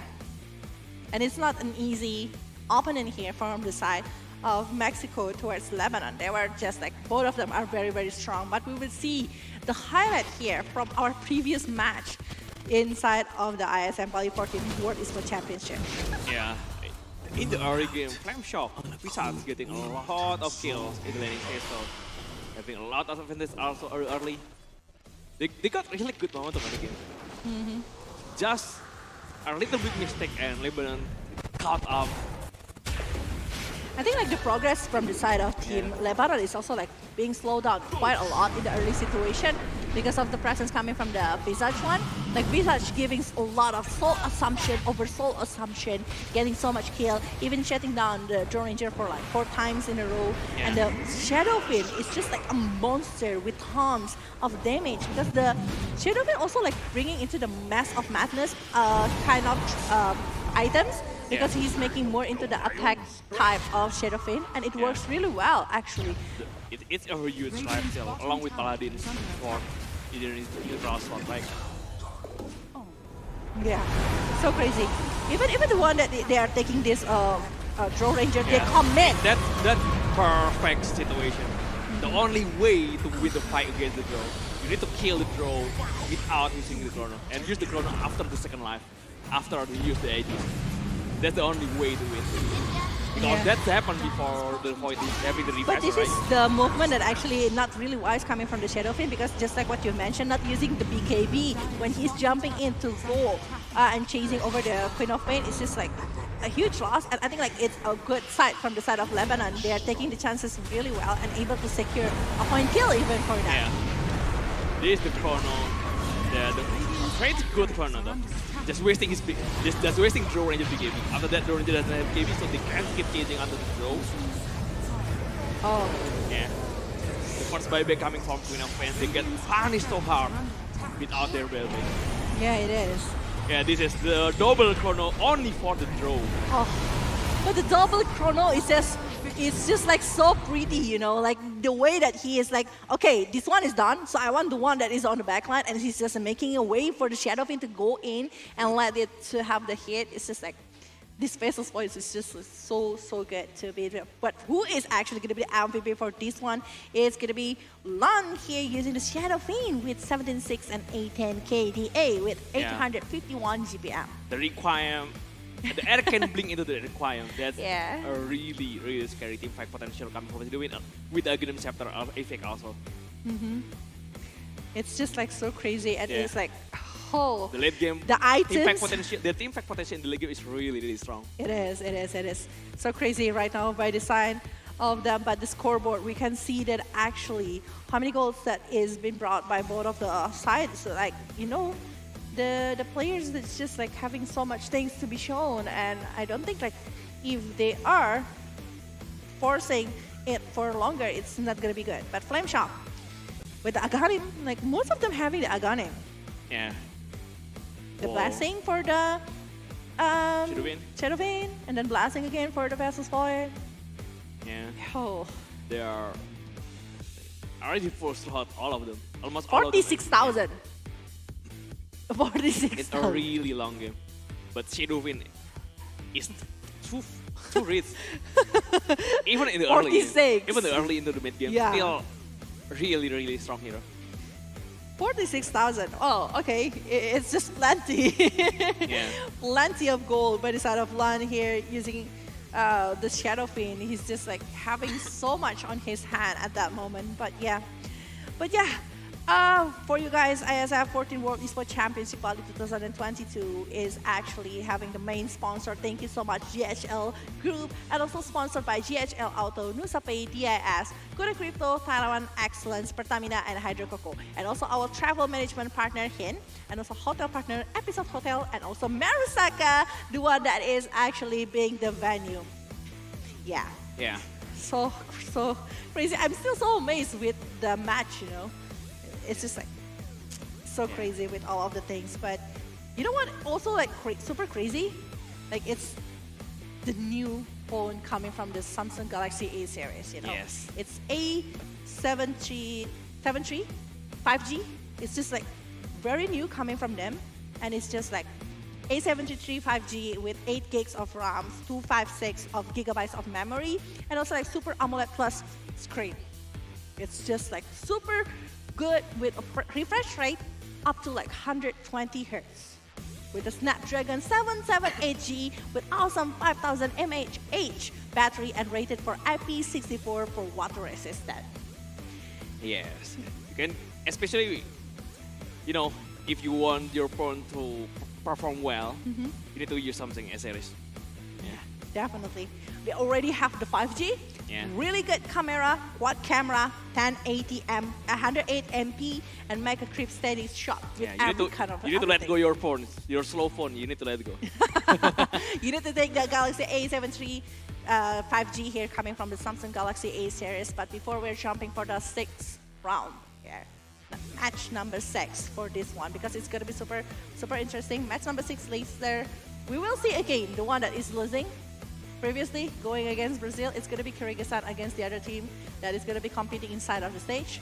But for you guys who is wondering who is going to be the opponent for Kyrgyzstan later, please stay tuned and watch it into the live stream. Or maybe if you're nearby Bali, you can just come here to know the event, because it's being held in Bali right now inside of Marusaka Hotel in the Nusa Dua. So if you want to visit, because we have tons of activities here. We have 5 stages. We have the Earth stage for the Dota 2. Yeah. We also have the Air stage for the Mobile Legends Bang Bang. We have the Fire stage for PUBG Mobile and also the other thing. And also we have the Ice stage for CSGO. And also we have Water stage for FUT. So for you guys, don't forget to come here. But before we're jumping to match number 6, we will take a short break. So don't go anywhere. Please stay tuned into the IESF Bali 14 World Esports Championship 2022.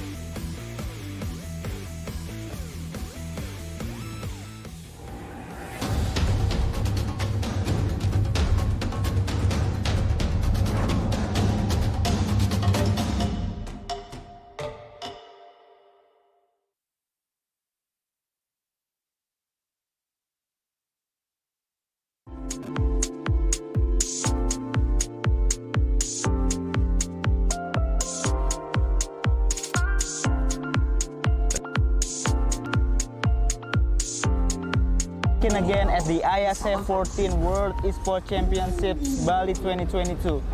This is the day of the IESF in Bali.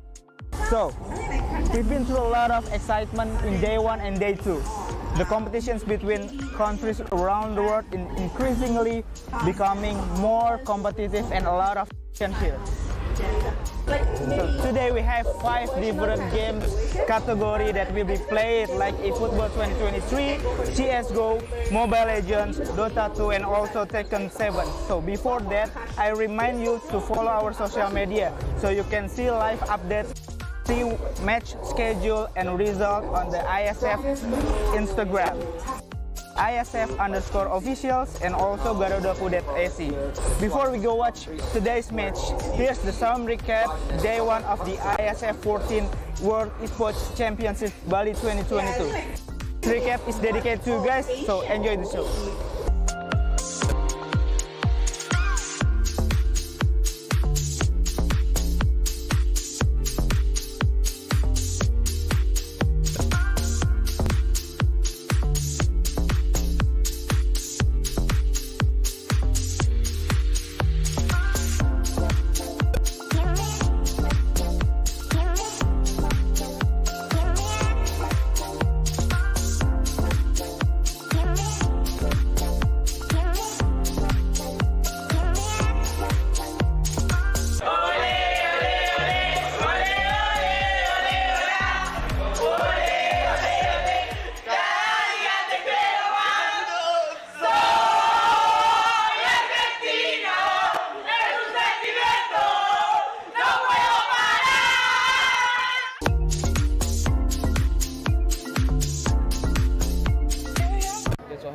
everyone. We have Daki here as an ex-professional Mobile Legends player from Indonesia. Okay, hello.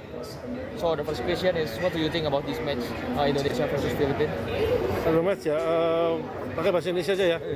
Jadi menurutku matchnya itu bagus banget, tapi menurutku Indonesia masih punya PR karena secara early Filipina lebih bagus, masih lebih bagus, tapi secara mid game mungkin tadi Filipina over PD, ada yang game 1 over PD, akhirnya Indonesia bisa balikin. Tapi maksudnya menurutku kemenangannya belum clean aja. So who is the top opponent for Indonesia in IESF? Filipina. How much confidence are you that Indonesia will be the winner for this competition? 70% ya. So for the last question, any future hope for Esports Indonesia? For Esports in Indonesia is semoga banyak tim baru bisa masuk MPL termasuk GPX. Okay, thank you. That's all. Thank you.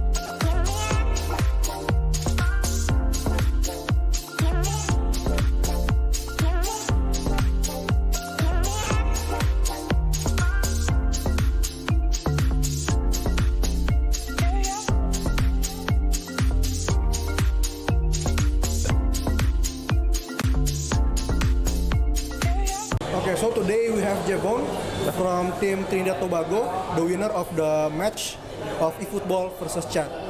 So after 2 convincing wins, 3-0 and 6-0, what do you think about your performance? I'm extremely happy about my performance today. What is your key factor that helped you to win this match? Play quick passes and play aggressive as possible. Even though you already won the match with 2 convincing scores, do you think there are things that you can improve to perform better in the next game? Yes, I need to work on my passing and maybe sharpen up on my defense a little bit. So you will face another country at the next matches. Will you use the same strategy that you're currently using, or do you have any new strategy? I think I'll have to change it because this guy I'm going to play is at the top of the group, which is Iraq, so I need to be a little more conservative. So if we see the game, it looks like it's one-sided. What do you think make it difficult for your opponent, Team Chad, to develop their game? For me personally, I was able to stamp my authority in the game pretty early, and it was hard for him to come out his half because I was so high up the field. So what do you think about their performance? I think they could do better going into the next round. So that's all the questions that I want to ask you. Congratulations for the win. Thank you. And I hope you do best in the next game. Thank you.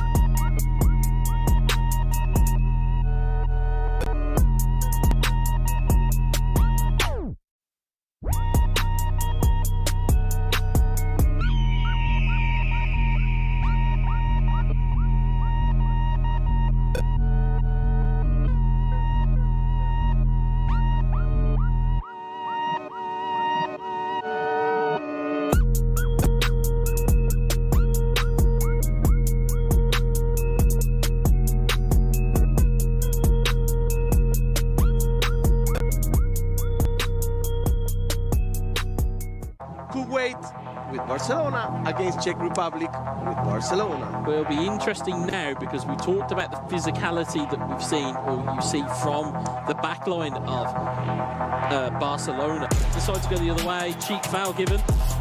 Once again, foul. And I Quick think free kick on. Sorry to cut through you. It's Sane!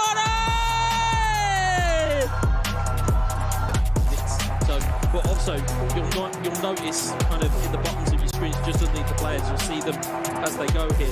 Kese is out of energy pretty much, but he's still on the field. As the point gets in, and there it is. 10.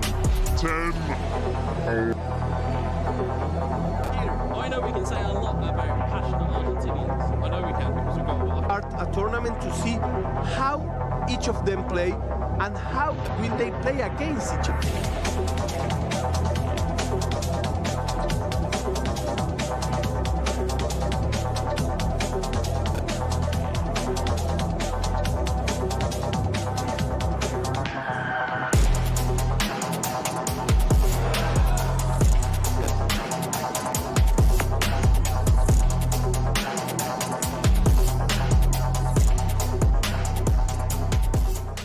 Kuwait with Barcelona against Czech Republic with Barcelona. Will be interesting now because we talked about the physicality that we've seen, or you see from the backline of Barcelona. Decide to go the other way, cheap foul given. Once again, foul. And I Quick think free kick on. Sorry to cut through you. It's Sane! So, but also you'll notice kind of in the bottoms of your screens, just underneath the players, you'll see them as they go here. Kese is out of energy pretty much, but he's still on the field. As the point gets in, and there it is. 10. I know we can say a lot about passionate Argentinians. I know we can because we've got A tournament to see how each of them play and how will they play against each other.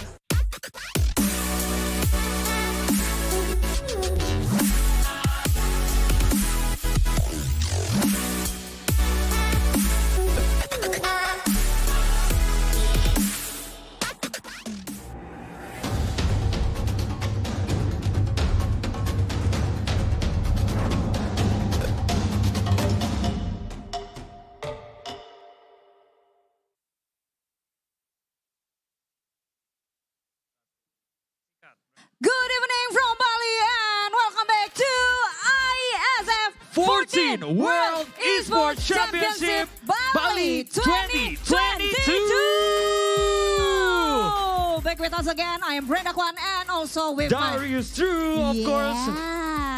We're gonna accompany you throughout this 6th match. Yes. Or match number 6, of course. Yeah. And at the previous match, we have Team Lebanon versus Team Mexico. And the winner is, congratulations and give a big round of applause to Team Mexico. Right. Wow. And now we are going to see the 6th match. Yes, the 6th between match. Team France versus Team Kyrgyzstan. All right. So we're going to having the 6th match for today. Yeah. And soon we will have the 7th match as well. Right. After this 6th match, of course. Absolutely. And for the 6th match, we will be accompanied by our caster there. We have Brother Lius and also Fela J. Hey, our casters, are you ready? All right. Let's give it up to our caster. Take it away. Take it away.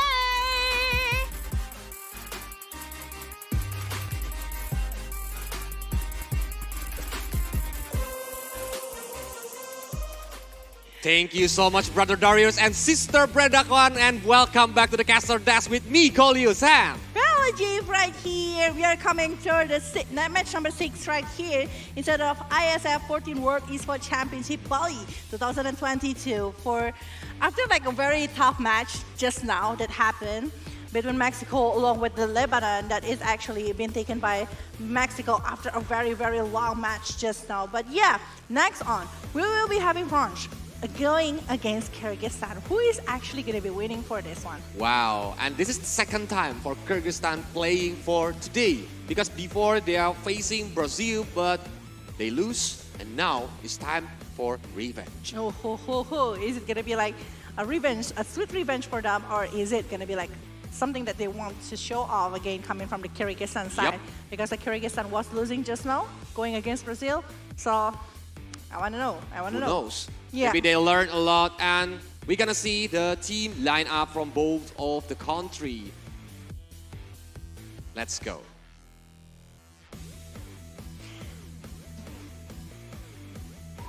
Yeah, so this is going to be the team lineup coming from France. It's Zeppelin, ATX, Atov, Pasto, and also Chaiklov. Wow, wow, wow. So for Team France, I think they are ready to rock the stage, to bring the fire for the in-game. But we're gonna see from the Kyrgyzstan who is the team lineup for the 6th match of the day.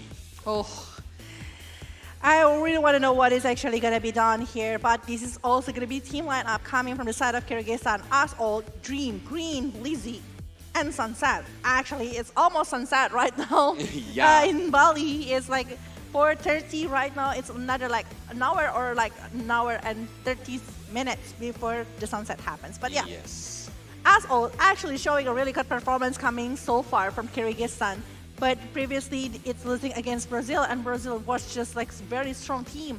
And really, we really want to know what kind of things that they already like recover after the previous match. Are they going to be having a different kind of draft inside of this, or maybe they will be having a different kind of approach when they try to go? But this is going to be the prediction. Yep. For me and Valajev, we are choosing the Kyrgyzstan because we are believe maybe Kyrgyzstan already learned about something when they lose from Brazil, but I think the chance is still very big for the France itself to win this game. Yeah, I mean, like we can tell from the Kyrgyzstan lineup previously that how good they are with the gameplay and everything. But France, I think like France is just like we have less data about them. That's why we are not really confident about what the thing that can happen. But again, this is only a prediction.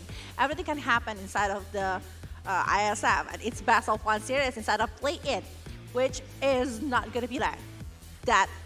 I mean, like it's gonna be like very surprising because everything can happen. Even like you guys were predicting about Kyrgyzstan going against Brazil, right? But turns out the one who wins is actually like Brazil, because like Brazil is showing a really good potential. So maybe like France will be doing the same thing for this match. Yep, and there must be no loose words on the Kyrgyzstan dictionary because they need to win. They need to collecting the points to go through the main event. And remember it, only like top 2 of each group will be going to the final of the play-ins. And it means that they are going to be competing for the last 3 slots that will be going for the main event, because 4 of them already been taken by the regional, qualifier regional, and then 1 of them is from Indonesia. And actually, I just met the Indonesian players that is just arrived for Dota 2. Welcome, by the way, for all of the players from coach. Indonesia. Yep. And I'm already talking with the coach Yeah. later on, so we are rooting for them because I think they're gonna play on the day after tomorrow.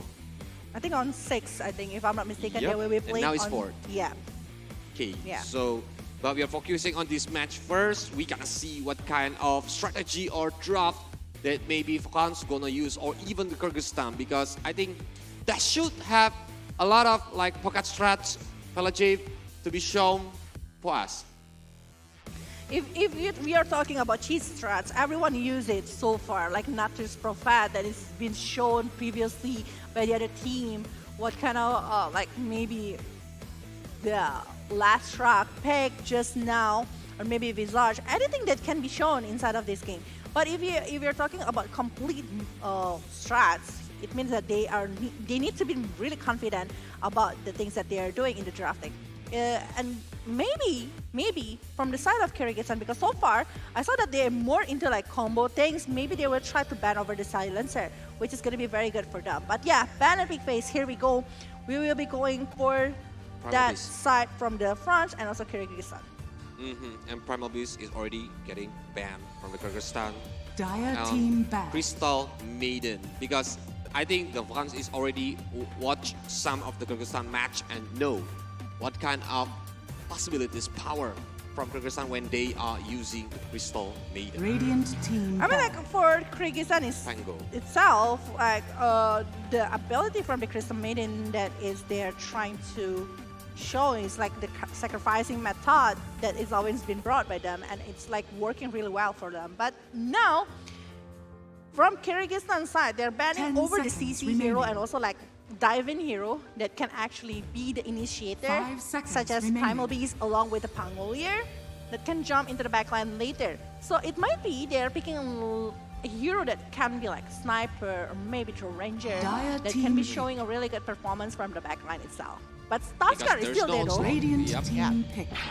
But now, Brood Mother. We completely forgot about Brood Mother because usually it's always being banned here. But Brood Mother directly been taken by the side of Kyrgyzstan. The ability to do the split pulls or even stealing even the neutral jungle is just so hard.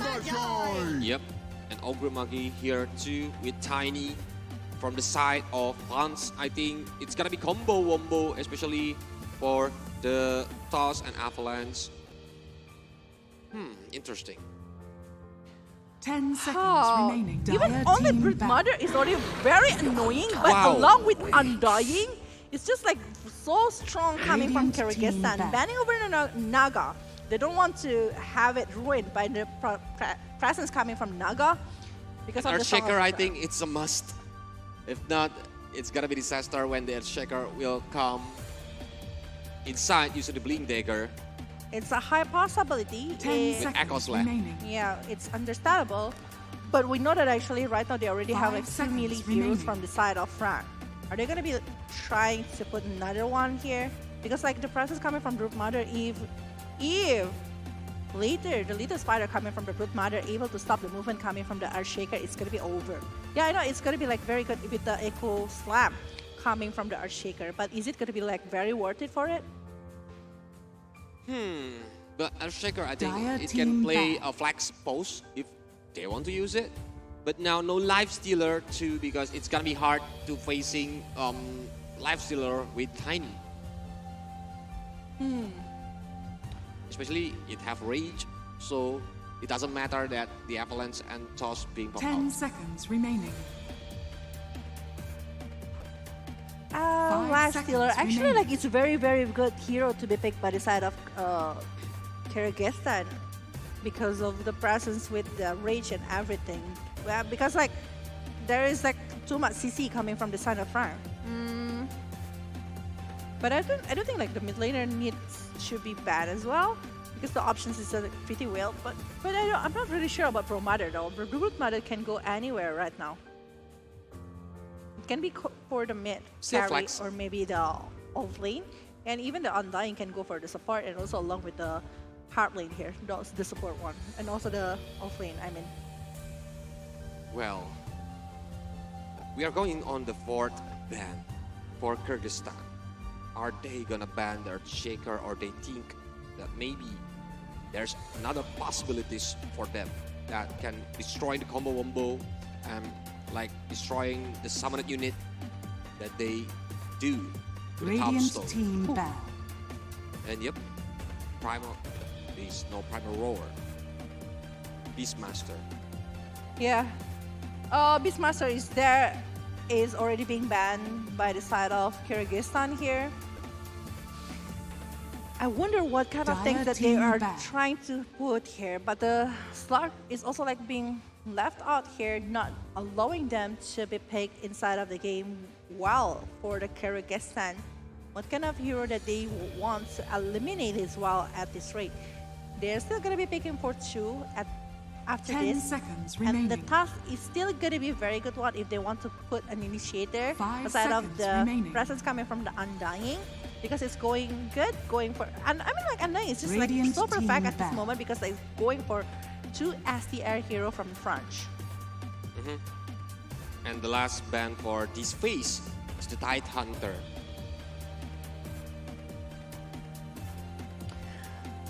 Tide Hunter, another ban here from French. 10 seconds remaining. Barrage.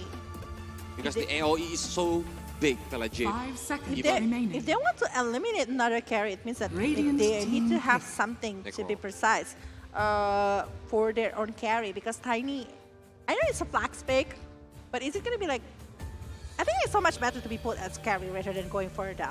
Can be on the mid lane, can be maybe post 4 or even off lane. We don't know. 10 seconds remaining. Because I think the Ogre Magi have strong points with the 5 Bloodlust. seconds remaining. It can be disaster when the carry have it. What if it's Zeus? Zeus for France? But the Bird Mother is just too annoying though. With the Orchid maybe later he can just jump. Oh.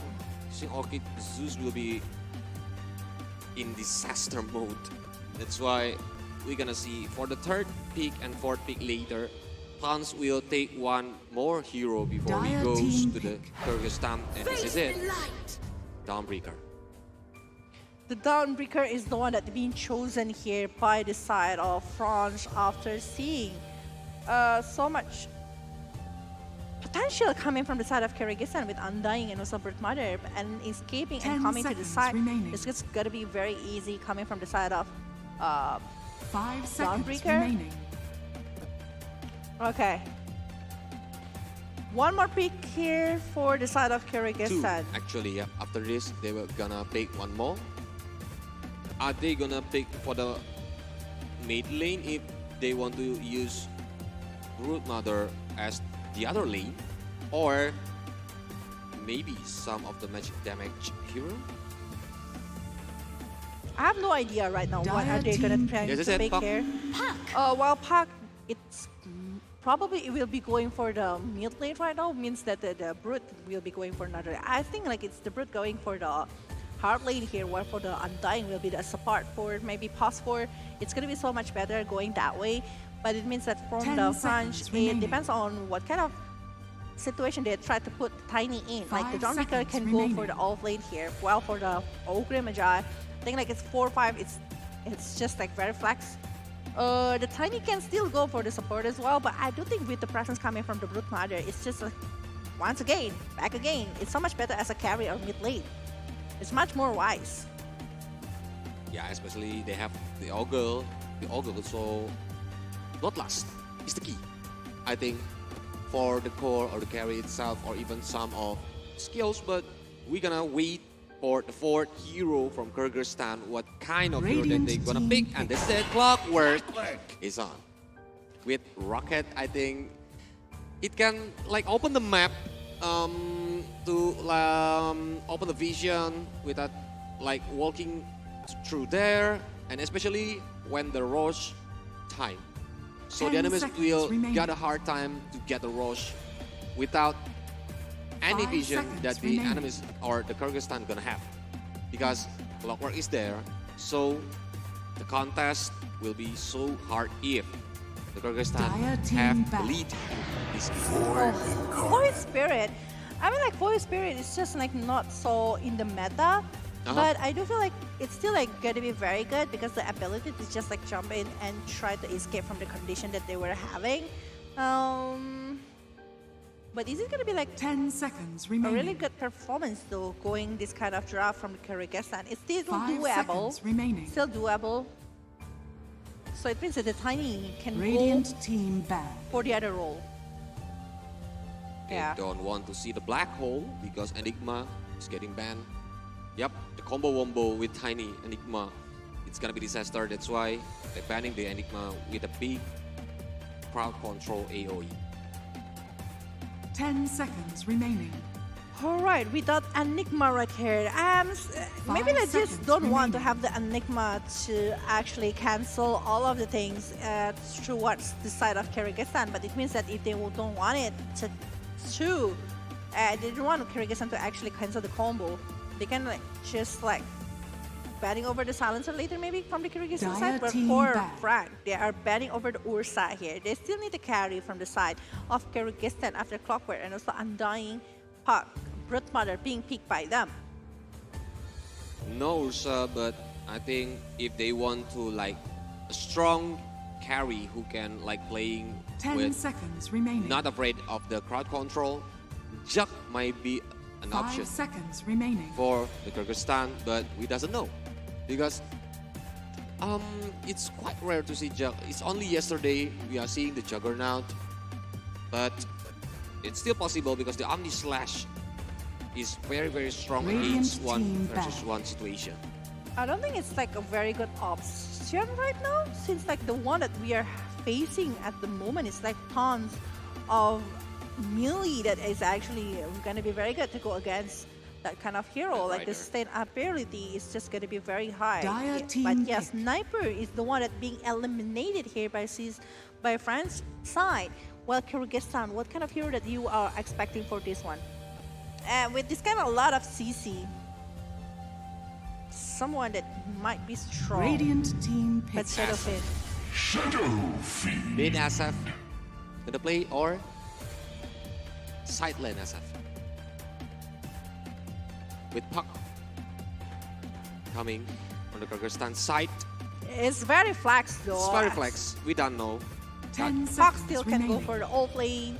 Maybe like the Brute can go for the carry, or maybe Brute going for the old lane, and Asaf going for... Yeah, it's very flexible coming from the Kyrgyzstan side, but I think it's going to be so much better if the Asaf met, and then Brute going for the safe lane. So much better that way though. But well, what kind of heroes that they want to use, I think with enough CC, plus will be dangerous on the team fight, especially Tiny if they already have like the Aghanim Scepter. And wow, Void is coming. Cool, Darkseer as the last pick here coming from the side of French.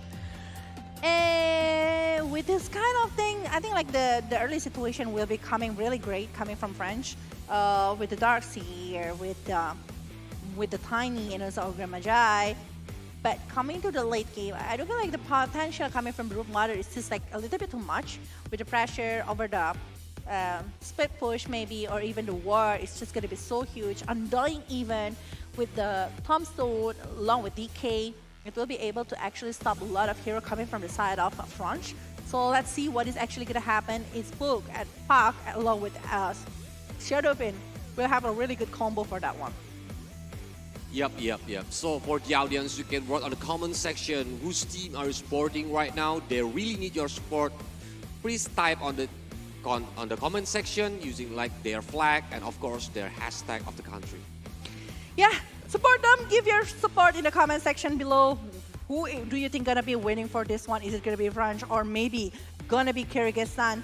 Support your favorite team because they really need it. This is one of the important match because we are almost finishing off the play-ins. The second day of play-ins here, only 8 teams will be going to the final play-ins later on. Every top 2 of each group, A, B, C, and D, will be going for the final play-in and competing for 3 slots in the main event. Yep. Of course, they really needs the points. So this is it, the match number 6 for today. France versus the Kyrgyzstan. Who's gonna win? Let's see together. Yeah, because we will be jumping into the game to see who actually gonna be taking a lot of advantage for this one. But once again, with all of the heroes that they were having at the moment, I do feel like there's tons of possibility that can happen. Like it can be like coming from the side of Clockwork that is gonna be needed with the hook later on. Is it gonna be like able to secure one or two players coming from the side of French and Dawnbreaker? I mean like the process coming from the Dawnbreaker and also like the ability that Dawnbreaker have, especially with the Solar Guardian and also like the Celestial Hammer. It's just like very easy to go in and also out from the ward itself. When you know the thing about Darkseer as well, like Darkseer is just like in the early stages, Darkseer is just like winning in so much aspect because of the shield that he is having to actually poking towards the opponent or maybe to farm. Okay, but on this very early game, there will be no smoke to be popped out, and maybe they just want to like play it safely. But look at the Kyrgyzstan, they're trying to do the rotation inside the jungle of the fans. 30 seconds to battle. I think like they're not going to be competing for so long for it. I think like they want to play a quite secure one, unless from the side for Kyrgyzstan, I think like they want to play it more into the very aggressive gameplay, because I think like they are aiming for 3 bounties so far. They really want a battle for the puck.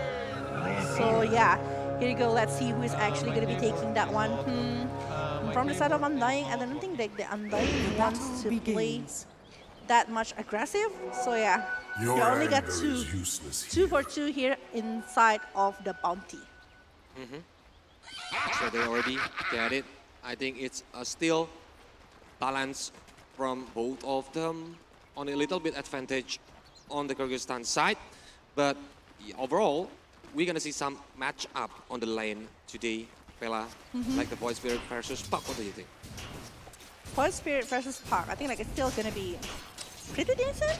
It's not gonna be like too hard on that one. I think like it's gonna be, they're still gonna be trying to fill in whatever they need. But I am more concerned with the lane of Tiny right here, because I do feel like the Tiny going against like with this Brute Mother, it's just gonna be pretty heavy.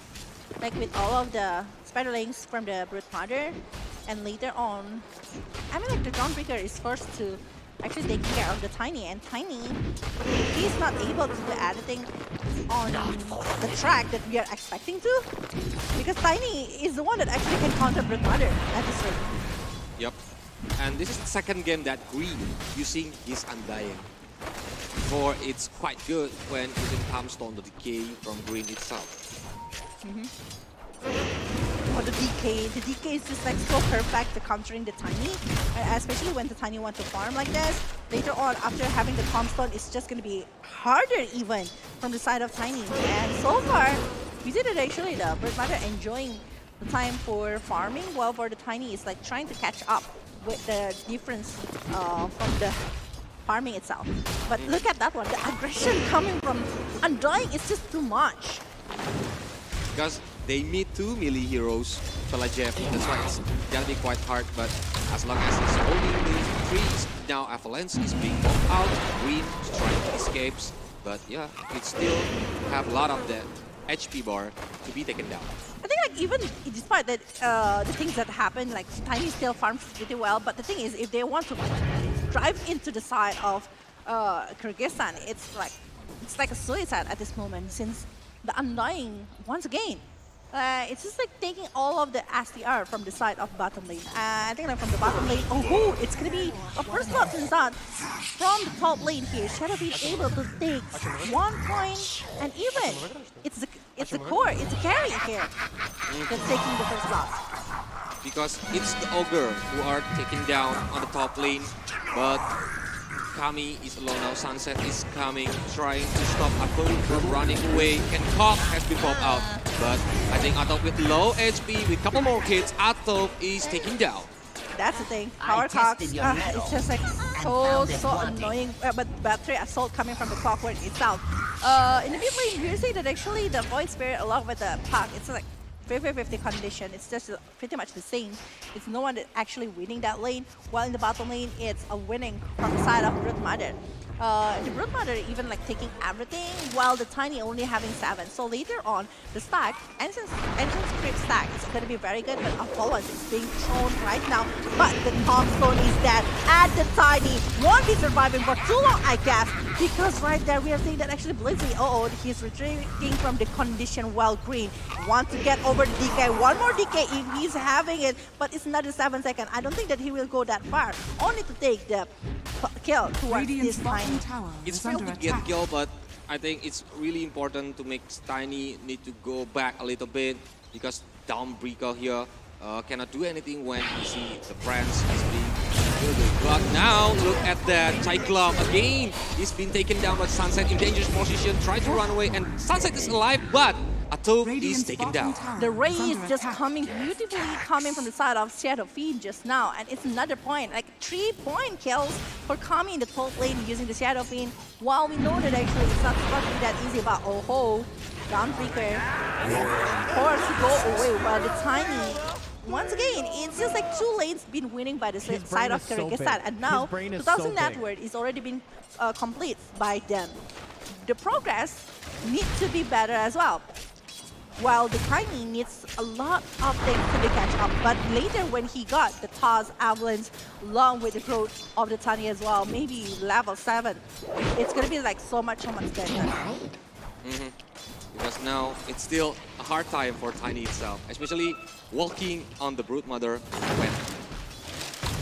Yeah, I mean look at that one. Look at 79, 21 last hit here, but Zap in the mid lane going against this Puck, but I don't think like it's gonna be like going further since like he's the best skill, doesn't have anything else. But still in the top lane, the race is still gonna be there along with the battery assault coming from Sunset. It's an owning, dominating coming from Kami here, 5-0 in the first 5 minutes. Well, it's already hard time for them, especially for the Darkseer to facing Kami because it leads with 5 kills. And now with the Raze itself is not afraid to attack in the side block. Definitely, like they're having like so much advantage at this moment, but look at that, time slot is open up, DK is there, but look at the Tiny, not gonna be surviving for so long while the Dawnbreaker, I think like the Dawnbreaker is not the main target right here, as long as they are able to slow down the progress and the growth coming from the Tiny itself. Still early game, but Kyrgyzstan already got 6-point kills. Now the Body versus Team Team on mid lane. Sunset trying to go on Zap with half HP, but Zap is still strong. And Green is trying to use DK, but Zap here trying to hit Green, couple more hits, still trying to run away, and Sunset is coming for the backup. Oh, DK is still there, but try assault right here towards Zap. Zap still using the ability to go away from this kind of presence from Sunset. But Sunset, actually Sunset's playing really well so far. And he's showing a really good movement here to actually pressure towards that one. But Vacuum was reduced by Atov just now, and oh, the Raze actually connected and almost taking down the Darkseer. It's very dangerous because look, someone is coming. The flare is coming to Atov. Need to be run away with low HP. Battery assault trying to go, but Blitzy on the bottom lane is trying to get hit by 2 heroes, and Blitzy is taken down with 3 heroes there. The movement coming from the Void Spirit is just like being so good into the bottom lane, because then you know that actually if they are not trying to stop the growth coming from the side of Broodmother, it's just going to be like very hard to be handled later on. But still, the progress of the Void in the mid lane is also not looking so good right now, because like from the Puck itself, the Puck is like controlling the last hit, even the denied hit towards that one.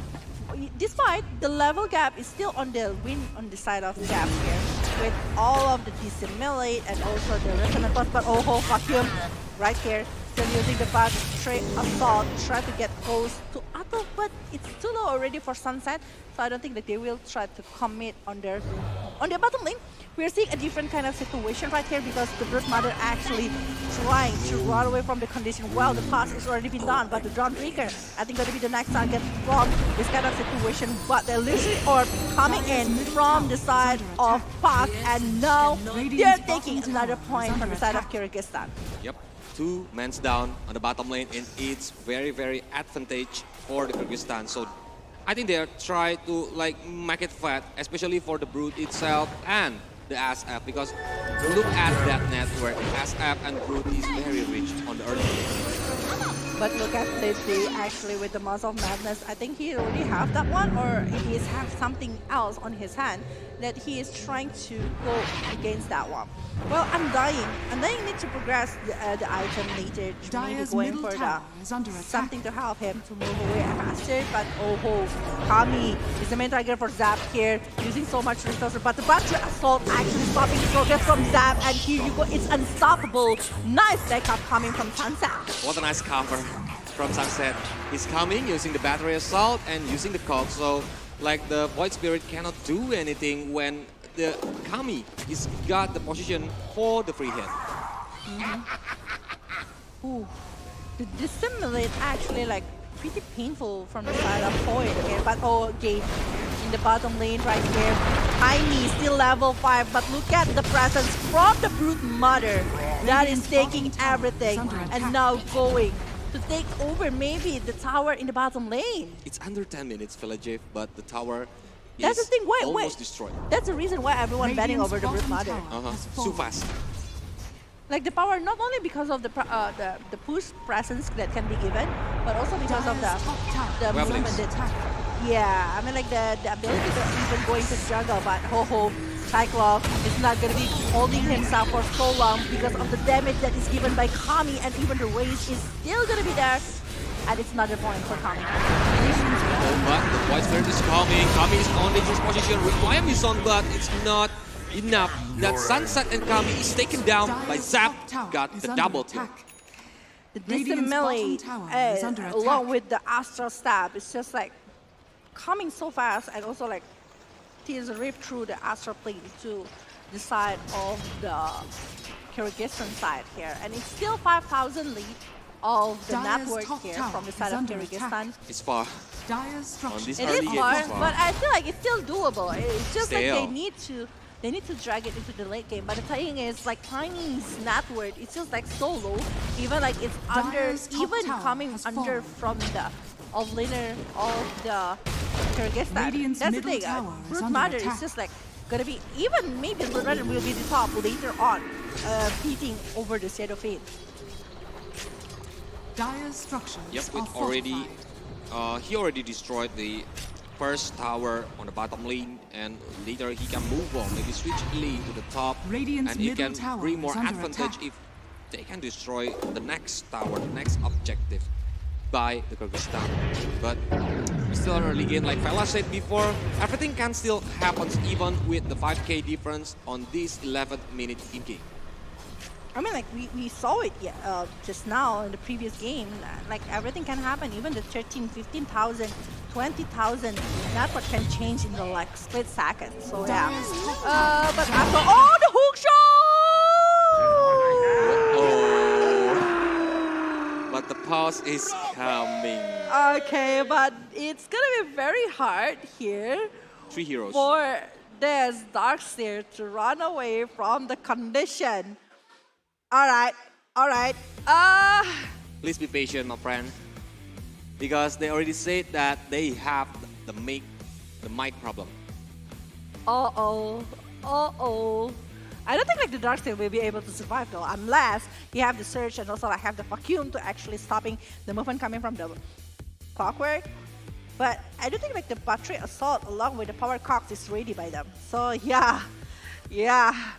Let's see what is actually gonna happen later after what we are seeing just now. It's just like so awkward because I was like, oh, okay, hook shot, and then suddenly like the bounce is coming. But yeah, let's see. If I am being the Darkseer, like, I would just let off my hand from the mouse because I cannot do anything. There is 3 heroes there, and I think the Darkseer already got the vision. Yeah, but it's still a possibility to run, but it's not gonna be that easy. Let's see. It's hook shot already. Okay. Turf is taken down. It's Good taken night, down. Atov. Just like that. All right. But yeah, from the side of Kyrgyzstan right now, I think like they have like so much things on their hand right now. Oh, look at that one. Illusory Arm still using the balance here. Rising Safe here, but there is nothing that they got after using the coil as well coming from the park. Radiant's middle tower has fallen. Not good because they are losing a resource. Yeah, they're using a big resource coming from the side of Kyrgyzstan. Under attack. Well, it's a sandwich position.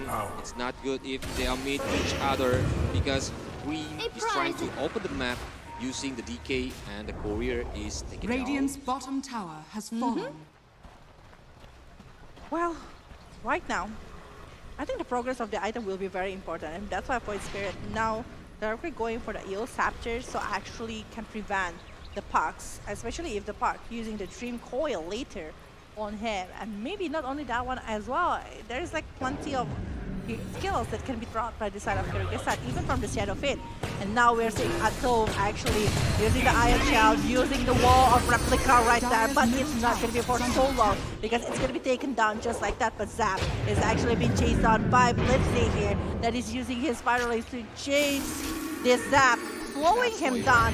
Will he be able to run away from this kind of condition because Shadow Fit is also there, the race is not connected. Zap is running.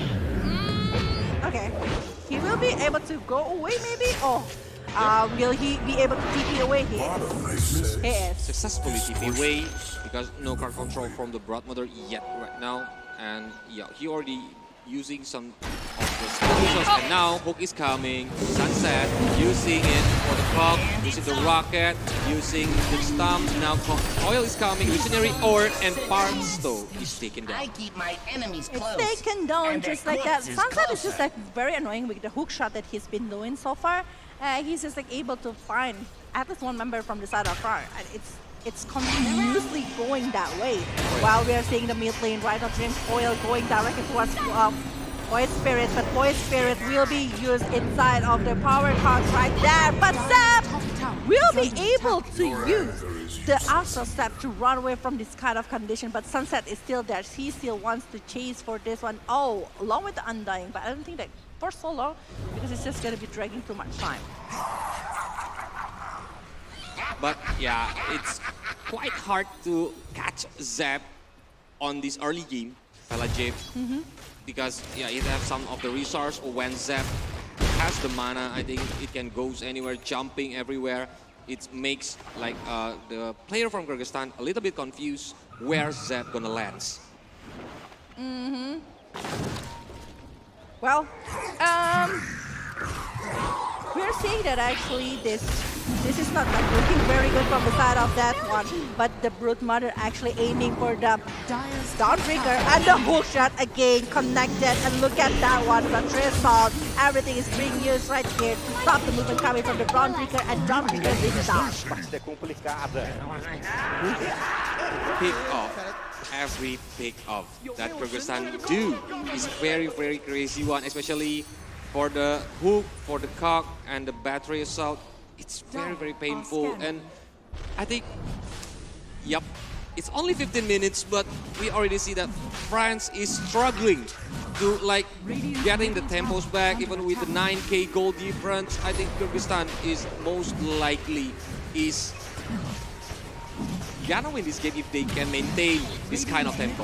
Well, right now we are seeing that actually the Kyrgyzstan going for the Roshan, and they might be taking it without any contest back from the side of the France here, with the Requiem of Soul also being used off of his own killing spree, taking one. But not only that one, because actually from the back line, we are seeing that Blizzy is dominating to take care of the kill. The toss is being done.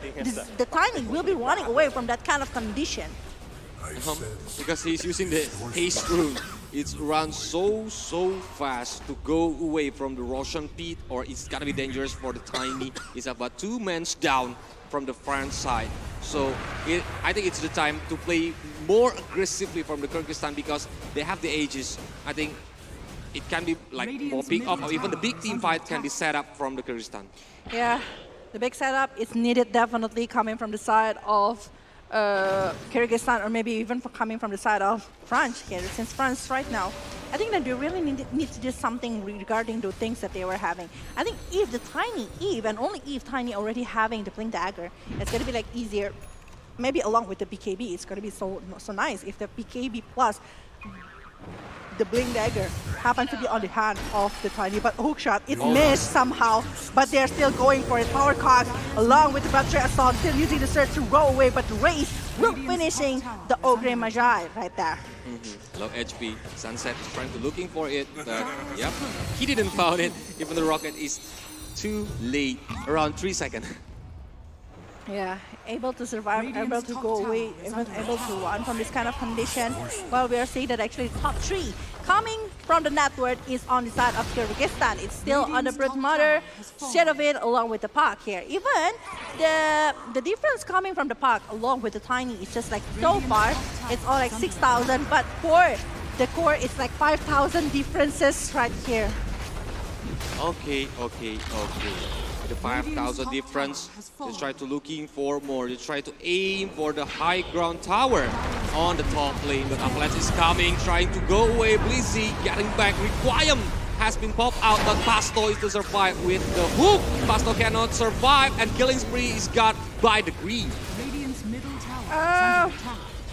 We are seeing that actually this one is just like a really good setup, and they have the eye gaze here. So they still want to get over the high ground. They want to take objective gameplay, but the Avalanche already being mad. But look at that one. The one that is being tossed is actually the Park.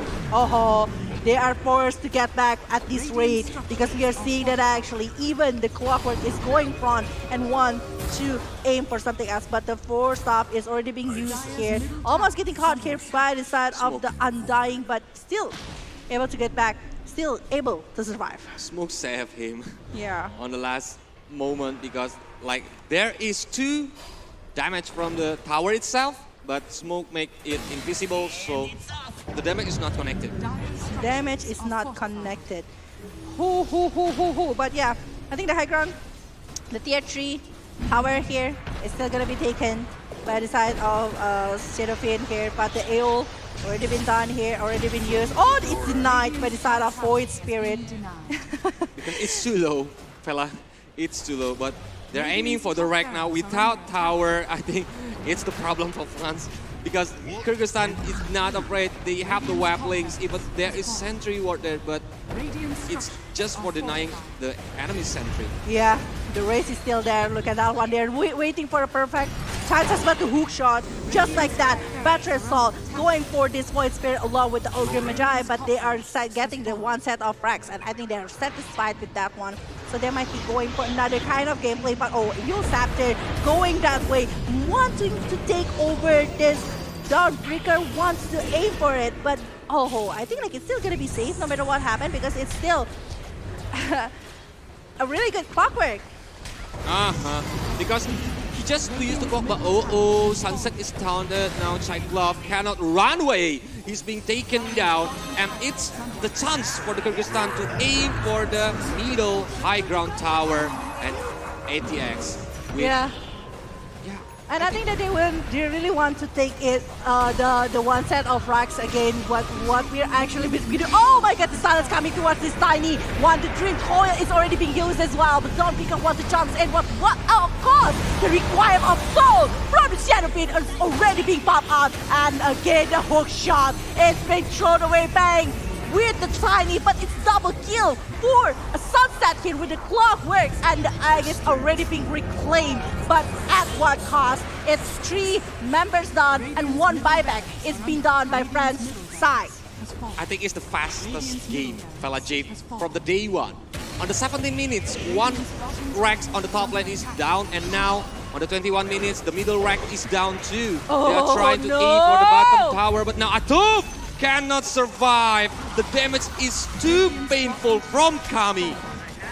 Oh my God, they're still wanting for more points. Spear jumping in, the race is still there, but the Clockwork once again helping the Puck to get the mega kill, and with the double kill even from Kami here. 1 set of racks again in the bottom lane, and it's supposed to be GG right here. They are done. They are taking the game for this one. Wow. It's a very fast game. 21 minutes, fella Jeff, has been played by the Team Kyrgyzstan, who are gonna win because GG is already called. They are just waiting. They're gonna take the action no matter what. Yeah. I think like it's gonna be very hard for the rest of the team to able to hold the things here from the side of Kyrgyzstan.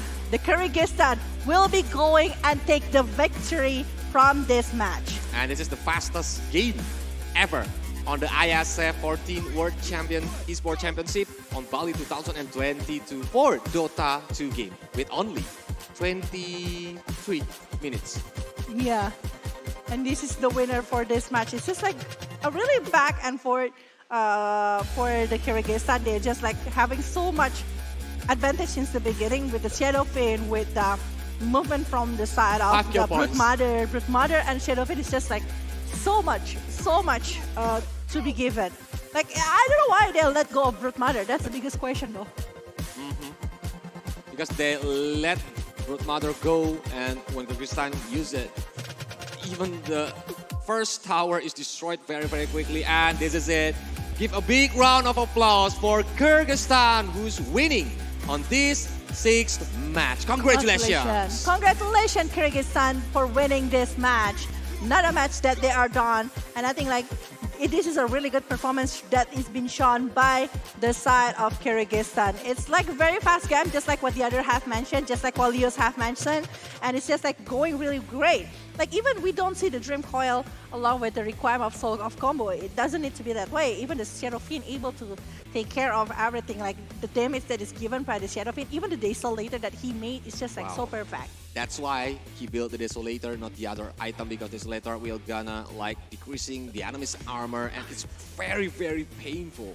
But also like the Clockwork is like doing so much stuff here by the Sunset. But yeah, we will see the highlight here for the side of the team that is playing right now. We're seeing it actually since the beginning that Shadowfin is getting so much kill in the early stages, despite it's like going against Darkseer or the others.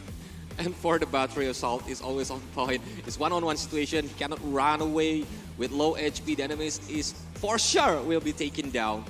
But Fans got his first kill, but it doesn't take so long before the Kyrgyzstan is like harvesting more kill.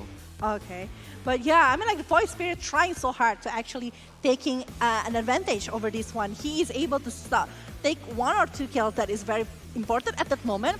But back again, whenever there is Sunset, the hook is just this one. Look at that one. Actually, Zap doing a really great job because he's taking the double kill here in that kind of matter. But aside of the Shadowfin, the job that is being done by Brute Mother to take over the jungle or maybe take over the Ancient Crypt from the opponent side along with the tower, it's just like being so much. And the first Roshan that they took along with the Aegis is just like giving so much confidence from the side of Kyrgyzstan to even jump into the high ground of the front. And I love how to see how Sunset doing his cock, because it's always on points. He knows like the destination for the cock itself. Like for example, it's just to push away the enemies or even like catching the enemies inside the cock.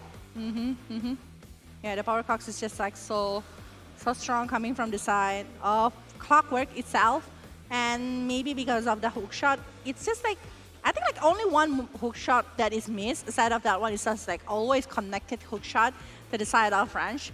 It's also like pretty surprising already for having that kind of situation, and it's GG. It's a very strong movement that is being shown by Kyrgyzstan side. And yep, maybe Kyrgyzstan is loose when first like facing Brazil, but now it's a sweet revenge because they get the fastest game on the IESF right now, and like I think it's the most easiest game that they play for until day 2. For the MVP, it's going to be the Shadowfin here from Kami with 11, 1, and 10 KDA with 748 JPM and also like 7 for all of the items that he made with the Mass of Madness, Hurricane Pike, along with the Desolator. It's just like making him so strong. Even the Hurricane Pike in the last second, along with the Desolator, able to secure another point for this Shadowfin. Yep, with Desolator, of course, all the tower that the enemies have, all the racks that enemies have is very, very quickly destroyed. So, and this is it, the scoreboard. Even like the tiny itself is only have the Shadow Blade. It's so sad that actually the Zap, the one that I thought it's gonna be having like quite a huge of the network, it's not there. It's not enough. It's not enough. It's like only 5,000. While we see that actually for this Kami, it's like 16,000. You see the difference. You see the gap. It's like 11. It's like 3 times higher. 3 times. Yep. So, yep, this is it. Once again, congratulations for Kyrgyzstan because they already got the points.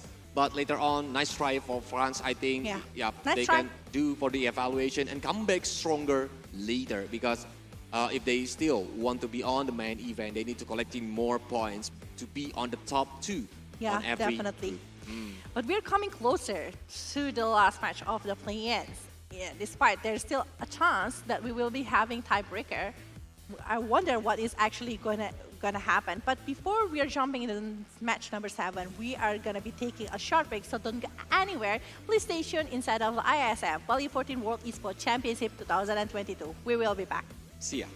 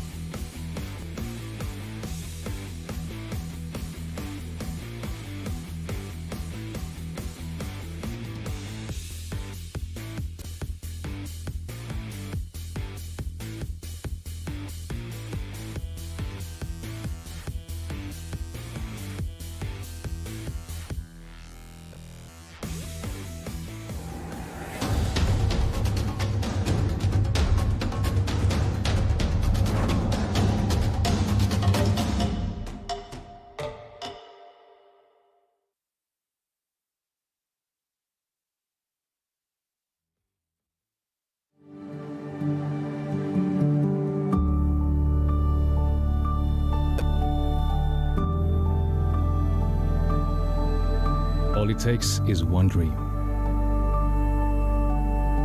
One dream that becomes a journey. To drive an ambition. Believing in yourself. Persevering challenges. Always focused on the dream. To grow aspirations. Having the will to keep going. Building a future with a legacy. Knowing dreams can come true. Over 11 years of growth. The spirit of entrepreneurship. Created possibilities.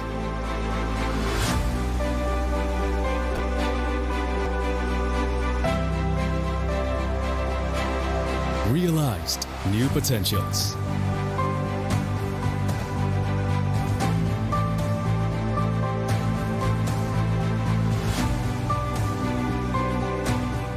Innovate for the better.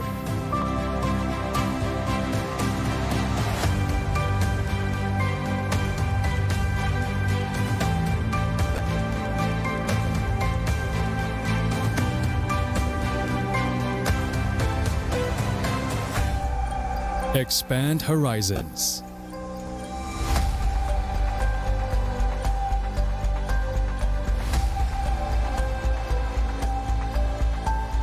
To change lives.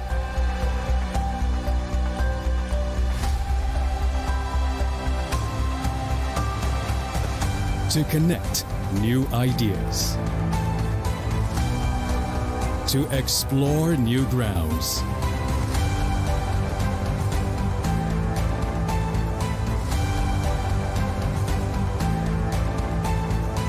With the future in sight.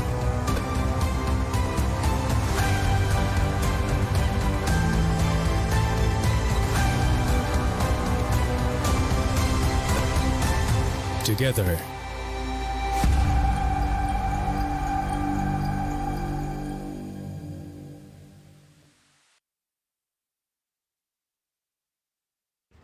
Dire team pick. Templar Assassin. You may now select your heroes.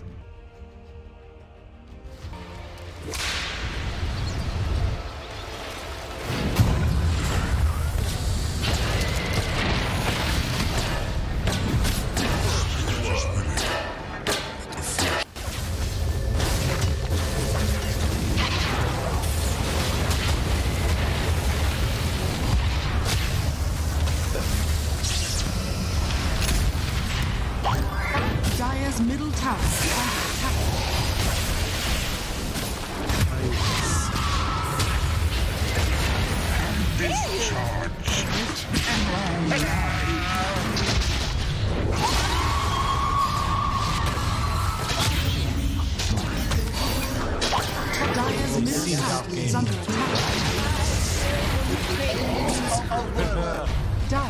Scanning.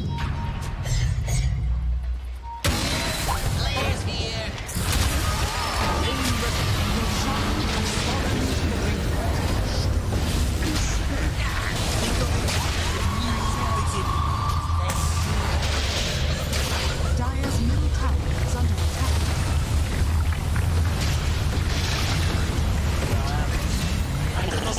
Ладно, смотрим дальше.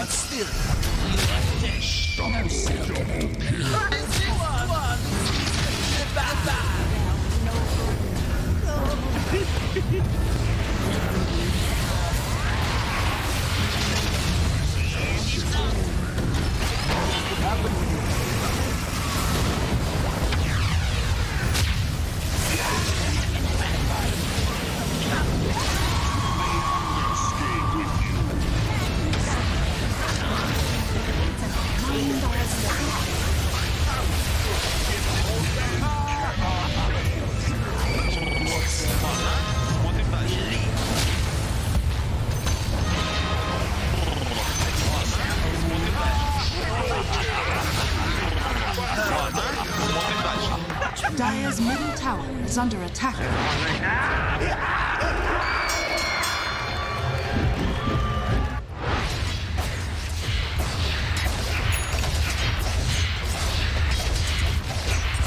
Radiant victory.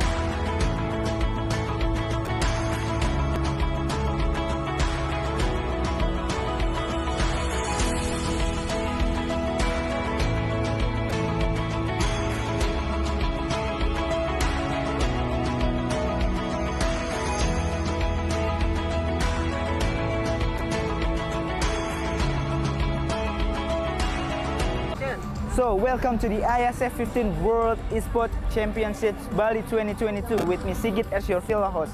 So, this is the second day of the IESF 15 World Esports Championship Bali 2022 and we still have a lot of interesting match and games in the game category of eFootball, Tekken 7, CSGO, Dota 2 and also Mobile Legends Bang Bang. You can see full match schedule on our Instagram at the IESF_official and also garudaku.se.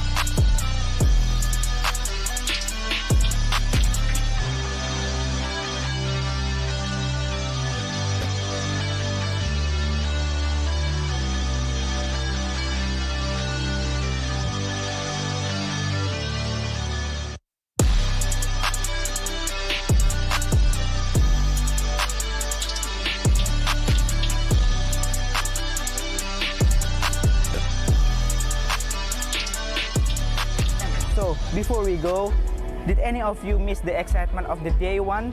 Don't worry, here's the recap day one of the IESF 15 World Esports Championship Bali 2022. Enjoy!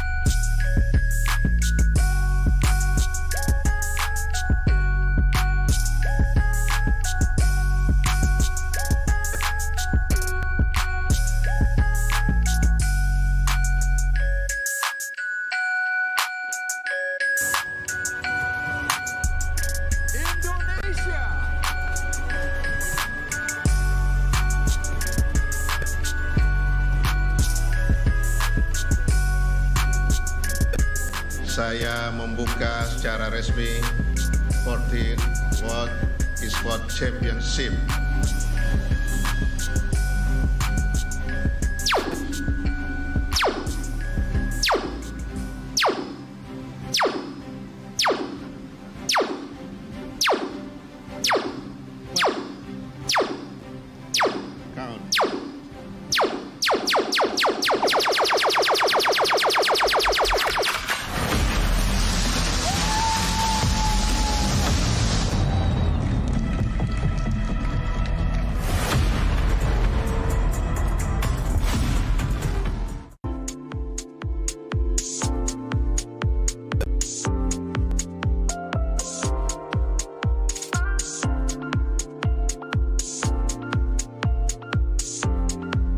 Again at the IESF 14 World Esports Championship Bali 2022.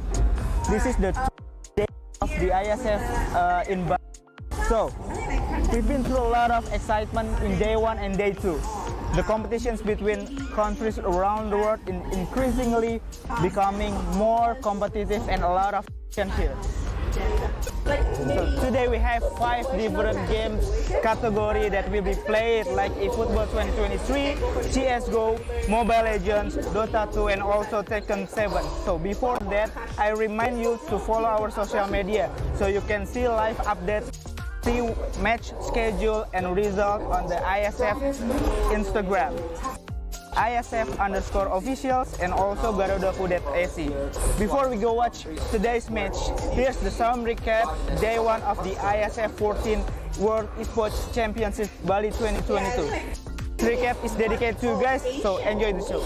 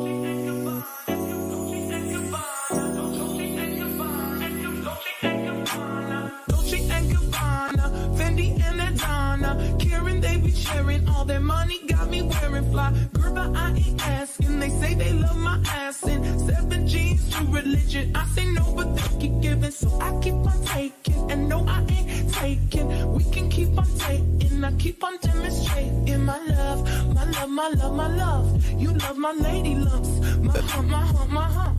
My humps, they got you. Got you, they got you. They got you. Got you, they got you.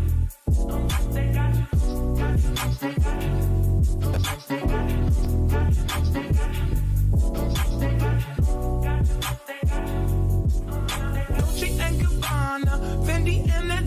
not caring, they be sharing. All their money got me wearing fly. Girl, but I ain't asking. They say they love my ass in 7 jeans to religion. I say no, but they keep giving, so I keep on taking. And no, I ain't taking. We can keep on taking. I keep on demonstrating my love, my love, my love, my love. You love my love.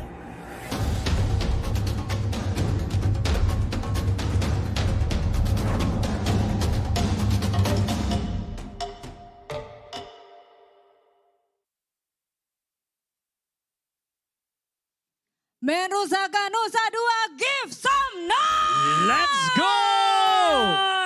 And welcome back to IESF 14 World Esports Championship Bali 2022. Back with us again, I'm Darius Drew and also Brenda Kwan, and we just see the previous match, and the winner is goes to Team Kyrgyzstan. Give a big round of applause to Kyrgyzstan. Exactly. There will be the 6th match. Yeah. And now we are heading to the 7th match. I see. So, what's team that will be matched in the match 7? All right. So, for the 7th match, we will have Team Costa Rica versus Team Philippines. Yo! And without any further ado, I would like to pass the session to our caster there. There has our amazing brother. It's Anonym and Brolius, but before that, I would like to share some information to all of you here. What is it, Brenda? Okay, there has so many entertainment here. Okay, Can you please explain what kind of entertainment that we have to enjoy? Okay, we have a lot of scene here. We have the booth scene, the exhibitor scene, of course. And then we have the water stage for the entertainment. We have the fire and also ice stage back there. Yeah. And also we have air stage. And now we are on the earth stage. Yes. For Dota 2 matches, of course. Yeah, and I would like to inform to all of you that this is the largest outdoor esports competition in Southeast Asia. True, exactly. So, are you guys ready to watch the match number 7 or 7 match? Give some noise once again. Are you ready? All right. Woo! So, let's give it up to our caster, Brother Lius and Anonym. Take it away. Take it away.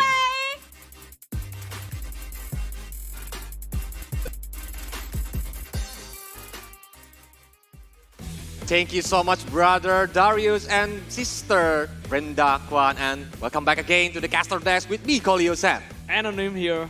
Welcome. Yep. We already see the fastest game ever on the IESF day 1 and day 2. So only after the 20 longest minutes. game ever in the IESF. 50 minutes. Yeah. Yep. It's a really new thing happening here.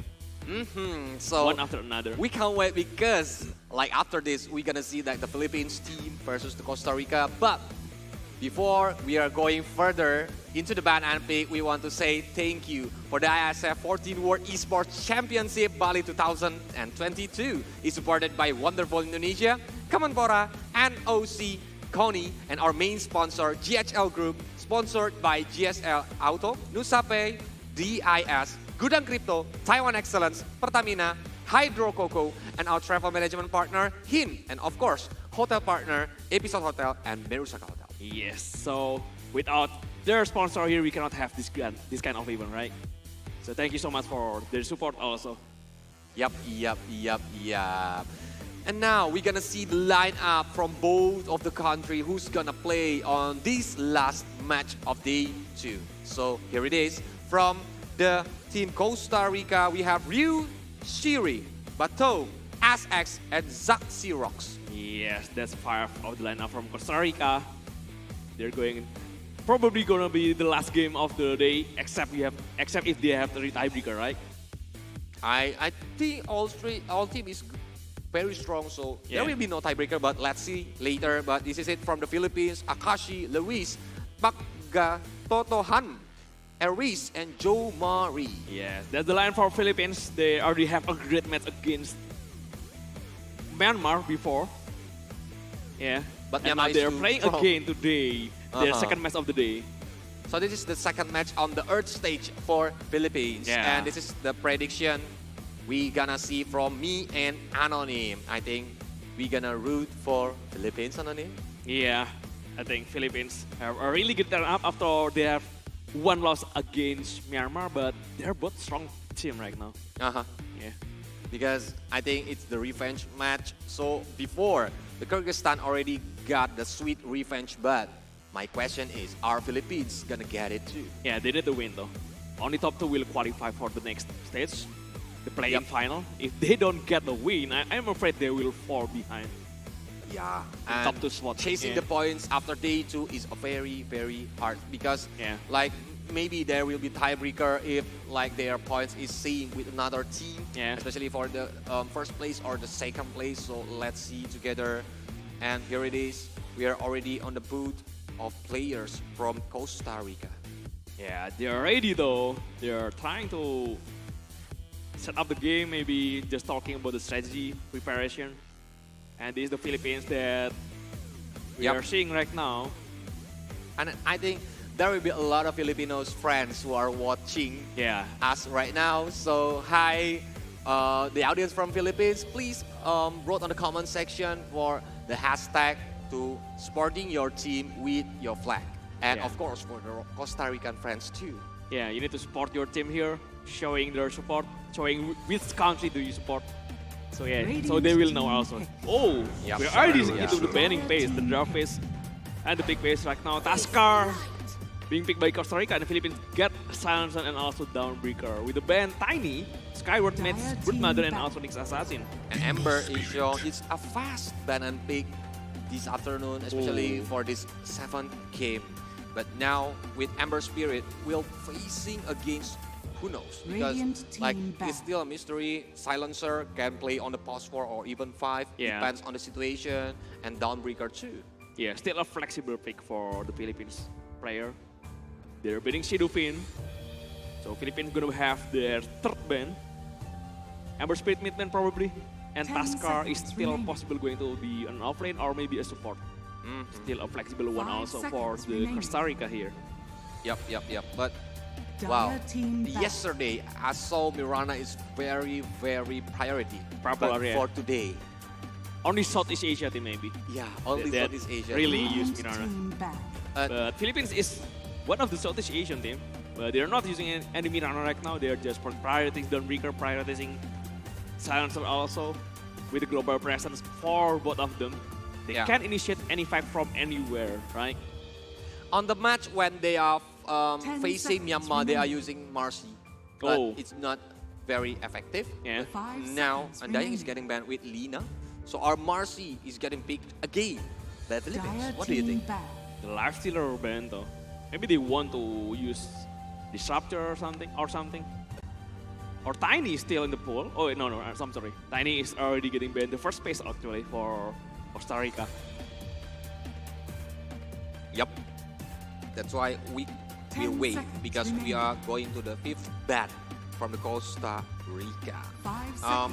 Is it another mid lane or even the core and now Morphling? Morphling, one of the strongest here right now. Still in the meta. A safe hero actually, especially is really good against agility hero with the Aghanim Scepter coming from Morphling. The stolen stats is really, really good. That's why 5th ban from the Philippines. I think they are trying to ban the core again. How about Slark? If they want to ban the core. Yeah, maybe. Depends on what they're trying to pick. Maybe they know. Maybe they already know what they want to pick, and so they just ban the counter. It's still a mystery for now. There is Pangolier though. Pangolier is still open. Yeah. If they want to use it. Because the combo wombo between Pangolier and Silencer is not bad actually. If the global silence. Naga Siren, okay. Yep. Naga. Yeah, still. Pretty hard hero to deal with. You don't want to fight Naga. A pretty popular hero after the TI, right? Wow. On this Another this clockwork so, yeah. game. Another clockwork game because on the game, on the match, the 6th match before, we already see the clockwork is very, very effective with the power cock, with the hook itself. The hook shot, yeah. 10 seconds remaining. Really strong against a spell immune hero. So with the clock and silencer showing up, maybe this Dawnbreaker will be a core, possibly an offlane. Offering Dawnbreaker, support Clockwork, and support Silencer maybe. Wow, there's a love sign from the audience. Thank you so much. It's sent from Bali for all of you who are watching us right now. There's a lot of people coming in the for noon, today. right? In the noon, because maybe there is more chill. There is sunset after this also. Maybe you can watch it while you're watching the game. Yep, especially we are sitting beside the beach. Yeah. In front of us is the beach itself, so it's quite good. Oh, Chaos Knight though. This is the first, right? In IESF. The debut of Chaos Knight. Yeah. Actually, Dawnbreaker is not bad against Chaos Knight. The Phantasm. The Dawnbreaker is good against 10 almost all of the remaining. melee heroes. Almost. Yeah, because of the CC immunity. 5 seconds remaining. Also the lifesteal for the Starbreaker also. And the fourth pick here for the Costa Rica. The Chaos Knight carry probably with Ember Spirit mid lane. Taskar is still a flexible pick. Maybe they want to pick another support right now. How about Puck? They need either offlane or support maybe. So Puck offlane is not good. Really a good thing. Yeah. They already have Ember Spirit mid lane. Because they already have Ember. Yeah. They need another support maybe, something like a range support probably. Leech. The Chant Frost, Frost Nova. Yeah. A pretty decent combo also with Chaos Knight. And Primal Beast finally. Ooh. A good AoE hero against Illusion hero like Chaos Knight. Because he can directly use the onslaught to get inside, not be afraid. But only one choice left from both of the teams, and we are going to the last banning phase. 5 seconds remaining. Ban phase though. They need to ban a carry, I think. Yeah, because Philippines is not picking the carry yet. Yeah. Although Dawnbreaker is still a viable pick for a position carry also. It can be. Yeah, it can be. But it depends on the situation though. Sniper, what do you think if the Costa Rica ban it? Still a possibility. Pretty decent against Ember. Because it have a long range, it's quite hard, except for Snowball or even the Ember Spirit is using the Remnant. But Shark is the one getting banned. Maybe there is still Dire team PL or Terrorbit maybe, the one that a really safe play maybe coming from Philippines. We haven't seen that in a while though. And that Prophet, the last ban coming from Philippines. They need to ban 10 seconds. Crystal Rica right now need an offlane hero, so yeah. They're banning while like having a warming up. The last ban on the Costa Rica team. I think if they want to like banning another melee carry, what is the best option?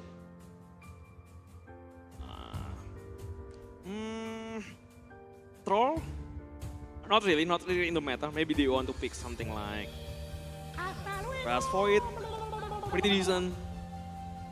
Sidovin already getting banned. Maybe Draw, but kind of hard to play Draw against Chaos Knight though. This is just ban Draw. My keyboard is not working. Okay, but facing again like the Phantasm from the Chaos Knight, I just thinking about Medusa. What do you think? Medusa is decent. Can be, right? Yeah. 10 seconds remaining. Can be used from the Philippines team. Although the power spec from Medusa just come out pretty late, they need to find a way to give him space to farm. They need to find the network for Medusa. Oh, But they have Clockwork, they have Silencer. Whoa! Of course. I see you're in the pool. Wow! The year is having like photo session besides the pool. Wow. Okay. Please enjoy the ISF York. Razor offlane. So they need to be careful to pick a melee hero that weak against Razor. Maybe this is potentially Razor with Blaston though. Magical damage Razor. Really strong, but you don't want to fight Razor with Blaston against melee hero. It's really bad to play melee hero against Razor. Maybe you want to pick something like Sniper, maybe Medusa is still possible. Yeah, we already see on the... You don't want to get close to Razor as because the Eye of the Storm, the Eye of the Storm, the Blast Storm, maybe, possibly. Like last night on the last match. Oh my god. Razor Blast Storm is pretty solid though. But one last pick, I think, Sniper or Medusa or even another range carry that can bring the winning moment for the Philippines. But I think Costa Rica is not an easy opponent right now. Yeah, they need to think of something. Yeah. A hero that can reset the distance between him and Razor maybe. Some hero who can escape also. Sniper didn't happen. Maybe a range hero is safer choice right now rather than a melee hero. Or Clinks. Clinks still favorable, even though not really getting picked a lot in this meta. Because you have to win walk, you can go away when the dangerous position is happening. Yeah, or the safer choice is Terrorbit and also Medusa. This is safer choice. The other thing maybe Lina as a carry, but I don't really... Lina is already getting banned. Oh, yeah. PA. Phantom Assassin. Phantom Assassin, yeah. Wow. This kind of drop, I think PA gonna be the monster on the late game if he got all the items, especially when the critical hits. PA is actually a good hero to pinpoint the target. If you don't want to fight the Razor, you just find another target. Here is really good at pinpointing the target. You can blink. Just leave the Razor for the last maybe. Find the support Save the best for the last. Find the backline first. That's a best hero for it. They don't need to force to the front line. That's why he is an assassin, right? Okay, this is the player from the Philippines booth. I think they are ready. The vibes are on fire for them. Yeah, they're having fun right now. With the PA last pick. For the audience who are sporting for the Philippines team, you can write it on the comment section. And for the audience who are sporting for the Costa Rica team, you can write it too on the comment section right now and using their country flag. Yeah, show some flags, show some love right now. Because these really important points to win between both of the teams, especially Philippines, because Philippines can still potentially have the chance to qualify to the play-in final. They really need a win right now. I think the first position is Myanmar, right? Yeah, Myanmar. Myanmar still haven't lost a game at all. Wow, Myanmar is really strong team. Basically, it's not a country though, it's a team. They are playing representing their with country. the same team. For the Burmese goal, right? Yeah, for the Yangon Galacticos. Oh, Yangon Galacticos. Yangon Galacticos, yeah. Well, we're gonna see it. Both of them, all of them is from the same country, so yeah, they just... So, no need to find chemistry anymore. Yeah, they just used to play together though. Yeah, about the new strategy or like... Because to make one from 5 different persons is very hard, especially on the short time, but this is it. The match between Costa Rica, between Philippines. Yeah, this is potentially to be the last game of the day. If we haven't had any tiebreaker, so we will see who will win, who will get the points, get a chance to qualify into the play-in final. Philippines will play from the Radiant side, and Costa Rica here starting from the dire side. They are having 5-man smokes, trying to contest the drones, trying to set up some vision before the drones spawn. Yep. And after 3 games, we already see Philippines play. I think all of it is using a smoke play on the early game, right? Before the game starts. Yeah, usually when you want to put out some deep ward, so you don't want your ward to be the ward, as it just in case enemy just already placing some vision there. I think it's already their habit. Yeah. To start the game. Nice movement speed boost also. So yeah, you're faster at placing the wards. Potentially detecting enemy ward also when they're placing inside your vision. Yeah, just checking some vision in the mid lane. They know that there are not any ward from the Philippine sides. And I think they want to just share the runes or contest it. Yeah, they try to find the bounty runes in right side of the river. The silencer though with the curse. I shot that doesn't block the way of Crowdburst. It's fine. They got the bounty. No kills though. But yeah, 2 bounties for the Philippines itself because Akashi, and Joel. Yeah, but the bounty for both of the teams. So it's 3 bounty. 3 bounty, right? 3 bounty. 3 bounty for Philippines. Quite good start actually. Yeah, this primal beast mid lane. Usually having a really really strong roaming power because he just clear wave easily. He can use the rest of the time for the next wave to find some kills, find some movement, find some rotation maybe. Yep, especially when later he can like using the onslaught to get into the back line. So that's why he need to farm very well on the mid lane. And when facing against Ember Spirit, what is the head-to-head? I know. Yeah, for the Primal Luis perspective, you just need a level. After they got the trample level, at least 2 level at trample, he just can clear the wave easily without any contest from Ember.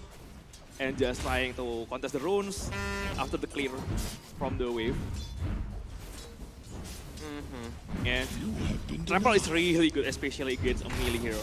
It's really painful to either the onslaught being popped out, the right click against you, but Lewis is actually the one taking a lot of damage. They need to be careful though. Yeah, because the position is not good for Lewis. Yeah. But, yeah, he still have to tank.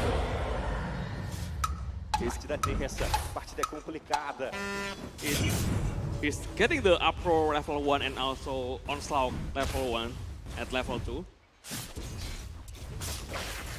Akashi in the bottom lane. Yep. Already 7 last with 2 denies. He decent lane against Riser. He doesn't need to get counter Riser. He doesn't need to really be close to be threatened by the static link though. Yeah. He can just dagger to get the last Job hit. just like zoning out the enemies, and when it's on the range of the plasma field, I think it can be useful to like poking the enemies. But for the PA itself, it will use the dagger to like farm in early game. Yeah, just throwing some dagger static link to being popped out, but he needs to get the one last hit before he get out of the static link range. Still a decent amount of flash hit from the Phantom Assassin. Get 11 with 2 denies. Against Razor, who also get 11 last hit with 1 deny. It's actually pretty much the same. Okay, for now, Lewis is having a hard time, I see, for this early game, but later on, after Lewis already have some of the skill set, I think he will play more aggressively. Radiant's courier has been killed. Just passing by. Wait, Phantom Assassin courier just... Why? Just crossing the river though. Yeah. Phantom Assassin is in bottom lane. But his courier is on the river. Grims here, the plasma is coming out. Actually, the Ice Shot is blocking himself. He cannot chase Grims with the Ice Shot blocking him. A little bit of miscalculation coming from C. But now, on the top lane, Battle is a couple more hits. Oh, Aris though, also with the Battle. The first bot is actually taken by Jewel. And Silencer is still alive though. Because of a couple of more last hits, but now Stun, see SX trying to take him down, Aris is taken down, SX trying to run away a couple more hits, and yep, Jewel is revenge their teammates. In the other lanes, the Phantom Assassin being taken down. So both of the carry for either Costa Rica and also Philippines is being taken down in their respective lanes. And also with the Plasma Field again taking down Clockwork. But Grim still have the threat. Shiri also being taken down. A lot of kills in the laning phase though. It's quite a bloody game on this very early game. We got both of the teams and countries already have like 3 and 4 point kills. Wait, a solo kill from Lewis. Yep, on the mid got the solo kill onto the Ember Spirit. That's a really huge kill. He also will get this both of the bot rune, so he can refill his mana, he can refill his HP to full again before fighting up against Ember. It's very important. Yeah, 3 men to the top, the snowball coming into Jewel though. There is a lot of damage, but the Silencer also dealing a lot. The Starbreaker coming in, Jewel still survive. The Ice Shard blocking the way of Jewel, and another Frost Blast from the leads will get the kill. And maybe another one. Aris doesn't have a way to run the body block coming from Shiri though. And there's a creep wave also. With the Charge Tank coming in again to secure the kill. They're all at low SP, but they got the advantage right now. Even though in the bottom lane, Razor also being taken down. Wow, 2-point kills on the top lane, but the bottom lane is straying with Razor. They need to be careful because PA, if he got the item, he's gonna be this onslaught, taking down the SX. Yeah, kinda stay too long in the lane after the low HP. after the last fight to get the kill though. And an easy one, an easy kill for Lewis. And Lewis coming back into the mid lane after just being taken down. 33 last hit with 5 denies, pretty decent. While Primal Beast still in the top lane, they will take down Listo in the top. Aris is the one taking the kill. And they will still want to continue onto the Chaos Knight. And he will get it. Oh, wait. Radiant's middle tower is under Just attack. after Chaos Knight using his TP, just after Chaos Knight just respawning, he TP top and he died again. This is a bad moment for this Chaos Knight. I think it's not a last for the Primal Beast is rotating on the top lane. He's leading Ember, but now Kong is on. Sakirok is stuck in there, cannot do anything. Basketball field with a couple more hits, trying to run away, but I think Akashi gets the kill points. In the top lane though, in front of the Russian pit, again the powerful Ice here, just stopping Ember to find the kills. He get the Remnant, but he doesn't want anything to commit again. He's pretty low mana also, so yeah. It's a very aggressive game from both of the team. Yeah, somehow the Philippines still come out on top though. They still got a lot of advantage. 3,000 gold lead right now. 6 minutes in, almost 7 minutes in. With Akashi doing pretty well in the bottom lane. The Ice Shard. We still have to blink the slow dagger onto the Riser. Just secure himself. Because, yeah, the damage dealer is the Zaxirok, so that's why the dagger is on point to the Razor, and Razor cannot chase him, so he can go back a little bit. Yeah, Akashi though.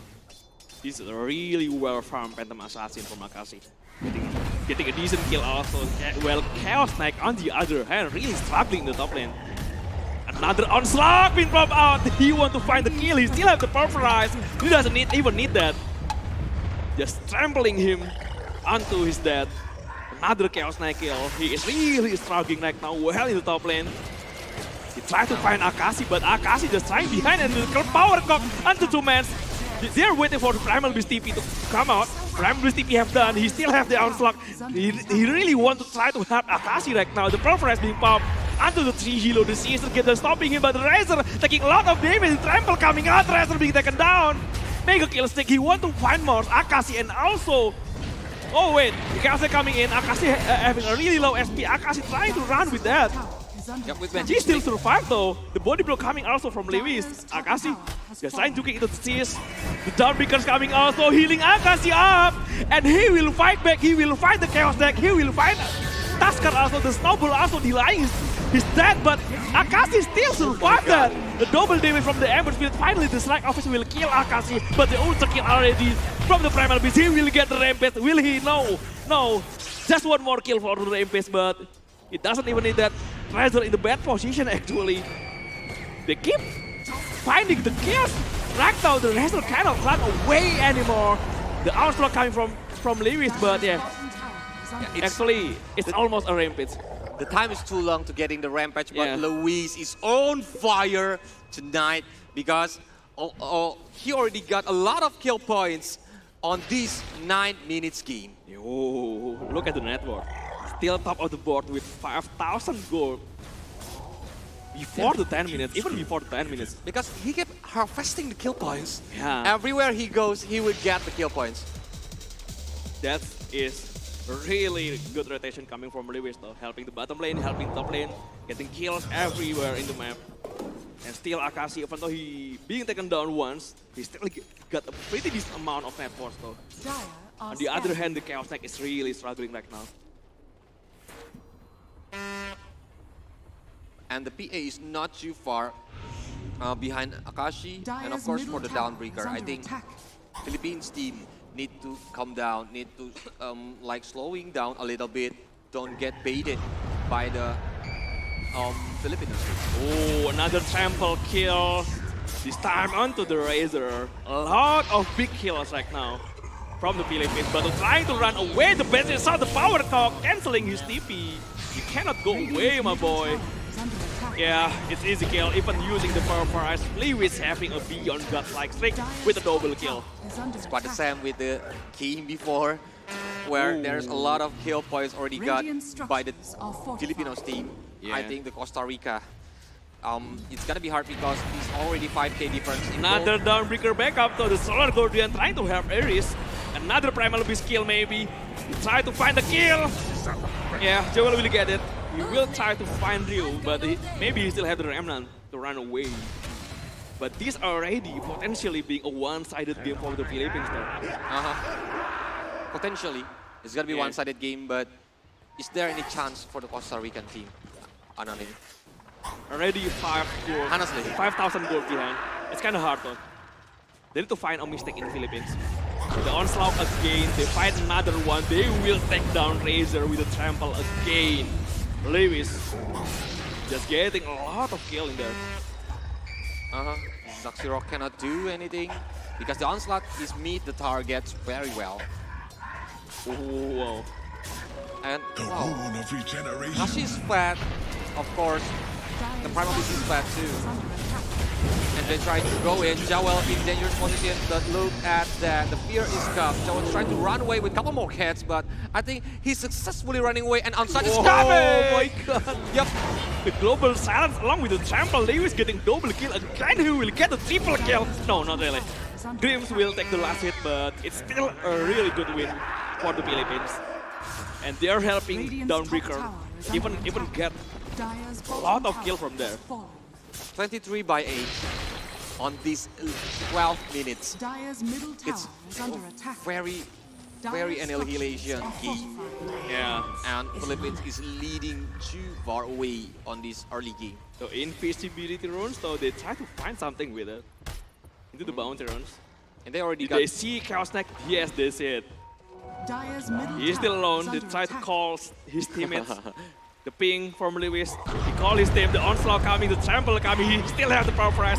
He asks Silencer to join, and he will get the kill. An easy one at that.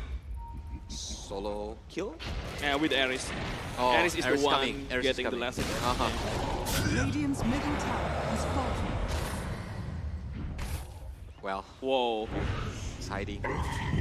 The onslaught again. They still have the snowball onto Ares, but they're in the hard position right now. The trample is pretty strong. The Dawnbreaker trying to heal up. Taskar cannot go away. They got Silencer though. They still have the onslaught if they want to go again. But the D1 coming in, the deny from Ryu. They try to use the hook shot into the power cock. Not really. The onslaught and also the Stasis coming in. The buyback coming from Taskar. But he loses Amber already. Grims taking a lot of damage. So Grims will be taken down. Lewis have to be careful. He got a beyond gut leg stick. This is a really huge kill to give away from the Philippines. They don't want Lewis to die. Stun coming. The Starbreaker taking a lot of damage from the Chaos Attack. Already the onslaught will take down CK. And Lewis still being chased down by the Taskar. He still want to find Lewis, but the trample coming back again. Shiri is the one taking a lot of damage. Lewis still survive. Another hit will take him down, but he can run away. Yeah, because the road is closed for Zaxiro. Oh my god, it's that a kill beyond streak. godlike streak. A lot of good working there. Just one more hit to finish him up, but Costa Rica cannot find the kill. Well. Luis. Yeah. He's so satisfied with the kill points, even like the win probability is already shown at 92% on this 14th minute. And Ryu is gonna get the illusion rune. 92% win probability. Yeah. Two-man smoke, three-man smoke from the Philippines. They want to go again. They don't want to stop at all. Already a total of 38 kills, only 14 minutes. Hook shot into the power cock, into the trample, and the onslaught from the Lewis. Grims is the one taking kill, but Lewis here doing pretty much everything. Dire's top tower. Everywhere he goes, he got the kill points. Even now. Yeah, they have the onslaught again. This time finding leads. An easy kill. Another beyond gut leg stick from Lewis. When he will stop. Whoa. That's my only question right now. The only time he can't do anything is when you have BKB, and I don't think they will have it soon enough. It's too far away. Yeah. I think it's so hard for the Costa Rican team to like get the farm, get the goal from the farming itself. Costa Rica though, falling too far behind there. They really need something to get back into the game. Two-man smoke from the Chaos Knight, also with Taskar, but He's not having enough damage, I think. Death at my hands is an honor. Costa Rica trying to find something, just running into the bottom outpost. There is nothing there. Maybe just to put some wards. But now, the first tower on the mid lane. Ooh, onslaught. The onslaught into the now. Purprise, but the global silence also being used. The Ember cannot go away. Even the Tusker in the bottom lane getting taken down by the Phantom Assassin. The Chaos Deck also 3 men down over the man. We will be for a 4th man with the lead also. The only last man standing is Razor, who's not even there. The only Razor, and I think if it's taken down to, it's a total wipeout. Wow. For the Philippines team. Wow. And I think it's gonna be hard to stop them. Even like the game is cold at the 30 minutes, but the difference is too far away based on the level, based on the goal that the Philippines team already got. It's so far away. At this level, Philippines player is really confident about the fight. Everywhere they see hero, they want to go. Right now, Chaos Knight and Tusker is still there. They will go for Tusker. Easy kill also with the power for Ice being popped out. Another intelligence stolen from the silencer. And Lewis having a regeneration rune, so yeah, he will have time to go again with a full mana. And DD's there. Ryu is just trying to do some rotation, maybe trying to find someone, but now they are gonna taking the rush, so maybe they're gonna push some tower after they got the Aegis. Yeah, maybe a high ground tower, right? Because PA with Aegis gotta be so strong. He can play so aggressively in front. Lewis even go in the bottom lane, the trample on Slap. Not a chance. Only one more hit hook shot coming from the Razor, but Chantros, BKB though. Saving his life, the Chantros need to be stopped. But it's easy kill, and it will be an easy kill for Lewis. They got too much damage though. While Phantom Assassin doesn't even care about the fight. He got the Ross, he got the Aegis already. That's the most important thing. Yeah. I think so. He can like get in confidently using the blink and doesn't care about the enemies because he has the Aegis. But now, whoa! Fire Remnant, but Pulverize is being popped out. The Dawnbreaker is coming for the help, and Lewis is not taken down yet. Even they are counter-attacking the momentum, and kind of got run away with the power cock and double kill. Yeah, global counter initiation. They have Solar Guardian, they have Global Silence. The kill again with a solo kill from the Phantom Assassin in the top lane though. He takes down the leads, so he will go on to the tower to the top. Okay. The backup, the Global Silence also with the Solar Guardian. Nothing you can do about it. It's 6 feet down.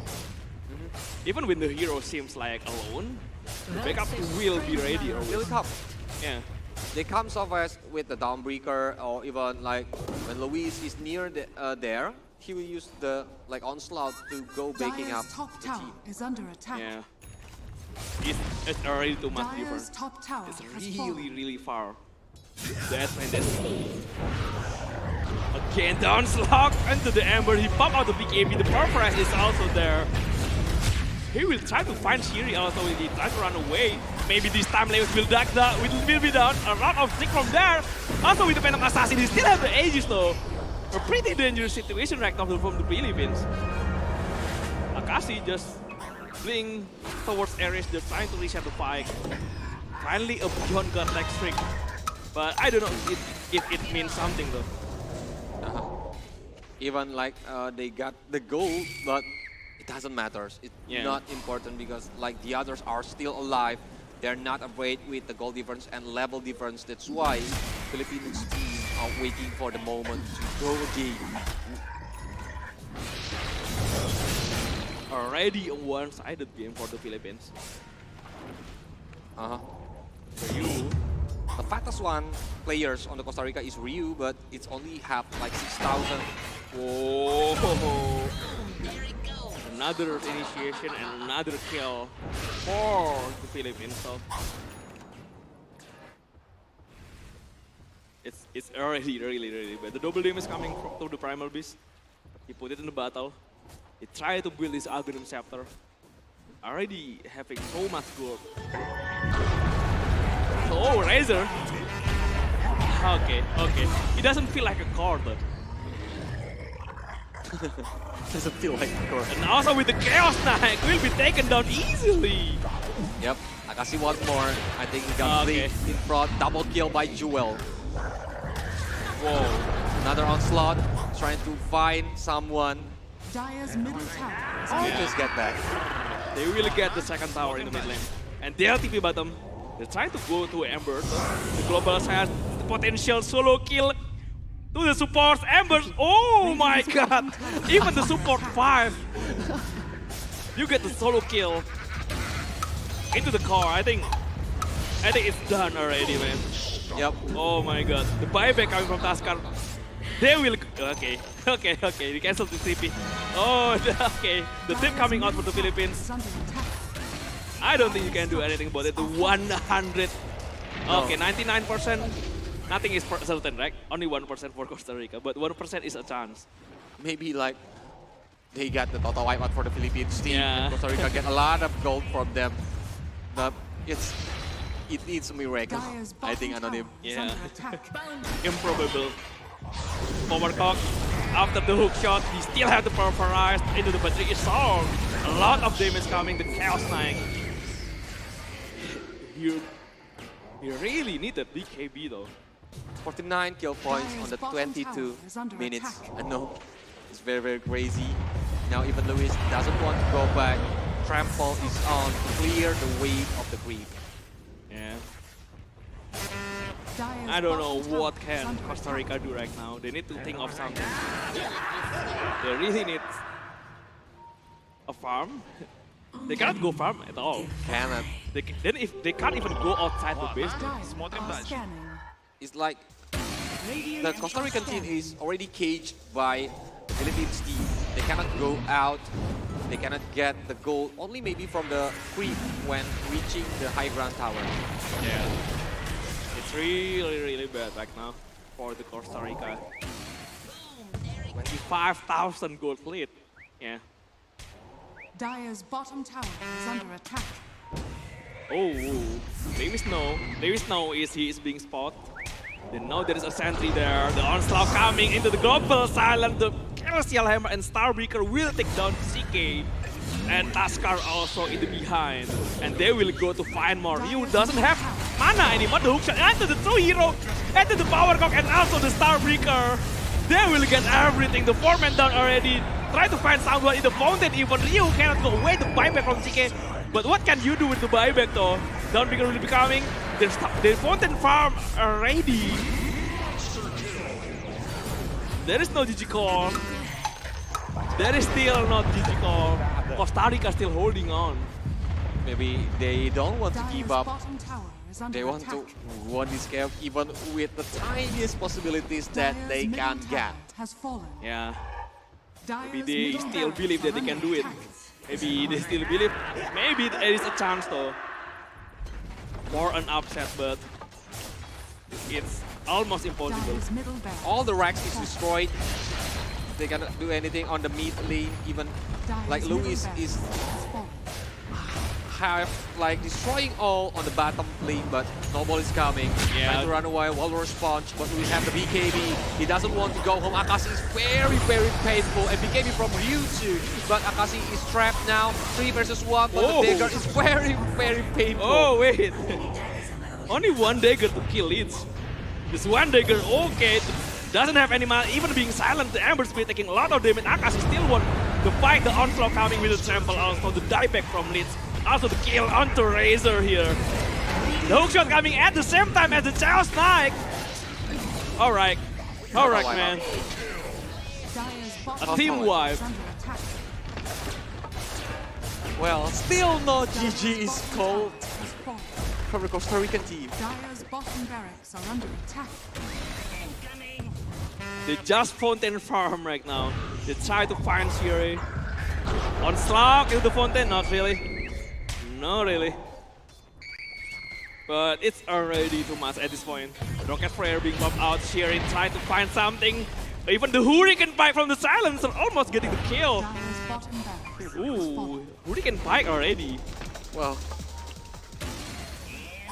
I'm speechless right Whoa, now. wait a Look minute. at the dagger. Oh, wait a minute, global. The global coming in. Akashi really won it. But he has to be careful into the fountain though. Akashi still has the survivability. He will get 2 kills actually.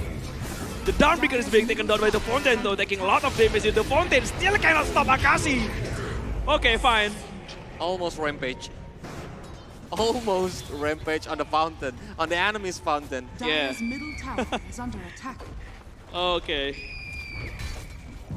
This is... They want to go for DG Bot. They doesn't even care about the Mega Creeps anymore. He doesn't even concern about the top lane of Rex. The straight push into the Ancient.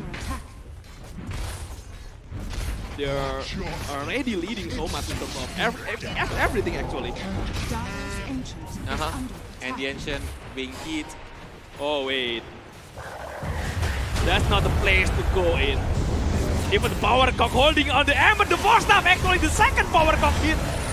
Because of the force staff, they got silencer though, but they lose almost everything. The buyback coming from the Ember, trying to have the fight. He got the kills, the 4-man down from the Philippines.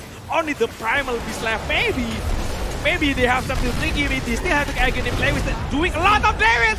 Oh my god, this man. He tried to find something to buyback from the Razor though. But this time, Lewis doesn't have any BKB, but he will get the Chaos Knight. He still has a lot of damage from Lewis though. The onslaught will be available in 2 seconds, but I don't think he has time for that. Finally, but GG is being called at the same time as he got the Primal Beast. So Philippines will take the win. Perfect score kill for the Philippines maybe. Yeah. Luis versus everybody. Yeah. 4 man try to take down Luis, but they cannot do anything. And on him, the damage is so painful. Even in 1 versus 5 situation, right? Yeah. Oh my god. At the point they are just having fun. They're just playing. They are just playing along though. Yeah. They know they cannot lose again at that point.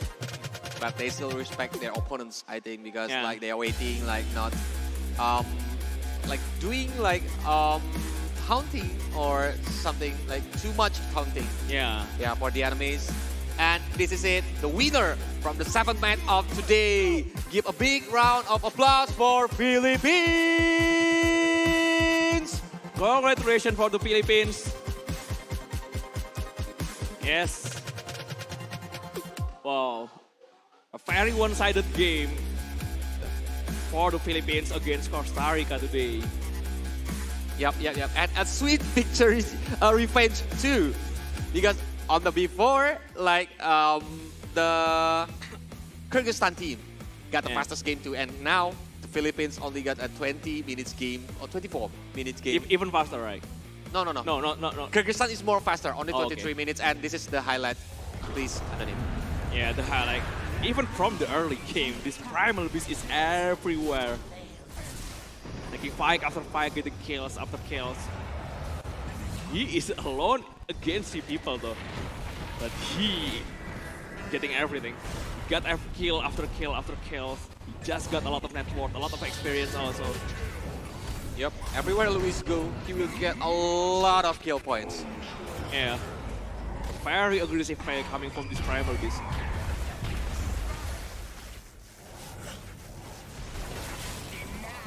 It's pretty much already one-sided game at this point. At 8 minutes in, yeah. You will know. At 8 minutes. Yeah. They got, like in another 10 minutes, we're gonna see only like the Luis solo show. Whoa. Because Agashi is only like featuring on the Luis solo show only for like the last 3 or 4 minutes. This is the highest total kills game at this point for IESF, right? I think so. I think so, yeah. I think so. Only the Philippines only, they are getting 69 kills. Only for the Philippines. Wow. They're killing so much. Yep. Especially for Lewis though. So if there are any awards for the most kill that maybe the players have, that Luis already collecting a lot of points from this game only. No one can do anything about him. This is the first time he is being taken down, right? Even like the enemies got 1,600 gold, but I think it doesn't matter because like his friends is still alive, and look at that Akashi. It's very, very painful. Yeah. Very well farmed. This is for the last 4 minutes. Ready to far in terms of items, in terms of network.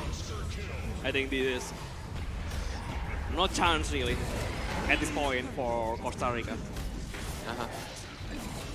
Even the cock is beautiful from the greens. And yeah, GG for the Philippines team.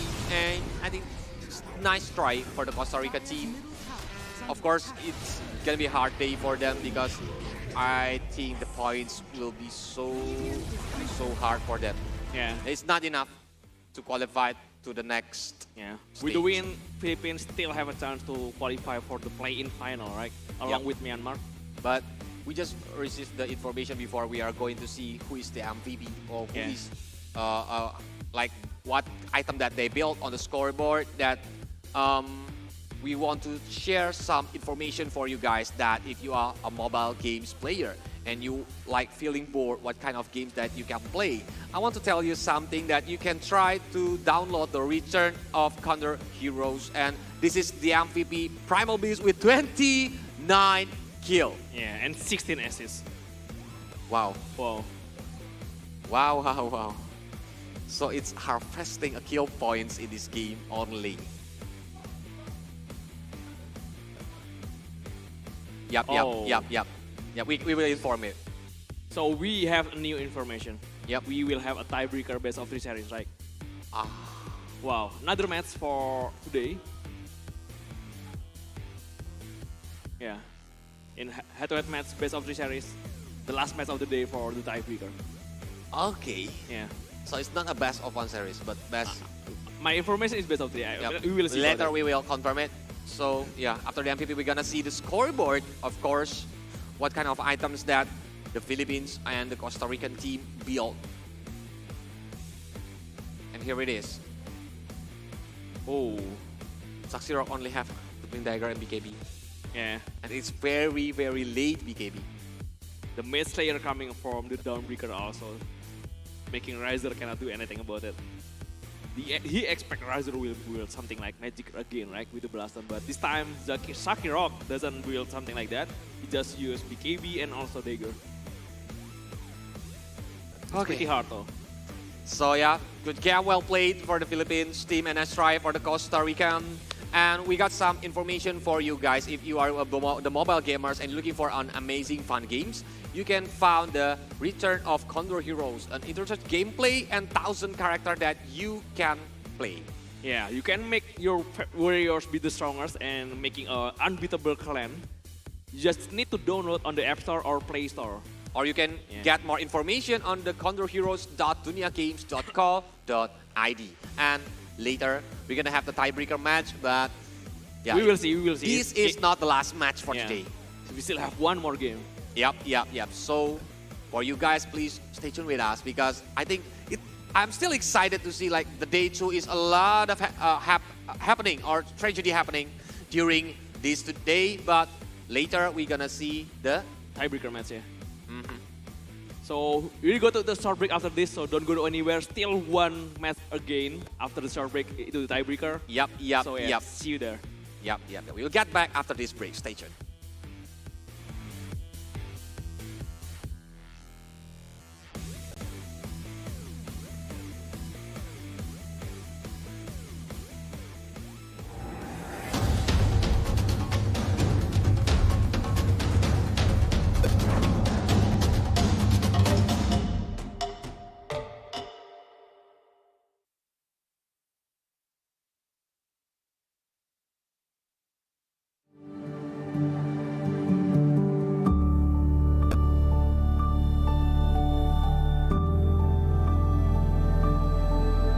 All it takes is one dream.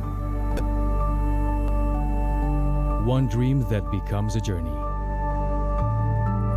To drive an ambition. Believing in yourself. Persevering challenges. Always focused on the dream. to grow aspirations. Having the will to keep going. Building a future with a legacy. Knowing dreams can come true. Over 11 years of growth. The spirit of entrepreneurship. Created possibilities.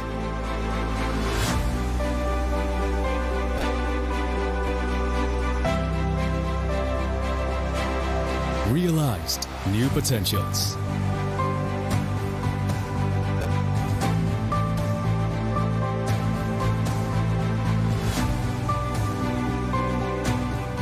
Innovate for the better.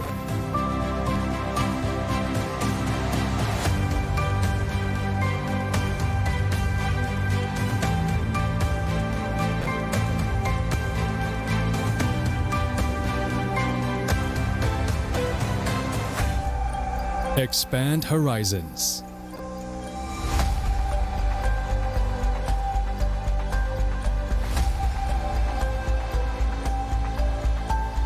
To change lives.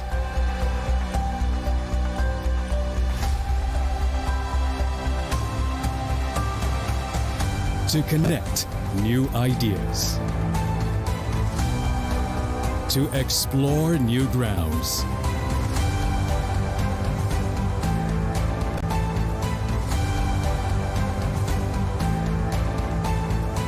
With the future in sight.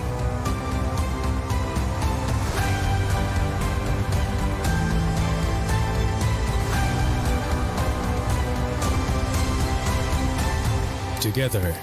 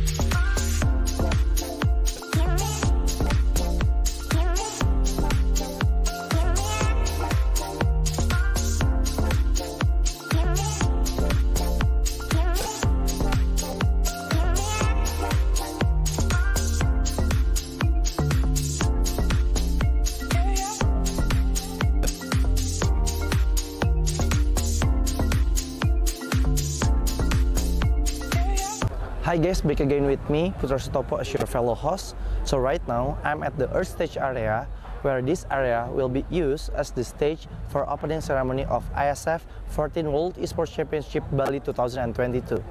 As you can see behind me, they are all practicing for the opening ceremony at 7 o'clock GMT plus 7. To be honest, I cannot wait to see the opening ceremony because there will be an amazing performance from Alfiref and other performers.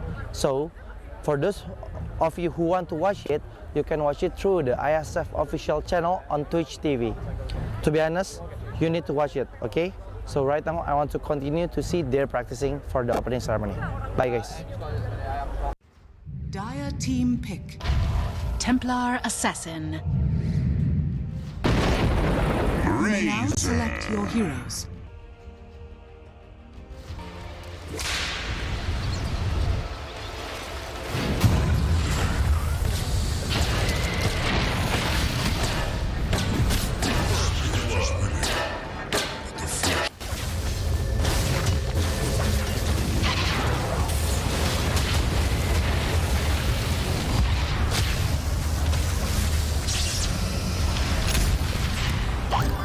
Dire's middle tower is under attack.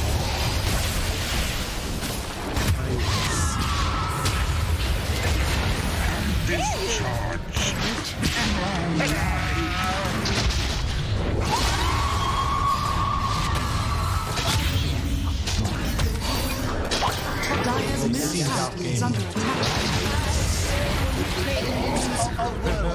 Dire Scanning.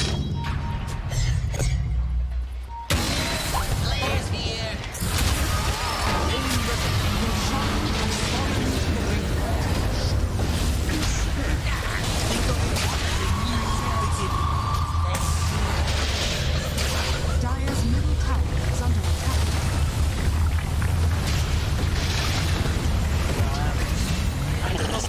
Ладно, смотрим дальше.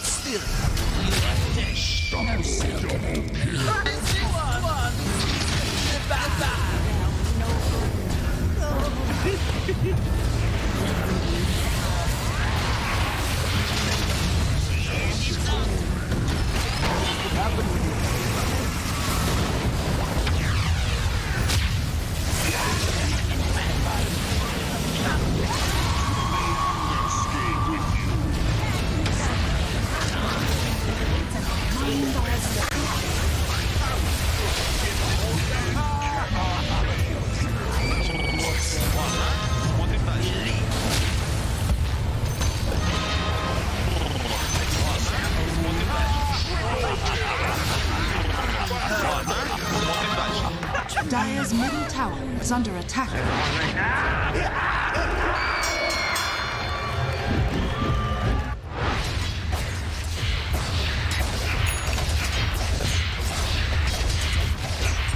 Radiant victory.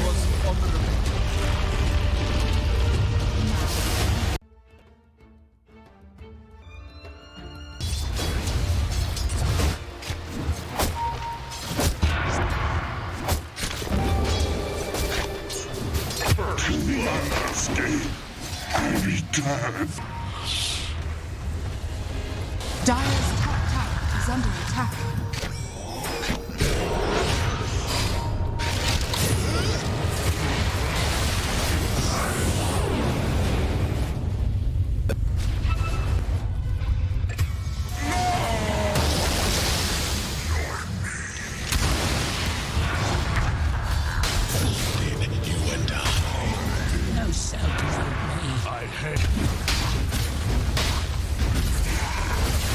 Radiant's top tower is under attack. Radiant's top tower is falling.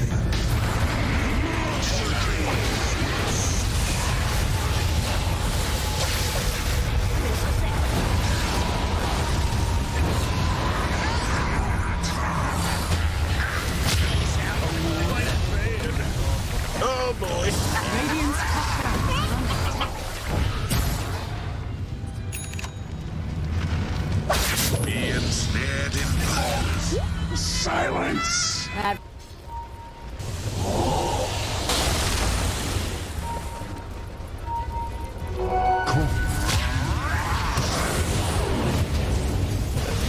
It's just a little snow. Shaded in searing heat.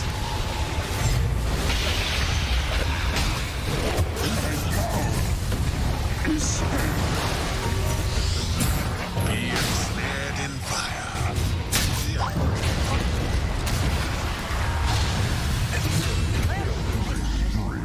Radiant's middle tower is under attack.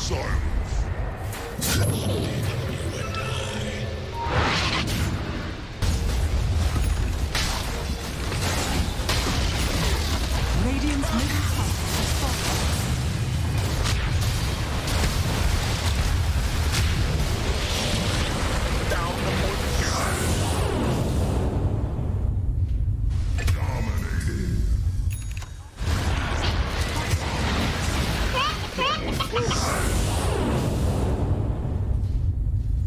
Radiant's Ancient is under attack. Dire victory.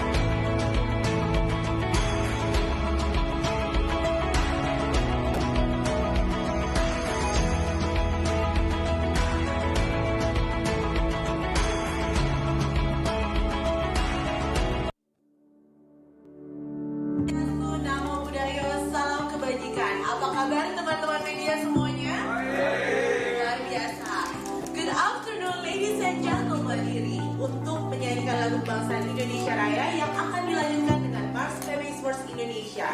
Indonesia tanah airku, tanah tumpah darahku. Di sanalah aku berdiri, jadi pandu ibu. Pertama kita juga sangat berterima kasih kepada beliaunya dari IESF yang begitu memilih negara kita sebagai penyelenggara. Sekitar 42 juta ya e-sport ya, pemain e-sport tentunya akan bisa menyebarkan ini, bisa menghidupkan ekosistem daripada e-sport itu sendiri. Tentunya akan berpengaruh secara ekonomi dan kesehatan. For this event, and hopefully Bali and Indonesia will get a really good name in the international, right? Is going to influence a positive creativity in humanity and a new way to socialize, a new way to be together, a new way to be friends. When a parent looks at a kid in the computer with headset on and talking. Salam Esports. Okay.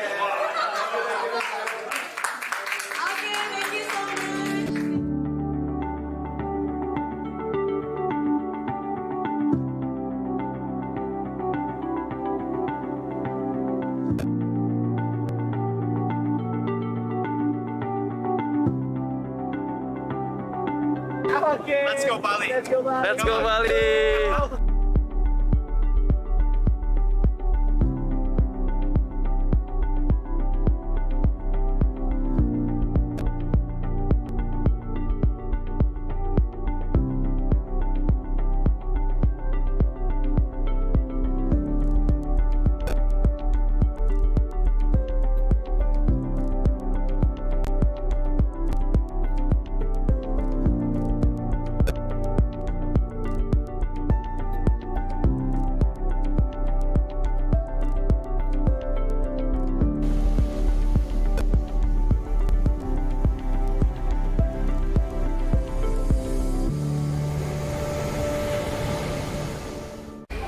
Nah, setelah hari ini kita bahas berbagai macam match, mulai dari match yang ada di Ice Stage ataupun yang ada di Fire Stage.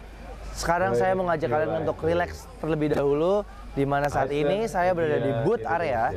Di sini banyak banget berbagai macam activation yang disediakan oleh booth-booth, baik itu booth dari sponsor ataupun booth-booth dari partner-partner PBSI dan IESF. Seperti yang ada di belakang saya, ini ada Garudaku Zone, di mana seperti yang kalian lihat, di sini banyak banget area-area permainan, ada racing simulator, ada juga mesin capit yang bisa mendapatkan hadiah item-item Dota, atau di sekelilingnya banyak sekali game-game atau booth-booth dari developer lokal. Nah, sekarang saya mau ngajak kalian untuk kita keliling-keliling di area booth. Mungkin buat kalian yang mau nonton dan mau datang ke acara IESF World Championship ini, kalian bisa tahu nih, kalian mau ke booth mana dan mau menikmati activation di booth mana aja. So, ayo gue ajak kalian untuk keliling-keliling lebih dahulu.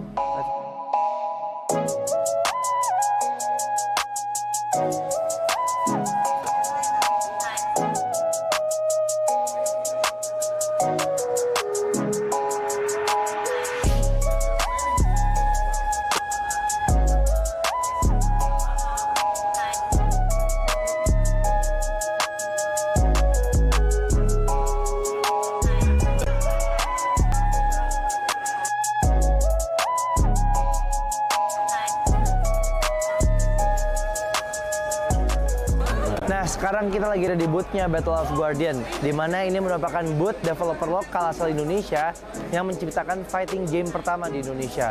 Nah, keseruannya nih di sini kayaknya kita bisa main game nih. Kita bisa mencoba trial untuk main game Battle of Guardian. Nah, gue juga penasaran ada apa aja sih di booth Battle of Guardian. Jadi yuk kita coba aja samperin langsung ke booth-nya Battle of Guardian. Let's go.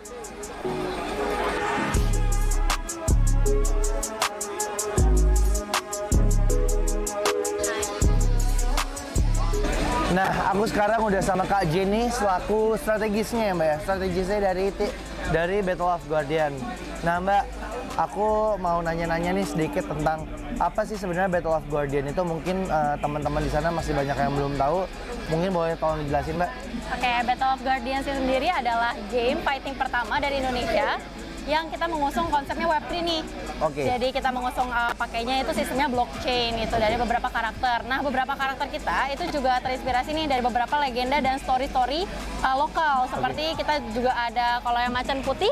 Macan putih itu adalah dari Prabu Siliwangi atau Cindaku. Oke. Lalu juga kita ada yang perempuan itu ada namanya Sofia. Sofia itu kita juga terinspirasi dari Nyi Roro Kidul. Oke. Lalu juga kita ada Aling Dharma atau kalau misalnya di dalam in-game kita namanya Mata. Oke. Gitu. Kalau di dalam in-game-nya sendiri kan aku lihat ini ada banyak fighter ya Mbak. Iya. Nah sebenarnya apakah ini ada jenis-jenis fighternya gitu nggak sih? Apa semuanya tuh kategorinya sama gitu? Ada, kita ada 3 kategori fighters di game kita. Ada dari Guardians, ada dari Demon, dan juga dari Human. Tapi kalau Human di sini adalah ceritanya tuh udah cyborg, jadi setengah human, setengah robot. Oh, gitu. Jadi mereka memiliki special skill sendiri nih. Oke. Kira-kira total ada berapa karakter sih Mbak yang udah ada sekarang atau yang mungkin rencananya bakalan ada nih di Battle of Guardian? Sekarang ini untuk in-game kita udah keluarin 40 plus karakter. Oke. Tapi kita juga akan tetap develop sih. Kita ada beberapa yang masih kita on hold gitu. Oke.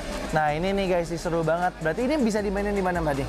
Ini kita akan ada di PC Games. Oke. Ini only PC Games, tapi langsung ke website kita aja Battle of Guardians. Dari situ kalian bisa download game ini di PC kalian sendiri. Udah bisa main sama, mungkin aku mau main sama temen aku yang ada di luar kota gitu, atau ini baru bisa offline gitu Mbak? Bisa, kita ada 2 mode, ada offline mode sama ada turnamen mode. Kita juga ada PvP. Oke. PvP jadi secara online, kita akan nyari match secara online gitu. Jadi bisa dari nggak cuma dari luar kota, tapi bisa juga dari luar negeri gitu. Nah, buat kalian yang suka main fighter game, cobain Battle of Guardian. Ini karya lokal loh. Ini fighter game dari Indonesia pertama kali berarti ya Mbak ya? Iya. Dan Battle of Guardian ini juga udah dipertandingkan sebagai kompetisi eksebisi ya kemarin di Piala Presiden ya Mbak. Nah sekarang aku penasaran Mbak, ada apa aja sih di dalam booth-nya Battle of Guardian di acara IESF ini, dan sekiranya kalau penonton mau kesini tuh ya tadi mereka bisa ngapain aja dan mungkin ada hadiah-hadiah gitu nggak sih? Ada banget. Kita akan ngadain turnamen. Sebenarnya nanti turnamen kita akan ada di water stage. Oke. Itu akan di tanggal 3, 4, sama 9. Itu prize pool-nya akan ada di 10 juta. Kita akan bagi-bagi nih. Nah, tapi di sini juga kita ada fun match. Jadi di sini kalian bisa coba game-game kita. Ada tiga ini. Kalian bisa coba pakai arcade games, bisa juga pakai joystick nih untuk mencoba beberapa experience-nya beda-beda nih. Benar. Nah, kalau arcade games tuh yang kayak pro player gitu kan? Iya benar. Gitu. Okay. Jadi ada pakai arcade-nya sendiri, mesin arcade-nya sendiri. Nah, selain kita showcase game kita sendiri, kita juga ada nih beberapa merchandise yang kita eksklusif banget nih untuk IESF. Seperti jersey, terus baju yang aku pakai nih sekarang, kaos yang aku pakai. Lalu kita juga ada karakter, jadi ada 3D printing karakter. Kita juga ada figur, ada juga keychain gitu. Nah, boleh nggak aku izin nih? Mungkin buat teman-teman di sana juga penasaran gimana sih game Battle of Guardian. Aku izin main dulu, boleh nggak Mbak? Boleh banget. Yuk, kita main yuk. Siap. Yuk.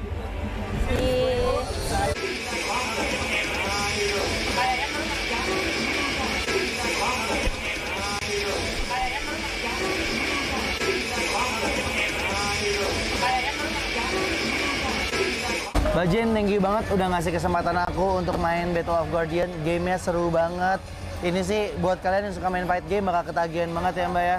Oke kalau kayak gitu, Mbak Jen, aku pamit. Thank you ya Mbak Jen ya. Thank you. Okay. So, welcome to the IESF 15 World Esports Championships Bali 2022 with me Sigit as your field host.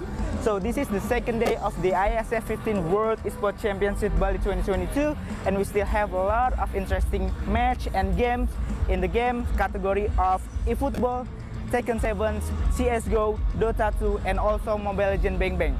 You can see full match schedule on our Instagram at the IESF_official and also garudaku.se.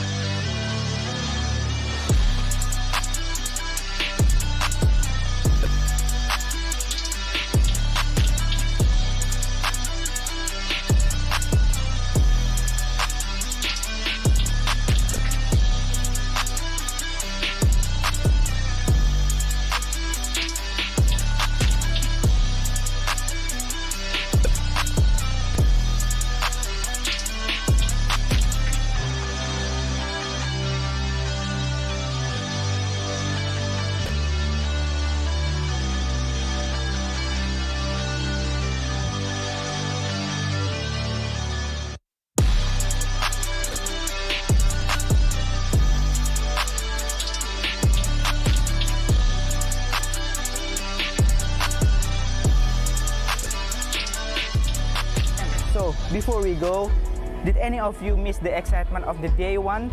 Don't worry, here's the recap day one of the IESF 15 World Esports Championship Bali 2022. Enjoy!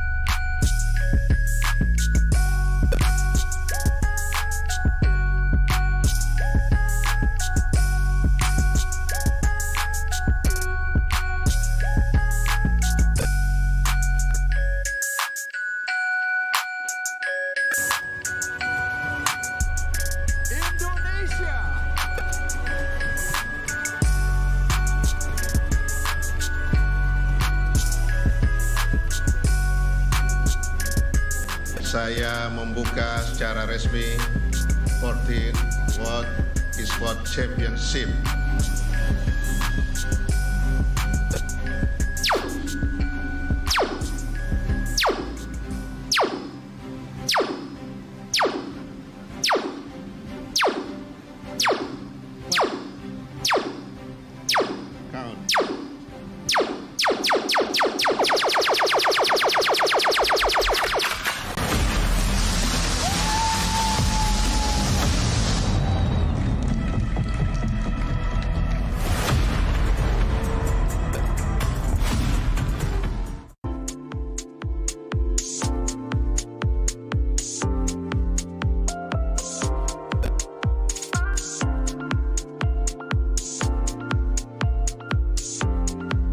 Again at the IESF 14 World Esports Championship Bali 2022. This is the day of the IESF in Bali. So, we've been through a lot of excitement in day one and day two. The competitions between countries around the world increasingly becoming more competitive and a lot of action here. So today we have 5 different games category that will be played, like eFootball 2023, CSGO, Mobile Legends, Dota 2, and also Tekken 7. So before that, I remind you to follow our social media so you can see live updates, see match schedule and result on the IESF Instagram, IESF_officials, and also garudaku.ac. Before we go watch today's match, here's the some recap day one of the IESF 14 World Esports Championship Bali 2022. This recap is dedicated to you guys, so enjoy the show.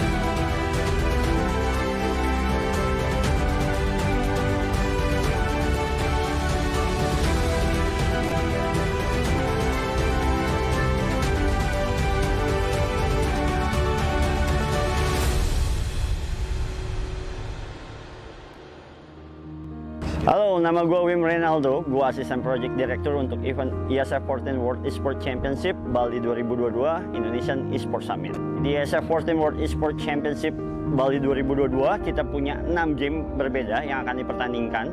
Tapi ada 7 nomor di mana kita punya game PC, ada Dota 2 dan CSGO. Ada juga game konsol di mana ada eFootball dan Tekken 7. Dan juga ada mobile gaming, Mobile Legends Bang Bang dan juga PUBG Mobile. Dan juga kita ada 1 nomor tambahan yaitu CSGO Women.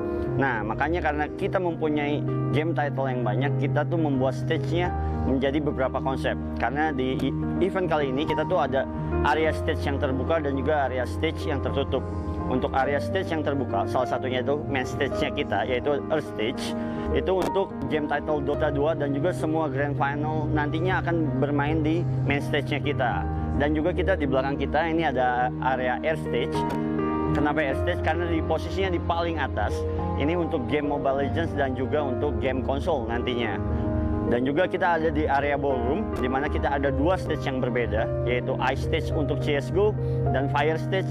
Karena ini gamenya game perang, makanya untuk game PUBG Mobile kita namakan Fire Stage juga. Tapi di event kita kali ini, kita juga nggak cuma punya turnamen aja, tapi kita juga punya keseruan yang lain. Kita punya entertainment area di Water Zone, kita juga punya expo, kita juga punya summit. Jadi orang-orang di sini bisa dapetin one stop entertainment kayak gitu. Dan untuk preparasinya ini kita udah mulai dari kurang lebih hampir 1 tahun untuk menyiapkan ini semua. Ketika kita terpilih menjadi tuan rumah ke-14, kita sudah menentukan nih tempat-tempat mana yang paling cocok untuk jadi event venue-nya kita. Makanya kita putuskan di sini di Merasaka Hotel Nusa Dua. Kita harapkan kita start di tanggal 2 Desember sampai 11 Desember dan semua untuk para atlet sudah mulai datang dari tanggal 29 November sampai nanti tanggal 1 Desember. Kita harapin teman-teman dukung juga tim nasional kita karena kita sekarang menjadi tuan rumah untuk IESF 14 World Esports Championship Bali 2022. Datang ke acara kita, jangan cuma nonton online aja, datang karena kalian dapetin keseruan, kalian bisa dukung timnas kalian bisa dapetin keseruan dan juga mendapatkan kesempatan ini karena event perdana di mana kita adalah partisipan terbanyak untuk di event IESF kali ini, yaitu kurang lebih ada di 106 negara yang akan hadir di sini bermain untuk 6 game title.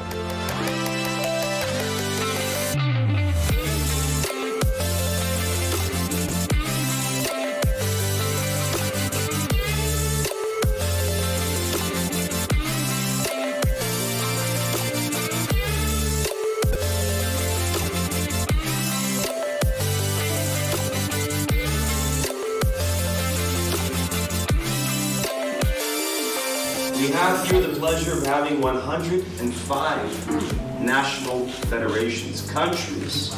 Penyelenggaraan ini bisa menjadikan tonggak sejarah buat bangsa kita, negara kita yang bisa ikut memberikan kontribusi di dalam perkembangan industri digital khususnya e-sport. Dalam e-sport ingin membuat satu acara yang semua kegiatan e-sport itu ada di satu puncaknya. Jadi dengan dari seluruh vendor, dari seluruh atlet dan lain-lain ikut berpartisipasi.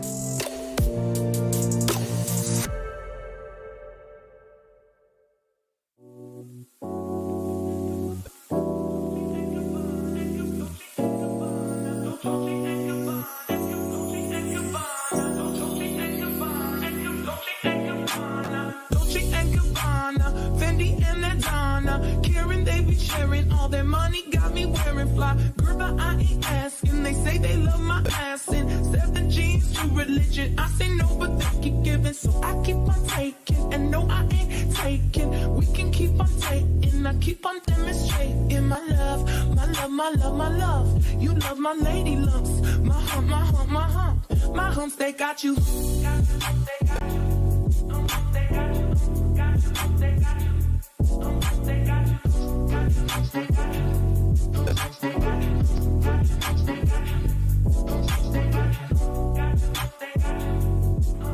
Dolce and Gabbana, Fendi and Adana, Karen, they be sharing all their money, got me wearing fly. Girl, but I ain't asking. They say they love my ass and 7 G's to religion. I say no, but they keep giving, so I keep on taking. And no, I ain't taking. We can keep on taking. I keep on demonstrating my love, my love, my love, my love. You love my lady lumps.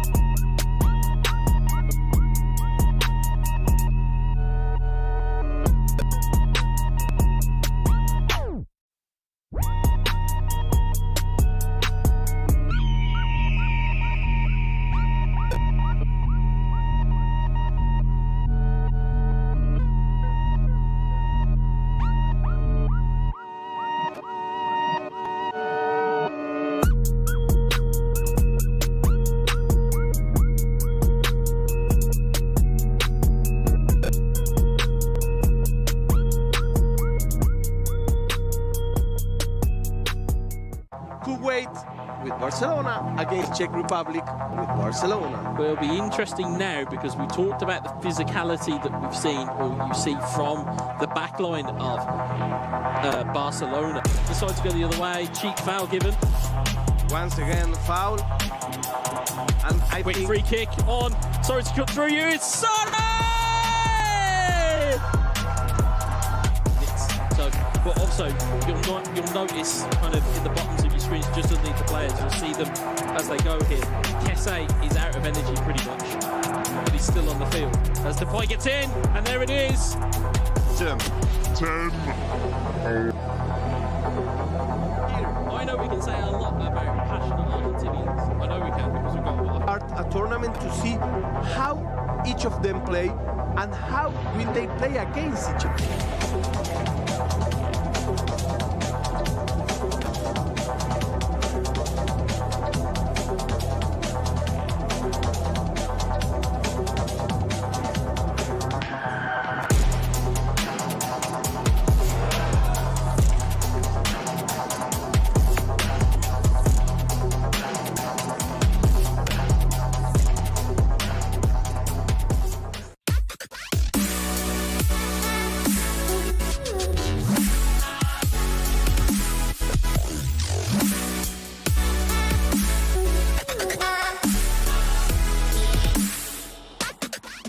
Get Galaxy A33 5G. Why?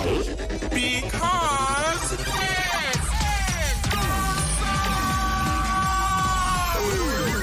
Galaxy A33 5G with awesome processor. Buy now. Get Galaxy A53 5G. Why? Because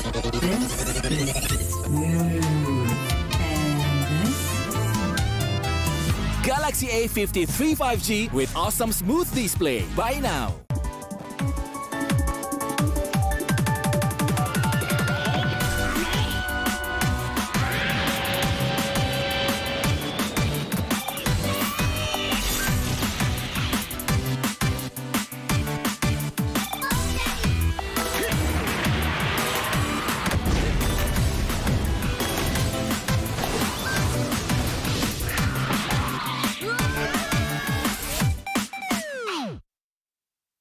Selamat datang di sebuah pengalaman perjalanan baru Indonesia bersama InJourney. Terbang bersama kami untuk melihat pariwisata Indonesia.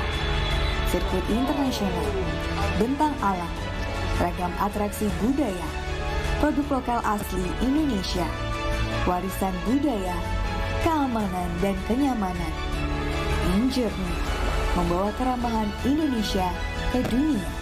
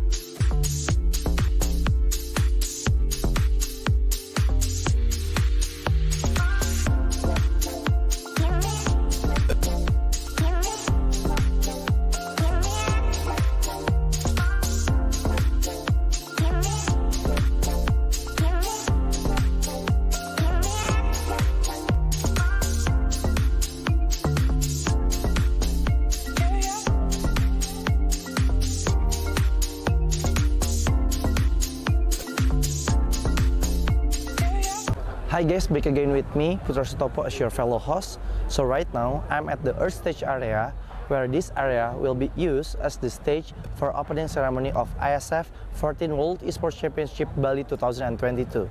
As you can see behind me, they are all practicing for the opening ceremony at 7 o'clock GMT+7.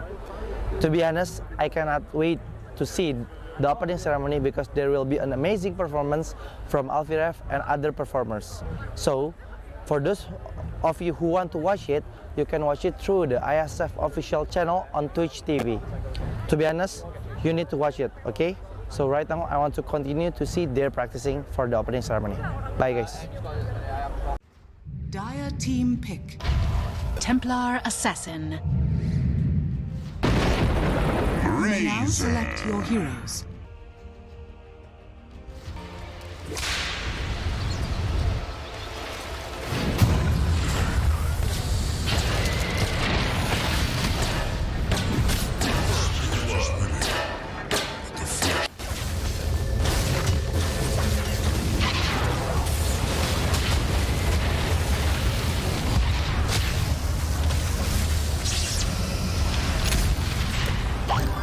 Dire's middle tower is under attack.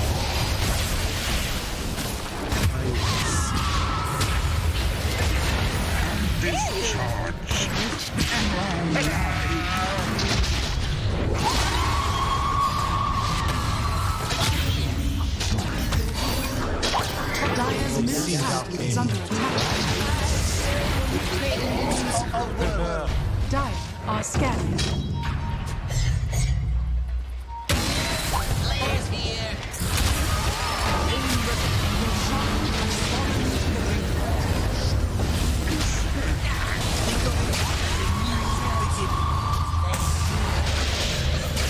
Dire's middle tower is under attack.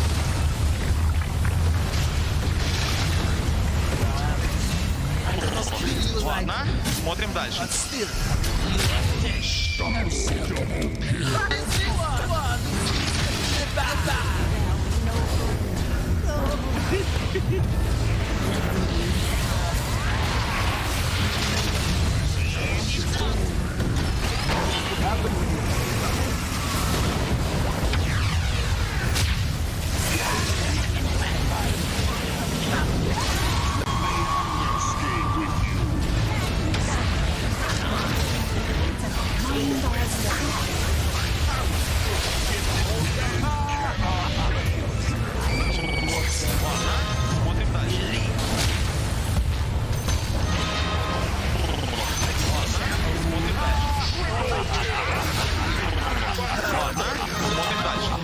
Dire's middle tower is under attack.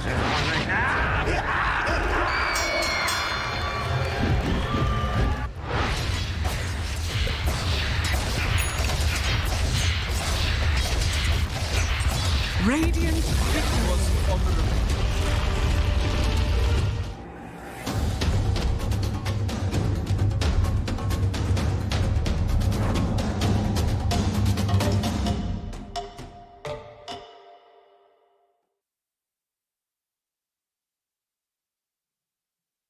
All right, guys, welcome back to IESF 14 World Esports Championship Bali 2022. Still with us, of course, Darius Drew and also Brando Kwan. And now, yeah, we are finally just watched the previous Yes. match between Costa Rica and also Team Philippines. That's right. And the matches won by Team Philippines. Congratulations. And it seems like the previous match was the last match for today, That's Brenda. right.